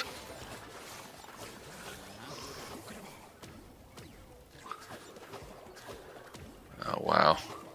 Yeah, no Yeah. deaths on this one. No. He says, hopefully. I'm slacking. I know. No, I have a feeling Steven's going to start raking in the points very soon. Think Yeah, so. let's see. I think people have your tried to beloved- get your the beloved perfection. turtles. Oh yeah, maybe the turtles will get them. Save us, turtles! Save us! You're our only hope. Oh, those turtles. Steven, how much do you love turtles? Well, let's just say that, as you mentioned, Josh asked us to put as many turtles as possible in here, and I did just that. And it was a nightmare. Yeah, I think the real question is how much do I hate Steven for all of those turtles? Yeah, Oh, that was my engineering bad. loves this stuff, right? Yeah. Those Yeah, large the amount of creatures, bugs. mama schnurgles. So what? I was just gonna say those large aliens running toward you. Those are Mama Schnurgles. So if we're going Mama Schnurgles. off of Oh, my, nice. this is my subtle pitch for a Planet Earth style documentary on the and fauna of Bermugula. Nice. Yeah, this is the cleanest I think I've ever seen anyone It play is. this level. It gets no cleaner. Would you believe me if I told you the amount of turtle-related bugs that I got was non-zero? Yeah, because they all went to Ethan. Yes. Sorry, Ethan. Yeah. No, it's okay. It's just exciting to see this running in frame. Wow. That was very Yes. impressive. Yeah, that came together really It's well. impressive That because was- I feel like that was fair and square, you know? Like, That was. no Oh, yeah. shenanigans. Ooh, this is gonna be a good one. Here's your all masks. This is the sampler platter. See if Followed by the Akana main does course anything in silly. Cortex Castle. Yeah, True. yeah. All right, let's see. Goodness. Oh, I love this level. Yeah, I mean, Very this is. I will say, as far as level themes, this is my. Because it's the most cool, nice future. It's a food truck everywhere, and there's all sorts of different languages throughout the signage, and just it's a nice, happy, all-inclusive food truck. I want to go to there. Yeah, I can't think of a better utopia than one where anything I want, any food from a truck right outside. Oh, look at that. Exactly. I hope they still have chalupas. It is a utopia, so they must. They must. There you go. I'm digging the jumping off the rope time with the gravity shifting. Yeah, Yeah, super see, smooth. dogs. We've got gyros. We've got sushi. We've got tacos. Is that ramen? We got ice cream. Yeah, all the goods. Dingo's Diner. I love rated I D love for Dingo's- delicious. Yeah, Dingo's the galaxy headquarters for Dingo's Diner chain. Yeah, exactly. He's franchise material. Yes. Oh, beautiful. All right, Wow. we're safe. No awkward All right. shenanigans. All right, so that was. Oh, very nice. Ah. Oh, the classic. This. I actually I'm warned seeing it, Roloff Steve. about that, and he said, "Oh, I did not see this ever. This is crazy." What is this? Oh my god! What is going on? I think Roloff is going bankrupt. No. That's like a -20. Oh. Yes, sorry. Oh. Roloff joins the Oh. wall of shame. -5 at minimum. Oh my god! That's crazy. Mind Really blown. good up until that point. Yeah. I was like, "Oh, that's expected." I was about to explain why I was like, "I've seen this before," and then never mind. Nope. The very fat point between this is fun and entertaining to oh god why is a very fine line. Oh. I think we just need to make all the levels tubes next time. Just tubes. There you Everywhere go. tubes. Tubes. Just tubes. There's a roof. You can't get out. Yeah. I think we just put Oh, this is my elevators favorite. anywhere. Let's see, are we getting my... Is he... I think he Is that skips... He goes so fast you don't get all of the audio clips. But I think that one was my favorite, where he's talking about an imposter, Cortex on the loose, jaundiced skin, lips like 2 slugs, you know, a bona fide 10. It's a great Tinder profile. Yeah, exactly. Oh, gosh. Alright. This is pretty legit. Oh, did I is it speak though? too soon? They Oh. spoke too soon. It's like I willed it into being. That was painful. Not pre-recorded. Oh, Yeah. wow. Yeah. Yeah. Oh, he still has the gravity mask. I forgot. He does. Yeah. You're not supposed to have that. You. All right. John's Sugar. losing points. Yep. That's right. Is it per minute or per second? Yeah, no. It's just a standard 5-point deduction per level. What's going on here? What is he doing? What is What this? is? Oh no. Yes! Don't do it! Oh, come on! Oh, Yeah. yay! Okay. Take that. Take that. Wow. And then he respawns with it? Is that what Yeah, happened? because, oh my god. Oh. That was a real, like, I can see my house from here moment. That was Minus really one for Ethan? painful. Yeah, -1 for Ethan. He respawned with Working as All right. intended. Yeah, It is true. I know love this. exactly Look at what. this. Yes. Going for it. What's he doing? Okay, that's dog. Oh. What? No. Oh, really? Oh. Well, our I can calling's see my doing house really from well. here. No. What is this? No. Where How is did they even come up with that route? What? Yeah, how did he hit the checkpoint? What? Yeah, that. Do you guys see a checkpoint? No, I I did did not. Collision is enabled while things are cold. Oh my gosh, Ethan. This is. All right, I'll take that point. No, I'm just kidding. Minus another point. All right. Oh wow. Yeah. I just, And it was all going so swimmingly. I know. Wow. As the devs start to turn on each other. No, it's your point. I know. It's you. This point system was a bad idea. Whose idea was this? I'm sorry. Only a couple more It's levels. 4.5 points for Matt. -5 points for Kevin. Roloff had a point, but then he lost 5, so he's -4. John had 3 points, but he's -5, so he's -2. Steven's at -5 point. Gerard's got half a point. Ethan's got -2. I have half a point, and Chris has half a point. All right. Net positive. That's the important part. That's Well, right. With this list, I will happily stay at net. Yeah, Ray, you're not even on the list. You haven't, I You haven't know. offended anyone yet. This is good. I know. I'd rather be in that shoe. It's the I was waiting for him to accumulated break total something of up. all of us. Oh wow, Yeah. that's cool. I was waiting for him to break That was a something good on the one. overland map. Oh, there Yeah, you right. go. Thank you for using the wall run. Much appreciated. Exactly. Our wall ones. Thank you. Yeah. They're still working. Can we give some points to the LD in this level, please?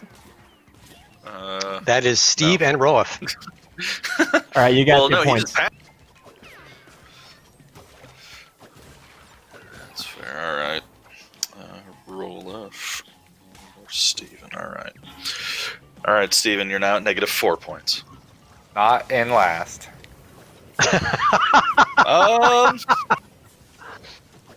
No, Kevin's in last. You're right. Kevin's in last. I cannot wait to inform them of these results of this thing that they had no idea they were on the hook for. today. Oh my gosh, it's gonna be amazing.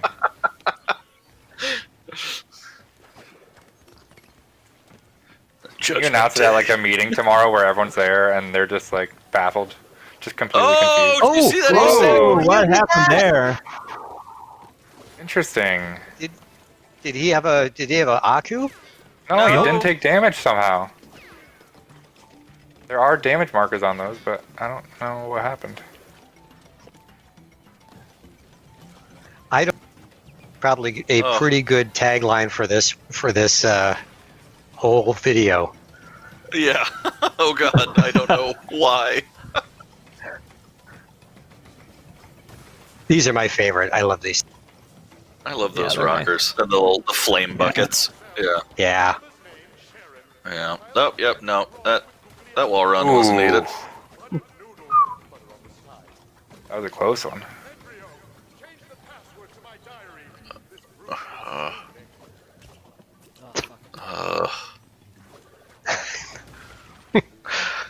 Yeah, Just got we're mad just because he bounced on that enemy. in That was awesome. decide. Oh no! Oh, Yeah, nice. That's a nice just, one. Well done. Just skip That's ahead. why I put that crate there. That's exactly why I did that. Yeah. Oh wow. Okay. That Alright, we was got For one those who more. are not watching at home. that was clean. Yeah. Fucking hell, that was a toxic tunnels. Whew. Right.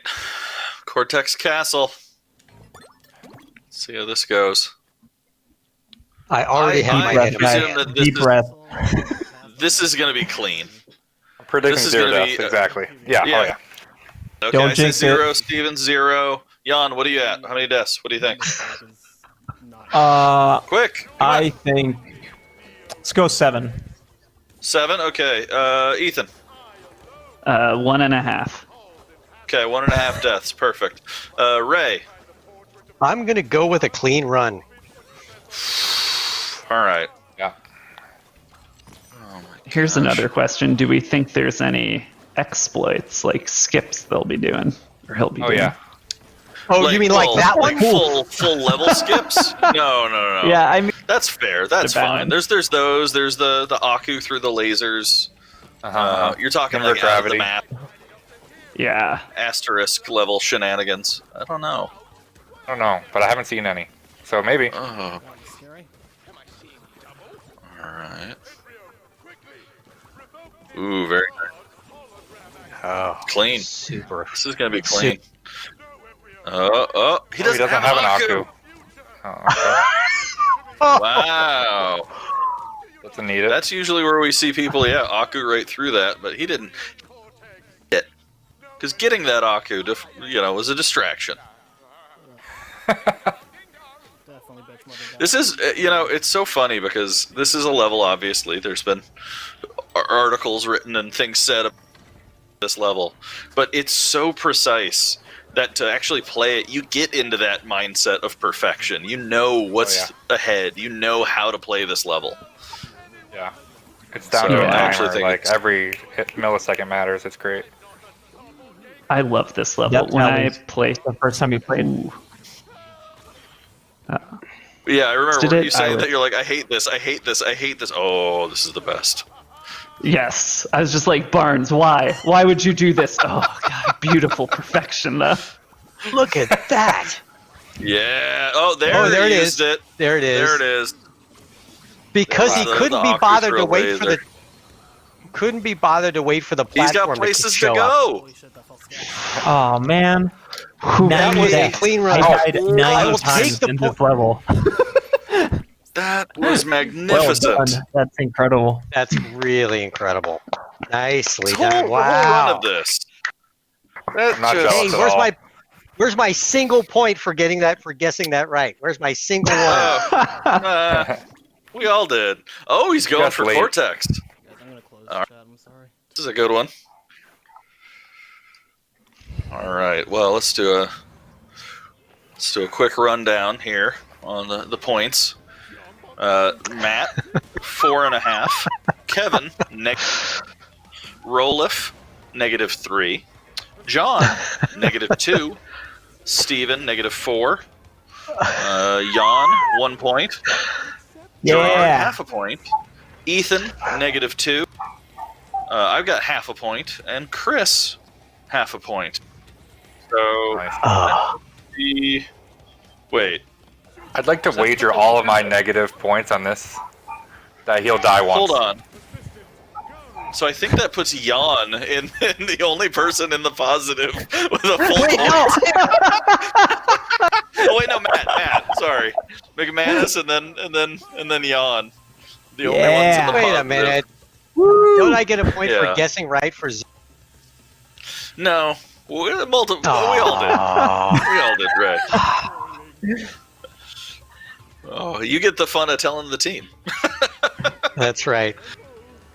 Yeah, the problem with this is no matter who wins, we all lose. That's right. Yes. That's a good tagline. I like that. That was the Aliens That was versus Predator AVP, yeah, tagline. AVP, I think. Yeah, AVP. Sorry.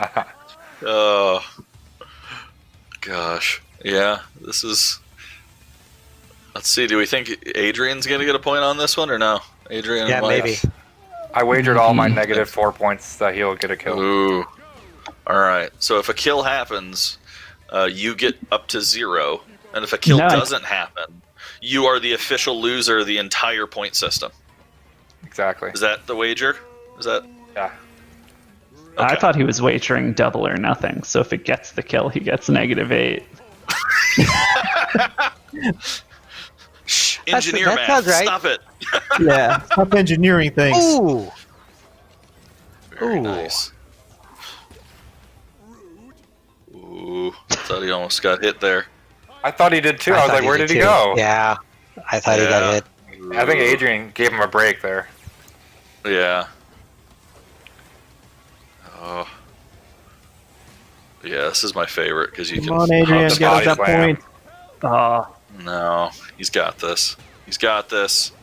It's already too late. Oh, come on, quick, turn it off. Remember, if you came in last, you said you'd give your what was it, your last paycheck to? Oh no! Give your last paycheck to Ethan, This right? guy. That's what I heard. I'm lagging. I'm lagging out. What's that? You're going through a tunnel? Steve, I can't hear you. You're going through a tunnel? Oh, wow. All right. So, reminder, point positive. Matt came in first, 4.5 points. Jan in second. A bunch of other people in this wonderful game somewhere in the middle. And dead last, Steven. But without me, we wouldn't have had this. We wouldn't have had this without me. So it's just the more negative, the better.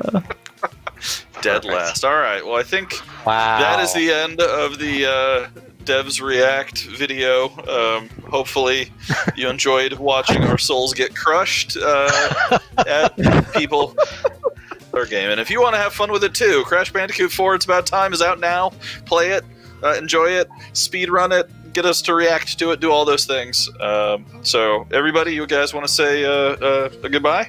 A special thanks to the speedrunners out there who are hard to make us look so bad.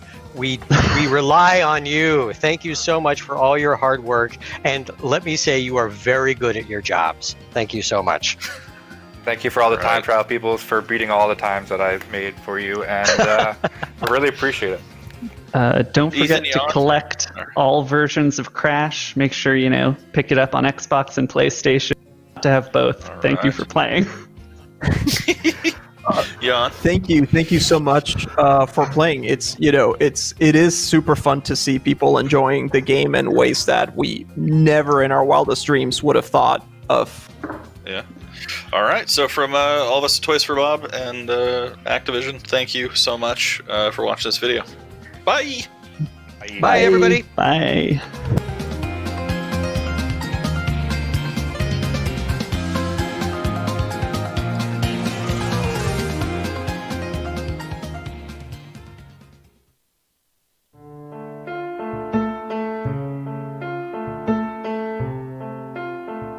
Hey, this is Pillow Castle Games. I'm Logan Thief, level designer on Superliminal. Hey, this is Albert, game director of the game. And my name is Chris. I was the producer and sometimes also designer on Superliminal, and we're here to watch someone play our game very fast. Yeah, an interesting thing, I get used to sitting there for the fade at the beginning of levels, and he's just moving. Yeah, moving right that's away. why it starts so quickly. Yeah. Oh, wow. Yeah, so the whole thing with Superliminal is, if this is your first time seeing it, we lean very heavily into, an area of player agency where things are all analog and continuous and objects can be pretty much any size that you can make them.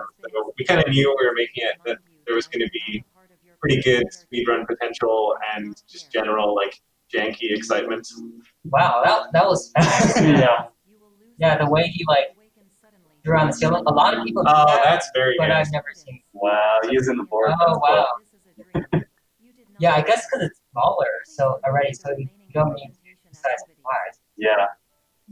Yeah, I imagine the ceiling trick will get a lot of use here. Oh dang, that was. That's Ooh, yeah. I still can't hit that right first time either. So I don't blame him. What The is portal the is idea? faster, I guess. Whoa! I did not even know that. Okay, this one is hard to be very quick on. I want to see what he does. Yep, go right up to it. Very nice. Wow. Okay, that's a good technique. I do a lot of our like testing runs through the game when we make new builds. So this is like giving me good tips for how to get through things fast. So. This is. Whoa! Clear with the player. That's cool. And I don't think you can fall faster than you can fall, right? No, I think it's just. Oh, they don't look down at the bed. That's so fun. Something we should mention actually that goes in line with the speedrun community is we actually have speedrun achievements in the game, and that are based on sort of how fast you complete the game, and we never count the loading screens, and maybe the intro cutscene. Yeah, the intro we don't count. It starts when you start the first level. Yeah, because when we launched our console versions, people were mad that the loading screens were slow, but it has like no relation to anything. What is this for? Oh, okay. I guess just so it didn't get in the It's way. the fastest way to not be annoyed. This one was done best by the guy who made our trailer for us, Ryan Seville. That's pretty good, though. Yeah, just using the top of it. Pretty cool.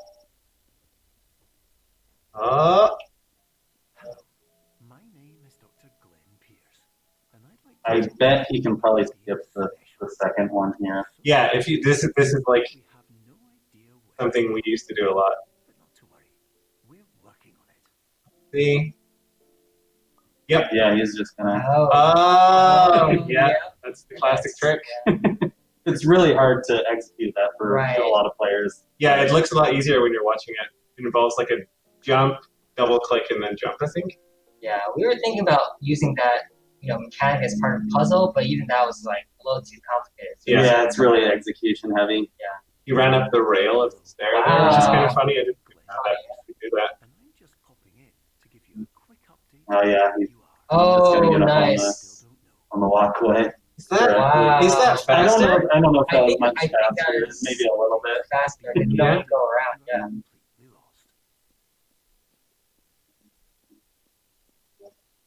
He was really good. You could just climb up the Yeah, to the walkway with the so this signs. walkway is actually above an earlier part of the level, and I don't know if you could do that faster. It'd be really difficult. Yeah, but it feels like with the right technique, you could just grab something. Well, that was very precise. Yeah. Yeah, I mean, one big thing is that no matter how much things resize, we don't screw around too much with their weight. Things physics always behaves nicely, so you can always tell the inertia or whatever something will fall at. I don't think it ever changes.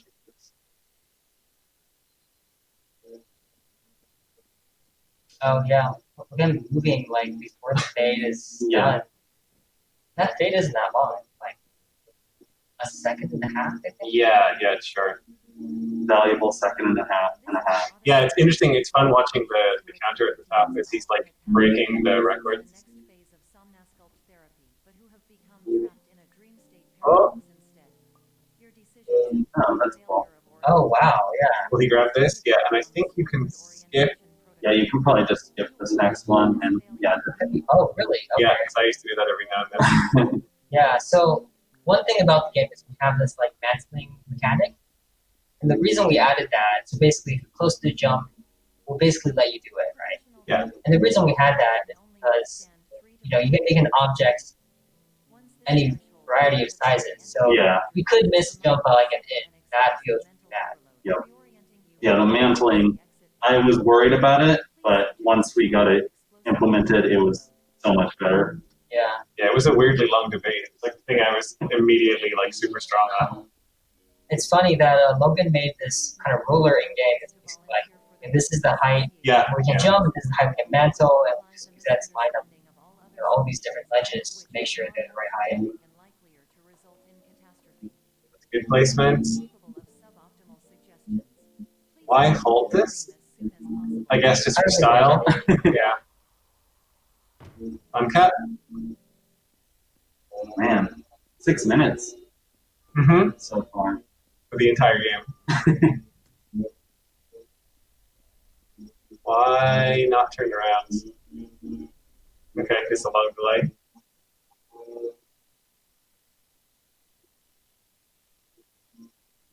Do either of you know, is that counter in the top? Are those green numbers cumulative? Oh, no, they're not. It's 0.5 to 0.2. Yeah.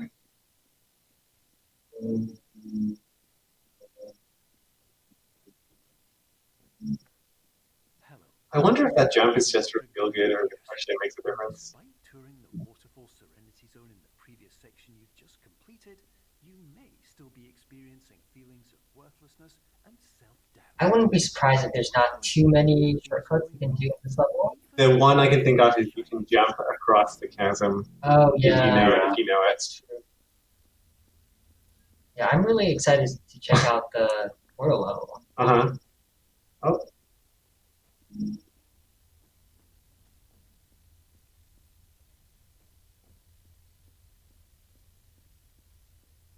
Okay. It's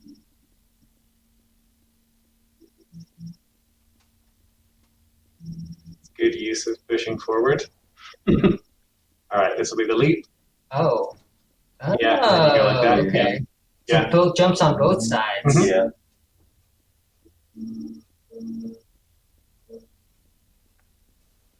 Oh, something they might do if they are very high tier play is that they will not pick up the red light.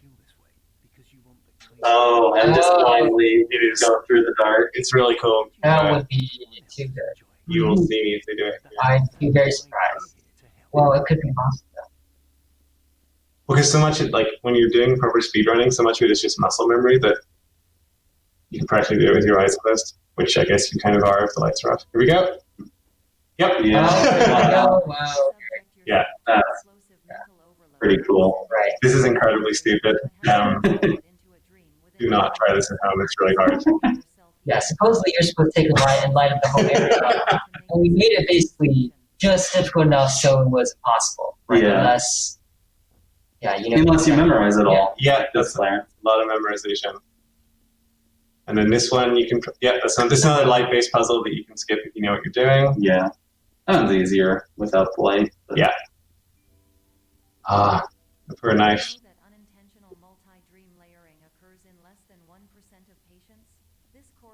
Also, watching these speedruns is a nice little humble brag for our commentary, our in-game voice queuing technology, because it's not screwing anything up because they run through all the different lines.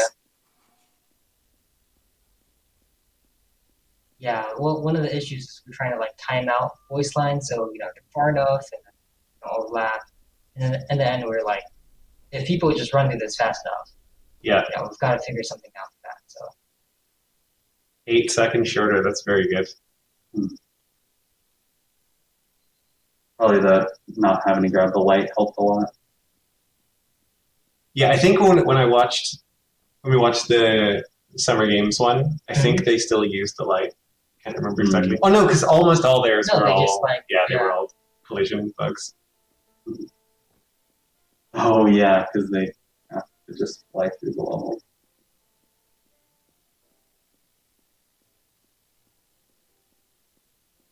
Yeah, I think glitchy speedruns are fun, but there's kind of more of a craft to the glitchless runs.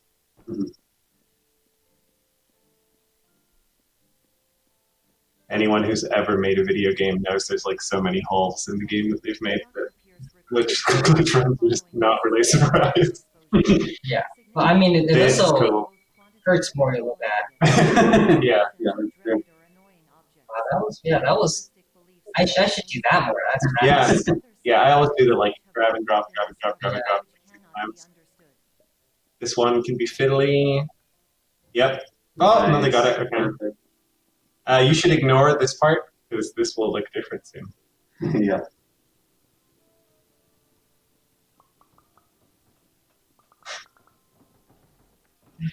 They're just having fun. Oink. Yeah, very good. Warning. Dr. Pierce is frantically submitting numerous spelling and grammar mistakes into the standard orientation protocol in a desperate attempt to counsel you. I have no subroutine to correct these errors, but I cannot compromise the integrity of the standard orientation protocol. That's good clicking. Yeah, that's clicking. And then I found that actually only discovered that yesterday. Yeah, I unlocked the door yeah, using the right click. I'd never thought about it. Continues to input significant errors. I will interpret his basic ideas. Hello, my introductions are redundant. I am a real doctor who went to doctor school. VR has never been a mistake. I can help you, but I also do. They're overlapping there. Experience, team of your care leader, patient years 10 development. Condition. Now, the portal level. Let's see how this one should be interesting. This is the one you were most interested in seeing, Albert? Yeah.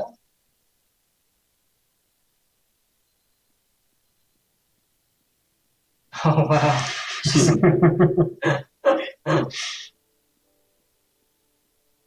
I've never seen it from this angle. That's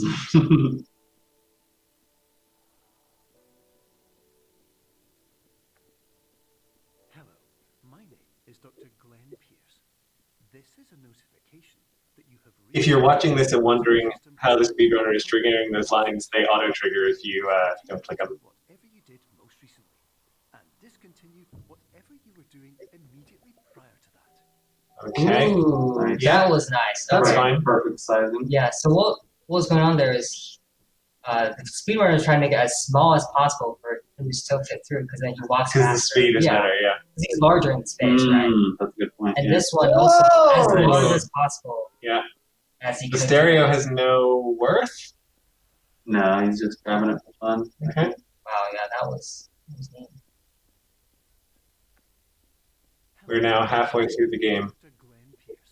The good thing we didn't spend almost 8 years making this. Please also disregard any unsettling experiences that you may have recently had. Okay. Should have now reverted. Oh, interesting. He grabbed it in the middle again. That's So it's faster. Yeah, so he walked that. So that's cool. That's really smart. I was gonna say I can resize that fan a lot quicker, but I've never thought about blowing the door towards you. That was good, yeah. Oh, yeah, that was some technique right there. You gonna look up? Hello, my name No. is Dr. Glenn Pierce, and I'd like to read you my favorite I'm inspirational curious about this one because I don't think a lot of people can make this one much faster. It won't spare you. Oh, trying to get Yeah, the mantle yeah, up. yeah. Oh, that's wow. Yeah. Yeah. I guess that was possible, but it's Not intended, but it is awful. yeah. But I've never actually seen that happen before. Yeah, you have to get it just Yeah. right. Yeah, you saw even the person here almost screwed that. You're not actually supposed to make that jump. Ooh, Oh wow. that's cool. That portal's not supposed to be there. It's supposed to disappear when you walk Yeah. through. That's funny. That's really smart. We'll fix that. That's Oh, good. nice, yeah. Good resizing. Dang. Oh, that was pretty cool. I thought that last puzzle would take a lot longer. Yeah, that was fast. You know, I think there was a time, I don't know how seriously we discussed it, about making the resizing discrete. And it's interesting now watching in speedruns that like it really does bring like a craft to it when Right. you know nothing's kind of being Exact, set for you. yeah. Yeah. What backwards again? I wonder what the yellow means on the. I think it's just more. It's just a more drastic reduction. That's bad UX. Should be. Wait, what's going on here? Okay. Oh no! Is there a way to do this faster? Is there a trigger on the wall? Okay, so what's going on here? Is this entire section that's based on triggers that you walk through this section. Yeah. But there must be a trigger here that's actually leaking through the wall. Might be. And that's why he's like standing right there. That's very interesting. I've clearly never seen that. Yeah, same. What trigger would be there? It would be the last trigger in the hallway that triggers the teleporter. Gotcha. Wow. Yeah. Wow, that's interesting. I almost feel like we shouldn't fix it. Conclusion. Emergency exit protocol cannot proceed. Emergency exit protocol. Yeah, he's basically triggering the last Yeah, it's queuing all voice that. line Mhm. in this whole segment. Instruction. Continue with Somnasculpt therapy indefinitely on an independent basis as all orientation resources have been exhausted. This concludes your standard orientation protocol. Goodbye. Very good time. Well, I guess it doesn't count as over yet. No, it's not. It's not technically like that. Yeah. Oh yeah, yeah. This is. Why is this one? Oh, just waiting. I don't think you actually have to move for this. No, you do. Yeah, there's You do? triggers, You do, yeah, yeah. Yeah, but he's always looking in the right direction. He doesn't move his camera, so he just clicks it. So you can click the alarm Yeah, clock. that's good. That was very fast. Wow. Okay. That was cool. That doesn't come across very well on video, I think, but that's a complete like upside down, back to front change of how the mouse controls. Yeah, and the player the speedrunner just moves past it really quick. For completing the Somnasculpt standard orientation protocol. Before you begin the first phase of therapy, Very good. Oh wow. That was good. Yeah. That's fun. They ignored your precious animations. Yeah. of course, nothing is more challenging. Don't look at this bit. Of fundamentally altering your perceptions in a way that will enable you to face Oh, okay. That's pretty neat. with solutions that could not be found otherwise. That part took forever to get that to feel right, and then they totally broke it. So. Wow. Can we tell which version this is? This is the first one, right? Yeah, this is the previous. This is not the updated one. This puzzle has been changed a lot over time. That's quick. Yeah. I always screw up when I'm trying to run through those hallways. Oh. That's very good. That's very good.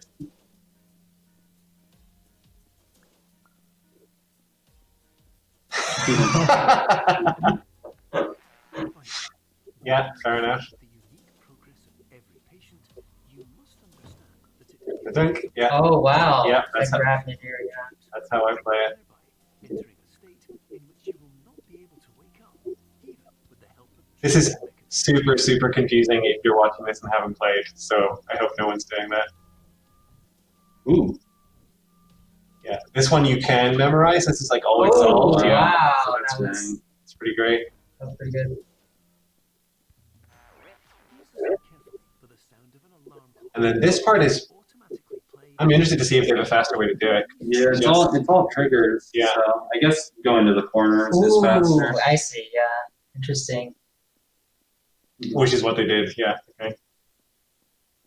Yeah. Usually you go into four walls. Oh wow! Whoa! He clicked the alarm Yeah. clock. From super far away, and that's cool. Oh, so he had to go the right angle, right corner at the beginning. Yeah. Oh yeah, that's cool. Okay. Ooh. Oh. Yep. Cool.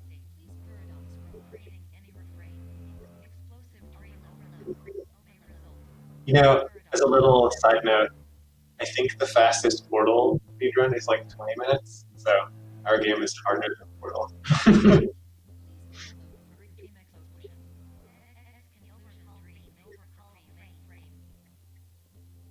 Very good.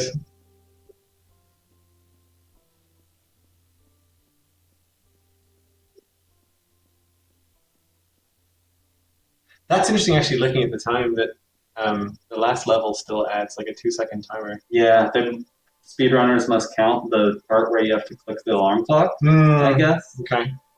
For some reason. I guess that makes sense as opposed to end it.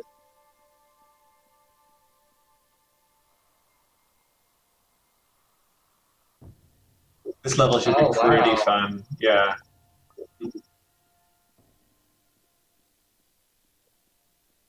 I think this is going to be incomprehensible. Yeah. Yeah, if you've never played this level, it's not going to make much sense.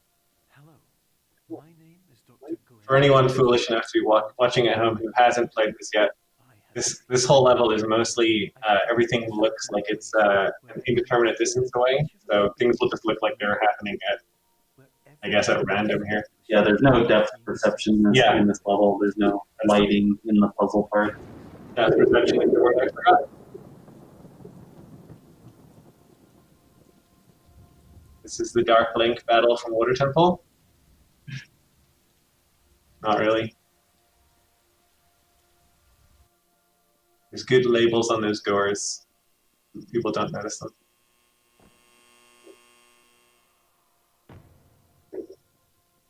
Nice. Good. That one can trip you up because you don't necessarily know if you've actually gone through sometimes. Mm-hmm.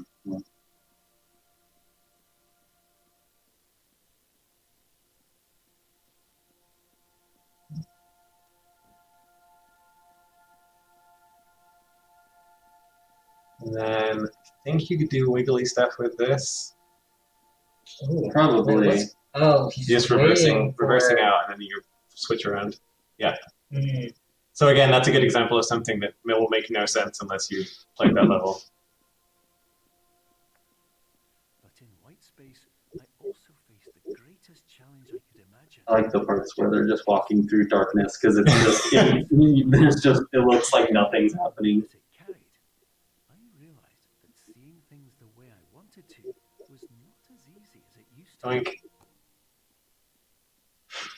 It's kind of giving me like flashbacks watching this because this is how when I used to play through the game every night. Like this, not far away from how good I got it. Just trying to beat it as fast as possible. Yeah. This one's good, yeah, because I tried to figure out which way you have to face when you. I built this part and I still get mixed. I still get mixed up on which direction the exit is. Okay, they are 2 seconds away. From. Apparently from being done with it, which seems impossible. Oh no, minutes. No, okay, yeah. Right. This is weird, but I love this. Just jumping across with one. That is a solution I've not seen for this level. Yeah, that's actually really hard to do. Yeah. Because you need to grab it, switch it, put it down. In like a midair. Half second, yeah. And then this, you can probably do without the cheese ramp. You can probably just use the block. What the heck? Dang. That was pretty cool. Yeah, I can't do that. I've often wondered about this one, if there's like a particularly fast way to do it. I'm assuming he's going to come out right at the door. So I often wonder if like just going forward or if falling through diagonals is like faster, but...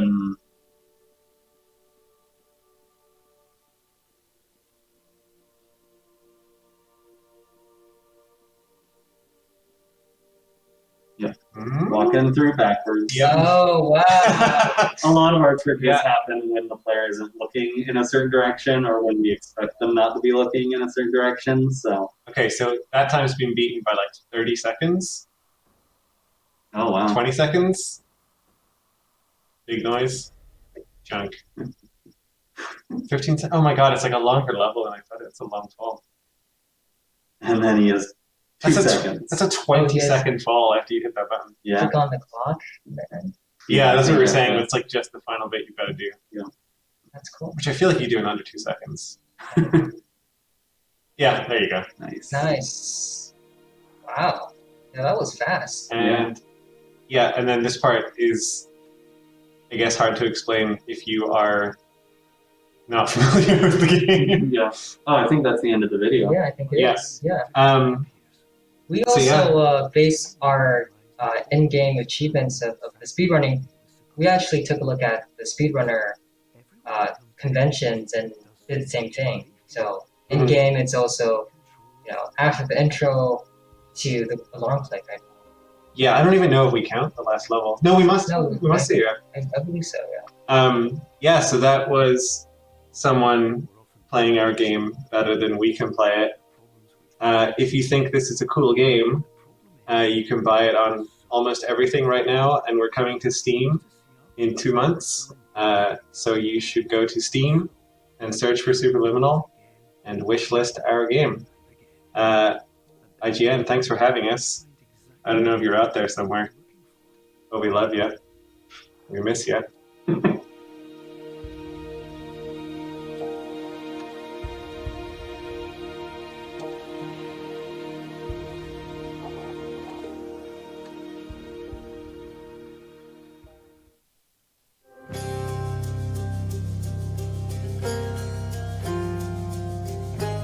Hello everybody, I am Amir Rao. I'm the studio director of Supergiant Games, and I work on some of the design aspects of our games and tune them. And I'm here with Greg Kasavin, the creative director for Supergiant Games. Hello, I work on the narrative design and collaborate with Amir on a bunch of other stuff. Yeah, so we're here to watch a speedrun of our game, and not just any speedrun, a fresh file speedrun. Yeah, and it's going to. This is Vareen playing, right? So Yeah. someone for whom this is not their first rodeo. So we will see what we can expect here. But yeah, starting from a fresh save means the character Zagreus here is as weak as he can possibly be, right? You're pretty limited in what you can do, and chances are you won't get all the way through on the very first try. No, and our experience is the game is much harder when you don't have some of those key mirror upgrades like the double dash or the death defiance or health. Health, yeah, health, the starting gold. So the ovals you need at the beginning. So there's like a lot of ways in which he's kind of playing behind.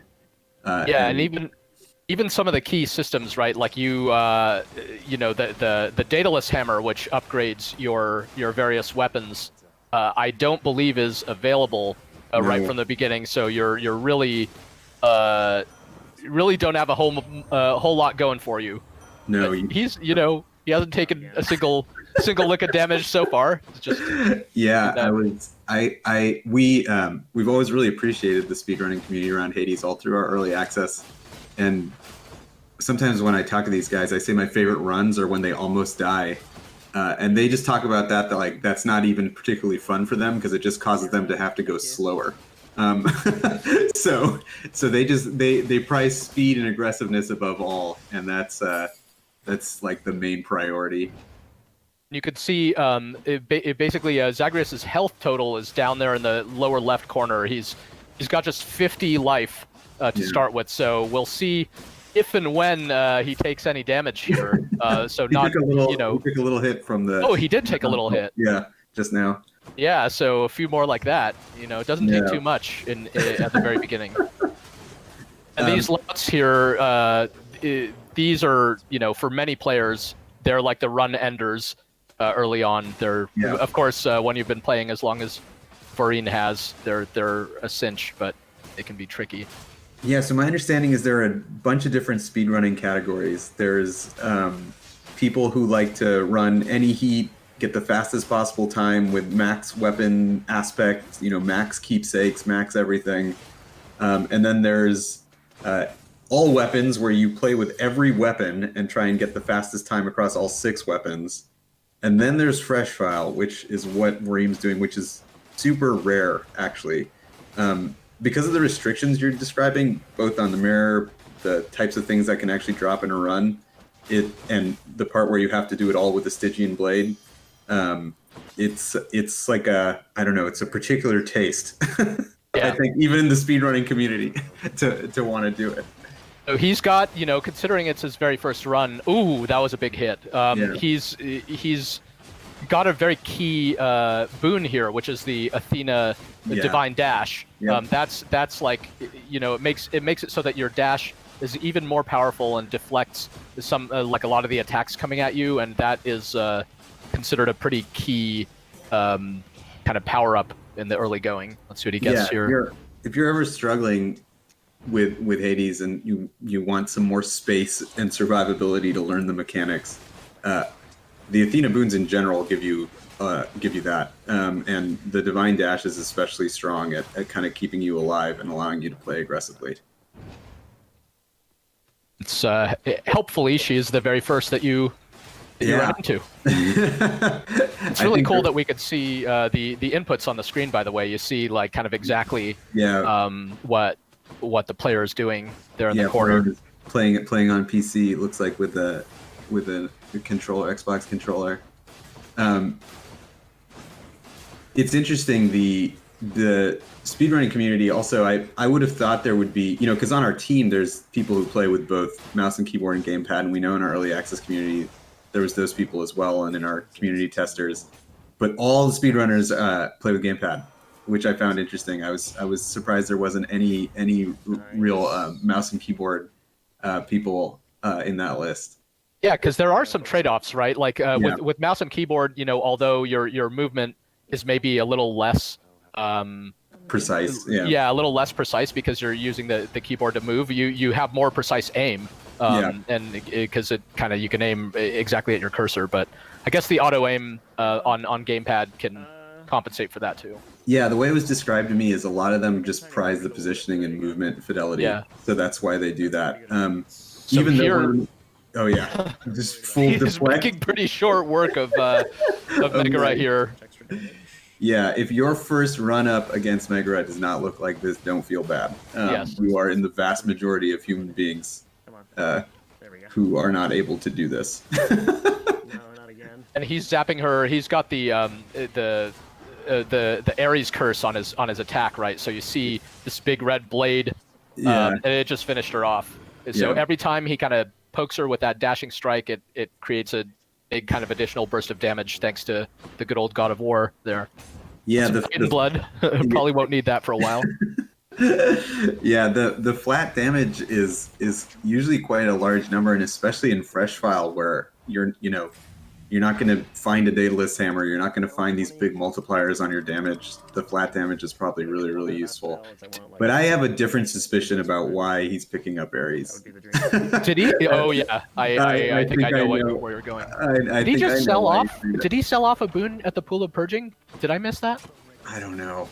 I think he might have sold something. If he's going for, that seemed odd to me though. It was so fast that I missed it. But he opened up the pool at all, which seems like something you wouldn't do unless you intended to use it. Yeah, I'm not sure. So now he's all the way in Asphodel, the game's second region, and he's he took another little hit there. He's that sucked. He's close to. Yeah, I wonder why he's so okay with taking damage, or if.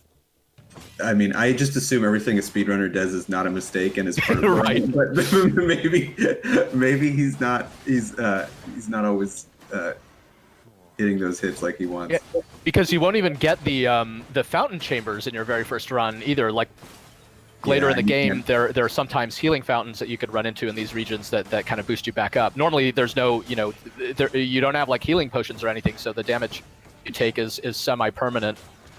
So yeah, he's gonna have trouble kind of getting that health back. Yeah, even the sort of mid biome chambers, those fountains are actually weaker until you upgrade them with a contractor. So you won't have that Centaur heart was big though. That gave him 25 more health, and that's gonna be a pretty substantial difference. He was already going for the duo boon, wasn't he? Yeah. So basically.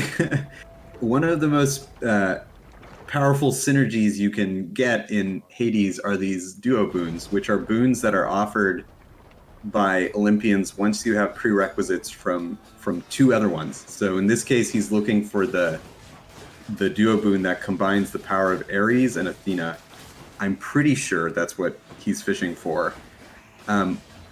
there's an item in the game you can purchase from the contractor later that shows you what all the requirements to unlock each of the duo boons are.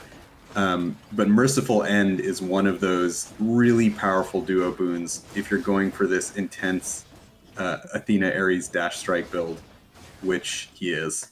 And so there is a chance that he's fishing for that. The way you proc it, if you have the perfect setup, is you set the curse on the enemy and then you dash into them to trigger Merciful End, which means the curse does even more damage. Did you see that? He dashed right through the gate at the end of the Barge of Death. I actually haven't. I haven't seen that either. It's really clever technology. Yeah. Just to get like an extra, you know, it's all about the marginal like fractions of a second here and there, right? This kind of thing. It's part of the reason too, like the room reward timing at the end and stuff. They try and make their way towards the exits so they can maximize. They can maximize the sort of time between picking up the chamber reward and getting out of there. Yeah, he's grabbing every chamber reward basically like on the that one, you know, maybe a little bit slower on the draw that time, but most of the time he's grabbing them like on the frame that they appear. Yeah. It's interesting, you know, one of the things that happens with speedruns too is they make this distinction between the sort of real time and the in-game timer. Our in-game timer in Hades is actually quite polite, right? It stops for you when you make boon decisions, when you're opening the codex and all these other areas, and of course the real timer stops for no one. Sometimes you see speedruns marked for in-game time, which is often much lower than the real time involved. Yeah, you see the gameplay timer is there in the top right corner. It's at about 7 minutes so far. Yeah. But that is pretty good progress for being most of the way through Asphodel. Yeah, it is. The game's second region on the very first escape attempt. So now he's approaching the second boss, isn't he? Yeah. You know, let's see if he actually buys anything here. Greg, do you know around what your fastest Hades time is? I do. The pre 1.0 playthroughs that we were doing. Yeah, like, geez, I think like I want to say like 18 minutes or something like that. Yeah. Where I got just some, you know, like the stars aligned for me, and I got some really high damage thing. I don't remember exactly. I want to say like sub 20 minutes though. Yeah, I once in development got a sub 15 on team.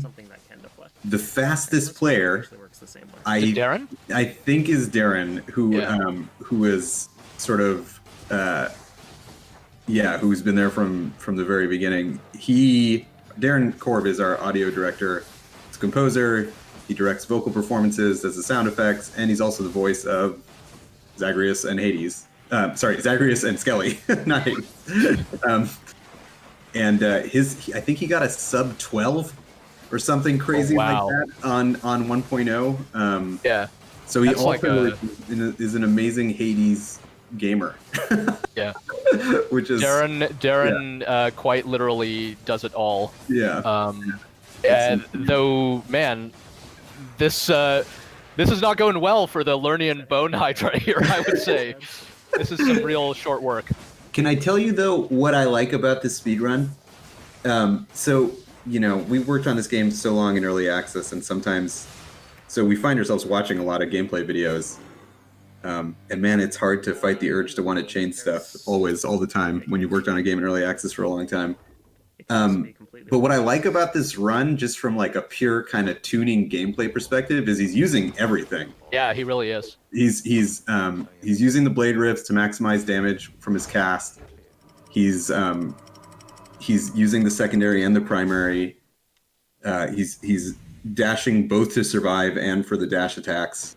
It's like, in terms of like I don't know what we would say, just like a spectation standpoint, it's cool that he has to make use of everything. Yeah, because that was one of our goals, right? Like we want there to be like a huge variety of different like viable builds and different ways to play the game, but we don't want too many of them to be totally like autopilot where you just kind of ride one button and you know are able to succeed without really doing much of anything else, because it's just not as interesting to play that way, really. It really just comes down to that. I mean, it's okay, I think, sometimes if you put together a really powerful button press for a biome or two, but it is more interesting if I think to play at least if you have to use all these things. It's cool because he's using the dash to deflect.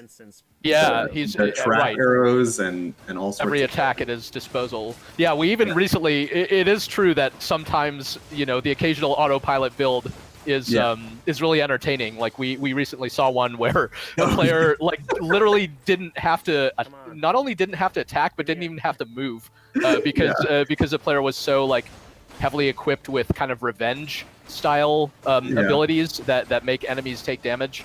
That kind of brought to mind. Weren't there like school Diablo 2 like thorns builds where enemies just kind of kill themselves? That was cool to see. I'd never seen anything like it in this game. Yeah, it's so the linchpin of that do nothing build is a duo boon between Zeus and Ares called Vengeful Mood. I think it's Zeus and Ares. Might be wrong. Oh, it's already the Bulliminos. Yeah, and he's doing like really well actually. He's picked up a bunch of Centaur hearts. Look at his health pool now is more. Oh, he took a big hit, but he was over twice his starting life pool because of picking up some of the Centaur heart rewards. I think I don't know if it's confidence on Vareem's part or if it's just like that he's okay trading some of that health just to get the hits in for the time. I'm not sure. I guess we'll never know. Yeah, I mean, he's certain. I wonder if this fight is probably not what you want to see in a speed run, right? This takes longer, I think, than the alternative mini boss fight catchers? here. Yeah. I wonder Do you if remember if you can get the soul catchers on the first run. I don't think I don't think that there's a restriction on it. You're definitely not, because we handle the case like you don't necessarily fight the Minotaur on his own. We handle. There's like a different event if you meet him for the first time in the later fight as opposed to this one. Yeah. What's he gonna take? Bronze skin sounds well. Yeah, I go for the damage, right? Yeah. Because there was a boon there that would mitigate, that would add to his damage resistance. But if you never take hits, then you don't need damage resistance. He actually took Holy Shield there, which means if he gets hit, he is impervious for a short amount of time. Yeah, that's true. I guess they both rely on getting hit, but that one can increase his damage and stuff like that. I think he's starting to think about the final, or if he was probably thinking about this from the start, but what he needs to face the final boss of a run, because he probably is expecting to take a hit, and against the final boss with his health total, that like a bad combo on him could be a run ender. So he's probably thinking about that a bit. The other thing he picked up was Brilliant Riposte, which is a boon that allows you to do more backstab damage. And he's actually kind of making up for the part where he doesn't have the mirror unlocked, which would normally give you the ability to backstab by picking up that boon, which is pretty interesting. I actually didn't know that was kind of a critical part of this particular setup and build. Yeah, I wonder if he gets Merciful End, or if he ends up just rocking what he has now. Well, you got to go with the flow, right? That's part of the fun of it is that it's like a speedrunner is going to go for a particular build, but the randomness may work against you there and not give you exactly what you're looking for. Still have to kind of adapt to it. Yeah, absolutely. Man, he is the Divine Dash is really helpful here against those one of the most notorious flame wheels foes in the game. Those little exploding chariots, the flame wheels. They're a much reviled foe here in Elysium, but oh wow, that's a lot of them. But yeah, Divine Dash. This is a nightmare chamber if you have the blade for most people. Right. Yeah, there's some other weapons, give you more ranged capability to deal with these guys, but he is just slamming right into them. Wow, he's taking advantage. Oh, there it is. That's the one. That was Merciful End. So then, Merciful End is a really interesting one, right? Because you kind of like activate you see the big glowing Ares sword over an enemy, and normally it like stabs the foe a second later. But with Merciful End, you can kind of activate it, and it does even more damage than usual using one of Athena's deflect abilities. So he has to dash into a foe, right? While they have the Ares curse. And you're going to see it in the form of giant red damage numbers, which you see are popping up, 266 popping up when he procs the Merciful End off of that. So this is what he's been building toward, right? Hoping to get. Yeah, it basically allows you... The way to think about it almost is like the attack speed of the curse goes way up. You're no longer waiting the full second. It's just anytime you can get your dash off once the curse is applied. And he's got the curse on his primary attack, so he's not even needing to sort of combo into the rest of the attacks of the sword. Yeah, it's actually a really good setup. Yeah, it's crazy. He must have felt... I mean, the other thing about when you watch speedruns, just so you don't feel bad about yourself, is they never post the runs where they don't get all the stuff. Right. So it took many attempts to get it usually takes a ton of attempts. Part of the joy of Hades is trying to pull it together from a bad run, and people generally only post about their most triumphant successes. The part where he didn't go and talk to the friendly Shade there, not even the supportive Shade gets to it gets the time of day in a speed run. Yeah, in the speedrunning community, a big flex is either visiting Shade or in a race. If you fish, if you stop to fish on your opponent, it's can be quite disrespectful. Of course, no fishing on the very first escape attempt. He hasn't unlocked the rod of fishing yet. Yeah. You know what's interesting is, since it is the very first run, there is like a more limited pool of gods. So getting this Merciful End combo in some ways is easier on the very first run than it would be normally. Like Zeus doesn't appear until the second escape attempt, for example. Yep. So that and Athena is guaranteed first. So you just kind of have to run into Ares and cross your fingers from there. Yeah. No, that's a good point. As for rerolling, in terms of we've talked about our roles on the game. Greg, as someone who wrote all the dialogue, what's it like watching Vareem skip it all? It's okay. We'll see. We have a special case. It's not that different, but the first encounter with the final boss is different. If you get to him on the very first escape attempt. Interesting. Not because we necessarily expected a lot of players would do it, but mostly to handle like a little continuity issue that would be there. Like the default version of the dialogue kind of refers to how Zagreus has tried kind of over and over again. And it's like, wait a minute, if it's your first escape attempt, that doesn't make any sense. So we have to handle a lot of little things like that in the story. And we made, I was talking about this the other day. We made that decision at some point because we had to have that conversation of like, should it even be possible to like clear this game on your very first escape attempt? And we're like, you know what? Yeah, that's fine. If someone can go the distance, oh wow, he got lucky there too. Oh yeah. The Satyr chambers give you the sack in a range of chambers, so you never know if you're going to find it in your second tunnel or in your fifth tunnel or something like that. Yeah. And so he got really lucky and found it in this tunnel. Again, that was the second. Was that the second tunnel? Yeah, he got it as quickly as possible. Do Styx, I think. Well, this is it. He cleared the Temple of Styx, and this is the final boss. So, yes. This, Hades is a game that we're hearing people play for like well over 100 hours. This makes it look like a rather short video game, but I guess that's the nature of speedrunning. So here's the final boss.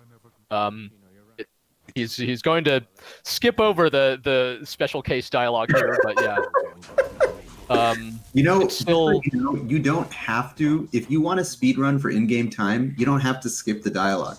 Yeah, it does pause. It pauses for you. You don't have to be this way.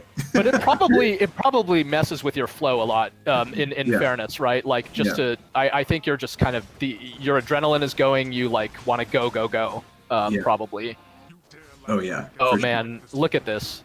That's already he's already shaved off a third of his health there. So he has to kind of, depending on, Lord Hades here spawns different goons to help, and it varies, from one fight to the next. You could get pretty unlucky here, I suppose, in terms of what he will send after you. But Vareem is, I don't know. I'm not gonna bet on Lord Hades in this one at this point. He's just got the golden combo.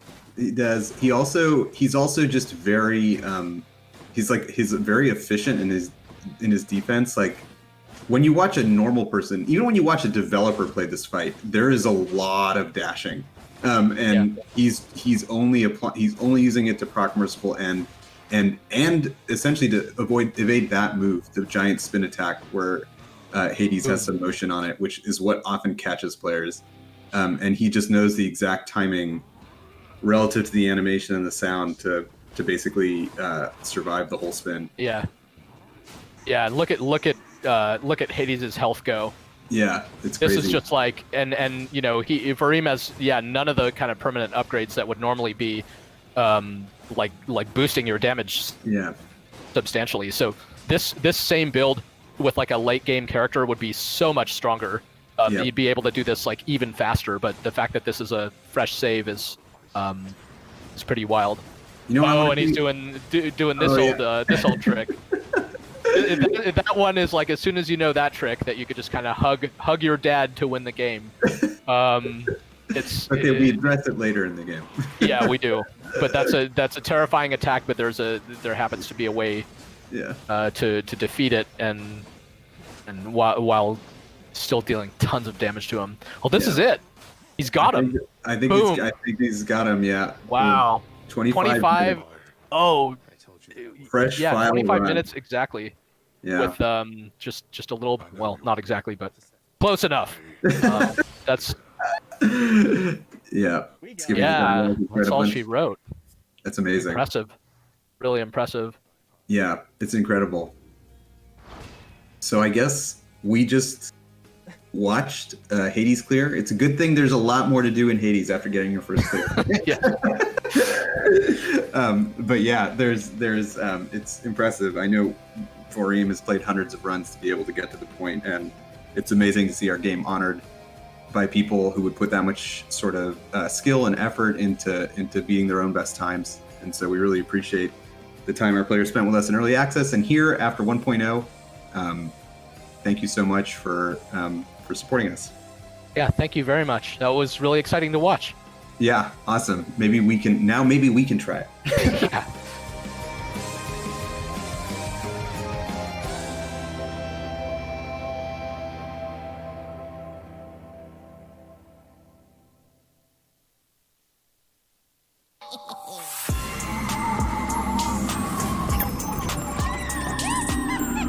Hello guys, welcome to another Dev Reacts to Speedrun. Today we're gonna play Blair Witch.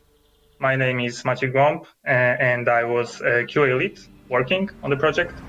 And together with me is also Barbara Wciuk, who was a narrative designer for the game. Hi everyone.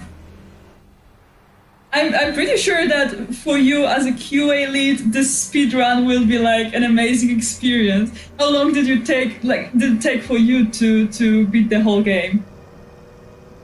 Yeah, to be honest, I don't remember for sure how long was it, but I'm sure if it's gonna take, around I believe that the shortest one was around, hour and a half, something like that. Mm-hmm. So if it's anything, shorter than that, I'm already gonna be impressed. But I'm sure that, they're gonna break the game in at least a few ways that I haven't anticipated. It'll probably be quite a shame as I was at quality assurance, but tough life. Well, we'll see. So far, so good. Like, he's doing what he's supposed to do.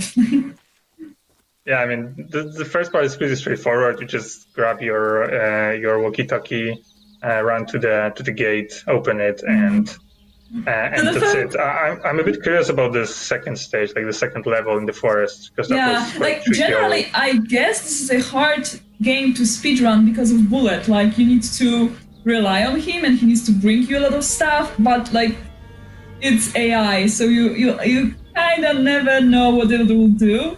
So that also can be an interesting part to see how it turns out, because. Yeah, like in normal speedrun, you just run ahead. But here, how do you do that when you need to rely on AI? Yeah, that's actually interesting because, working with quality assurance, we had a pretty good idea, like what to do to, make Bullet do what you want.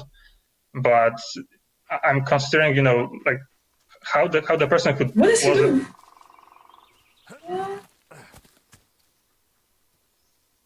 I'm sorry, continue. But like, what is this? Yeah. I just stopped because I'm not sure what's happening. But sure, I think we will, figure it out shortly.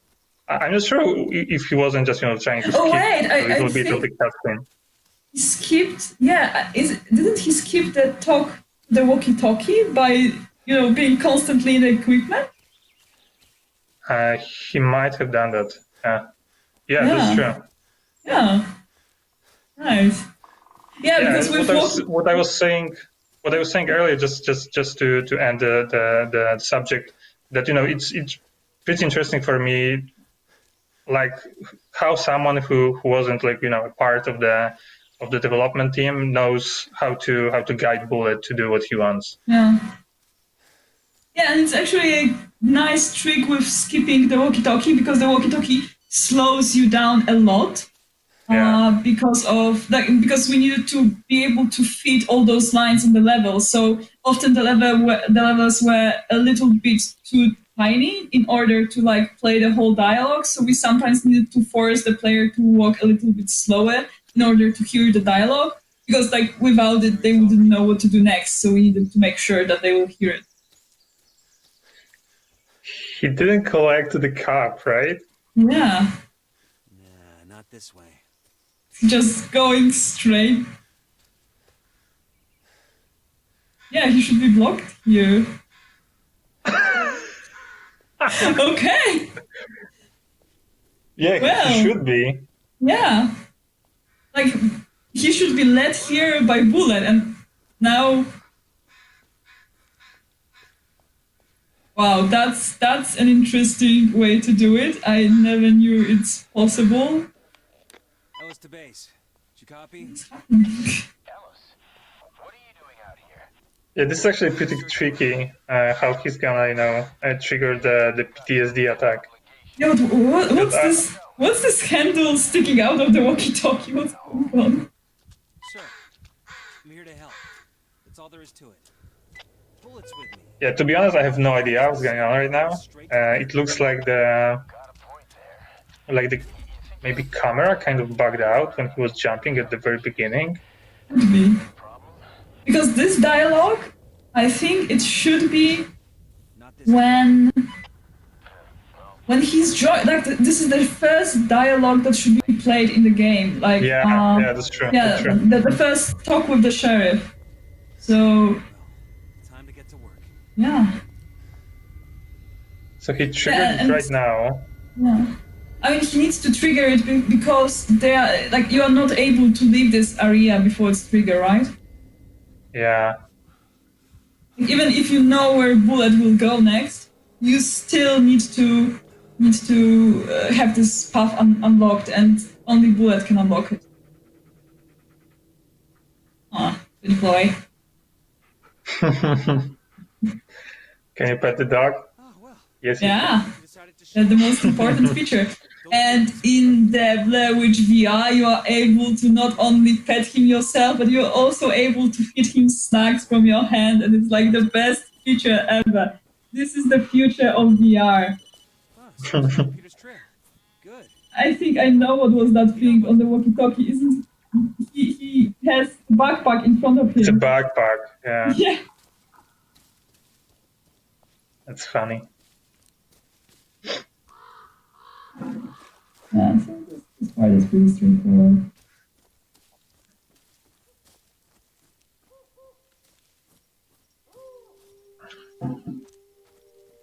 Yeah, I guess the problematic part for the speed, there's a lot of cutscenes in this game, and they're pretty long. Yeah, I'm pretty sure we'll see at least one of them broken. Yeah, before the end. Probably. At least one, probably more.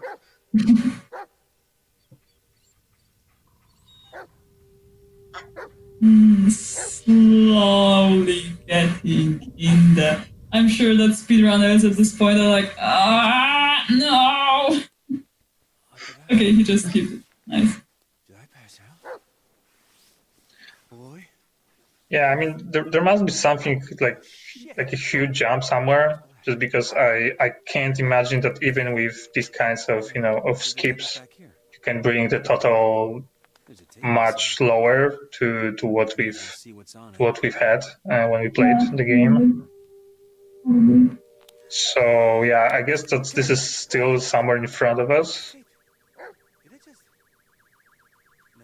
I just hope that I'll be able to collect my jaw from the ground when I see it.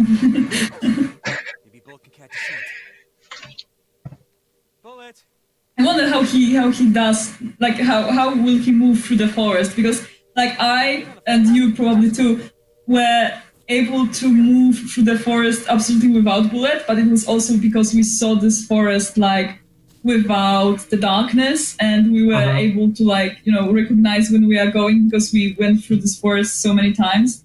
But I guess he is doing pretty well too. Like I don't think bullet is in front of him. I think he left him behind. Yeah, I mean, this part is probably pretty easy to do it this way. I just wonder what's gonna happen when the monsters arrive. Yeah. Like, is he going to to fight them, or just leave them be and just turn off the light, the light? Yeah, that's interesting. Which of those approaches he'll choose? He or she? I actually don't know who is playing that. Yeah, I guess probably if you get the gamma to like super high levels. Okay. He has time to pet bullet, so Yeah. okay. I'm pretty sure there's a reason for that. He wouldn't just do that to He wouldn't do that breaking the game. twice. Is he breaking the game by petting the dog? I mean, that would be the best thing ever. I mean, we can't forget that he's trying to get the fastest time possible. Yeah. So Yeah. I guess there's a reason.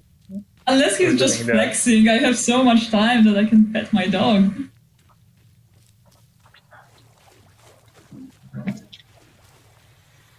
Okay, so what he did there, I believe he somehow bugged out his stamina, because we have this stamina system in the game, which doesn't let you move fast for too long.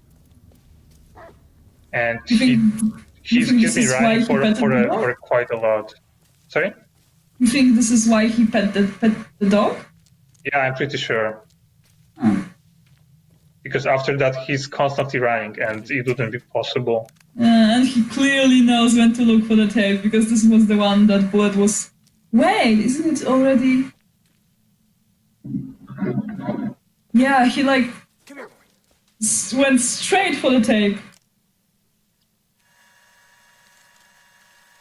Wait, is that? There it is. Heal! Come on, boy. Peter's in danger, and we're the only ones who can help. Yeah, this requires some really good mental map of what's going on in this forest, because like moving around so smoothly is not that easy. I found a tape. It shows the man who did it. What? How did... Wait, a tape? In the middle of the forest? Ellis, are you serious? Yeah, those tapes, they make things appear, but there's no time landing. We have to find the kid. He's in serious danger. Ellis, even if that's true, I can't let you go alone. We don't have much choice. Look, I won't do anything stupid. I'm just gonna find him and wait for you to catch up. Over and out. No, Ellis, wait! God damn it! Okay, that's also pretty smart.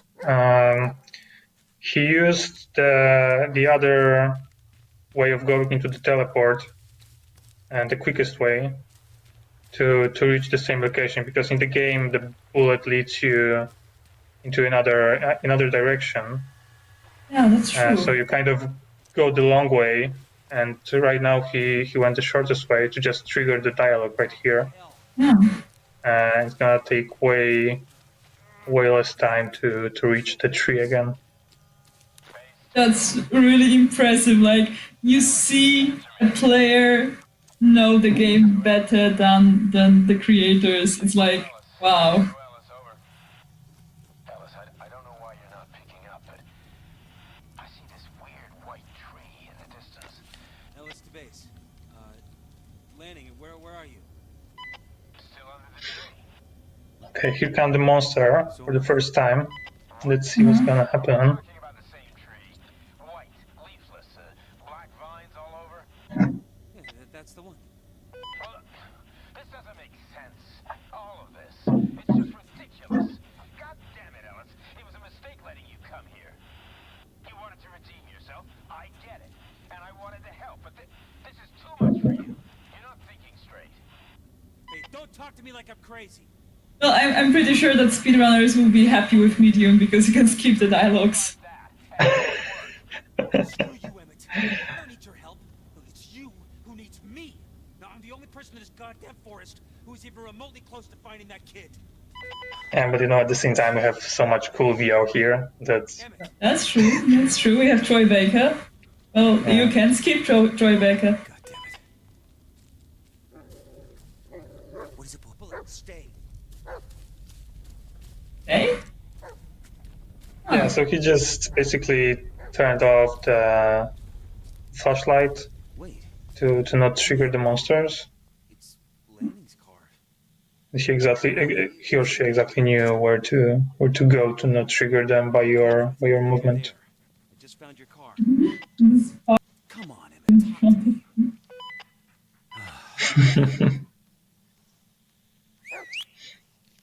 The light. The light? Turn on the lights. What? The headlights. Turn them on. Why? Who is this? Hello? Yeah, why the hell not? And the key. Where'd you find it? Bullet, wait. And that's a super funny part because actually we've had so many problems with this cutscene of Ellis going into the car. It was bugging so much, and we constantly couldn't identify the problem. It's actually pretty obnoxious. Yeah, like it seems so like so basic. A character's just getting into a car, but like it was a big. In general, the car was a big problem. Like that, I remember that at some points there was also a problem with lighting. We basically couldn't make it so that you could read what was on that piece of paper, and without that you weren't able to solve the puzzle. So that was another problem. So many problems. I'm glad they got solved.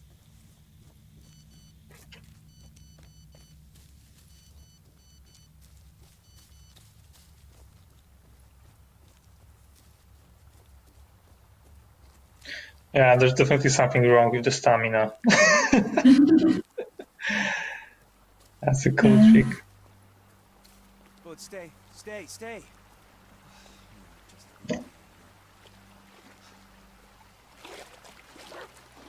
God, it's freezing. This better be worth it. Yeah, he left the dog far behind, so.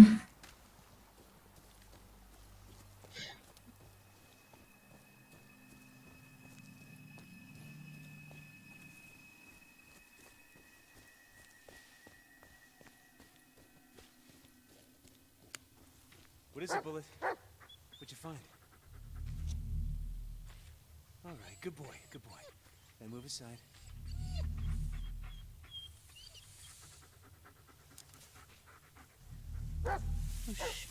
So he's pretty fine to the game already. Like I would say that it's 1/3 probably, and he did it in 15 minutes. That's impressive. Yeah, I mean, from what I remember when I was testing it, I remember that going up to the chapter 7. So this is the moment when you go under the tree, which is a few minutes in front of us. That was pretty quick always. But then there were a few levels before the how do you call it?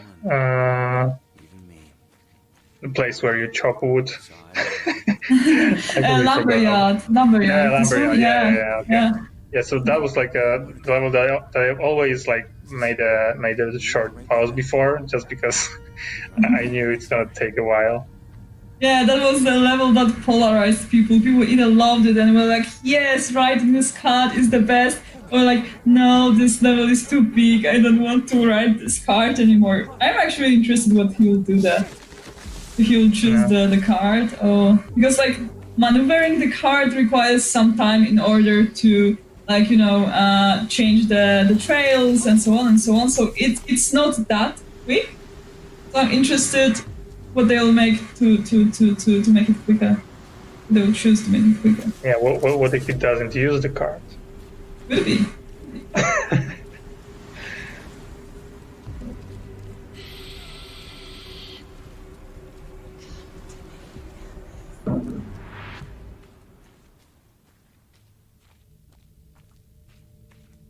Shit, no, not now.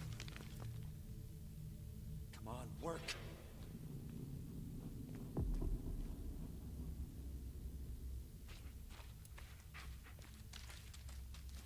I hope you know where you're going, boy.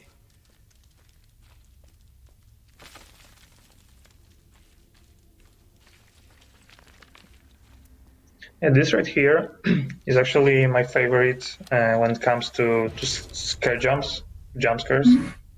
I remember playing it for the first time when one of our level designers like created it.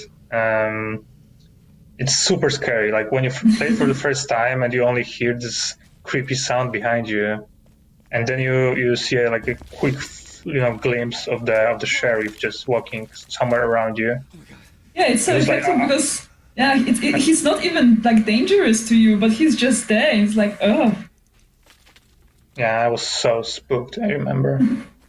Okay, that's what horror games are for. Yeah, I remember even going, downstairs to him and congratulate him that he made such a great jump scare. Yeah.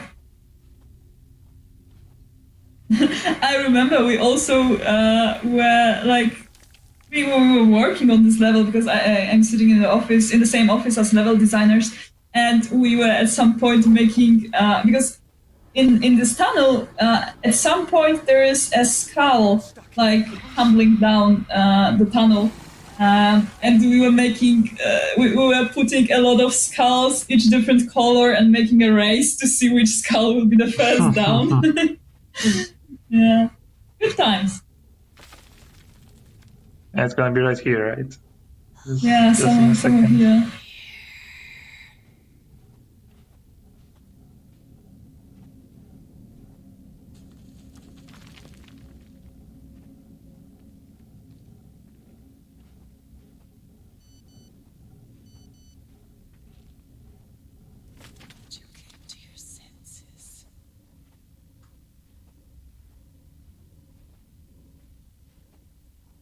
I'm with you. Wow, it's been just a year actually. Yeah, a year and a month since we stopped working on this project, but I forgot so much. Oh, there's the skull, yes.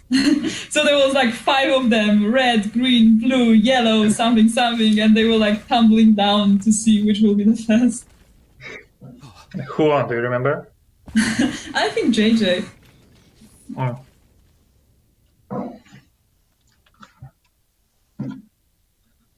Yeah, it's his level, so. What the heck? Okay. Nothing. Looks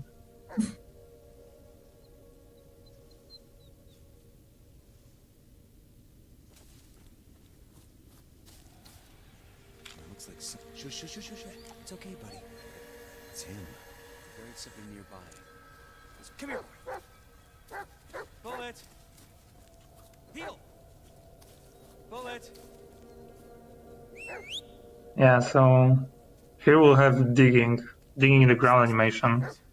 It's actually implemented pretty late in the development process.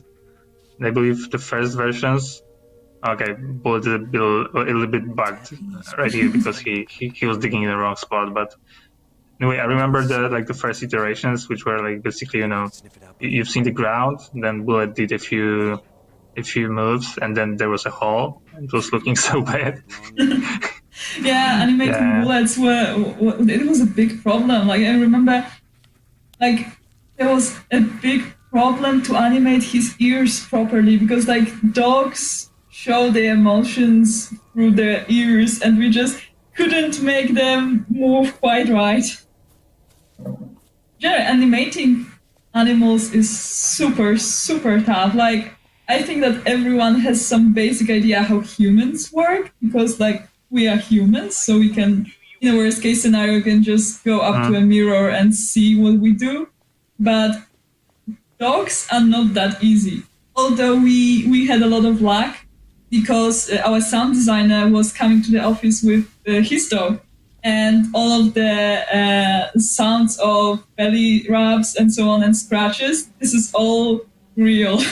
It's the authentic sound of a dog being scratched. 100% dog. Yes, dog approved.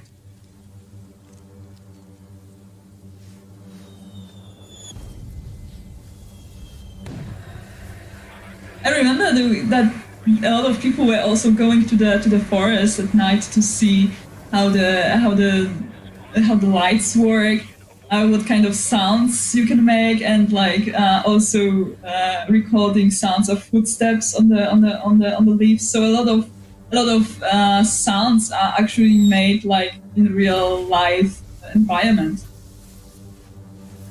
Yeah, actually, this game, especially after Observer and Layers of Fear, gave us finally a chance to visit the areas that we wanted to portray.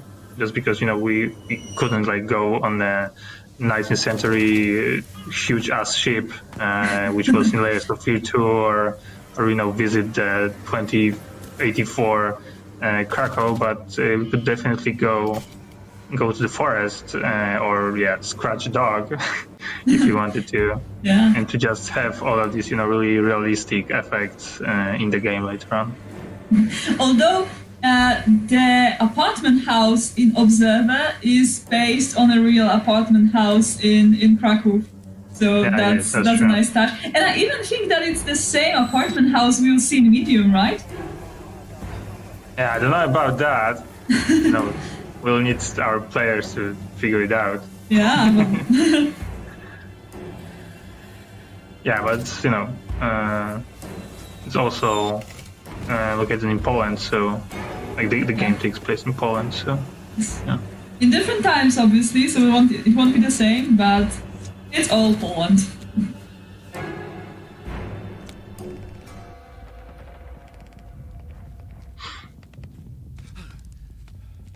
Okay, going back to the Blair Witch, our Ellie is currently suffering from some PTSD attacks.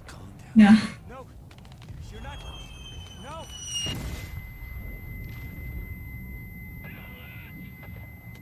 Okay, let's see how it triggers all the bodies, because I was always looking around like crazy, but I know maybe there's a better way of doing that. Yeah, of course there is.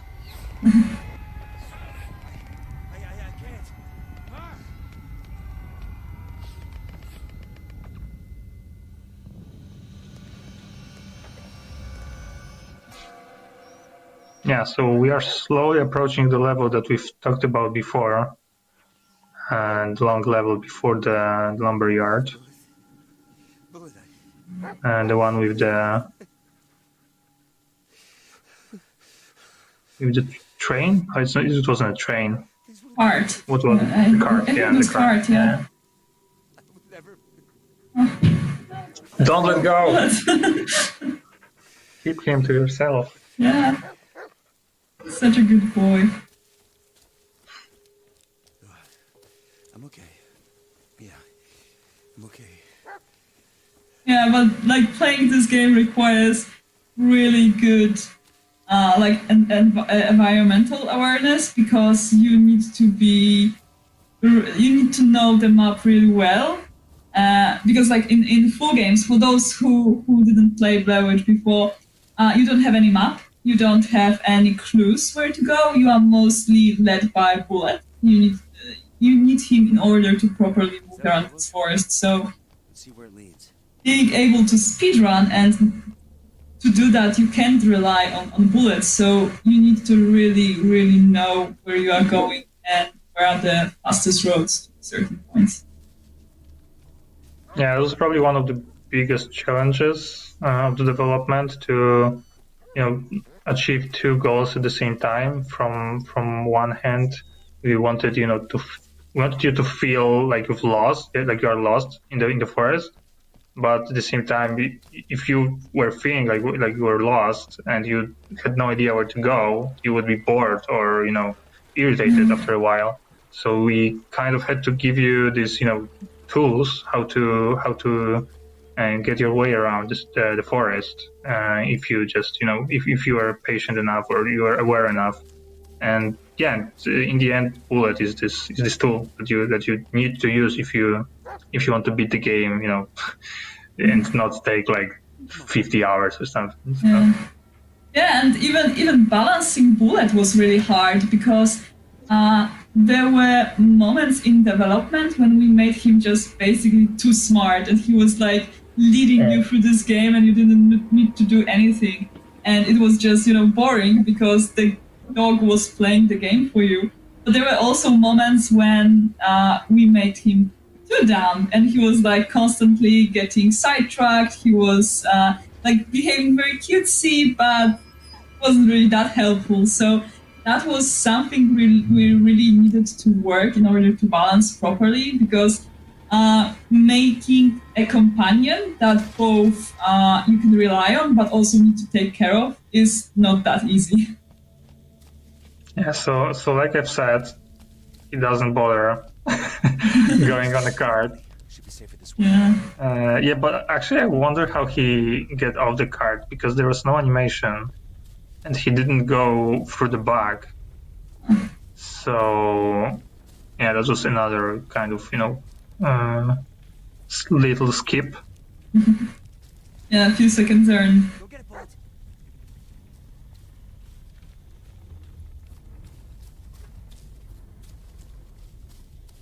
Did he take the valve? I didn't see this darkness. No, he actually just... That's actually the funny part, because you shouldn't be able to pick up the item right here. I don't remember what item it was, but you're not supposed to pick it up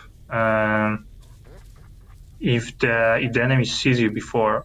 So he kind of had to make sure that the monster didn't see him. Then he had to... Yeah, he had to run from there and let the bullet give him the item in the other location. Yeah. And now he needs to go to collect the second item. Yeah. Yeah, but he does something crazy. You'll see in a second. No, okay. Yeah, he's just gonna run with the camera next to the monsters. Yeah, well, that was pretty good idea to not wait until Bullet grabs the part and comes back to you, but just go away, so that Bullet would follow you with the part still in his mouth.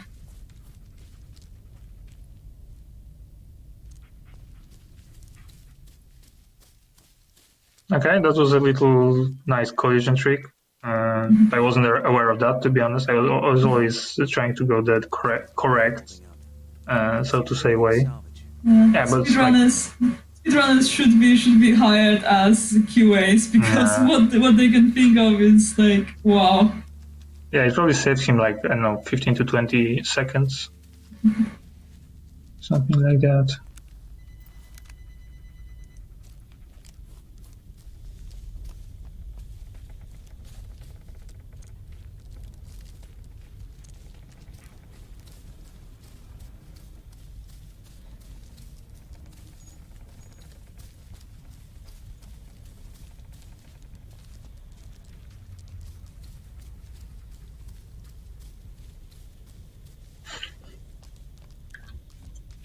Yeah, so like I said before, we had a chance to move around those levels when they were basically not dark because they didn't have any atmosphere yet.